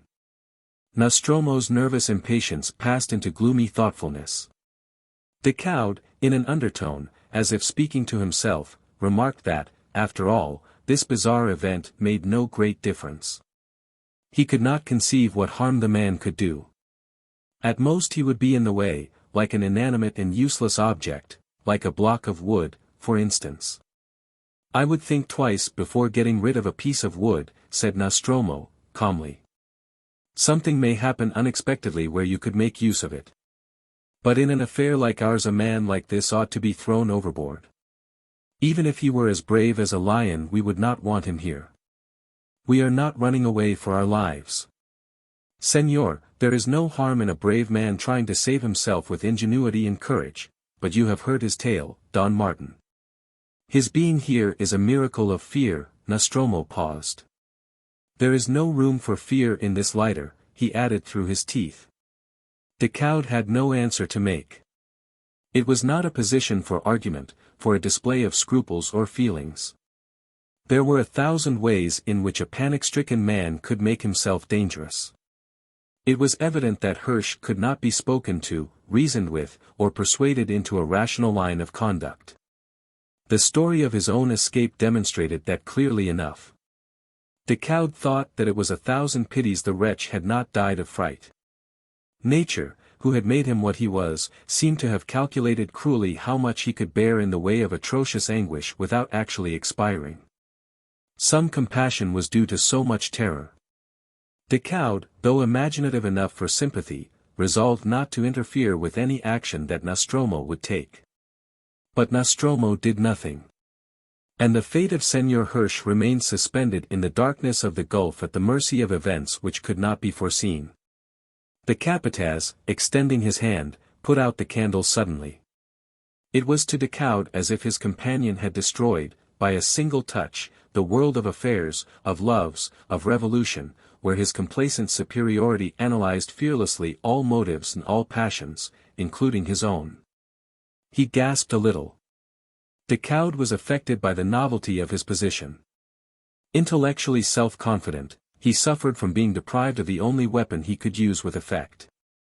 No intelligence could penetrate the darkness of the placid gulf. There remained only one thing he was certain of, and that was the overweening vanity of his companion. It was direct, uncomplicated, naive, and effectual. Decaud, who had been making use of him, had tried to understand his man thoroughly. He had discovered a complete singleness of motive behind the varied manifestations of a consistent character. This was why the man remained so astonishingly simple in the jealous greatness of his conceit. And now there was a complication. It was evident that he resented having been given a task in which there were so many chances of failure. I wonder, thought Decaud, how he would behave if I were not here. He heard Nostromo mutter again, "No. There is no room for fear on this lighter. Courage itself does not seem good enough. I have a good eye and a steady hand, no man can say he ever saw me tired or uncertain what to do. But por Dios, Don Martin, I have been sent out into this black calm on a business where neither a good eye, nor a steady hand, nor judgment are any use." He swore a string of oaths in Spanish and Italian under his breath. "Nothing but sheer desperation will do for this affair." These words were in strange contrast to the prevailing peace, to this almost solid stillness of the gulf. A shower fell with an abrupt whispering sound all round the boat, and Decaud took off his hat, and, letting his head get wet, felt greatly refreshed. Presently a steady little draught of air caressed his cheek. The lighter began to move, but the shower distanced it. The drops ceased to fall upon his head and hands, the whispering died out in the distance. Nostromo emitted a grunt of satisfaction, and grasping the tiller, chirruped softly, as sailors do, to encourage the wind. Never for the last 3 days had Decaud felt less the need for what the capataz would call desperation. "I fancy I hear another shower on the water," he observed in a tone of quiet content. "I hope it will catch us up." Nostromo ceased chirping at once. "You hear another shower," he said, doubtfully.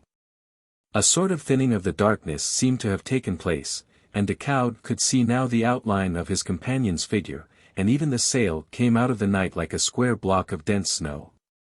The sound which Decaud had detected came along the water harshly. Nostromo recognized that noise partaking of a hiss and a rustle which spreads out on all sides of a steamer making her way through a smooth water on a quiet night. It could be nothing else but the captured transport with troops from Esmeralda. She carried no lights. The noise of her steaming, growing louder every minute, would stop at times altogether, and then begin again abruptly, and sound startlingly nearer. As if that invisible vessel, whose position could not be precisely guessed, were making straight for the lighter.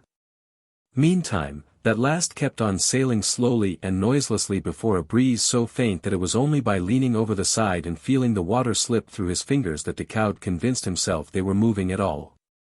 His drowsy feeling had departed. He was glad to know that the lighter was moving. After so much stillness the noise of the steamer seemed uproarious and distracting. There was a weirdness in not being able to see her. Suddenly all was still. She had stopped, but so close to them that the steam, blowing off, sent its rumbling vibration right over their heads. "They are trying to make out where they are," said Decaud in a whisper. Again he leaned over and put his fingers into the water. "We are moving quite smartly," he informed Nostromo. "We seem to be crossing her bows," said the capataz in a cautious tone. "But this is a blind game with death. Moving on is of no use. We mustn't be seen or heard." His whisper was hoarse with excitement. Of all his face there was nothing visible but a gleam of white eyeballs. His fingers gripped Decaud's shoulder. "That is the only way to save this treasure from this steamer full of soldiers. Any other would have carried lights. But you observe there is not a gleam to show us where she is." Decaud stood as if paralyzed, only his thoughts were wildly active. In the space of a second he remembered the desolate glance of Antonia as he left her at the bedside of her father in the gloomy house of Avellanos, with shuttered windows, but all the doors standing open. And deserted by all the servants except an old negro at the gate. He remembered the Casa Gould on his last visit, the arguments, the tones of his voice, the impenetrable attitude of Charles, Mrs. Gould's face so blanched with anxiety and fatigue that her eyes seemed to have changed color, appearing nearly black by contrast. Even whole sentences of the proclamation which he meant to make Barrios issue from his headquarters at Queda as soon as he got there passed through his mind. The very germ of the new state, the separationist proclamation which he had tried before he left to read hurriedly to Don José, stretched out on his bed under the fixed gaze of his daughter. God knows whether the old statesman had understood it. He was unable to speak, but he had certainly lifted his arm off the coverlet, his hand had moved as if to make the sign of the cross in the air, a gesture of blessing, of consent. Decoud had that very draft in his pocket, written in pencil on several loose sheets of paper, with the heavily printed heading, Administration of the San Tomé Silver Mine. Sulaco. Republic of Costaguana. He had written it furiously, snatching page after page on Charles Gould's table. Mrs. Gould had looked several times over his shoulder as he wrote. But the senior administrator, standing straddle-legged, would not even glance at it when it was finished. He had waved it away firmly. It must have been scorn, and not caution, since he never made a remark about the use of the administration's paper for such a compromising document. And that showed his disdain, the true English disdain of common prudence, as if everything outside the range of their own thoughts and feelings were unworthy of serious recognition. Decoud had the time in a second or two to become furiously angry with Charles Gould, and even resentful against Mrs. Gould, in whose care, tacitly it is true, he had left the safety of Antonia. Better perish 1,000 times than owe your preservation to such people, he exclaimed mentally. The grip of Nostromo's fingers never removed from his shoulder, tightening fiercely, recalled him to himself. The darkness is our friend, the Capataz murmured into his ear. I am going to lower the sail, and trust our escape to this black gulf. No eyes could make us out lying silent with a naked mast. I will do it now, before this steamer closes still more upon us. The faint creak of a block would betray us and the San Tomé treasure into the hands of those thieves. He moved about as warily as a cat. Decoud heard no sound. And it was only by the disappearance of the square blotch of darkness that he knew the yard had come down, lowered as carefully as if it had been made of glass. Next moment he heard Nostromo's quiet breathing by his side. You had better not move at all from where you are, Don Martin, advised the Capataz, earnestly. You might stumble or displace something which would make a noise. The sweeps and the punting poles are lying about. Move not for your life. Por Dios, Don Martin, he went on in a keen but friendly whisper, I am so desperate that if I didn't know your worship to be a man of courage, capable of standing stock still whatever happens, I would drive my knife into your heart. A death-like stillness surrounded the lighter. It was difficult to believe that there was near a steamer full of men with many pairs of eyes peering from her bridge for some hint of land in the night. Her steam had ceased blowing off, and she remained stopped too far off apparently for any other sound to reach the lighter. Perhaps you would, Capataz, Decoud began in a whisper. However, you need not trouble. There are other things than the fear of your knife to keep my heart steady. It shall not betray you. Only, have you forgotten? I spoke to you openly as to a man as desperate as myself, explained the Capataz. The silver must be saved from the Monterists. I told Captain Mitchell 3 times that I preferred to go alone. I told Don Carlos Gould, too. It was in the Casa Gould. They had sent for me. The ladies were there. And when I tried to explain why I did not wish to have you with me, they promised me, both of them, great rewards for your safety. A strange way to talk to a man you are sending out to an almost certain death. Those gentlefolk do not seem to have sense enough to understand what they are giving one to do. I told them I could do nothing for you. You would have been safer with the bandit Hernandez. It would have been possible to ride out of the town with no greater risk than a chance shot sent after you in the dark. But it was as if they had been deaf. I had to promise I would wait for you under the harbor gate. I did wait. And now because you are a brave man you are as safe as the silver. Neither more nor less. At that moment, as if by way of comment upon Nostromo's words, the invisible steamer went ahead at half speed only, as could be judged by the leisurely beat of her propeller. The sound shifted its place markedly, but without coming nearer. It even grew a little more distant right abeam of the lighter, and then ceased again.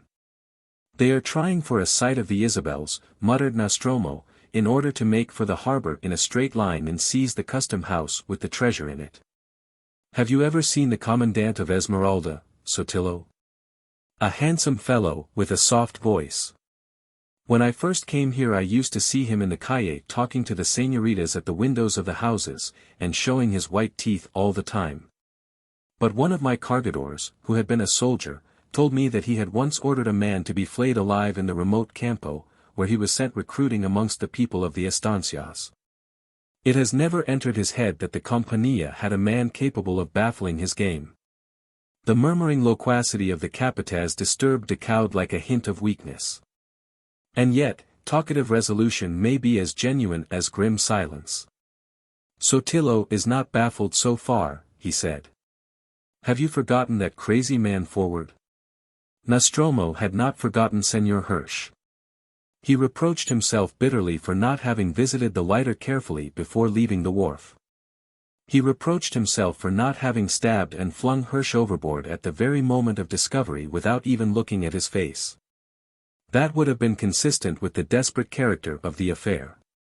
Whatever happened, Sotillo was already baffled. Even if that wretch, now as silent as death, did anything to betray the nearness of the lighter, Sotillo, if Sotillo it was in command of the troops on board, would be still baffled of his plunder.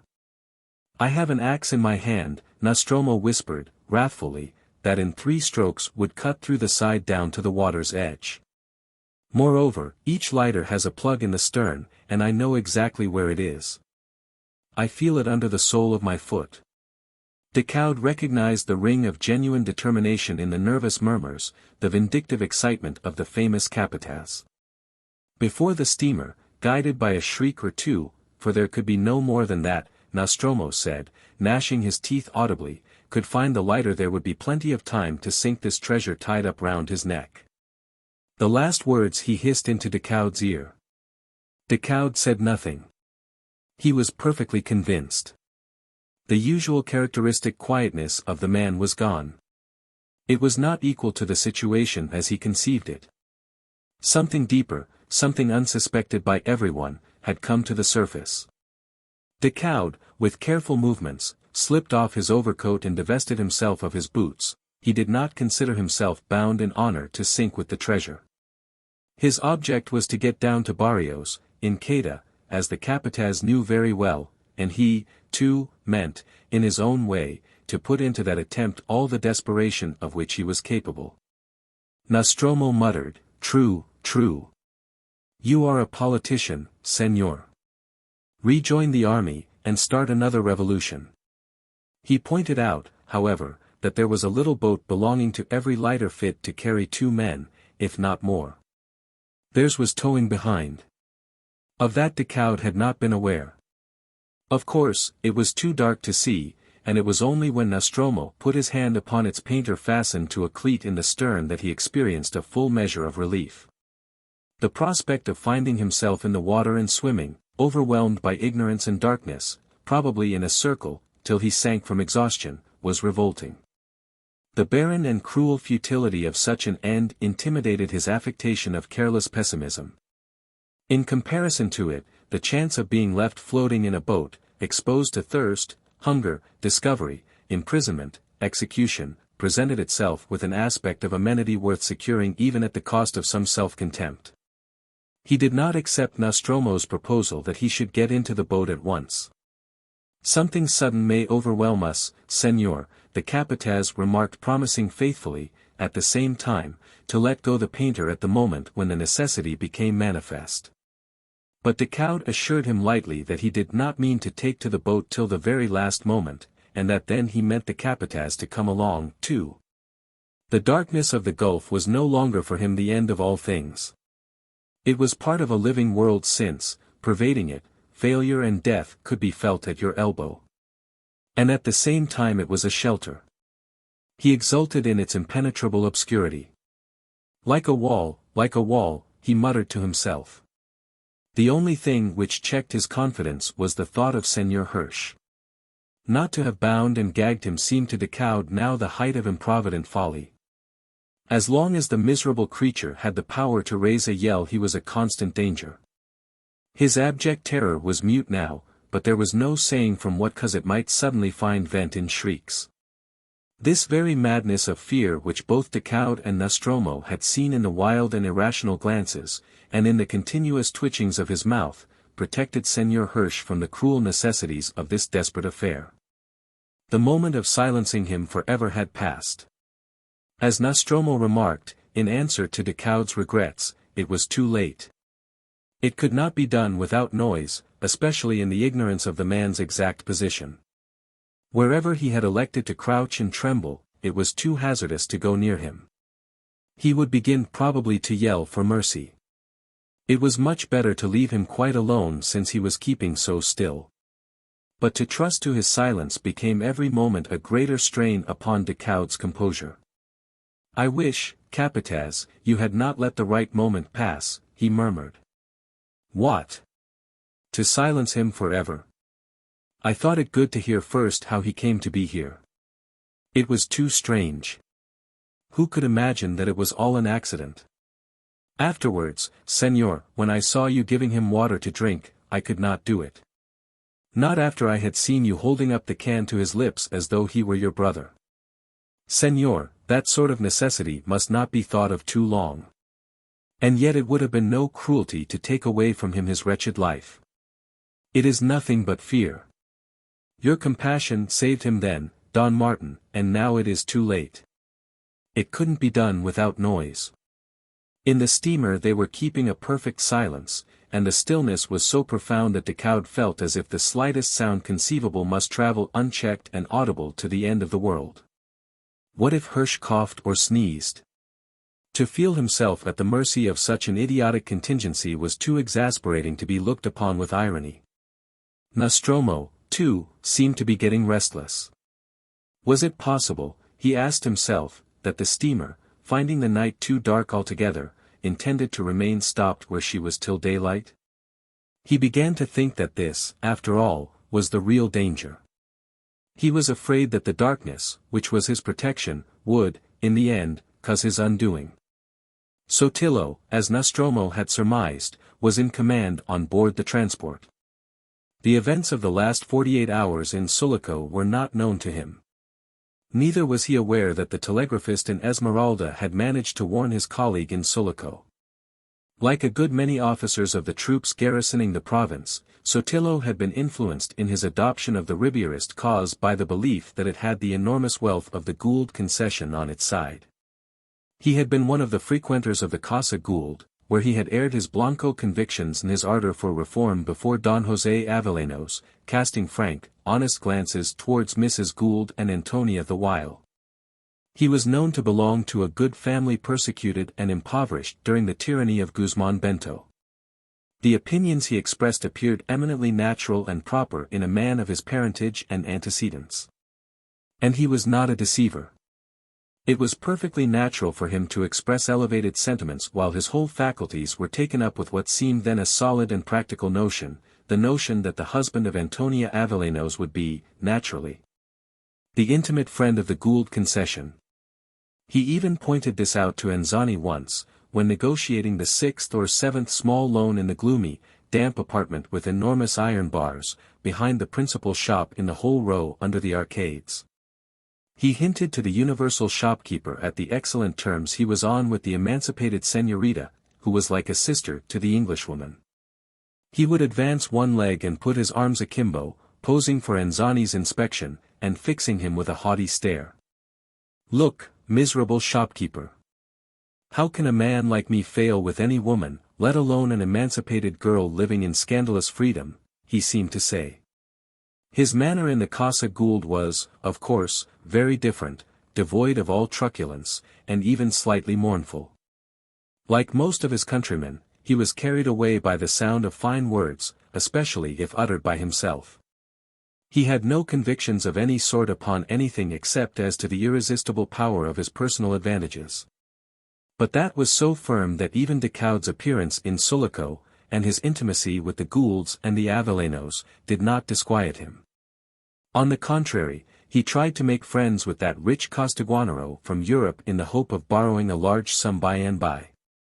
The only guiding motive of his life was to get money for the satisfaction of his expensive tastes, which he indulged recklessly, having no self-control. He imagined himself a master of intrigue, but his corruption was as simple as an animal instinct. At times, in solitude, he had his moments of ferocity, and also on such occasions as, for instance, when alone in a room with Anzani trying to get a loan. He had talked himself into the command of the Esmeralda garrison. That small seaport had its importance as the station of the main submarine cable connecting the Occidental provinces with the outer world, and the junction with it of the Sulaco branch. Don José Avellanos proposed him, and Barrios, with a rude and jeering guffaw, had said, "Oh, let Sotillo go. He is a very good man to keep guard over the cable, and the ladies of Esmeralda ought to have their turn." Barrios, an indubitably brave man, had no great opinion of Sotillo. It was through the Esmeralda cable alone that the San Tomé mine could be kept in constant touch with the great financier, whose tacit approval made the strength of the Ribierist movement. This movement had its adversaries even there. Sotillo governed Esmeralda with repressive severity till the adverse course of events upon the distant theatre of civil war forced upon him the reflection that, after all, the great silver mine was fated to become the spoil of the victors. But caution was necessary. He began by assuming a dark and mysterious attitude towards the faithful Ribierist municipality of Esmeralda. Later on, the information that the commandant was holding assemblies of officers in the dead of night, which had leaked out somehow, caused those gentlemen to neglect their civil duties altogether, and remain shut up in their houses. Suddenly one day all the letters from Sulaco by the overland courier were carried off by a file of soldiers from the post office to the commandantia, without disguise, concealment, or apology. Sotillo had heard through Queda of the final defeat of Ribiera. This was the first open sign of the change in his convictions. Presently notorious Democrats, who had been living till then in constant fear of arrest, leg irons, and even floggings, could be observed going in and out at the great door of the commandantia. Where the horses of the orderlies doze under their heavy saddles, while the men, in ragged uniforms and pointed straw hats, lounge on a bench, with their naked feet stuck out beyond the strip of shade. And a sentry, in a red baize coat with holes at the elbows, stands at the top of the steps glaring haughtily at the common people, who uncover their heads to him as they pass. Sotillo's ideas did not soar above the care for his personal safety and the chance of plundering the town in his charge, but he feared that such a late adhesion would earn but scant gratitude from the victors. He had believed just a little too long in the power of the San Tomé mine. The seized correspondence had confirmed his previous information of a large amount of silver ingots lying in the Sulaco custom house. To gain possession of it would be a clear Montrist move, a sort of service that would have to be rewarded. With the silver in his hands he could make terms for himself and his soldiers. He was aware neither of the riots, nor of the president's escape to Sulaco and the close pursuit led by Montero's brother, the guerrillero. The game seemed in his own hands. The initial moves were the seizure of the cable telegraph office and the securing of the government steamer lying in the narrow creek which is the harbor of Esmeralda. The last was effected without difficulty by a company of soldiers swarming with a rush over the gangways as she lay alongside the quay. But the lieutenant charged with the duty of arresting the telegraphist halted on the way before the only café in Esmeralda, where he distributed some brandy to his men, and refreshed himself at the expense of the owner, a known Ribierist. The whole party became intoxicated, and proceeded on their mission up the street yelling and firing random shots at the windows. This little festivity, which might have turned out dangerous to the telegraphist's life, enabled him in the end to send his warning to Sulaco. The lieutenant, staggering upstairs with a drawn saber, was before long kissing him on both cheeks in one of those swift changes of mood peculiar to a state of drunkenness. He clasped the telegraphist close round the neck, assuring him that all the officers of the Esmeralda garrison were going to be made colonels, while tears of happiness streamed down his sodden face. Thus it came about that the town major, coming along later, found the whole party sleeping on the stairs and in passages, and the telegraphist, who scorned this chance of escape, very busy clicking the key of the transmitter. The major led him away bareheaded, with his hands tied behind his back, but concealed the truth from Sotillo, who remained in ignorance of the warning dispatched to Sulaco. The colonel was not the man to let any sort of darkness stand in the way of the planned surprise. It appeared to him a dead certainty, his heart was set upon his object with an ungovernable, childlike impatience. Ever since the steamer had rounded Punta Mala, to enter the deeper shadow of the Gulf, he had remained on the bridge in a group of officers as excited as himself. Distracted between the coaxings and menaces of Sotillo and his staff, the miserable commander of the steamer kept her moving with as much prudence as they would let him exercise. Some of them had been drinking heavily, no doubt. But the prospect of laying hands on so much wealth made them absurdly foolhardy, and, at the same time, extremely anxious. The old major of the battalion, a stupid, suspicious man, who had never been afloat in his life, distinguished himself by putting out suddenly the binnacle light, the only one allowed on board for the necessities of navigation. He could not understand of what use it could be for finding the way. To the vehement protestations of the ship's captain, he stamped his foot and tapped the handle of his sword. "Aha! I have unmasked you," he cried, triumphantly. "You are tearing your hair from despair at my acuteness. Am I a child to believe that a light in that brass box can show you where the harbor is? I am an old soldier, I am. I can smell a traitor a league off. You wanted that gleam to betray our approach to your friend the Englishman. A thing like that show you the way. What a miserable lie. Que picardia. You Sulaco people are all in the pay of those foreigners. You deserve to be run through the body with my sword." Other officers, crowding round, tried to calm his indignation, repeating persuasively, "No, no. This is an appliance of the mariners, Major. This is no treachery." The captain of the transport flung himself face downwards on the bridge, and refused to rise. "Put an end to me at once," he repeated in a stifled voice. Sotillo had to interfere. The uproar and confusion on the bridge became so great that the helmsman fled from the wheel. He took refuge in the engine room, and alarmed the engineers, who, disregarding the threats of the soldiers set on guard over them, stopped the engines, protesting that they would rather be shot than run the risk of being drowned down below. This was the first time Nostromo and Decaud heard the steamer stop. After order had been restored, and the binnacle lamp relight, she went ahead again, passing wide of the lighter in her search for the Isabels. The group could not be made out, and, at the pitiful entreaties of the captain, Sotillo allowed the engines to be stopped again to wait for one of those periodical lightnings of darkness caused by the shifting of the cloud canopy spread above the waters of the Gulf.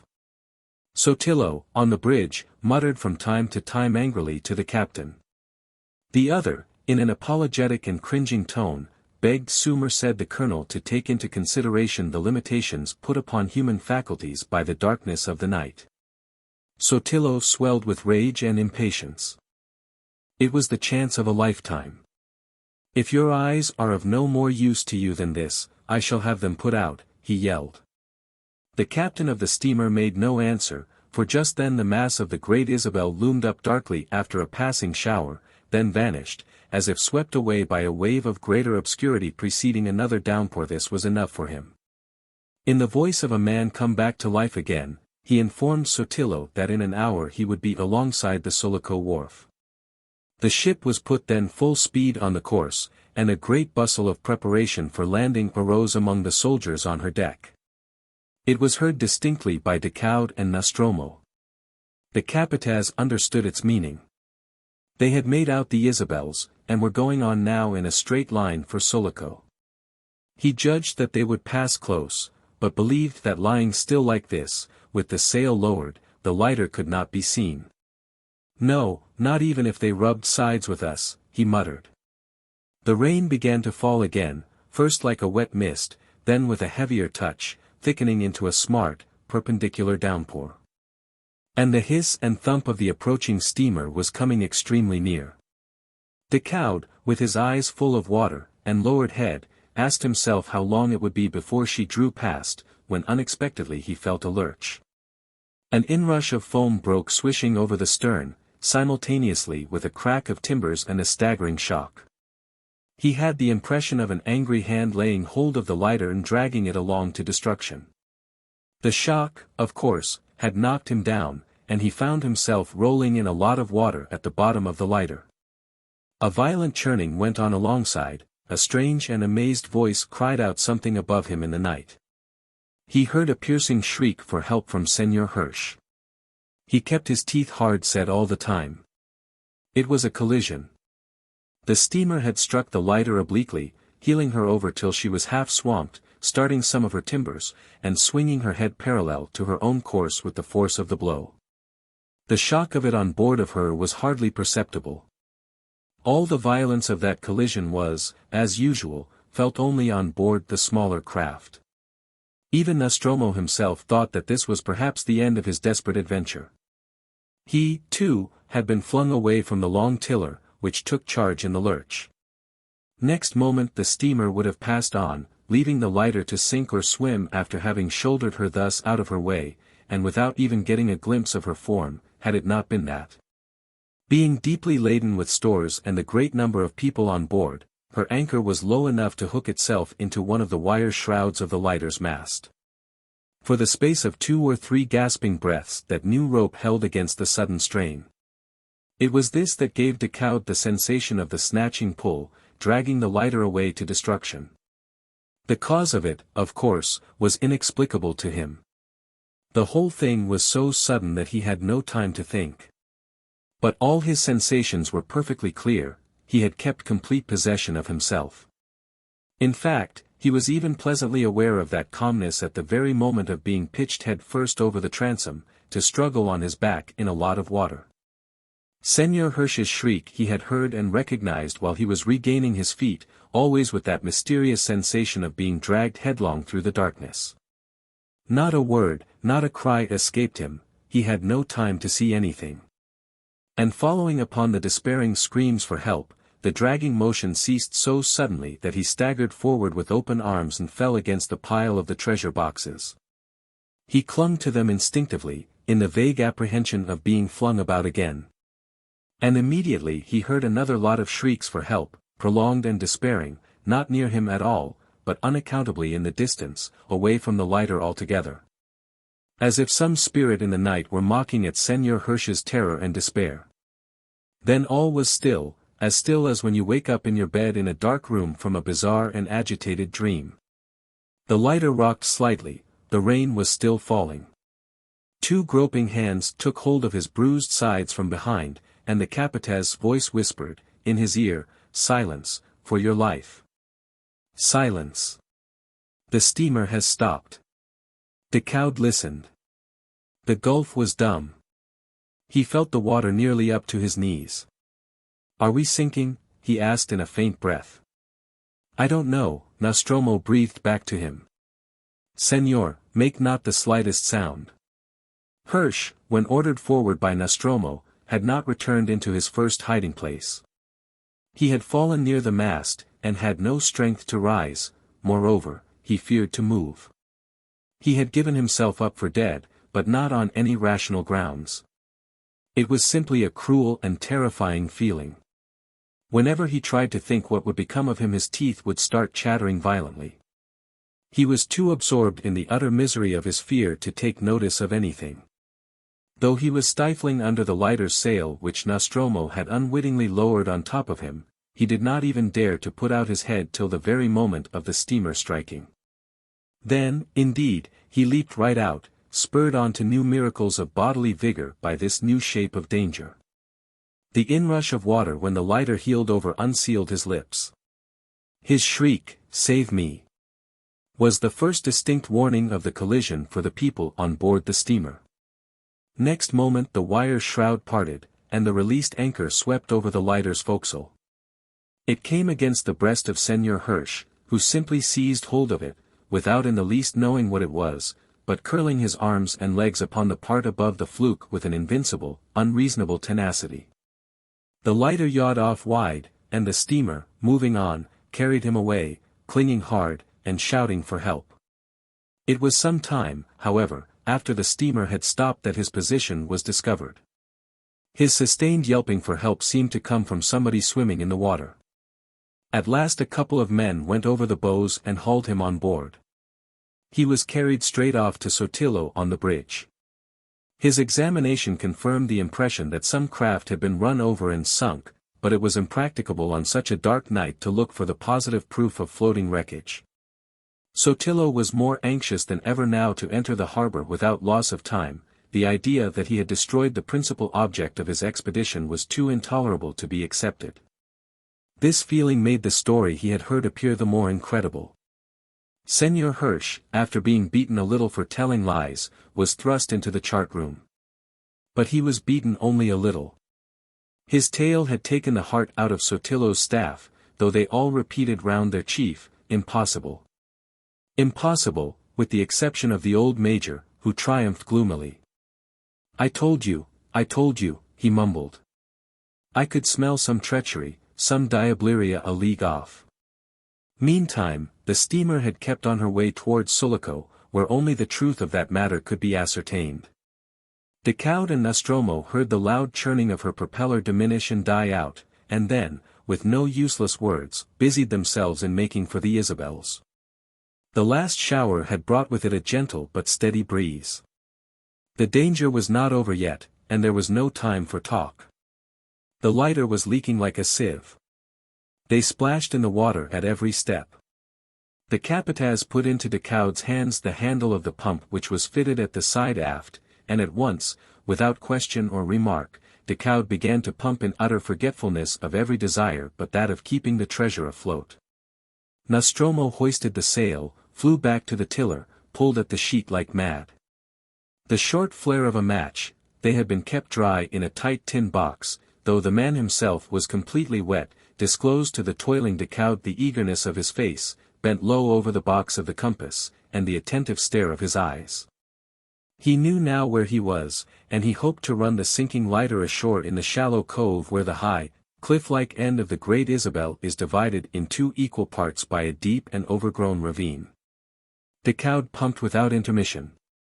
Nostromo steered without relaxing for a second the intense, peering effort of his stare. Each of them was as if utterly alone with his task. It did not occur to them to speak. There was nothing in common between them but the knowledge that the damaged lighter must be slowly but surely sinking. In that knowledge, which was like the crucial test of their desires, they seemed to have become completely estranged. As if they had discovered in the very shock of the collision that the loss of the lighter would not mean the same thing to them both. This common danger brought their differences in aim, in view, in character, and in position, into absolute prominence in the private vision of each. There was no bond of conviction, of common idea. They were merely two adventurers pursuing each his own adventure, involved in the same imminence of deadly peril. Therefore they had nothing to say to each other. But this peril, this only incontrovertible truth in which they shared, seemed to act as an inspiration to their mental and bodily powers. There was certainly something almost miraculous in the way the capataz made the cove with nothing but the shadowy hint of the island's shape and the vague gleam of a small sandy strip for a guide. Where the ravine opens between the cliffs, and a slender, shallow rivulet meanders out of the bushes to lose itself in the sea, the lighter was run ashore. And the two men, with a taciturn, undaunted energy, began to discharge her precious freight. Carrying each oxhide box up the bed of the rivulet beyond the bushes to a hollow place which the caving in of the soil had made below the roots of a large tree. Its big smooth trunk leaned like a falling column far over the trickle of water running amongst the loose stones. A couple of years before Nostromo had spent a whole Sunday, all alone, exploring the island. He explained this to Decaud after their task was done, and they sat, weary in every limb, with their legs hanging down the low bank, and their backs against the tree. Like a pair of blind men aware of each other and their surroundings by some indefinable sixth sense. Yes, Nostromo repeated, I never forget a place I have carefully looked at once. He spoke slowly, almost lazily, as if there had been a whole leisurely life before him, instead of the scanty 2 hours before daylight. The existence of the treasure, barely concealed in this improbable spot, laid a burden of secrecy upon every contemplated step, upon every intention and plan of future conduct. He felt the partial failure of this desperate affair entrusted to the great reputation he had known how to make for himself. However, it was also a partial success. His vanity was half appeased. His nervous irritation had subsided. You never know what may be of use, he pursued with his usual quietness of tone and manner. I spent a whole miserable Sunday in exploring this crumb of land. A misanthropic sort of occupation, muttered Decaud, viciously. You had no money, I suppose, to gamble with, and to fling about amongst the girls in your usual haunts, Capataz. E vero, exclaimed the Capataz, surprised into the use of his native tongue by so much perspicacity. I had not. Therefore I did not want to go amongst those beggarly people accustomed to my generosity. It is looked for from the Capataz of the Cargadores, who are the rich men, and, as it were, the caballeros amongst the common people. I don't care for cards but as a pastime, and as to those girls that boast of having opened their doors to my knock, you know I wouldn't look at any one of them twice except for what the people would say. They are queer, the good people of Sulaco, and I have got much useful information simply by listening patiently to the talk of the women that everybody believed I was in love with. Poor Teresa could never understand that. On that particular Sunday, Senor, she scolded so that I went out of the house swearing that I would never darken their door again unless to fetch away my hammock and my chest of clothes. Senor, there is nothing more exasperating than to hear a woman you respect rail against your good reputation when you have not a single brass coin in your pocket. I untied one of the small boats and pulled myself out of the harbor with nothing but 3 cigars in my pocket to help me spend the day on this island. But the water of this rivulet you hear under your feet is cool and sweet and good, Senor, both before and after a smoke. He was silent for a while, then added reflectively, that was the first Sunday after I brought down the white-whiskered English Rico all the way down the mountains from the Paramo on the top of the Entrada Pass, and in the coach, too. No coach had gone up or down that mountain road within the memory of man, Senor, till I brought this one down in charge of 50 peons working like one man with ropes, pickaxes, and poles under my direction. That was the rich Englishman who, as people say, pays for the making of this railway. He was very pleased with me. But my wages were not due till the end of the month. He slid down the bank suddenly. Decaud heard the splash of his feet in the brook and followed his footsteps down the ravine. His form was lost among the bushes till he had reached the strip of sand under the cliff. As often happens in the Gulf when the showers during the first part of the night had been frequent and heavy, the darkness had thinned considerably towards the morning though there were no signs of daylight as yet. The cargo lighter, relieved of its precious burden, rocked feebly, half afloat, with her forefoot on the sand. A long rope stretched away like a black cotton thread across the strip of white beach to the grapnel Nostromo had carried ashore and hooked to the stem of a tree-like shrub in the very opening of the ravine. There was nothing for Decaud but to remain on the island. He received from Nostromo's hands whatever food the foresight of Captain Mitchell had put on board the lighter and deposited it temporarily in the little dinghy which on their arrival they had hauled up out of sight amongst the bushes. It was to be left with him. The island was to be a hiding place, not a prison. He could pull out to a passing ship. The OSN Company's mail boats passed close to the islands when going into Sulaco from the north. But the Minerva, carrying off the ex-president, had taken the news up north of the disturbances in Sulaco. It was possible that the next steamer down would get instructions to miss the port altogether since the town, as far as the Minerva's officers knew, was for the time being in the hands of the rabble. This would mean that there would be no steamer for a month, as far as the mail service went, but Decaud had to take his chance of that. The island was his only shelter from the proscription hanging over his head. The Capataz was, of course, going back. The unloaded lighter leaked much less, and he thought that she would keep afloat as far as the harbor. He passed to Decaud, standing knee-deep alongside, one of the two spades which belonged to the equipment of each lighter for use when ballasting ships. By working with it carefully as soon as there was daylight enough to see, Decaud could loosen a mass of earth and stones overhanging the cavity in which they had deposited the treasure, so that it would look as if it had fallen naturally. It would cover up not only the cavity, but even all traces of their work, the footsteps, the displaced stones, and even the broken bushes. Besides, who would think of looking either for you or the treasure here? Nostromo continued, as if he could not tear himself away from the spot. Nobody is ever likely to come here. What could any man want with this piece of earth as long as there is room for his feet on the mainland? The people in this country are not curious. There are even no fishermen here to intrude upon your worship. All the fishing that is done in the Gulf goes on near Zapiga, over there. Senor, if you are forced to leave this island before anything can be arranged for you, do not try to make for Zapiga. It is a settlement of thieves and matreros, where they would cut your throat promptly for the sake of your gold watch and chain. And, senor, think twice before confiding in anyone whatever, even in the officers of the company's steamers, if you ever get on board one. Honesty alone is not enough for security. You must look to discretion and prudence in a man. And always remember, senor, before you open your lips for a confidence, that this treasure may be left safely here for hundreds of years. Time is on its side, senor. And silver is an incorruptible metal that can be trusted to keep its value forever. An incorruptible metal, he repeated, as if the idea had given him a profound pleasure. As some men are said to be, Decaud pronounced, inscrutably, while the capataz, who busied himself in bailing out the lighter with a wooden bucket, went on throwing the water over the side with a regular splash.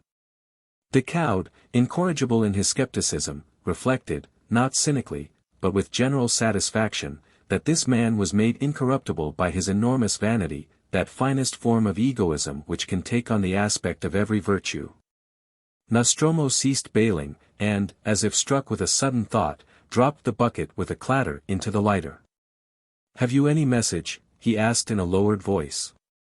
"Remember, I shall be asked questions. You must find the hopeful words that ought to be spoken to the people in town. I trust for that your intelligence and your experience, capataz. You understand?" "Si, senor." "For the ladies?" "Yes, yes," said Decaud, hastily. "Your wonderful reputation will make them attach great value to your words, therefore be careful what you say. I am looking forward," he continued, feeling the fatal touch of contempt for himself to which his complex nature was subject, "I am looking forward to a glorious and successful ending to my mission. Do you hear, capataz? Use the words glorious and successful when you speak to the señorita. Your own mission is accomplished gloriously and successfully. You have indubitably saved the silver of the mine. Not only this silver, but probably all the silver that shall ever come out of it." Nostromo detected the ironic tone. "I dare say, Señor Don Martin," he said, moodily. "There are very few things that I am not equal to. Ask the foreign signori. I, a man of the people, who cannot always understand what you mean. But as to this lot which I must leave here, let me tell you that I would believe it in greater safety if you had not been with me at all." An exclamation escaped Decaud, and a short pause followed. "Shall I go back with you to Sulaco?" he asked in an angry tone. "Shall I strike you dead with my knife where you stand?" retorted Nostromo, contemptuously. "It would be the same thing as taking you to Sulaco. Come, senor. Your reputation is in your politics, and mine is bound up with the fate of this silver. Do you wonder I wish there had been no other man to share my knowledge? I wanted no one with me, senor. You could not have kept the lighter afloat without me," Decaud almost shouted. "You would have gone to the bottom with her." "Yes," uttered Nostromo, slowly, "alone." Here was a man, Decaud reflected, that seemed as though he would have preferred to die rather than deface the perfect form of his egoism. Such a man was safe. In silence he helped the capataz to get the grapnel on board. Nostromo cleared the shelving shore with one push of the heavy oar, and Decaud found himself solitary on the beach like a man in a dream. A sudden desire to hear a human voice once more seized upon his heart. The lighter was hardly distinguishable from the black water upon which she floated. "What do you think has become of Hirsch?" he shouted. "Knocked overboard and drowned," cried Nostromo's voice confidently out of the black wastes of sky and sea around the islet. "Keep close in the ravine, senor. I shall try to come out to you in a night or two." A slight swishing rustle showed that Nostromo was setting the sail. It filled all at once with a sound as of a single loud drum tap. Decaud went back to the ravine. Nostromo, at the tiller, looked back from time to time at the vanishing mass of the great Isabel, which, little by little, merged into the uniform texture of the night. At last, when he turned his head again, he saw nothing but a smooth darkness, like a solid wall. Then he, too, experienced that feeling of solitude which had weighed heavily on Decaud after the lighter had slipped off the shore. But while the man on the island was oppressed by a bizarre sense of unreality affecting the very ground upon which he walked, the mind of the capataz of the cargadores turned alertly to the problem of future conduct. Nostromo's faculties, working on parallel lines, enabled him to steer straight, to keep a lookout for Hermosa, near which he had to pass, and to try to imagine what would happen tomorrow in Sulaco. Tomorrow, or, as a matter of fact, today, since the dawn was not very far, Sotillo would find out in what way the treasure had gone.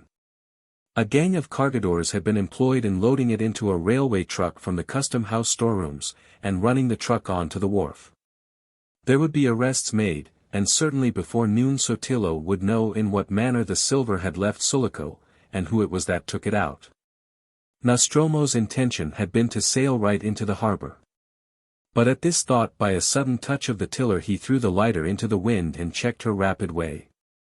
His reappearance with the very boat would raise suspicions, would cause surmises, would absolutely put Sotillo on the track.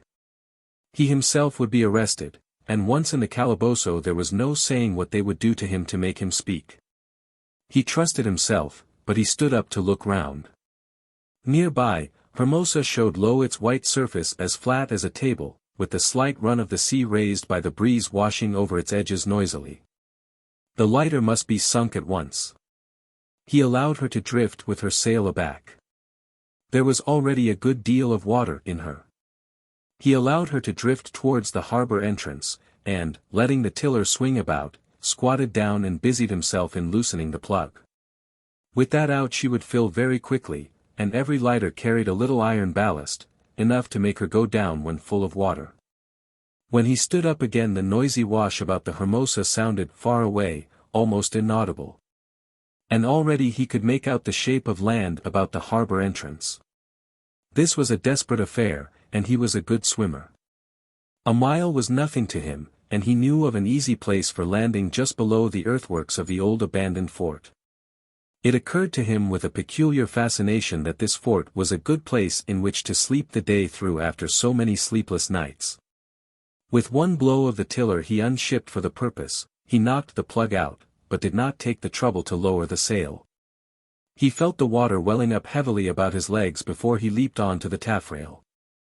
There, upright and motionless, in his shirt and trousers only, he stood waiting. When he had felt her settle he sprang far away with a mighty splash. At once he turned his head. The gloomy, clouded dawn from behind the mountains showed him on the smooth waters the upper corner of the sail, a dark wet triangle of canvas waving slightly to and fro. He saw it vanish, as if jerked under, and then struck out for the shore. Part 3. The Lighthouse. Chapter 1.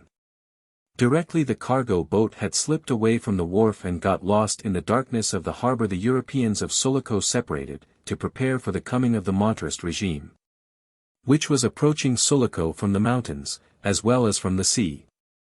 This bit of manual work in loading the silver was their last concerted action. It ended the 3 days of danger, during which, according to the newspaper press of Europe, their energy had preserved the town from the calamities of popular disorder.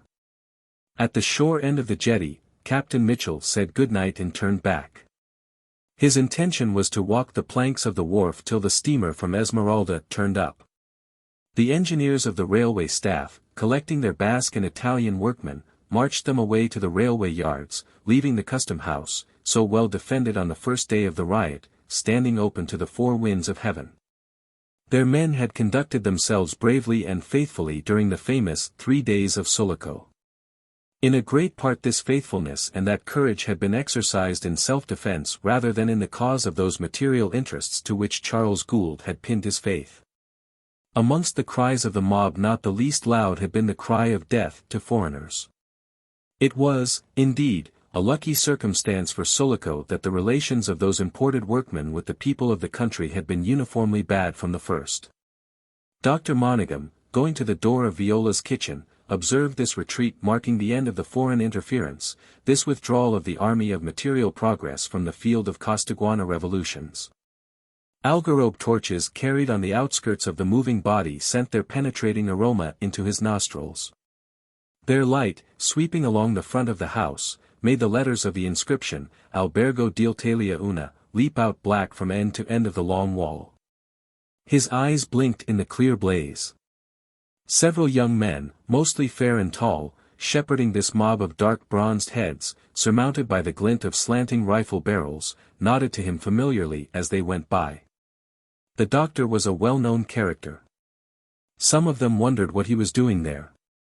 Then, on the flank of their workmen they tramped on, following the line of rails. "Withdrawing your people from the harbor," said the doctor, addressing himself to the chief engineer of the railway, who had accompanied Charles Gould so far on his way to the town, walking by the side of the horse, with his hand on the saddle-bow. They had stopped just outside the open door to let the workmen cross the road. "As quick as I can." "We are not a political faction," answered the engineer, meaningly. "And we are not going to give our new rulers a handle against the railway." "You approve me, Gould?" "Absolutely," said Charles Gould's impassive voice, high up and outside the dim parallelogram of light falling on the road through the open door. With Sotillo expected from one side, and Pedro Montero from the other, the engineer-in-chief's only anxiety now was to avoid a collision with either. Sulaco, for him, was a railway station, a terminus, workshops, a great accumulation of stores. As against the mob the railway defended its property, but politically the railway was neutral. He was a brave man. And in that spirit of neutrality he had carried proposals of truce to the self-appointed chiefs of the popular party, the deputies Fuentes and Camacho. Bullets were still flying about when he had crossed the plaza on that mission, waving above his head a white napkin belonging to the table linen of the Amarilla Club. He was rather proud of this exploit. And reflecting that the doctor, busy all day with the wounded in the patio of the Casa Gould, had not had time to hear the news, he began a succinct narrative. He had communicated to them the intelligence from the construction camp as to Pedro Montero. The brother of the victorious general, he had assured them, could be expected at Sulaco at any time now. This news, as he anticipated, when shouted out of the window by Señor Camacho, induced a rush of the mob along the Campo road towards Rincon.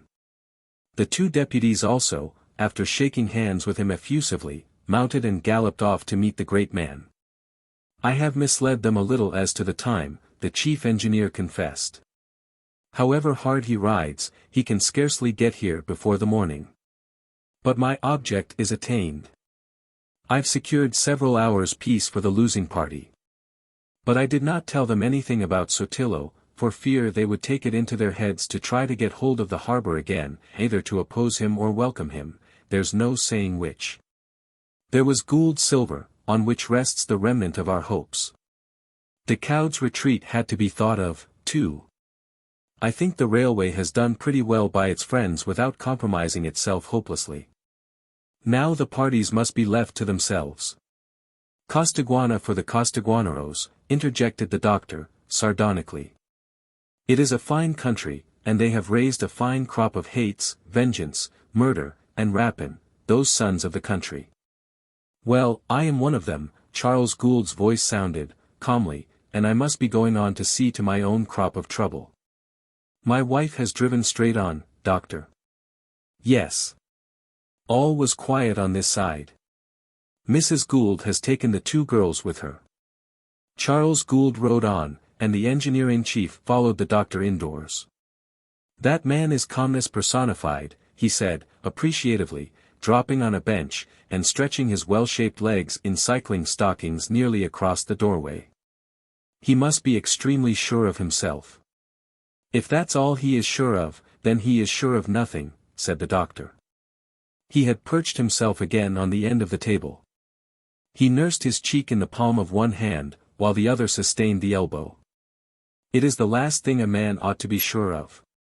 The candle, half consumed and burning dimly with a long wick, lighted up from below his inclined face, whose expression affected by the drawn-in cicatrices in the cheeks, had something vaguely unnatural, an exaggerated remorseful bitterness.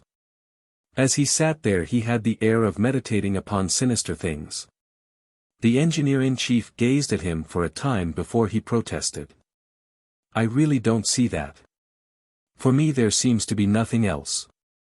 However, he was a wise man, but he could not quite conceal his contempt for that sort of paradox, in fact. Dr. Monaghan was not liked by the Europeans of Sulaco. His outward aspect of an outcast, which he preserved even in Mrs. Gould's drawing-room, provoked unfavorable criticism. There could be no doubt of his intelligence, and as he had lived for over 20 years in the country, the pessimism of his outlook could not be altogether ignored. But instinctively, in self-defense of their activities and hopes, his hearers put it to the account of some hidden imperfection in the man's character. It was known that many years before, when quite young, he had been made by Guzman Bento chief medical officer of the army. Not one of the Europeans then in the service of Costaguana had been so much liked and trusted by the fierce old dictator. Afterwards his story was not so clear. It lost itself amongst the innumerable tales of conspiracies and plots against the tyrant as a stream is lost in an arid belt of sandy country before it emerges, diminished and troubled, perhaps, on the other side. The doctor made no secret of it that he had lived for years in the wildest parts of the Republic, wandering with almost unknown Indian tribes in the great forests of the far interior where the great rivers have their sources. But it was mere aimless wandering. He had written nothing, collected nothing, brought nothing for science out of the twilight of the forests, which seemed to cling to his battered personality limping about Sulaco, where it had drifted in casually. Only to get stranded on the shores of the sea. It was also known that he had lived in a state of destitution till the arrival of the Goulds from Europe. Don Carlos and Dona Emilia had taken up the mad English doctor, when it became apparent that for all his savage independence he could be tamed by kindness. Perhaps it was only hunger that had tamed him. In years gone by he had certainly been acquainted with Charles Gould's father in Sta Marta, and now, no matter what were the dark passages of his history, as the medical officer of the San Tomé mine he became a recognized personality. He was recognized, but not unreservedly accepted. So much defiant eccentricity and such an outspoken scorn for mankind seemed to point to mere recklessness of judgment, the bravado of guilt. Besides, since he had become again of some account, vague whispers had been heard that years ago, when fallen into disgrace and thrown into prison by Guzman Bento at the time of the so-called Great Conspiracy, he had betrayed some of his best friends amongst the conspirators. Nobody pretended to believe that whisper. The whole story of the Great Conspiracy was hopelessly involved and obscure. It is admitted in Costaguana that there never had been a conspiracy except in the diseased imagination of the tyrant. And, therefore, nothing and no one to betray, though the most distinguished Costaguaneros had been imprisoned and executed upon that accusation. The procedure had dragged on for years, decimating the better class like a pestilence. The mere expression of sorrow for the fate of executed kinsmen had been punished with death. Don José Avellanos was perhaps the only one living who knew the whole story of those unspeakable cruelties. He had suffered from them himself, and he, with a shrug of the shoulders and a nervous, jerky gesture of the arm, was wont to put away from him, as it were, every allusion to it. But whatever the reason, Dr. Monaghan, a personage in the administration of the Gould concession, treated with reverent awe by the miners, and indulged in his peculiarities by Mrs. Gould, remained somehow outside the pale. It was not from any liking for the doctor that the engineer-in-chief had lingered in the inn upon the plain. He liked old Viola much better. He had come to look upon the Albergo d'Italia Una as a dependence of the railway. Many of his subordinates had their quarters there. Mrs. Gould's interest in the family conferred upon it a sort of distinction. The engineer-in-chief, with an army of workers under his orders, appreciated the moral influence of the old Garibaldino upon his countrymen. His austere, old-world republicanism had a severe, soldier-like standard of faithfulness and duty, as if the world were a battlefield where men had to fight for the sake of universal love and brotherhood, instead of a more or less large share of booty. "Poor old chap," he said, after he had heard the doctor's account of Teresa. "He'll never be able to keep the place going by himself. I shall be sorry." "He's quite alone up there," grunted Dr. Monaghan, with a toss of his heavy head towards the narrow staircase. "Every living soul has cleared out, and Mrs. Gould took the girls away just now. It might not be over safe for them out here before very long. Of course, as a doctor I can do nothing more here. But she has asked me to stay with old Viola, and as I have no horse to get back to the mine, where I ought to be, I made no difficulty to stay. They can do without me in the town. I have a good mind to remain with you, doctor, till we see whether anything happens tonight at the harbor," declared the engineer-in-chief. "He must not be molested by Sotillo's soldiery, who may push on as far as this at once. Sotillo used to be very cordial to me at the Goulds and at the club. How that man'll ever dare to look any of his friends here in the face I can't imagine. He'll no doubt begin by shooting some of them to get over the first awkwardness," said the doctor. "Nothing in this country serves better your military man who has changed sides than a few summary executions." He spoke with a gloomy positiveness that left no room for protest. The engineer-in-chief did not attempt any. He simply nodded several times regretfully, then said, "I think we shall be able to mount you in the morning, doctor. Our peons have recovered some of our stampeded horses. By riding hard and taking a wide circuit by Los Hados and along the edge of the forest, clear of Rincon altogether, you may hope to reach the San Tomé bridge without being interfered with. The mine is just now, to my mind, the safest place for anybody at all compromised. I only wish the railway was as difficult to touch." "Am I compromised?" Dr. Monaghan brought out slowly after a short silence. "The whole Gould concession is compromised. It could not have remained forever outside the political life of the country, if those convulsions may be called life. The thing is, can it be touched? The moment was bound to come when neutrality would become impossible, and Charles Gould understood this well. I believe he is prepared for every extremity. A man of his sort has never contemplated remaining indefinitely at the mercy of ignorance and corruption. It was like being a prisoner in a cavern of banditti with the price of your ransom in your pocket, and buying your life from day to day. Your mere safety, not your liberty, mind, doctor. I know what I am talking about. The image at which you shrug your shoulders is perfectly correct, especially if you conceive such a prisoner endowed with the power of replenishing his pocket by means as remote from the faculties of his captors as if they were magic. You must have understood that as well as I do, doctor. He was in the position of the goose with the golden eggs. I broached this matter to him as far back as Sir John's visit here. The prisoner of stupid and greedy banditti is always at the mercy of the first imbecile ruffian, who may blow out his brains in a fit of temper or for some prospect of an immediate big haul. The tale of killing the goose with the golden eggs has not been evolved for nothing out of the wisdom of mankind. It is a story that will never grow old. That is why Charles Gould in his deep, dumb way has countenanced the Ribierist mandate, the first public act that promised him safety on other than venal grounds. Ribierism has failed, as everything merely rational fails in this country. But Gould remains logical in wishing to save this big lot of silver. Decaud's plan of a counter-revolution may be practicable or not, it may have a chance, or it may not have a chance. With all my experience of this revolutionary continent, I can hardly yet look at their methods seriously. Decaud has been reading to us his draft of a proclamation, and talking very well for 2 hours about his plan of action. He had arguments which should have appeared solid enough if we, members of old, stable political and national organizations, were not startled by the mere idea of a new state evolved like this out of the head of a scoffing young man fleeing for his life, with a proclamation in his pocket, to a rough, jeering, half-bred swashbuckler, who in this part of the world is called a general. It sounds like a comic fairy tale, and behold, it may come off, because it is true to the very spirit of the country. "Is the silver gone off, then?" asked the doctor, moodily. The chief engineer pulled out his watch.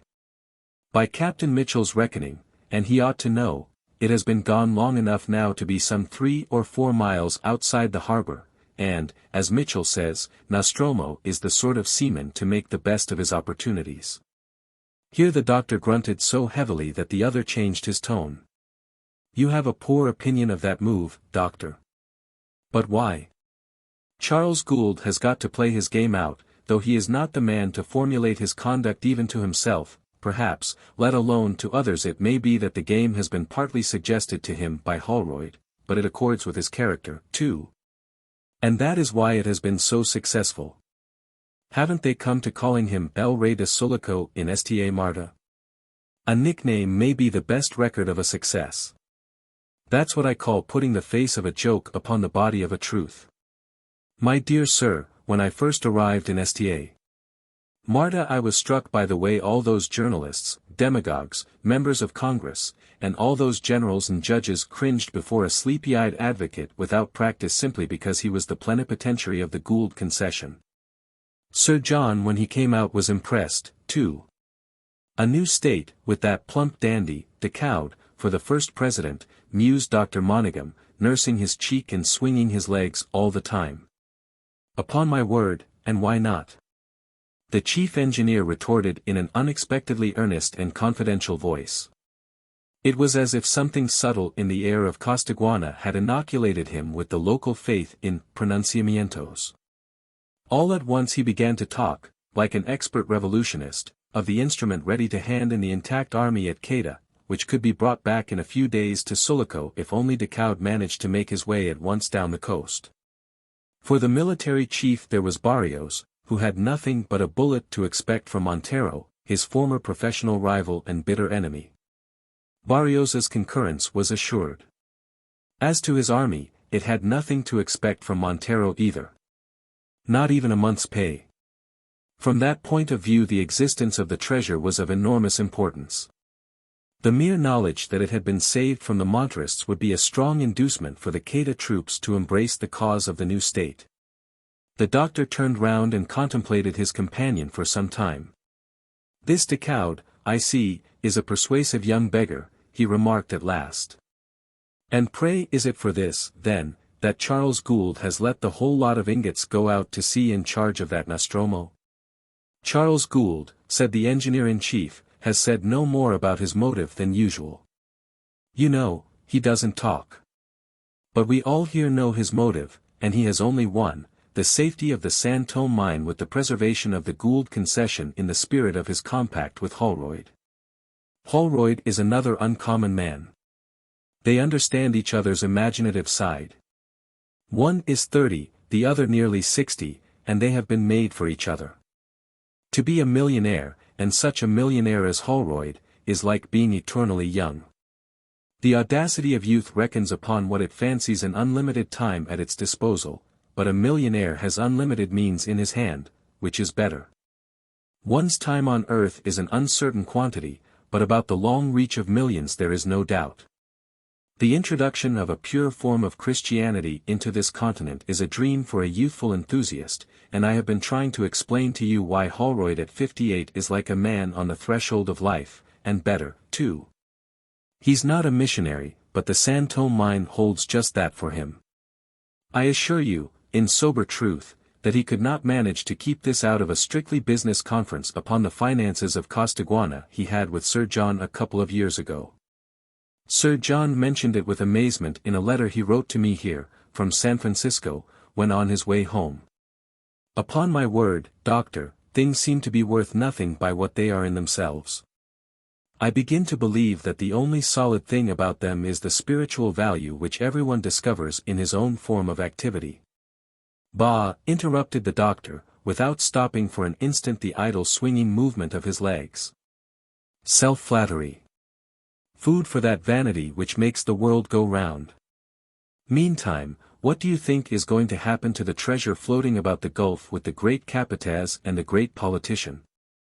Why are you uneasy about it, doctor? I uneasy. And what the devil is it to me?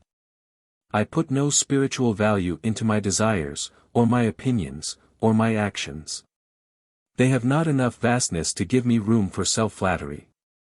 Look, for instance, I should certainly have liked to ease the last moments of that poor woman. And I can't. It's impossible. Have you met the impossible face to face, or have you, the Napoleon of railways, no such word in your dictionary? Is she bound to have a very bad time of it? Asked the chief engineer, with humane concern. Slow, heavy footsteps moved across the planks above the heavy hardwood beams of the kitchen. Then down the narrow opening of the staircase made in the thickness of the wall, and narrow enough to be defended by one man against 20 enemies, came the murmur of two voices, one faint and broken, the other deep and gentle answering it. And in its graver tone covering the weaker sound. The two men remained still and silent till the murmur ceased, then the doctor shrugged his shoulders and muttered. Yes, she's bound to. And I could do nothing if I went up now. A long period of silence above and below ensued. I fancy, began the engineer, in a subdued voice, that you mistrust Captain Mitchell's capataz. Mistrust him, muttered the doctor through his teeth. I believe him capable of anything, even of the most absurd fidelity. I am the last person he spoke to before he left the wharf, you know. The poor woman up there wanted to see him, and I let him go up to her. The dying must not be contradicted, you know. She seemed then fairly calm and resigned, but the scoundrel in those 10 minutes or so has done or said something which seems to have driven her into despair.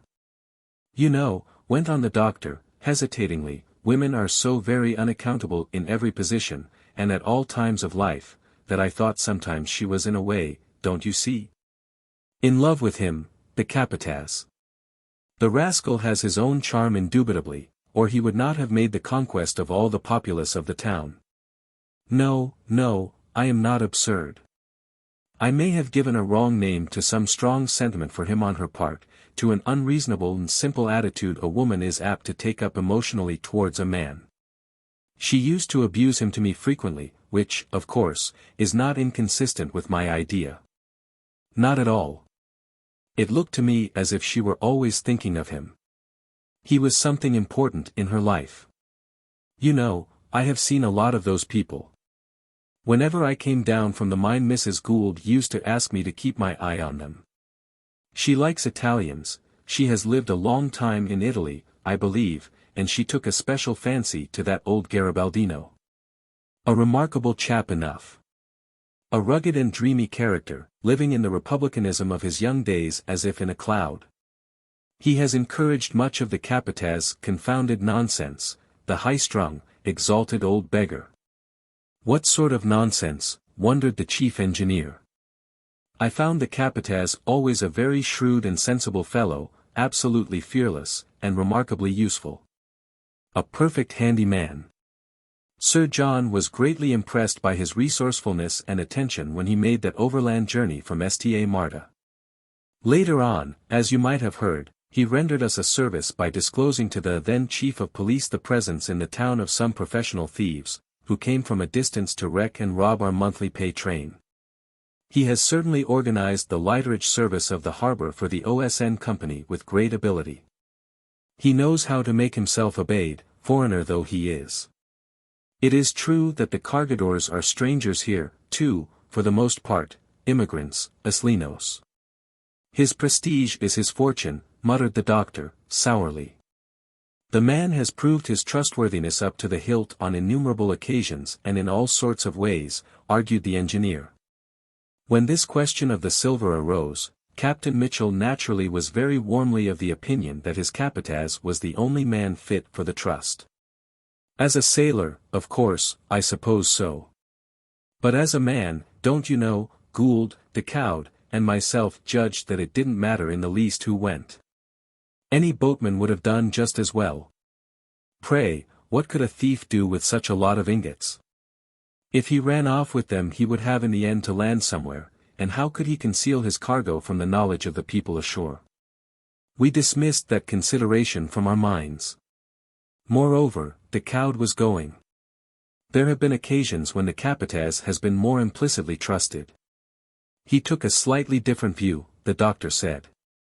I heard him declare in this very room that it would be the most desperate affair of his life. He made a sort of verbal will here in my hearing, appointing old Viola his executor, and, by Jove! Do you know, he's not grown rich by his fidelity to you good people of the railway and the harbour. I suppose he obtained some, how do you say that? Some spiritual value for his labours, or else I don't know why the devil he should be faithful to you, Gould, Mitchell, or anybody else. He knows this country well. He knows, for instance, that Gamacho, the deputy from Javira, has been nothing else but a tramposo of the commonest sort, a petty peddler of the Campo, till he managed to get enough goods on credit from Enzani to open a little store in the wilds. And got himself elected by the drunken mozos that hang about the estancias and the poorest sort of rancheros who were in his debt. And Gamacho, who tomorrow will be probably one of our high officials, is a stranger, too, an Isleno. He might have been a cargador on the O.S.N. wharf had he not, the posadero of Rincon is ready to swear it, murdered a peddler in the woods and stolen his pack to begin life on. And do you think that Gamacho, then, would have ever become a hero with the democracy of this place, like our capataz? Of course not. He isn't half the man. No, decidedly, I think that Nostromo is a fool. The doctor's talk was distasteful to the builder of railways. It is impossible to argue that point, he said, philosophically. Each man has his gifts. You should have heard Gamacho haranguing his friends in the street. He has a howling voice, and he shouted like mad, lifting his clenched fist right above his head, and throwing his body half out of the window. At every pause the rabble below yelled, "Down with the oligarchs! Viva la libertad!" Fuentes inside looked extremely miserable. You know, he is the brother of Jorge Fuentes, who has been Minister of the Interior for 6 months or so, some few years back. Of course, he has no conscience. But he is a man of birth and education, at one time the director of the customs of Queta. That idiot brute Gamacho fastened himself upon him with his following of the lowest rabble. His sickly fear of that ruffian was the most rejoicing sight imaginable. He got up and went to the door to look out towards the harbour.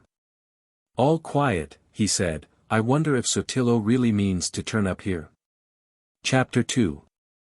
Captain Mitchell, pacing the wharf, was asking himself the same question. There was always the doubt whether the warning of the Esmeralda telegraphist, a fragmentary and interrupted message, had been properly understood. However, the good man had made up his mind not to go to bed till daylight, if even then. He imagined himself to have rendered an enormous service to Charles Gould. When he thought of the saved silver he rubbed his hands together with satisfaction. In his simple way he was proud at being a party to this extremely clever expedient. It was he who had given it a practical shape by suggesting the possibility of intercepting at sea the northbound steamer.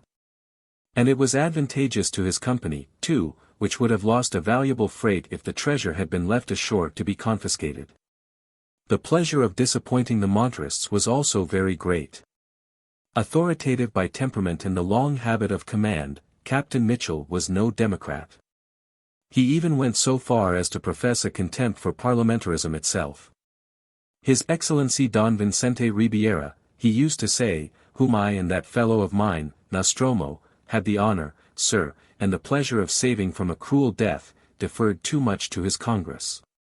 It was a mistake, a distinct mistake, sir. The guileless old seaman superintending the OSN service imagined that the last 3 days had exhausted every startling surprise the political life of Costaguana could offer. He used to confess afterwards that the events which followed surpassed his imagination. To begin with, Sulaco, because of the seizure of the cables and the disorganization of the steam service, remained for a whole fortnight cut off from the rest of the world like a besieged city. One would not have believed it possible. But so it was, sir. A full fortnight.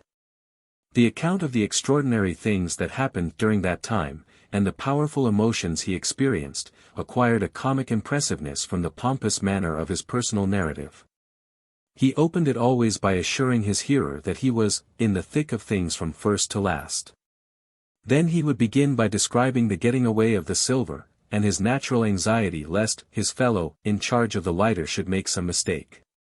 Apart from the loss of so much precious metal, the life of Seigneur Martin de Caude, an agreeable, wealthy, and well-informed young gentleman, would have been jeopardized through his falling into the hands of his political enemies.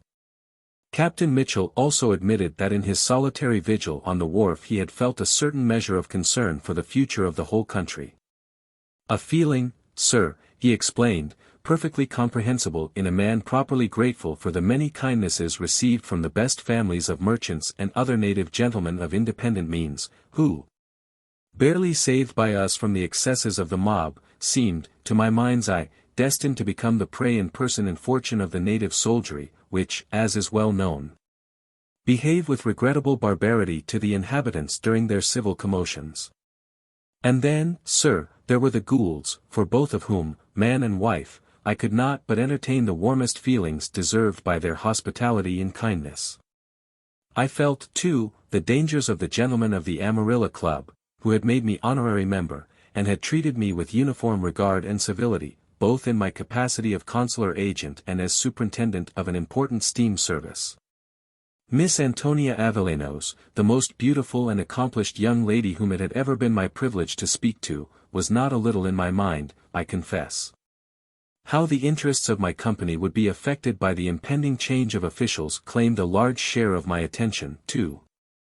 In short, sir, I was extremely anxious and very tired, as you may suppose, by the exciting and memorable events in which I had taken my little part.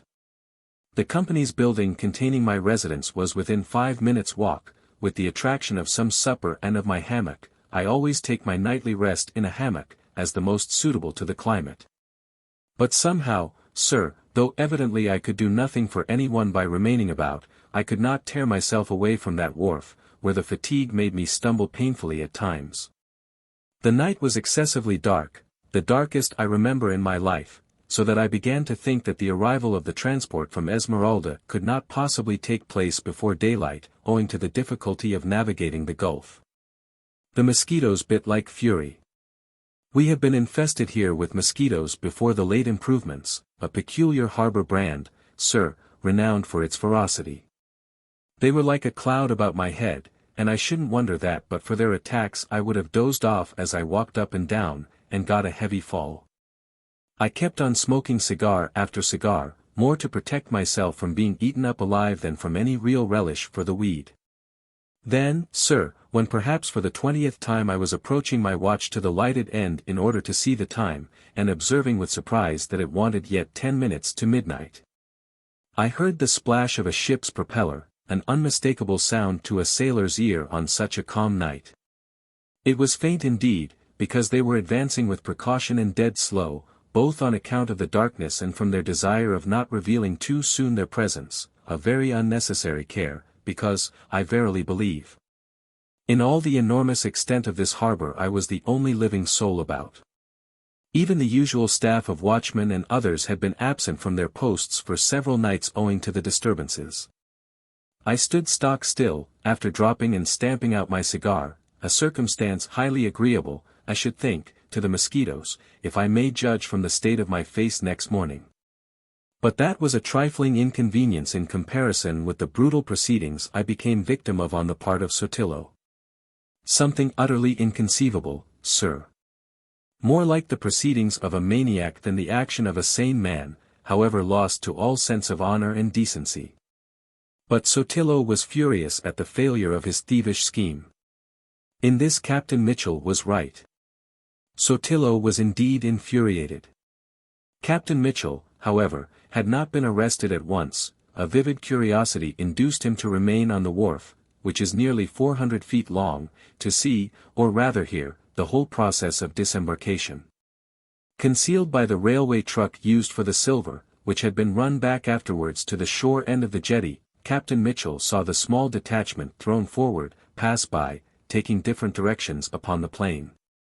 Meantime, the troops were being landed and formed into a column, whose head crept up gradually so close to him that he made it out, barring nearly the whole width of the wharf, only a very few yards from him. Then the low, shuffling, murmuring, clinking sound ceased, and the whole mass remained for about an hour motionless and silent, awaiting the return of the scouts. On land nothing was to be heard except the deep baying of the mastiffs at the railway yards, answered by the faint barking of the curs infesting the outer limits of the town. A detached knot of dark shapes stood in front of the head of the column. Presently the picket at the end of the wharf began to challenge in undertones single figures approaching from the plain. Those messengers sent back from the scouting parties flung to their comrades brief sentences and passed on rapidly, becoming lost in the great motionless mass, to make their report to the staff. It occurred to Captain Mitchell that his position could become disagreeable and perhaps dangerous, when suddenly, at the head of the jetty, there was a shout of command, a bugle call, followed by a stir and a rattling of arms. And a murmuring noise that ran right up the column. Nearby a loud voice directed hurriedly, "Push that railway car out of the way." At the rush of bare feet to execute the order Captain Mitchell skipped back a pace or two. The car, suddenly impelled by many hands, flew away from him along the rails, and before he knew what had happened he found himself surrounded and seized by his arms and the collar of his coat.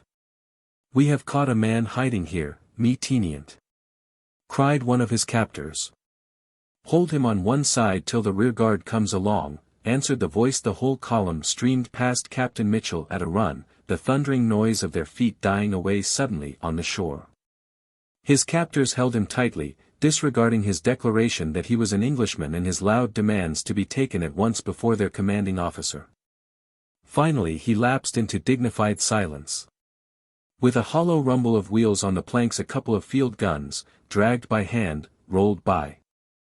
Then, after a small body of men had marched past escorting 4 or 5 figures which walked in advance, with a jingle of steel scabbards, he felt a tug at his arms, and was ordered to come along.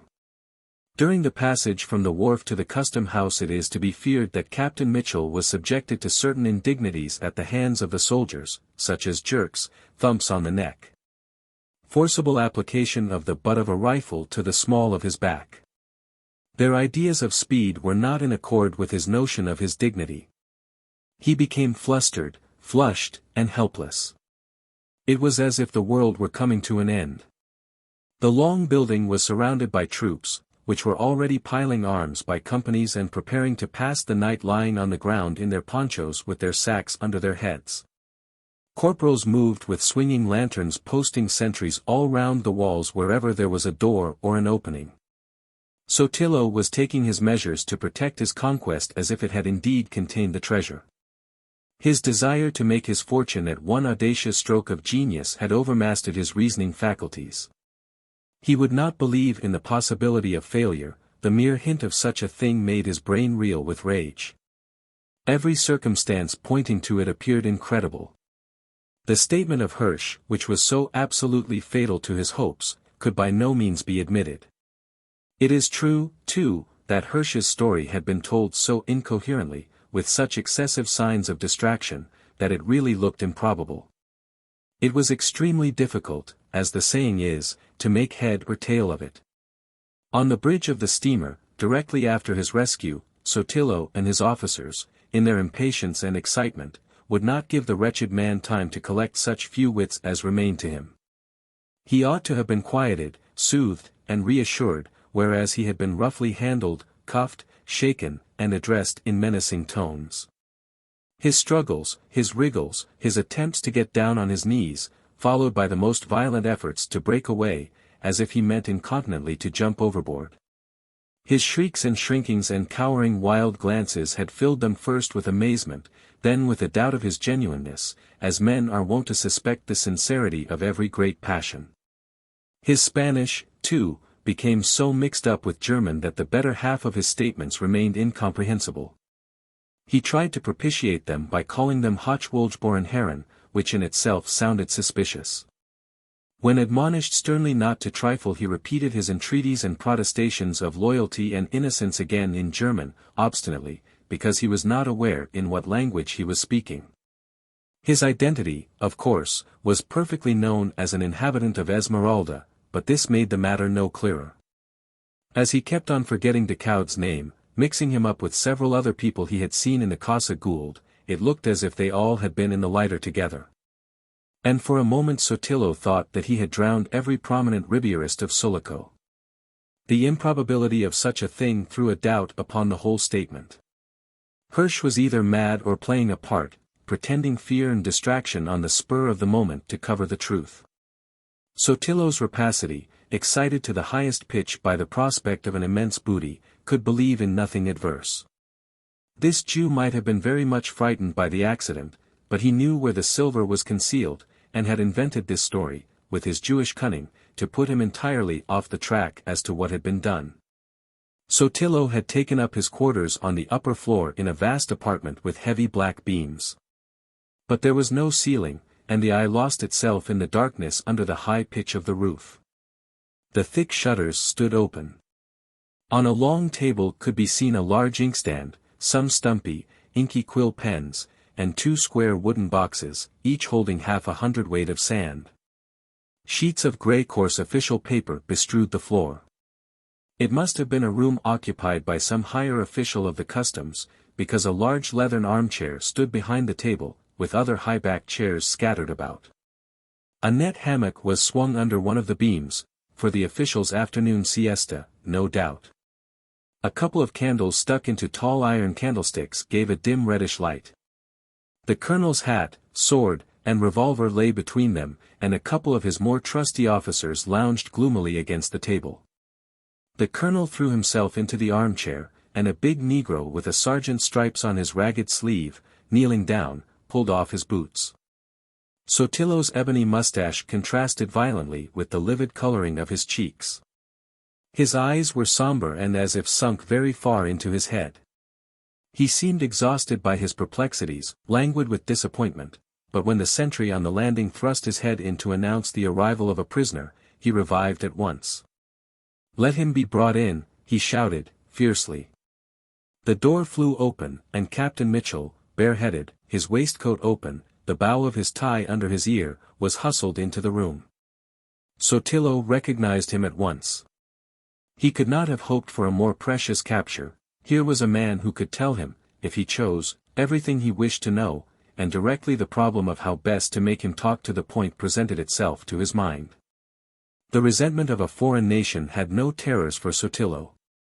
The might of the whole armed Europe would not have protected Captain Mitchell from insults and ill usage, so well as the quick reflection of Sotillo that this was an Englishman who would most likely turn obstinate under bad treatment, and become quite unmanageable. At all events, the colonel smoothed the scowl on his brow. "What? The excellent Senor Mitchell," he cried, in affected dismay.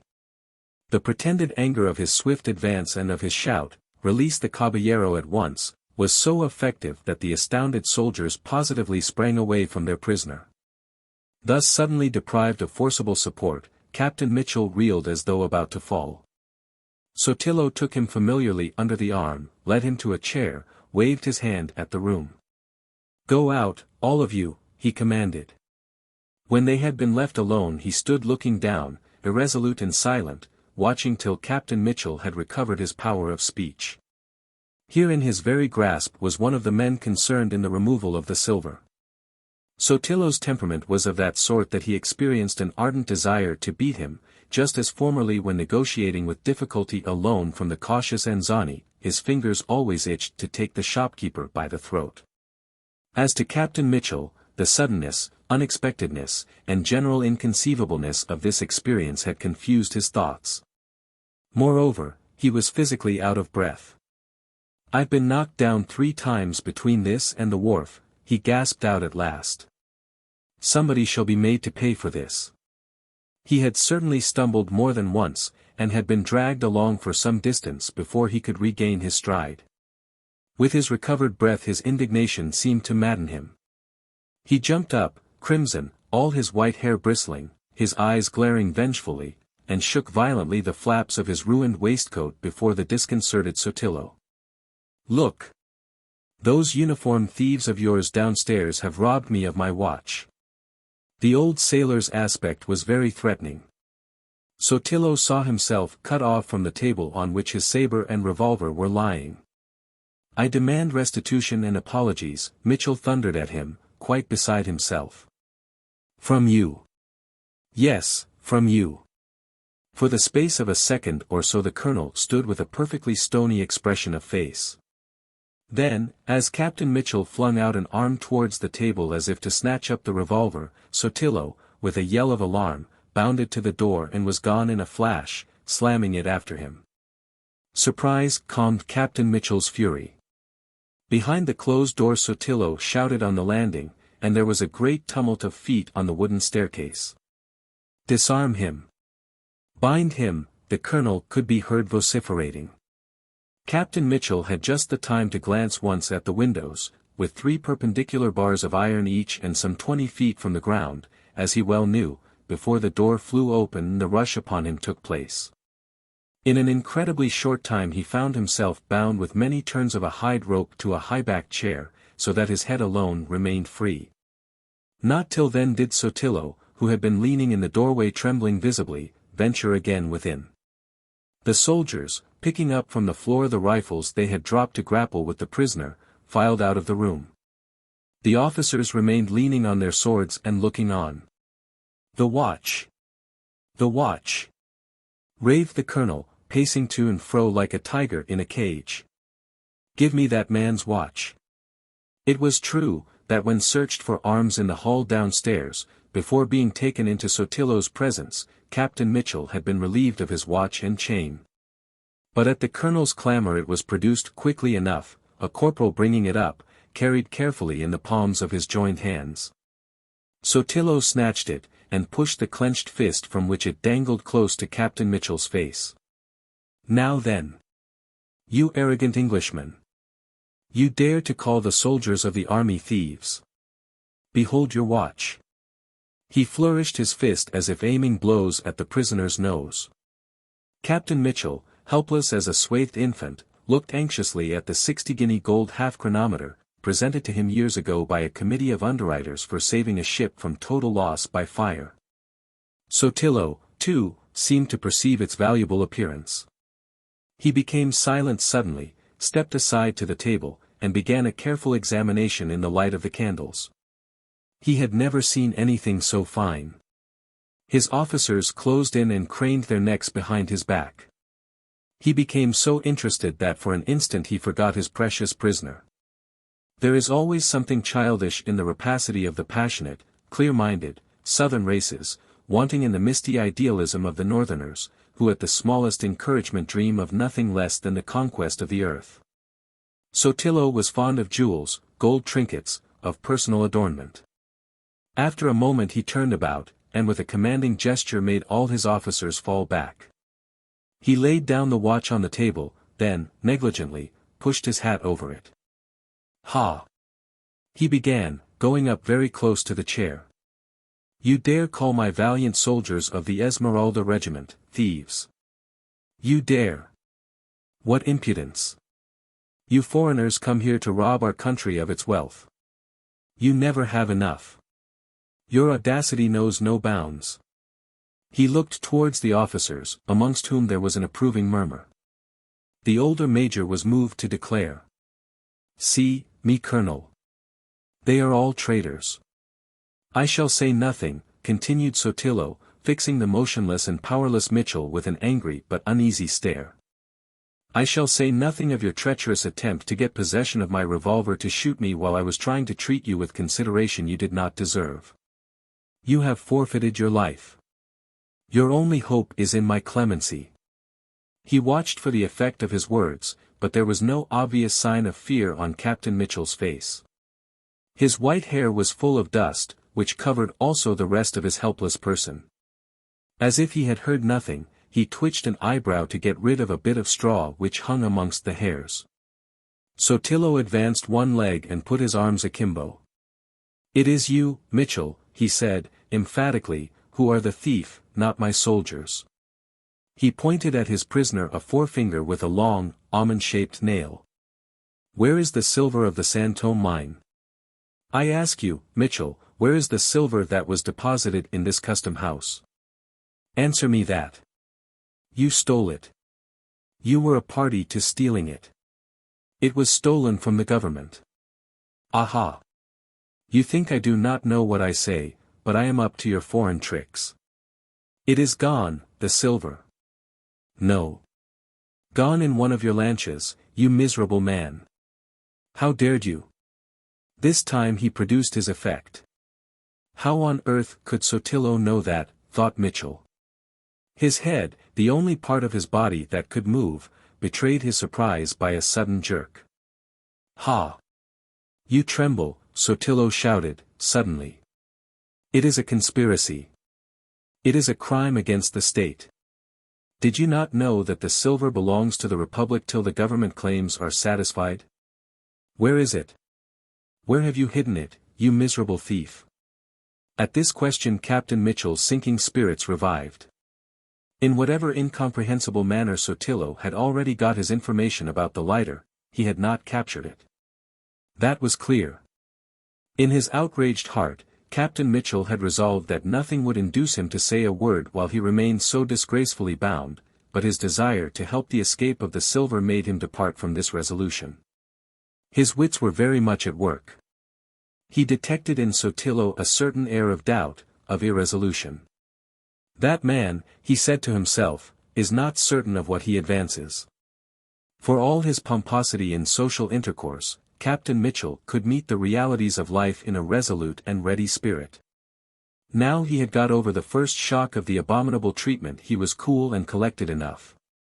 The immense contempt he felt for Sotillo steadied him, and he said oracularly, "No doubt it is well concealed by this time."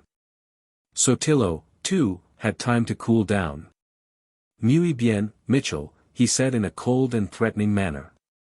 "But can you produce the government receipt for the royalty and the custom house permit of embarkation, hey? Can you? No.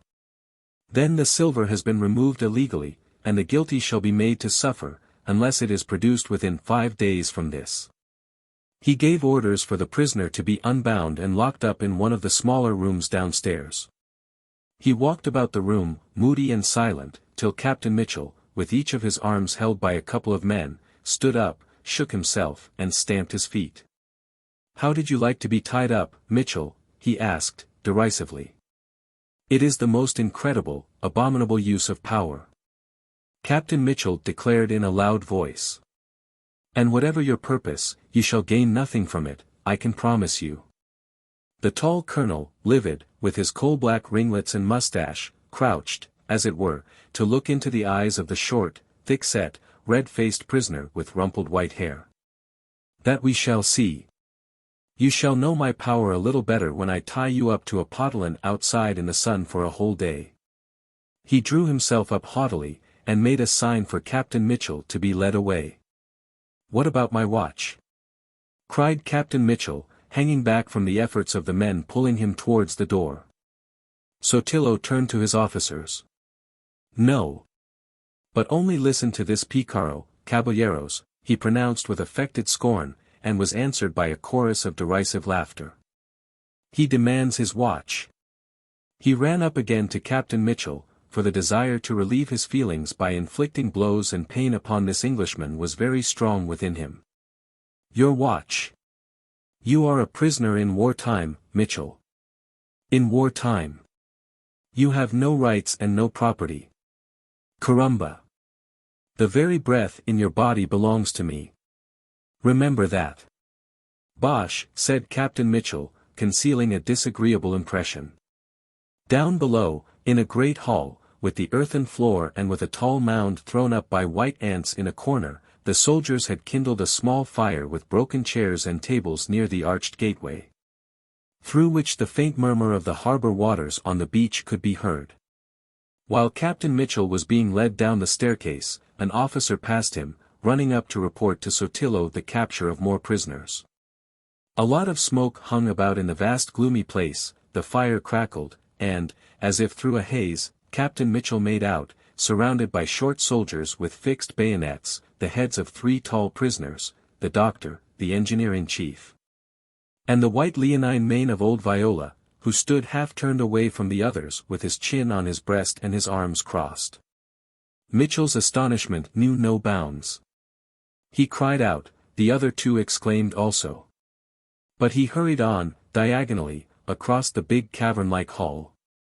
Lots of thoughts, surmises, hints of caution, and so on, crowded his head to distraction. "Is he actually keeping you?" shouted the chief engineer, whose single eyeglass glittered in the firelight. An officer from the top of the stairs was shouting urgently, "Bring them all up, all 3. In the clamor of voices and the rattle of arms, Captain Mitchell made himself heard imperfectly. "By heavens! The fellow has stolen my watch." The engineer-in-chief on the staircase resisted the pressure long enough to shout, "What? What did you say?" "My chronometer." Captain Mitchell yelled violently at the very moment of being thrust head foremost through a small door into a sort of cell, perfectly black, and so narrow that he fetched up against the opposite wall. The door had been instantly slammed. He knew where they had put him. This was the strong room of the custom house, whence the silver had been removed only a few hours earlier. It was almost as narrow as a corridor, with a small square aperture, barred by a heavy grating, at the distant end. Captain Mitchell staggered for a few steps, then sat down on the earthen floor with his back to the wall. Nothing, not even a gleam of light from anywhere, interfered with Captain Mitchell's meditation. He did some hard but not very extensive thinking. It was not of a gloomy cast. The old sailor, with all his small weaknesses and absurdities, was constitutionally incapable of entertaining for any length of time a fear of his personal safety. It was not so much firmness of soul as the lack of a certain kind of imagination, the kind whose undue development caused intense suffering to Seigneur Hirsch. That sort of imagination which adds the blind terror of bodily suffering and of death, envisaged as an accident to the body alone, strictly, to all the other apprehensions on which the sense of one's existence is based. Unfortunately, Captain Mitchell had not much penetration of any kind, characteristic, illuminating trifles of expression, action, or movement, escaped him completely. He was too pompously and innocently aware of his own existence to observe that of others. For instance, he could not believe that Sotillo had been really afraid of him, and this simply because it would never have entered into his head to shoot any one except in the most pressing case of self-defense. Anybody could see he was not a murdering kind of man. He reflected quite gravely then why this preposterous and insulting charge. He asked himself. But his thoughts mainly clung around the astounding and unanswerable question, how the devil the fellow got to know that the silver had gone off in the lighter. It was obvious that he had not captured it. And, obviously, he could not have captured it. In this last conclusion Captain Mitchell was misled by the assumption drawn from his observation of the weather during his long vigil on the wharf. He thought that there had been much more wind than usual that night in the Gulf, whereas, as a matter of fact, the reverse was the case. How in the name of all that's marvelous did that confounded fellow get wind of the affair? Was the first question he asked directly after the bang, clatter, and flash of the open door, which was closed again almost before he could lift his dropped head, informed him that he had a companion of captivity. Dar. Monaghan's voice stopped muttering curses in English and Spanish. "Is that you, Mitchell?" he made answer, surlily. "I struck my forehead against this confounded wall with enough force to fell an ox." "Where are you?" Captain Mitchell, accustomed to the darkness, could make out the doctor stretching out his hands blindly. "I am sitting here on the floor." "Don't fall over my legs," Captain Mitchell's voice announced with great dignity of tone. The doctor, entreated not to walk about in the dark, sank down to the ground, too. The two prisoners of Sotillo, with their heads nearly touching, began to exchange confidences. "Yes," the doctor related in a low tone to Captain Mitchell's vehement curiosity, "we have been nabbed in old Viola's place. It seems that one of their pickets, commanded by an officer, pushed as far as the town gate. They had orders not to enter, but to bring along every soul they could find on the plane. We had been talking in there with the door open, and no doubt they saw the glimmer of our light. They must have been making their approaches for some time. The engineer laid himself on a bench in a recess by the fireplace, and I went upstairs to have a look. I hadn't heard any sound from there for a long time. Old Viola, as soon as he saw me come up, lifted his arm for silence. I stole in on tiptoe. By Jove, his wife was lying down and had gone to sleep. The woman had actually dropped off to sleep. "Senor Doctor," Viola whispers to me, "it looks as if her oppression was going to get better." "Yes," I said, very much surprised. "Your wife is a wonderful woman, Giorgio." Just then a shot was fired in the kitchen, which made us jump and cower as if at a thunderclap. It seems that the party of soldiers had stolen quite close up, and one of them had crept up to the door. He looked in, thought there was no one there, and, holding his rifle ready, entered quietly. The chief told me that he had just closed his eyes for a moment. When he opened them, he saw the man already in the middle of the room peering into the dark corners. The chief was so startled that, without thinking, he made one leap from the recess right out in front of the fireplace. The soldier, no less startled, up with his rifle and pulls the trigger, deafening and singeing the engineer, but in his flurry missing him completely. But, look what happens. At the noise of the report the sleeping woman sat up, as if moved by a spring, with a shriek, "The children, Gian Battista. Save the children." I have it in my ears now. It was the truest cry of distress I ever heard. I stood as if paralyzed, but the old husband ran across to the bedside, stretching out his hands. She clung to them. I could see her eyes go glazed. The old fellow lowered her down on the pillows and then looked round at me. She was dead. All this took less than 5 minutes, and then I ran down to see what was the matter. It was no use thinking of any resistance. Nothing we two could say availed with the officer, so I volunteered to go up with a couple of soldiers and fetch down old Viola. He was sitting at the foot of the bed, looking at his wife's face, and did not seem to hear what I said. But after I had pulled the sheet over her head, he got up and followed us downstairs quietly, in a sort of thoughtful way. They marched us off along the road, leaving the door open and the candle burning. The chief engineer strode on without a word, but I looked back once or twice at the feeble gleam. After we had gone some considerable distance, the Garibaldino, who was walking by my side, suddenly said, "I have buried many men on battlefields on this continent. The priests talk of consecrated ground. Bah! All the earth made by God is holy. But the sea, which knows nothing of kings and priests and tyrants, is the holiest of all. Doctor. I should like to bury her in the sea. No mummeries, candles, incense, no holy water mumbled over by priests. The spirit of liberty is upon the waters."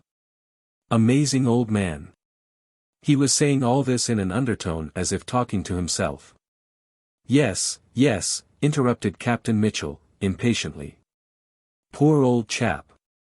But have you any idea how that ruffian Sotillo obtained his information? He did not get hold of any of our cargadores who helped with the truck, did he? But no, it is impossible.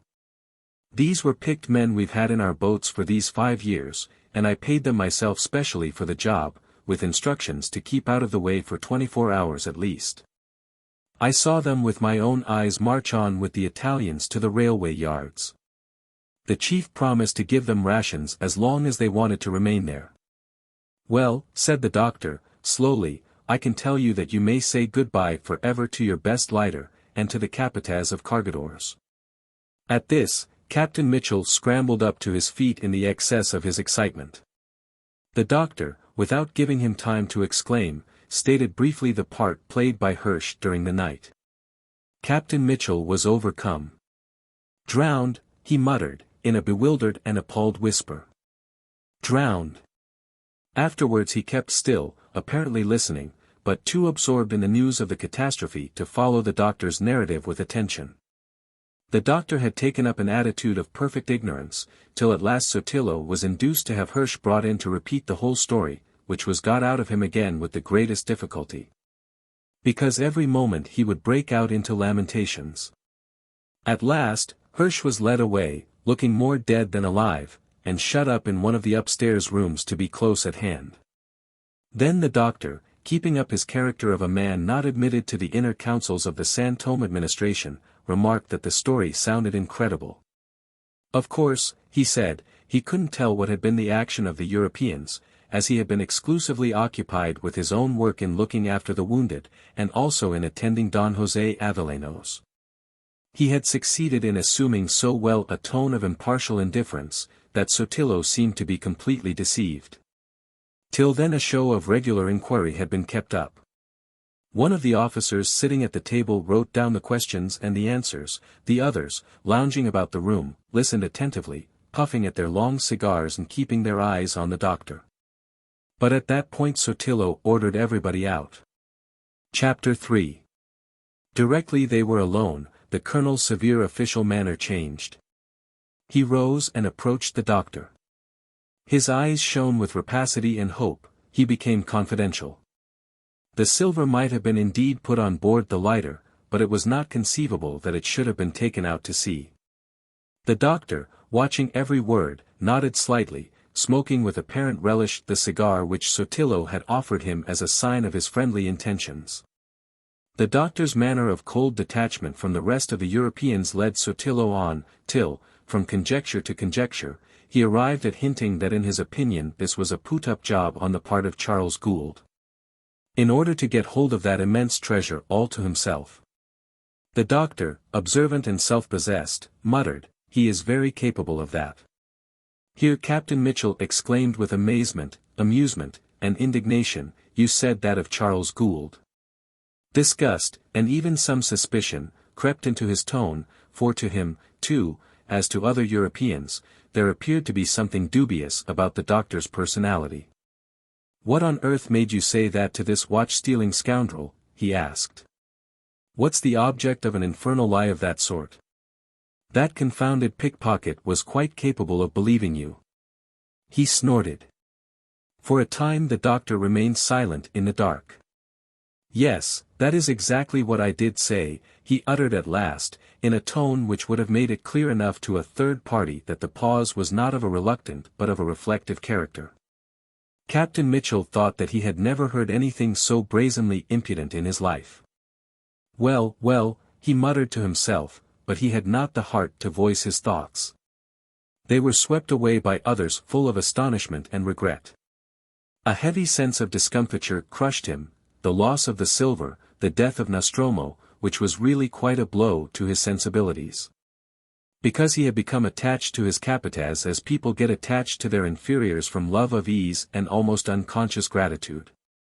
And when he thought of Decaud being drowned, too, his sensibility was almost overcome by this miserable end. What a heavy blow for that poor young woman! Captain Mitchell did not belong to the species of crabbed old bachelors. On the contrary, he liked to see young men paying attentions to young women. It seemed to him a natural and proper thing. Proper especially. As to sailors, it was different.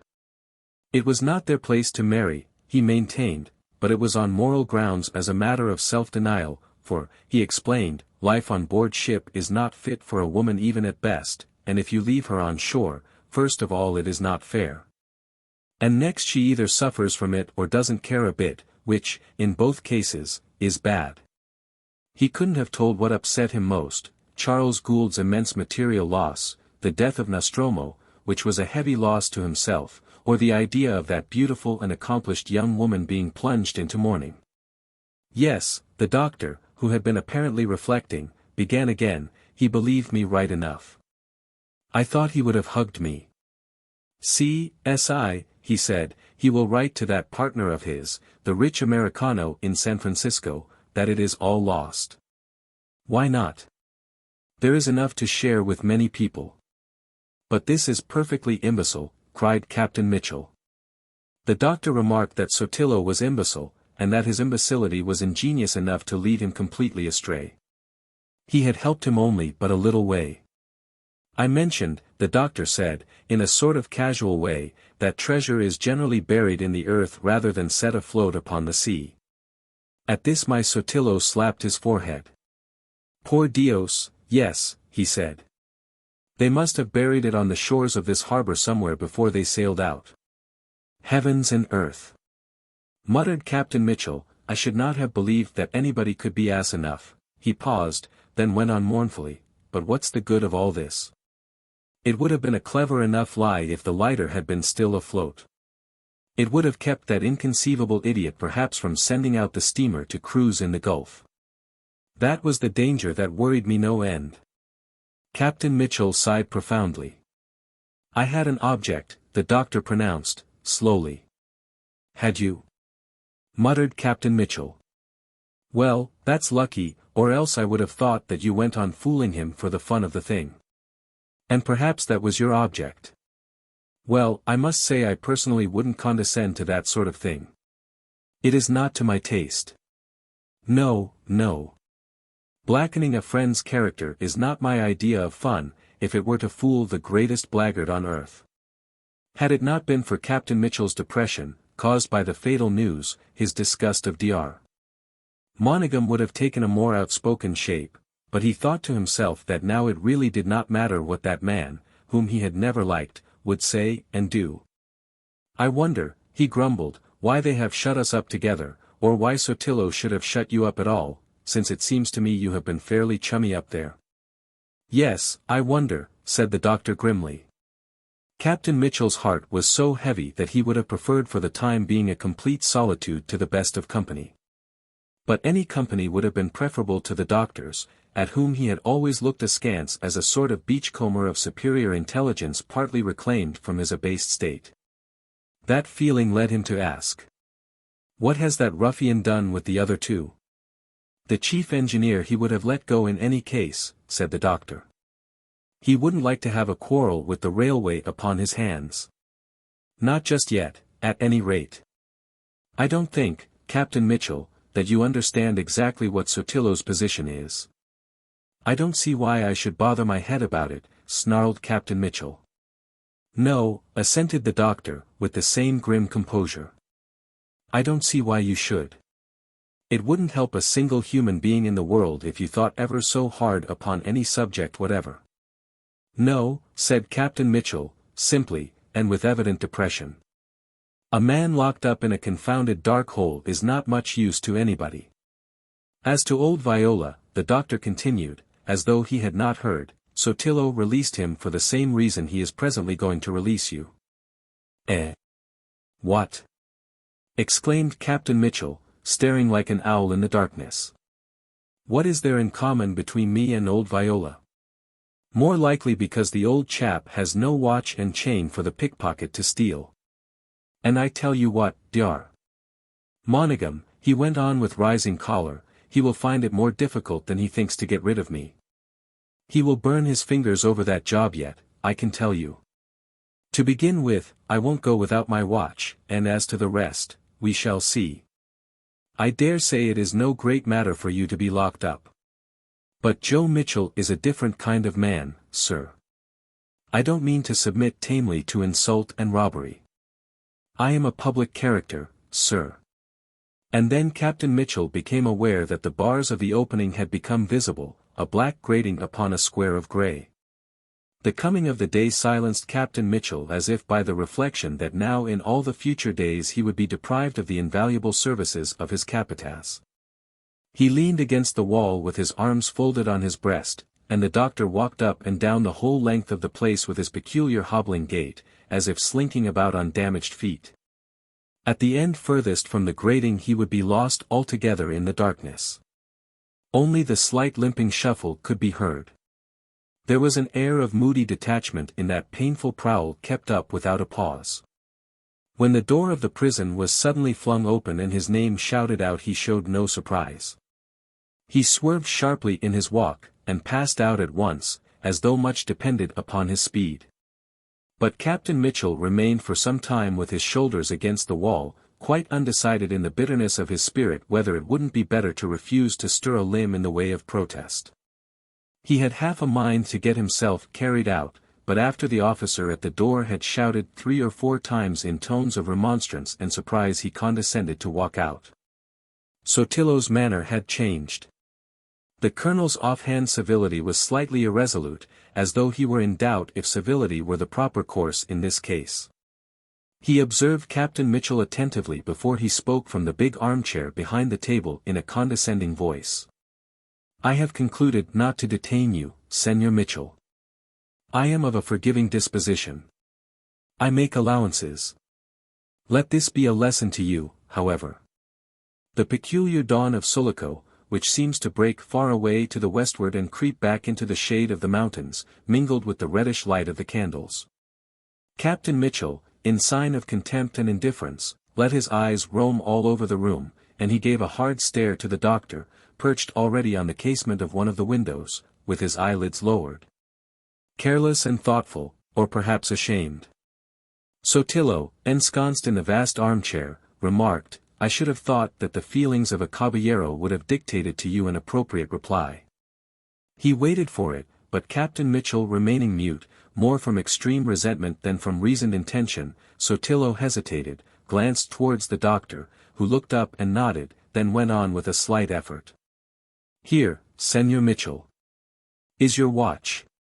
Learn how hasty and unjust has been your judgment of my patriotic soldiers." Lying back in his seat, he extended his arm over the table and pushed the watch away slightly. Captain Mitchell walked up with undisguised eagerness, put it to his ear, then slipped it into his pocket coolly. Sotillo seemed to overcome an immense reluctance.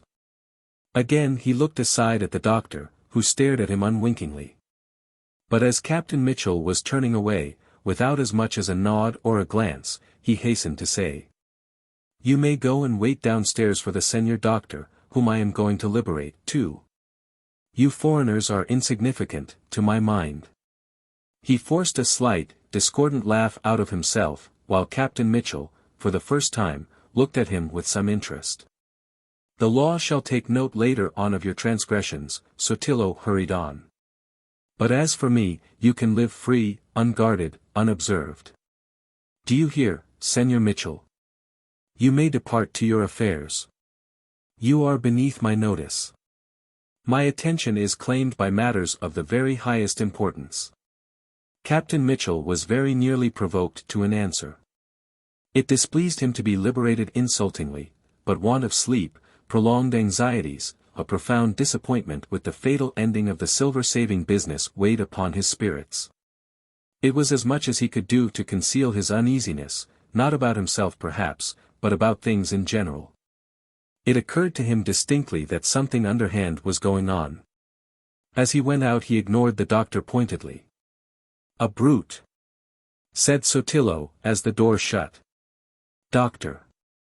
Monaghan slipped off the window-sill, and, thrusting his hands into the pockets of the long, grey dust coat he was wearing, made a few steps into the room. Sotillo got up, too, and, putting himself in the way, examined him from head to foot. "So your countrymen do not confide in you very much, Senor Doctor, they do not love you, eh? Why is that, I wonder?" The doctor, lifting his head, answered by a long, lifeless stare and the words, "Perhaps because I have lived too long in Costaguana." Sotillo had a gleam of white teeth under the black mustache. "Aha! But you love yourself," he said, encouragingly. "If you leave them alone," the doctor said, looking with the same lifeless stare at Sotillo's handsome face, "they will betray themselves very soon. Meantime, I may try to make Don Carlos speak." "Ah! Senor Doctor," said Sotillo, wagging his head, "you are a man of quick intelligence. We were made to understand each other." He turned away. He could bear no longer that expressionless and motionless stare, which seemed to have a sort of impenetrable emptiness like the black depth of an abyss. Even in a man utterly devoid of moral sense there remains an appreciation of rascality which, being conventional, is perfectly clear. Sotillo thought that Dr. Monaghan, so different from all Europeans, was ready to sell his countryman and Charles Gould, his employer, for some share of the San Tomé silver. Sotillo did not despise him for that. The colonel's want of moral sense was of a profound and innocent character. It bordered upon stupidity, moral stupidity. Nothing that served his ends could appear to him really reprehensible. Nevertheless, he despised Dr. Monaghan. He had for him an immense and satisfactory contempt. He despised him with all his heart because he did not mean to let the doctor have any reward at all. He despised him, not as a man without faith and honor, but as a fool. Dr. Monaghan's insight into his character had deceived Sotillo completely. Therefore he thought the doctor a fool. Since his arrival in Sulaco the colonel's ideas had undergone some modification. He no longer wished for a political career in Montero's administration. He had always doubted the safety of that course. Since he had learned from the chief engineer that at daylight most likely he would be confronted by Pedro Montero, his misgivings on that point had considerably increased. The guerrillero brother of the general, the Pedrito of popular speech, had a reputation of his own. He wasn't safe to deal with. Sotillo had vaguely planned seizing not only the treasure but the town itself, and then negotiating at leisure. But in the face of facts learned from the chief engineer, who had frankly disclosed to him the whole situation, his audacity, never of a very dashing kind, had been replaced by a most cautious hesitation. An army crossed the mountains under Pedrito already, he had repeated, unable to hide his consternation. If it had not been that I am given the news by a man of your position I would never have believed it. Astonishing. An armed force, corrected the engineer, suavely. His aim was attained. It was to keep Sulaco clear of any armed occupation for a few hours longer, to let those whom fear impelled leave the town. In the general dismay there were families hopeful enough to fly upon the road towards Los Hatos, which was left open by the withdrawal of the armed rabble under Señores Fuentes and Gamacho, to Rincon. With their enthusiastic welcome for Pedro Montero.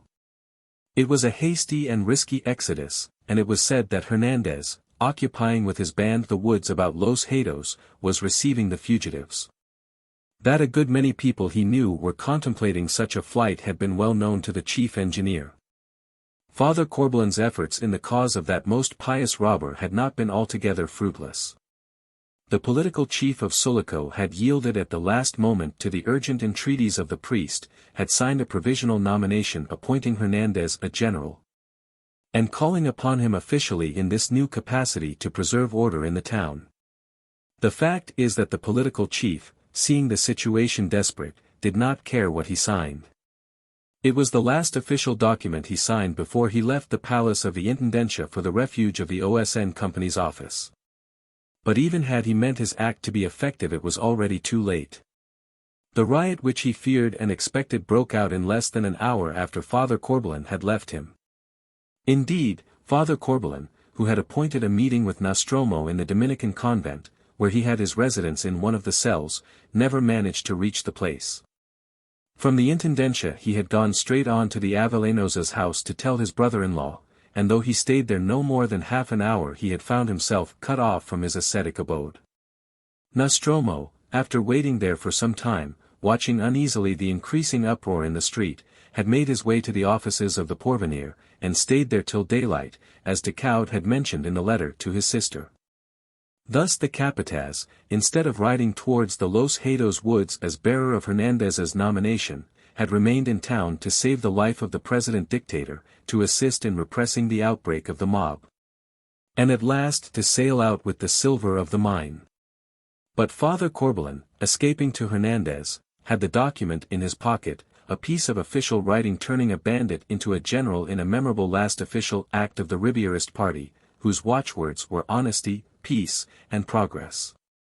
Probably neither the priest nor the bandit saw the irony of it. Father Corbelan must have found messengers to send into the town, for early on the second day of the disturbances there were rumors of Hernandez being on the road to Los Hatos ready to receive those who would put themselves under his protection. A strange-looking horseman, elderly and audacious, had appeared in the town, riding slowly while his eyes examined the fronts of the houses, as though he had never seen such high buildings before.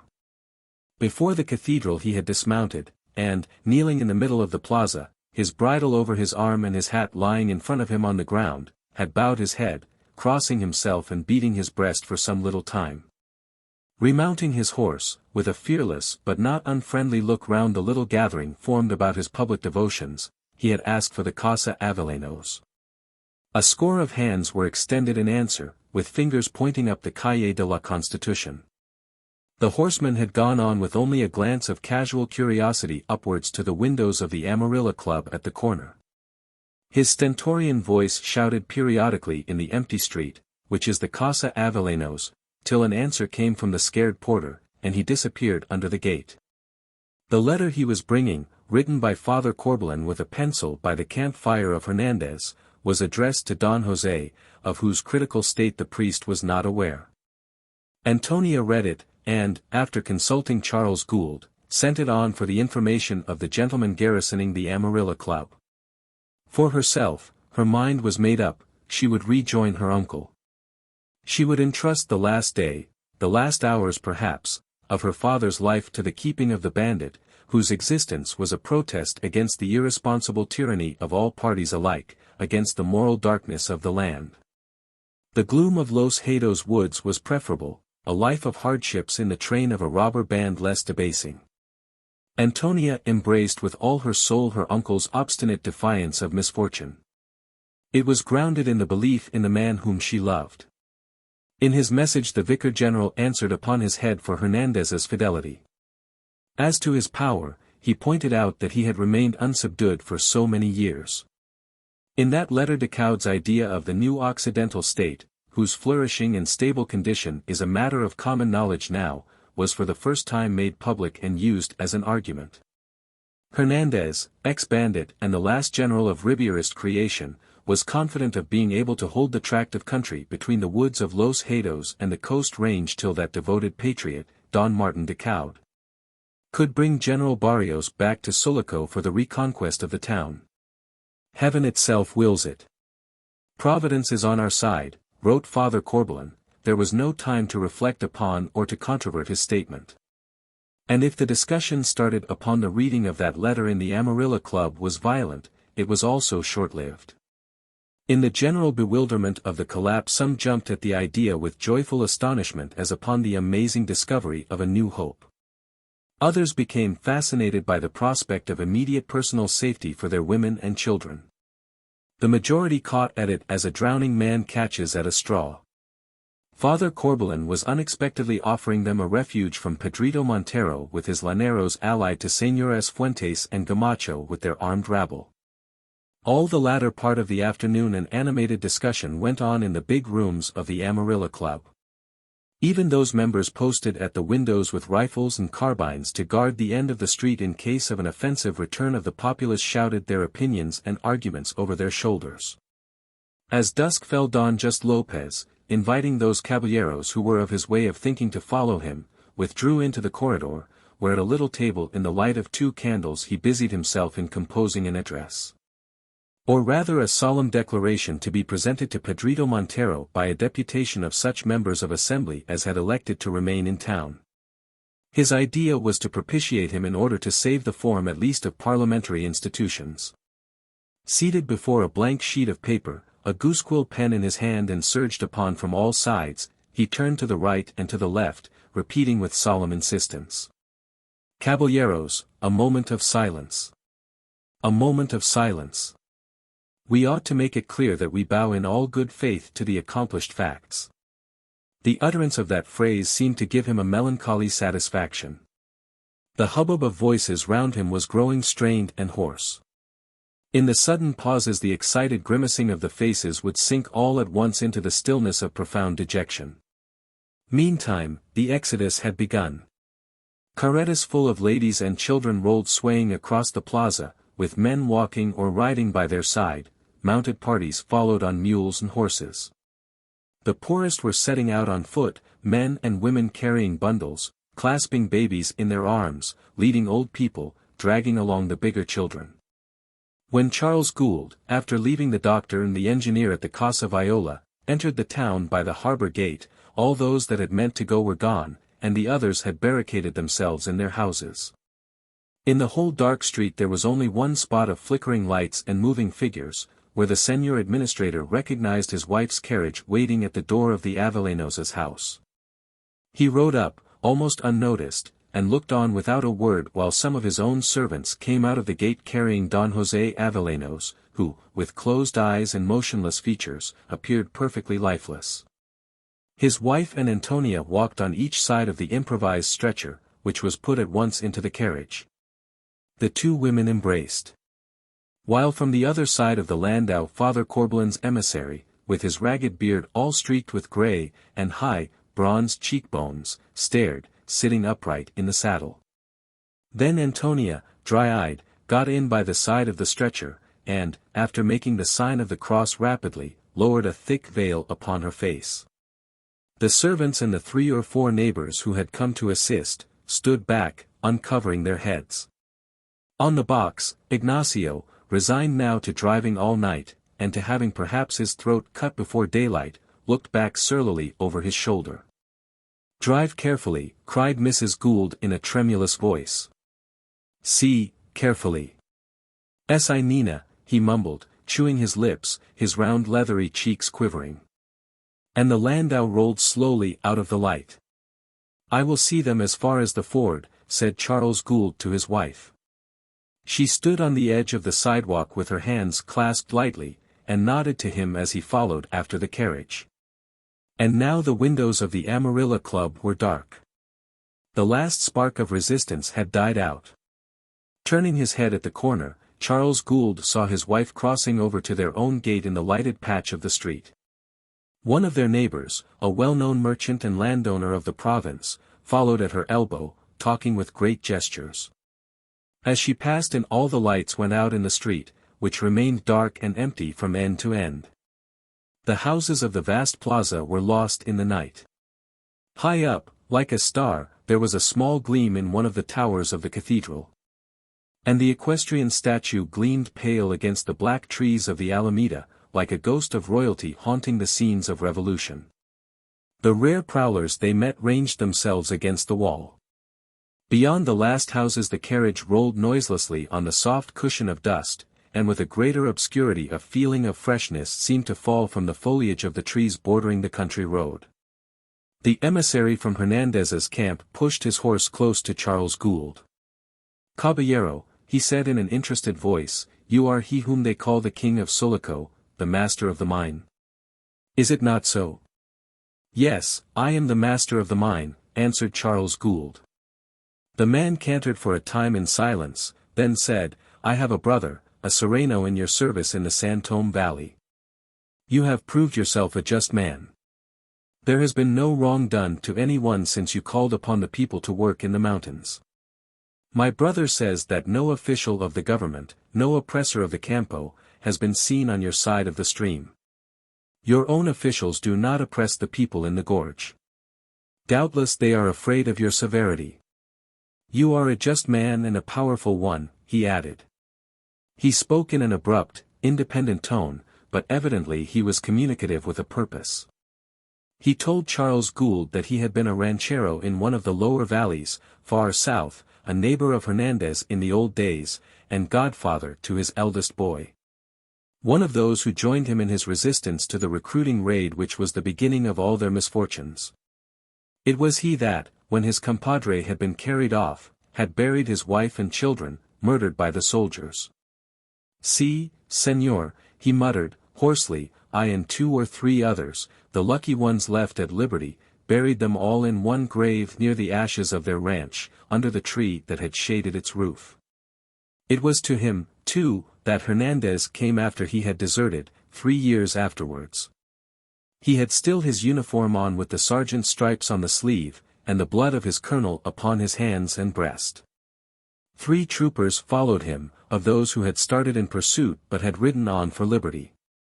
And he told Charles Gould how he and a few friends, seeing those soldiers, lay in ambush behind some rocks ready to pull the trigger on them, when he recognized his compadre and jumped up from cover, shouting his name.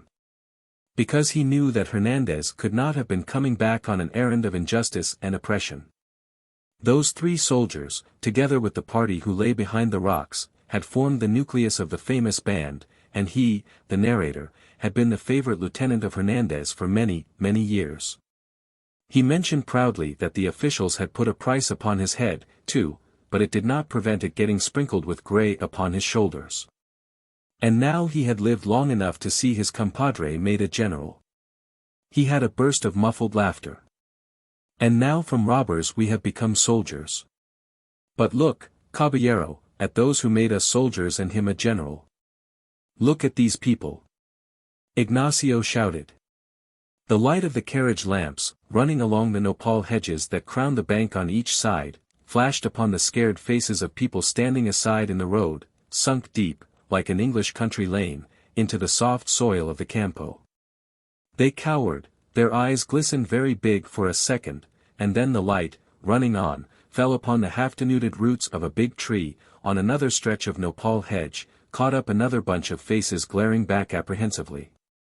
3 women, of whom one was carrying a child, and a couple of men in civilian dress, one armed with a saber and another with a gun, were grouped about a donkey carrying 2 bundles tied up in blankets. Further on Ignacio shouted again to pass a carreta, a long wooden box on 2 high wheels, with the door at the back swinging open. Some ladies in it must have recognized the white mules, because they screamed out, "Is it you, Dona Emilia?" At the turn of the road the glare of a big fire filled the short stretch vaulted over by the branches meeting overhead. Near the ford of a shallow stream a roadside rancho of woven rushes and a roof of grass had been set on fire by accident, and the flames, roaring viciously, lit up an open space blocked with horses, mules, and a distracted, shouting crowd of people. When Ignacio pulled up, several ladies on foot assailed the carriage, begging Antonia for a seat. To their clamor she answered by pointing silently to her father. "I must leave you here," said Charles Gould, in the uproar. The flames leaped up sky-high, and in the recoil from the scorching heat across the road the stream of fugitives pressed against the carriage. A middle-aged lady dressed in black silk, but with a coarse manta over her head and a rough branch for a stick in her hand, staggered against the front wheel.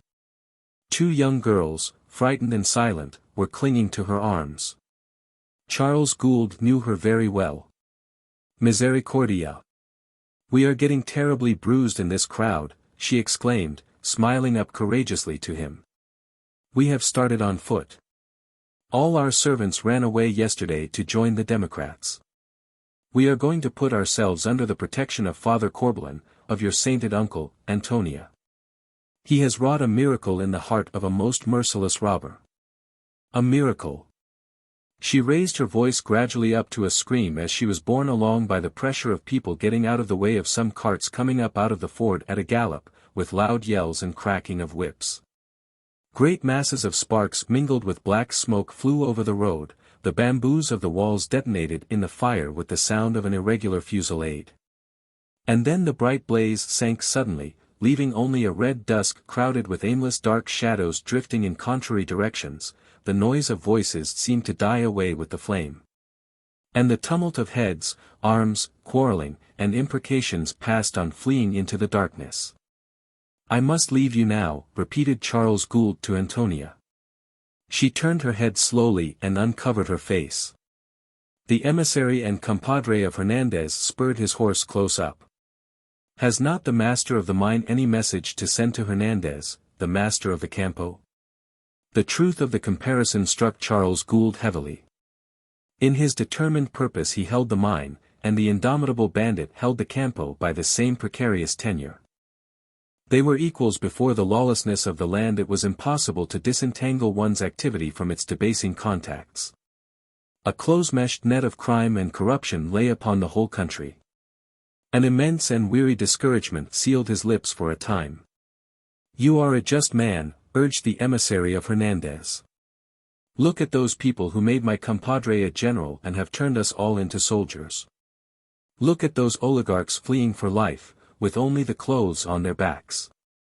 My compadre does not think of that, but our followers may be wondering greatly, and I would speak for them to you. Listen, Señor. For many months now the campo has been our own. We need ask no man for anything. But soldiers must have their pay to live honestly when the wars are over. It is believed that your soul is so just that a prayer from you would cure the sickness of every beast, like the orison of the upright judge. Let me have some words from your lips that would act like a charm upon the doubts of our partida, where all are men. Do you hear what he says? Charles Gould said in English to Antonia. Forgive us our misery, she exclaimed, hurriedly. It is your character that is the inexhaustible treasure which may save us all yet, your character, Carlos, not your wealth. I entreat you to give this man your word that you will accept any arrangement my uncle may make with their chief. One word. He will want no more. On the site of the roadside hut there remained nothing but an enormous heap of embers, throwing afar a darkening red glow, in which Antonia's face appeared deeply flushed with excitement. Charles Gould, with only a short hesitation, pronounced the required pledge. He was like a man who had ventured on a precipitous path with no room to turn, where the only chance of safety is to press forward. At that moment he understood it thoroughly as he looked down at Don José stretched out, hardly breathing, by the side of the erect Antonia, vanquished in a lifelong struggle with the powers of moral darkness, whose stagnant depths breed monstrous crimes and monstrous illusions. In a few words the emissary from Hernandez expressed his complete satisfaction. Stoically Antonia lowered her veil, resisting the longing to inquire about Decaud's escape. But Ignacio leered morosely over his shoulder. Take a good look at the mules, mi amo, he grumbled. You shall never see them again. Chapter 4. Charles Gould turned towards the town. Before him the jagged peaks of the Sierra came out all black in the clear dawn. Here and there a muffled lepero whisked round the corner of a grass-grown street before the ringing hoofs of his horse. Dogs barked behind the walls of the gardens. And with the colorless light the chill of the snows seemed to fall from the mountains upon the disjointed pavements and the shuttered houses with broken cornices and the plaster peeling in patches between the flat pilasters of the fronts. The daybreak struggled with the gloom under the arcades on the plaza, with no signs of country people disposing their goods for the day's market, piles of fruit, bundles of vegetables ornamented with flowers. On low benches under enormous mat umbrellas. With no cheery early morning bustle of villagers, women, children, and loaded donkeys. Only a few scattered knots of revolutionists stood in the vast space, all looking one way from under their slouched hats for some sign of news from Rincon. The largest of those groups turned about like one man as Charles Gould passed, and shouted, Viva la Libertad, after him in a menacing tone. Charles Gould rode on, and turned into the archway of his house. In the patio littered with straw, a practicant, one of Dr. Monagham's native assistants, sat on the ground with his back against the rim of the fountain, fingering a guitar discreetly, while two girls of the lower class, standing up before him, shuffled their feet a little and waved their arms, humming a popular dance tune. Most of the wounded during the 2 days of rioting had been taken away already by their friends and relations, but several figures could be seen sitting up balancing their bandaged heads in time to the music. Charles Gould dismounted. A sleepy mozo coming out of the bakery door took hold of the horse's bridle, the practicant endeavored to conceal his guitar hastily, the girls, unabashed, stepped back smiling. And Charles Gould, on his way to the staircase, glanced into a dark corner of the patio at another group, a mortally wounded cargador with a woman kneeling by his side. She mumbled prayers rapidly, trying at the same time to force a piece of orange between the stiffening lips of the dying man. The cruel futility of things stood unveiled in the levity and sufferings of that incorrigible people. The cruel futility of lives and of deaths thrown away in the vain endeavor to attain an enduring solution of the problem. Unlike Decaud, Charles Gould could not play lightly a part in a tragic farce. It was tragic enough for him in all conscience, but he could see no farcical element. He suffered too much under a conviction of irremediable folly. He was too severely practical and too idealistic to look upon its terrible humors with amusement, as Martin Decaud, the imaginative materialist, was able to do in the dry light of his skepticism. To him, as to all of us, the compromises with his conscience appeared uglier than ever in the light of failure.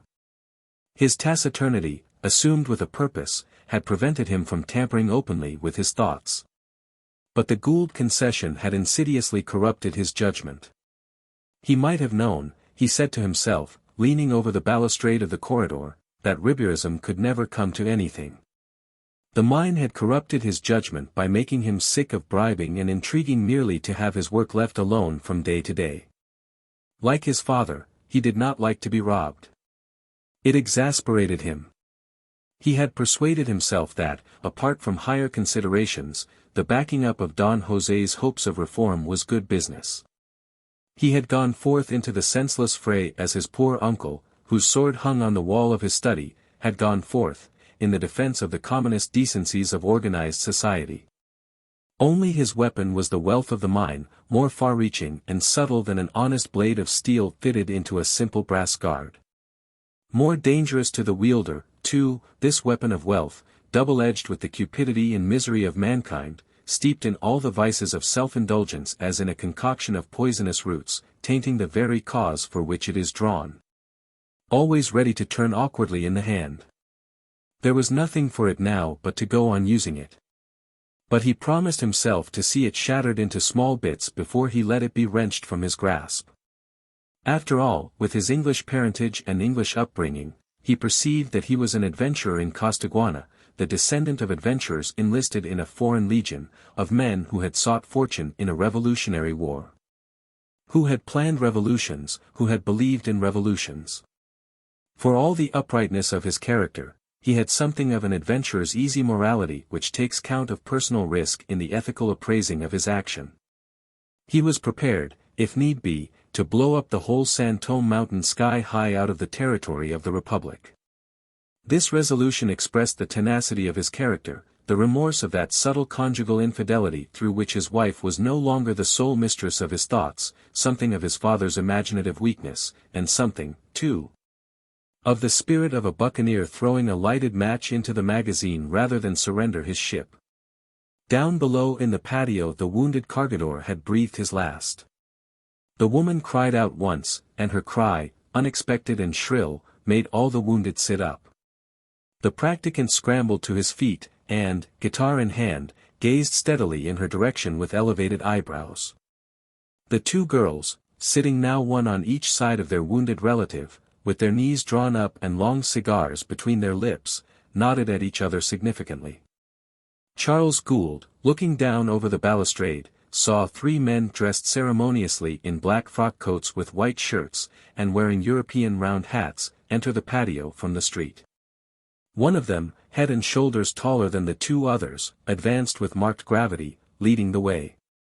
This was Don Just Lopez, accompanied by two of his friends, members of Assembly, coming to call upon the administrator of the San Tomé mine at this early hour.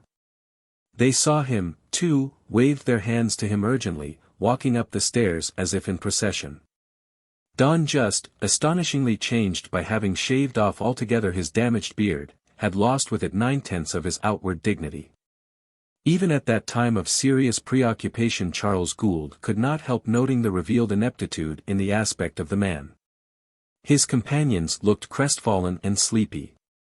One kept on passing the tip of his tongue over his parched lips.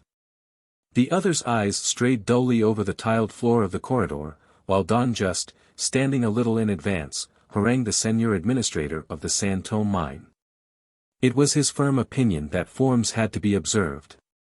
A new governor is always visited by deputations from the Cabildo, which is the municipal council, from the Consulado, the commercial board, and it was proper that the provincial assembly should send a deputation, too, if only to assert the existence of parliamentary institutions. Don Just proposed that Don Carlos Gould, as the most prominent citizen of the province, should join the assembly's deputation. His position was exceptional, his personality known through the length and breadth of the whole republic. Official courtesies must not be neglected, if they are gone through with a bleeding heart. The acceptance of accomplished facts may save yet the precious vestiges of parliamentary institutions. Don Just's eyes glowed dully. He believed in parliamentary institutions, and the convinced drone of his voice lost itself in the stillness of the house like the deep buzzing of some ponderous insect. Charles Gould had turned round to listen patiently, leaning his elbow on the balustrade. He shook his head a little, refusing, almost touched by the anxious gaze of the President of the Provincial Assembly. It was not Charles Gould's policy to make the San Tomé mine a party to any formal proceedings. My advice, señores, is that you should wait for your fate in your houses. There is no necessity for you to give yourselves up formally into Montero's hands. Submission to the inevitable, as Don just calls it, is all very well, but when the inevitable is called Pedrito Montero there is no need to exhibit pointedly the whole extent of your surrender. The fault of this country is the want of measure in political life. Flat acquiescence in illegality, followed by sanguinary reaction, that, señores, is not the way to a stable and prosperous future. Charles Gould stopped before the sad bewilderment of the faces, the wondering, anxious glances of the eyes. The feeling of pity for those men, putting all their trust into words of some sort, while murder and rapine stalked over the land, had betrayed him into what seemed empty loquacity. Don just murmured. "You are abandoning us, Don Carlos. And yet, parliamentary institutions." He could not finish from grief. For a moment he put his hand over his eyes. Charles Gould, in his fear of empty loquacity, made no answer to the charge. He returned in silence their ceremonious bows. His taciturnity was his refuge. He understood that what they sought was to get the influence of the San Tomé mine on their side. They wanted to go on a conciliating errand to the victor under the wing of the Gould concession. Other public bodies, the Cabildo, the Consulado, would be coming, too, presently, seeking the support of the most stable, the most effective force they had ever known to exist in their province. The doctor, arriving with his sharp, jerky walk, found that the master had retired into his own room with orders not to be disturbed on any account. But Dr. Monaghan was not anxious to see Charles Gould at once. He spent some time in a rapid examination of his wounded. He gazed down upon each in turn, rubbing his chin between his thumb and forefinger. His steady stare met without expression their silently inquisitive look. All these cases were doing well. But when he came to the dead cargador he stopped a little longer, surveying not the man who had ceased to suffer, but the woman kneeling in silent contemplation of the rigid face, with its pinched nostrils and a white gleam in the imperfectly closed eyes. She lifted her head slowly, and said in a dull voice. It is not long since he had become a cargador, only a few weeks. His worship the Capataz had accepted him after many entreaties. I am not responsible for the great Capataz, muttered the doctor, moving off. Directing his course upstairs towards the door of Charles Gould's room, the doctor at the last moment hesitated. Then, turning away from the handle with a shrug of his uneven shoulders, slunk off hastily along the corridor in search of Mrs. Gould's camerista. Leonardo told him that the Senora had not risen yet. The Senora had given into her charge the girls belonging to that Italian posadero. She, Leonarda, had put them to bed in her own room. The fair girl had cried herself to sleep, but the dark one, the bigger, had not closed her eyes yet. She sat up in bed clutching the sheets right up under her chin and staring before her like a little witch. Leonarda did not approve of the Viola children being admitted to the house. She made this feeling clear by the indifferent tone in which she inquired whether their mother was dead yet. As to the Senora, she must be asleep. Ever since she had gone into her room after seeing the departure of Dona Antonia with her dying father, there had been no sound behind her door. The doctor, rousing himself out of profound reflection, told her abruptly to call her mistress at once. He hobbled off to wait for Mrs. Gould in the sala. He was very tired, but too excited to sit down. In this great drawing-room, now empty, in which his withered soul had been refreshed after many arid years and his outcast spirit had accepted silently the toleration of many side-glances. He wandered haphazard amongst the chairs and tables till Mrs. Gould, enveloped in a morning wrapper, came in rapidly. You know that I never approved of the silver being sent away, the doctor began at once, as a preliminary to the narrative of his night's adventures in association with Captain Mitchell, the engineer-in-chief, and old viola. At Sotillo's headquarters. To the doctor, with his special conception of this political crisis, the removal of the silver had seemed an irrational and ill-omened measure.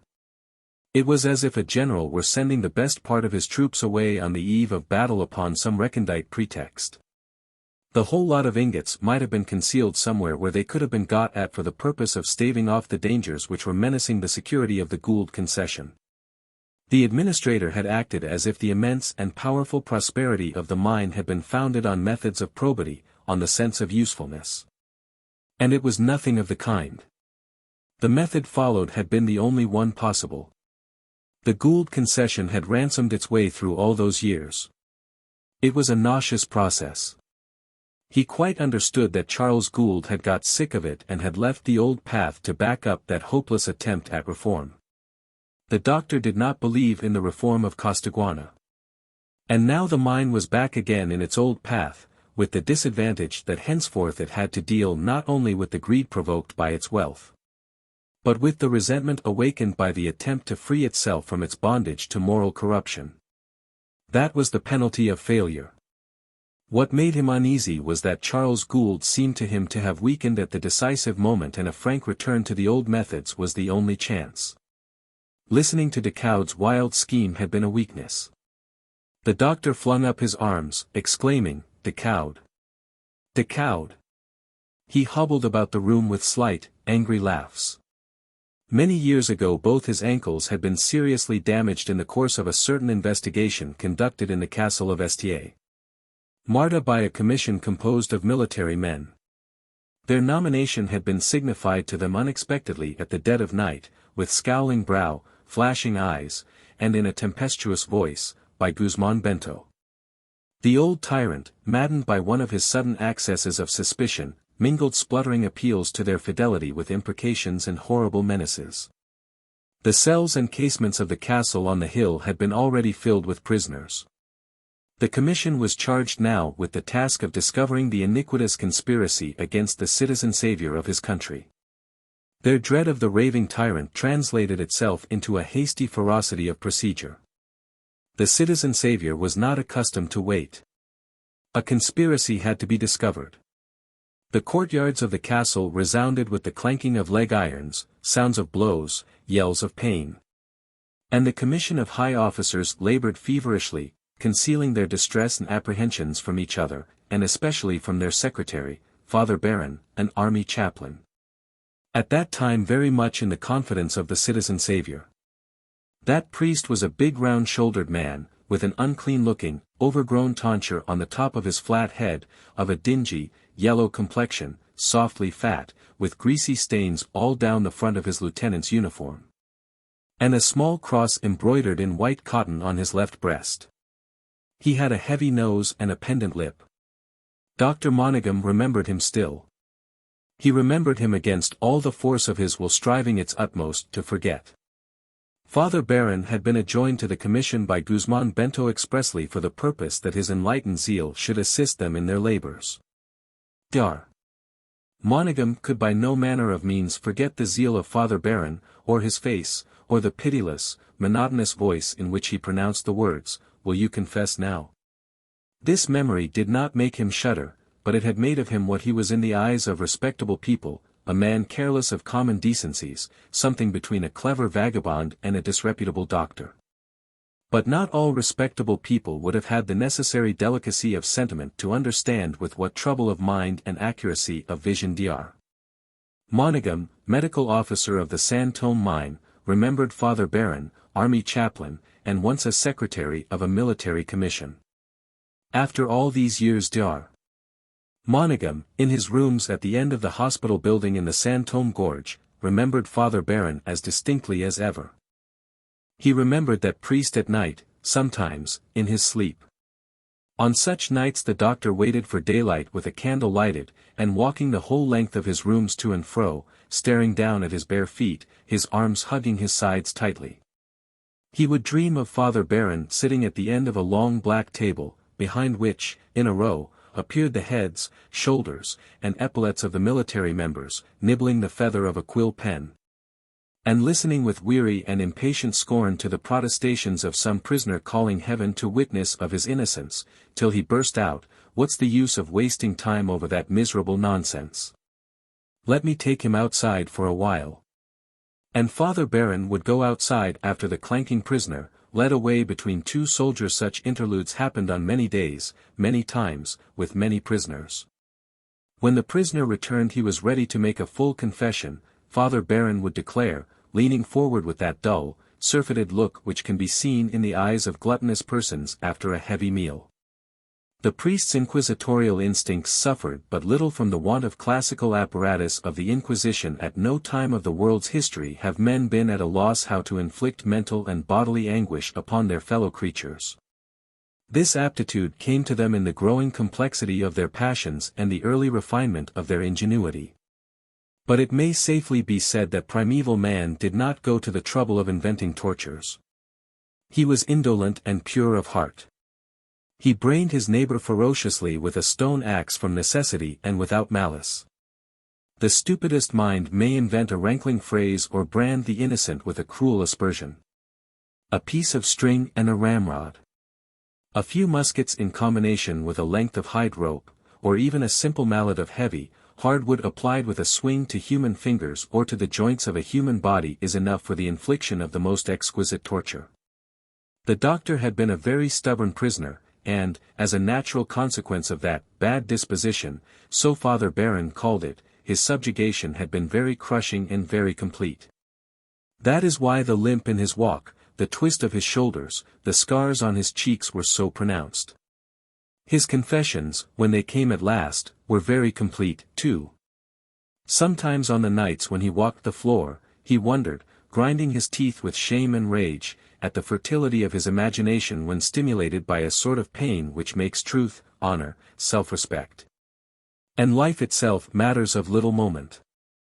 And he could not forget Father Baron with his monotonous phrase, "Will you confess now?" reaching him in an awful iteration and lucidity of meaning through the delirious incoherence of unbearable pain. He could not forget. But that was not the worst. Had he met Father Baron in the street after all these years, Dr. Monaghan was sure he would have quailed before him. This contingency was not to be feared now. Father Baron was dead. But the sickening certitude prevented Dr. Monaghan from looking anybody in the face. Dr. Monaghan had become, in a manner, the slave of a ghost. It was obviously impossible to take his knowledge of Father Baron home to Europe. When making his extorted confessions to the military board, Dr. Monaghan was not seeking to avoid death. He longed for it. Sitting half-naked for hours on the wet earth of his prison, and so motionless that the spiders, his companions, attached their webs to his matted hair. He consoled the misery of his soul with acute reasonings that he had confessed to crimes enough for a sentence of death, that they had gone too far with him to let him live to tell the tale. But, as if by a refinement of cruelty, Dr. Monaghan was left for months to decay slowly in the darkness of his grave-like prison. It was no doubt hoped that it would finish him off without the trouble of an execution, but Dr. Monaghan had an iron constitution. It was Guzman Bento who died, not by the knife thrust of a conspirator, but from a stroke of apoplexy, and Dr. Monaghan was liberated hastily. His fetters were struck off by the light of a candle, which, after months of gloom, hurt his eyes so much that he had to cover his face with his hands. He was raised up. His heart was beating violently with the fear of this liberty. When he tried to walk, the extraordinary lightness of his feet made him giddy, and he fell down. 2 sticks were thrust into his hands, and he was pushed out of the passage. It was dusk. Candles glimmered already in the windows of the officers' quarters round the courtyard, but the twilight sky dazed him by its enormous and overwhelming brilliance. A thin poncho hung over his naked, bony shoulders. The rags of his trousers came down no lower than his knees, an 18 months' growth of hair fell in dirty grey locks on each side of his sharp cheekbones. As he dragged himself past the guardroom door, one of the soldiers, lolling outside, moved by some obscure impulse, leaped forward with a strange laugh and rammed a broken old straw hat on his head. And Dr. Monaghan, after having tottered, continued on his way. He advanced one stick, then one maimed foot, then the other stick. The other foot followed only a very short distance along the ground, toilfully, as though it were almost too heavy to be moved at all, and yet his legs under the hanging angles of the poncho appeared no thicker than the two sticks in his hands. A ceaseless trembling agitated his bent body, all his wasted limbs, his bony head, the conical, ragged crown of the sombrero, whose ample flat rim rested on his shoulders. In such conditions of manner and attire did Dr. Monaghan go forth to take possession of his liberty. And these conditions seemed to bind him indissolubly to the land of Costaguana like an awful procedure of naturalization, involving him deep in the national life, far deeper than any amount of success and honor could have done. They did away with his Europeanism, for Dr. Monaghan had made himself an ideal conception of his disgrace. It was a conception eminently fit and proper for an officer and a gentleman. Dr. Monaghan, before he went out to Costaguana, had been surgeon in one of Her Majesty's regiments of foot. It was a conception which took no account of physiological facts or reasonable arguments, but it was not stupid for all that. It was simple. A rule of conduct resting mainly on severe rejections is necessarily simple. Dr. Monaghan's view of what it behoved him to do was severe, it was an ideal view, in so much that it was the imaginative exaggeration of a correct feeling. It was also, in its force, influence, and persistency, the view of an eminently loyal nature. There was a great fund of loyalty in Dr. Monaghan's nature. He had settled it all on Mrs. Gould's head. He believed her worthy of every devotion. At the bottom of his heart he felt an angry uneasiness before the prosperity of the San Tomé mine, because its growth was robbing her of all peace of mind. Costaguana was no place for a woman of that kind. What could Charles Gould have been thinking of when he brought her out there? It was outrageous. And the doctor had watched the course of events with a grim and distant reserve which, he imagined, his lamentable history imposed upon him. Loyalty to Mrs. Gould could not, however, leave out of account the safety of her husband. The doctor had contrived to be in town at the critical time because he mistrusted Charles Gould. He considered him hopelessly infected with the madness of revolutions. That is why he hobbled in distress in the drawing-room of the Casa Gould on that morning, exclaiming, "De Caude, in a tone of mournful irritation. Mrs. Gould, her color heightened, and with glistening eyes, looked straight before her at the sudden enormity of that disaster. The fingertips on one hand rested lightly on a low little table by her side, and the arm trembled right up to the shoulder. The sun, which looks late upon Sulaco, issuing in all the fullness of its power high up on the sky from behind the dazzling snow edge of Higuerota, had precipitated the delicate, smooth, pearly grayness of light, in which the town lies steeped during the early hours, into sharp-cut masses of black shade and spaces of hot, blinding glare. 3 long rectangles of sunshine fell through the windows of the sala, while just across the street the front of the Avellanos's house appeared very somber in its own shadow seen through the flood of light. A voice said at the door, "What of De Caude?" It was Charles Gould. They had not heard him coming along the corridor. His glance just glided over his wife and struck full at the doctor. "You have brought some news, doctor." Dr. Monaghan blurted it all out at once, in the rough. For some time after he had done, the administrator of the San Tomé mine remained looking at him without a word. Mrs. Gould sank into a low chair with her hands lying on her lap. A silence reigned between those 3 motionless persons. Then Charles Gould spoke. "You must want some breakfast." He stood aside to let his wife pass first. She caught up her husband's hand and pressed it as she went out, raising her handkerchief to her eyes.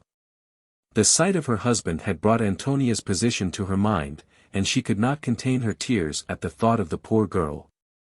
When she rejoined the 2 men in the dining-room after having bathed her face, Charles Gould was saying to the doctor across the table, "No, there does not seem any room for doubt." And the doctor assented. "No, I don't see myself how we could question that wretched Hirsch's tale. It's only too true, I fear." She sat down desolately at the head of the table and looked from one to the other. The two men, without absolutely turning their heads away, tried to avoid her glance. The doctor even made a show of being hungry. He seized his knife and fork, and began to eat with emphasis, as if on the stage. Charles Gould made no pretense of the sort. With his elbows raised squarely, he twisted both ends of his flaming mustaches. They were so long that his hands were quite away from his face. "I am not surprised," he muttered, abandoning his mustaches and throwing one arm over the back of his chair. His face was calm with that immobility of expression which betrays the intensity of a mental struggle. He felt that this accident had brought to a point all the consequences involved in his line of conduct, with its conscious and subconscious intentions. There must be an end now of this silent reserve, of that air of impenetrability behind which he had been safeguarding his dignity. It was the least ignoble form of dissembling forced upon him by that parody of civilized institutions which offended his intelligence, his uprightness, and his sense of right. He was like his father. He had no ironic eye. He was not amused at the absurdities that prevail in this world. They hurt him in his innate gravity. He felt that the miserable death of that poor Decaud took from him his inaccessible position of a force in the background. It committed him openly unless he wished to throw up the game, and that was impossible.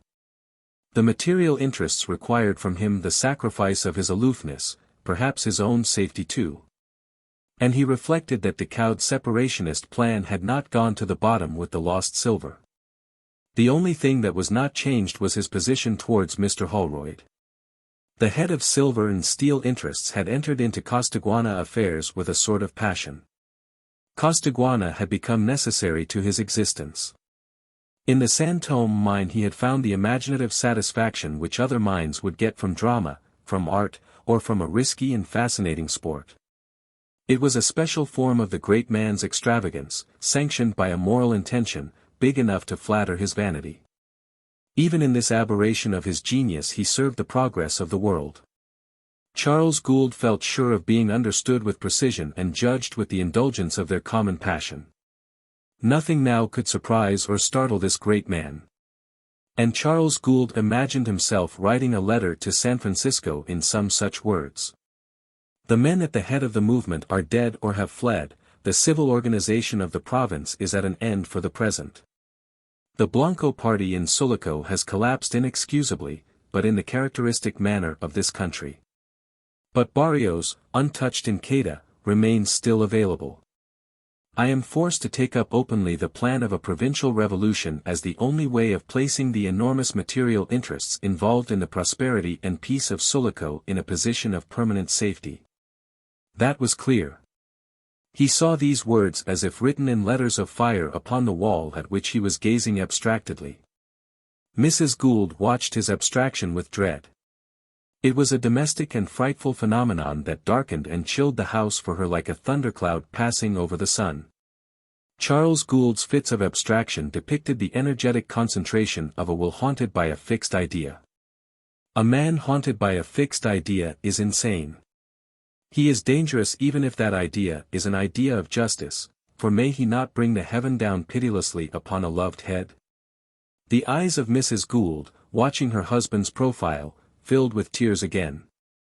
And again she seemed to see the despair of the unfortunate Antonia. "What would I have done if Charlie had been drowned while we were engaged?" she exclaimed, mentally, with horror. Her heart turned to ice, while her cheeks flamed up as if scorched by the blaze of a funeral pyre consuming all her earthly affections. The tears burst out of her eyes. "Antonia will kill herself," she cried out. This cry fell into the silence of the room with strangely little effect. Only the doctor, crumbling up a piece of bread, with his head inclined on one side, raised his face, and the few long hairs sticking out of his shaggy eyebrows stirred in a slight frown. Dar. Monaghan thought quite sincerely that Decaud was a singularly unworthy object for any woman's affection. Then he lowered his head again, with a curl of his lip, and his heart full of tender admiration for Mrs. Gould. "She thinks of that girl," he said to himself, "she thinks of the Viola children, she thinks of me, of the wounded, of the miners, she always thinks of everybody who is poor and miserable. But what will she do if Charles gets the worst of it in this infernal scrimmage those confounded Avellanos have drawn him into? No one seems to be thinking of her. Charles Gould, staring at the wall, pursued his reflections subtly. I shall write to Holroyd that the San Tomé mine is big enough to take in hand the making of a new state. It'll please him. It'll reconcile him to the risk. But was Barrios really available? Perhaps. But he was inaccessible. To send off a boat to Quetta was no longer possible, since Sotillo was master of the harbor, and had a steamer at his disposal. And now, with all the Democrats in the province up, and every Campo township in a state of disturbance, where could he find a man who would make his way successfully overland to Quetta with a message, a 10 days' ride at least?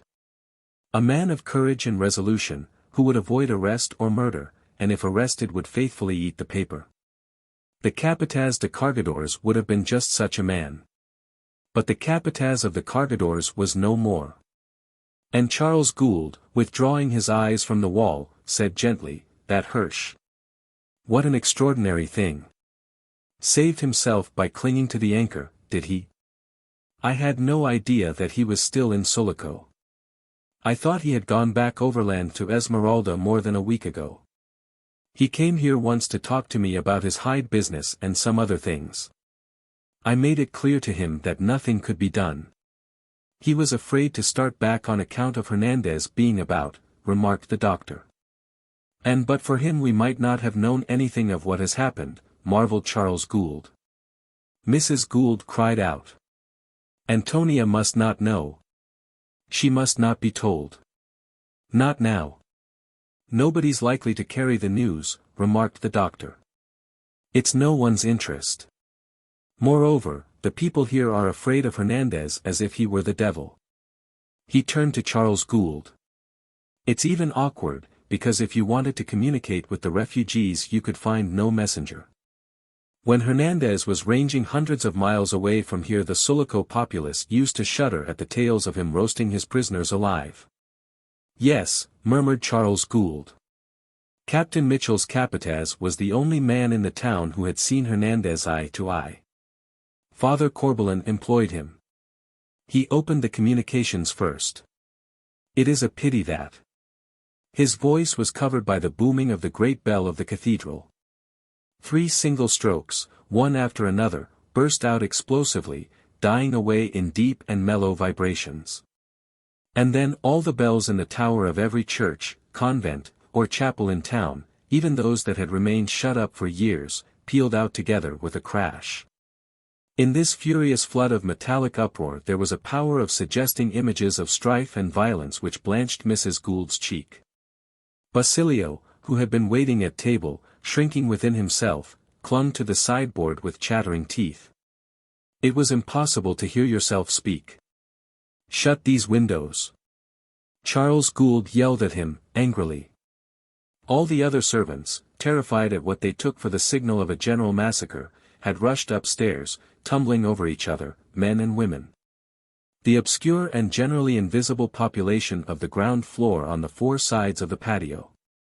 The women, screaming misericordia, ran right into the room, and, falling on their knees against the walls, began to cross themselves convulsively.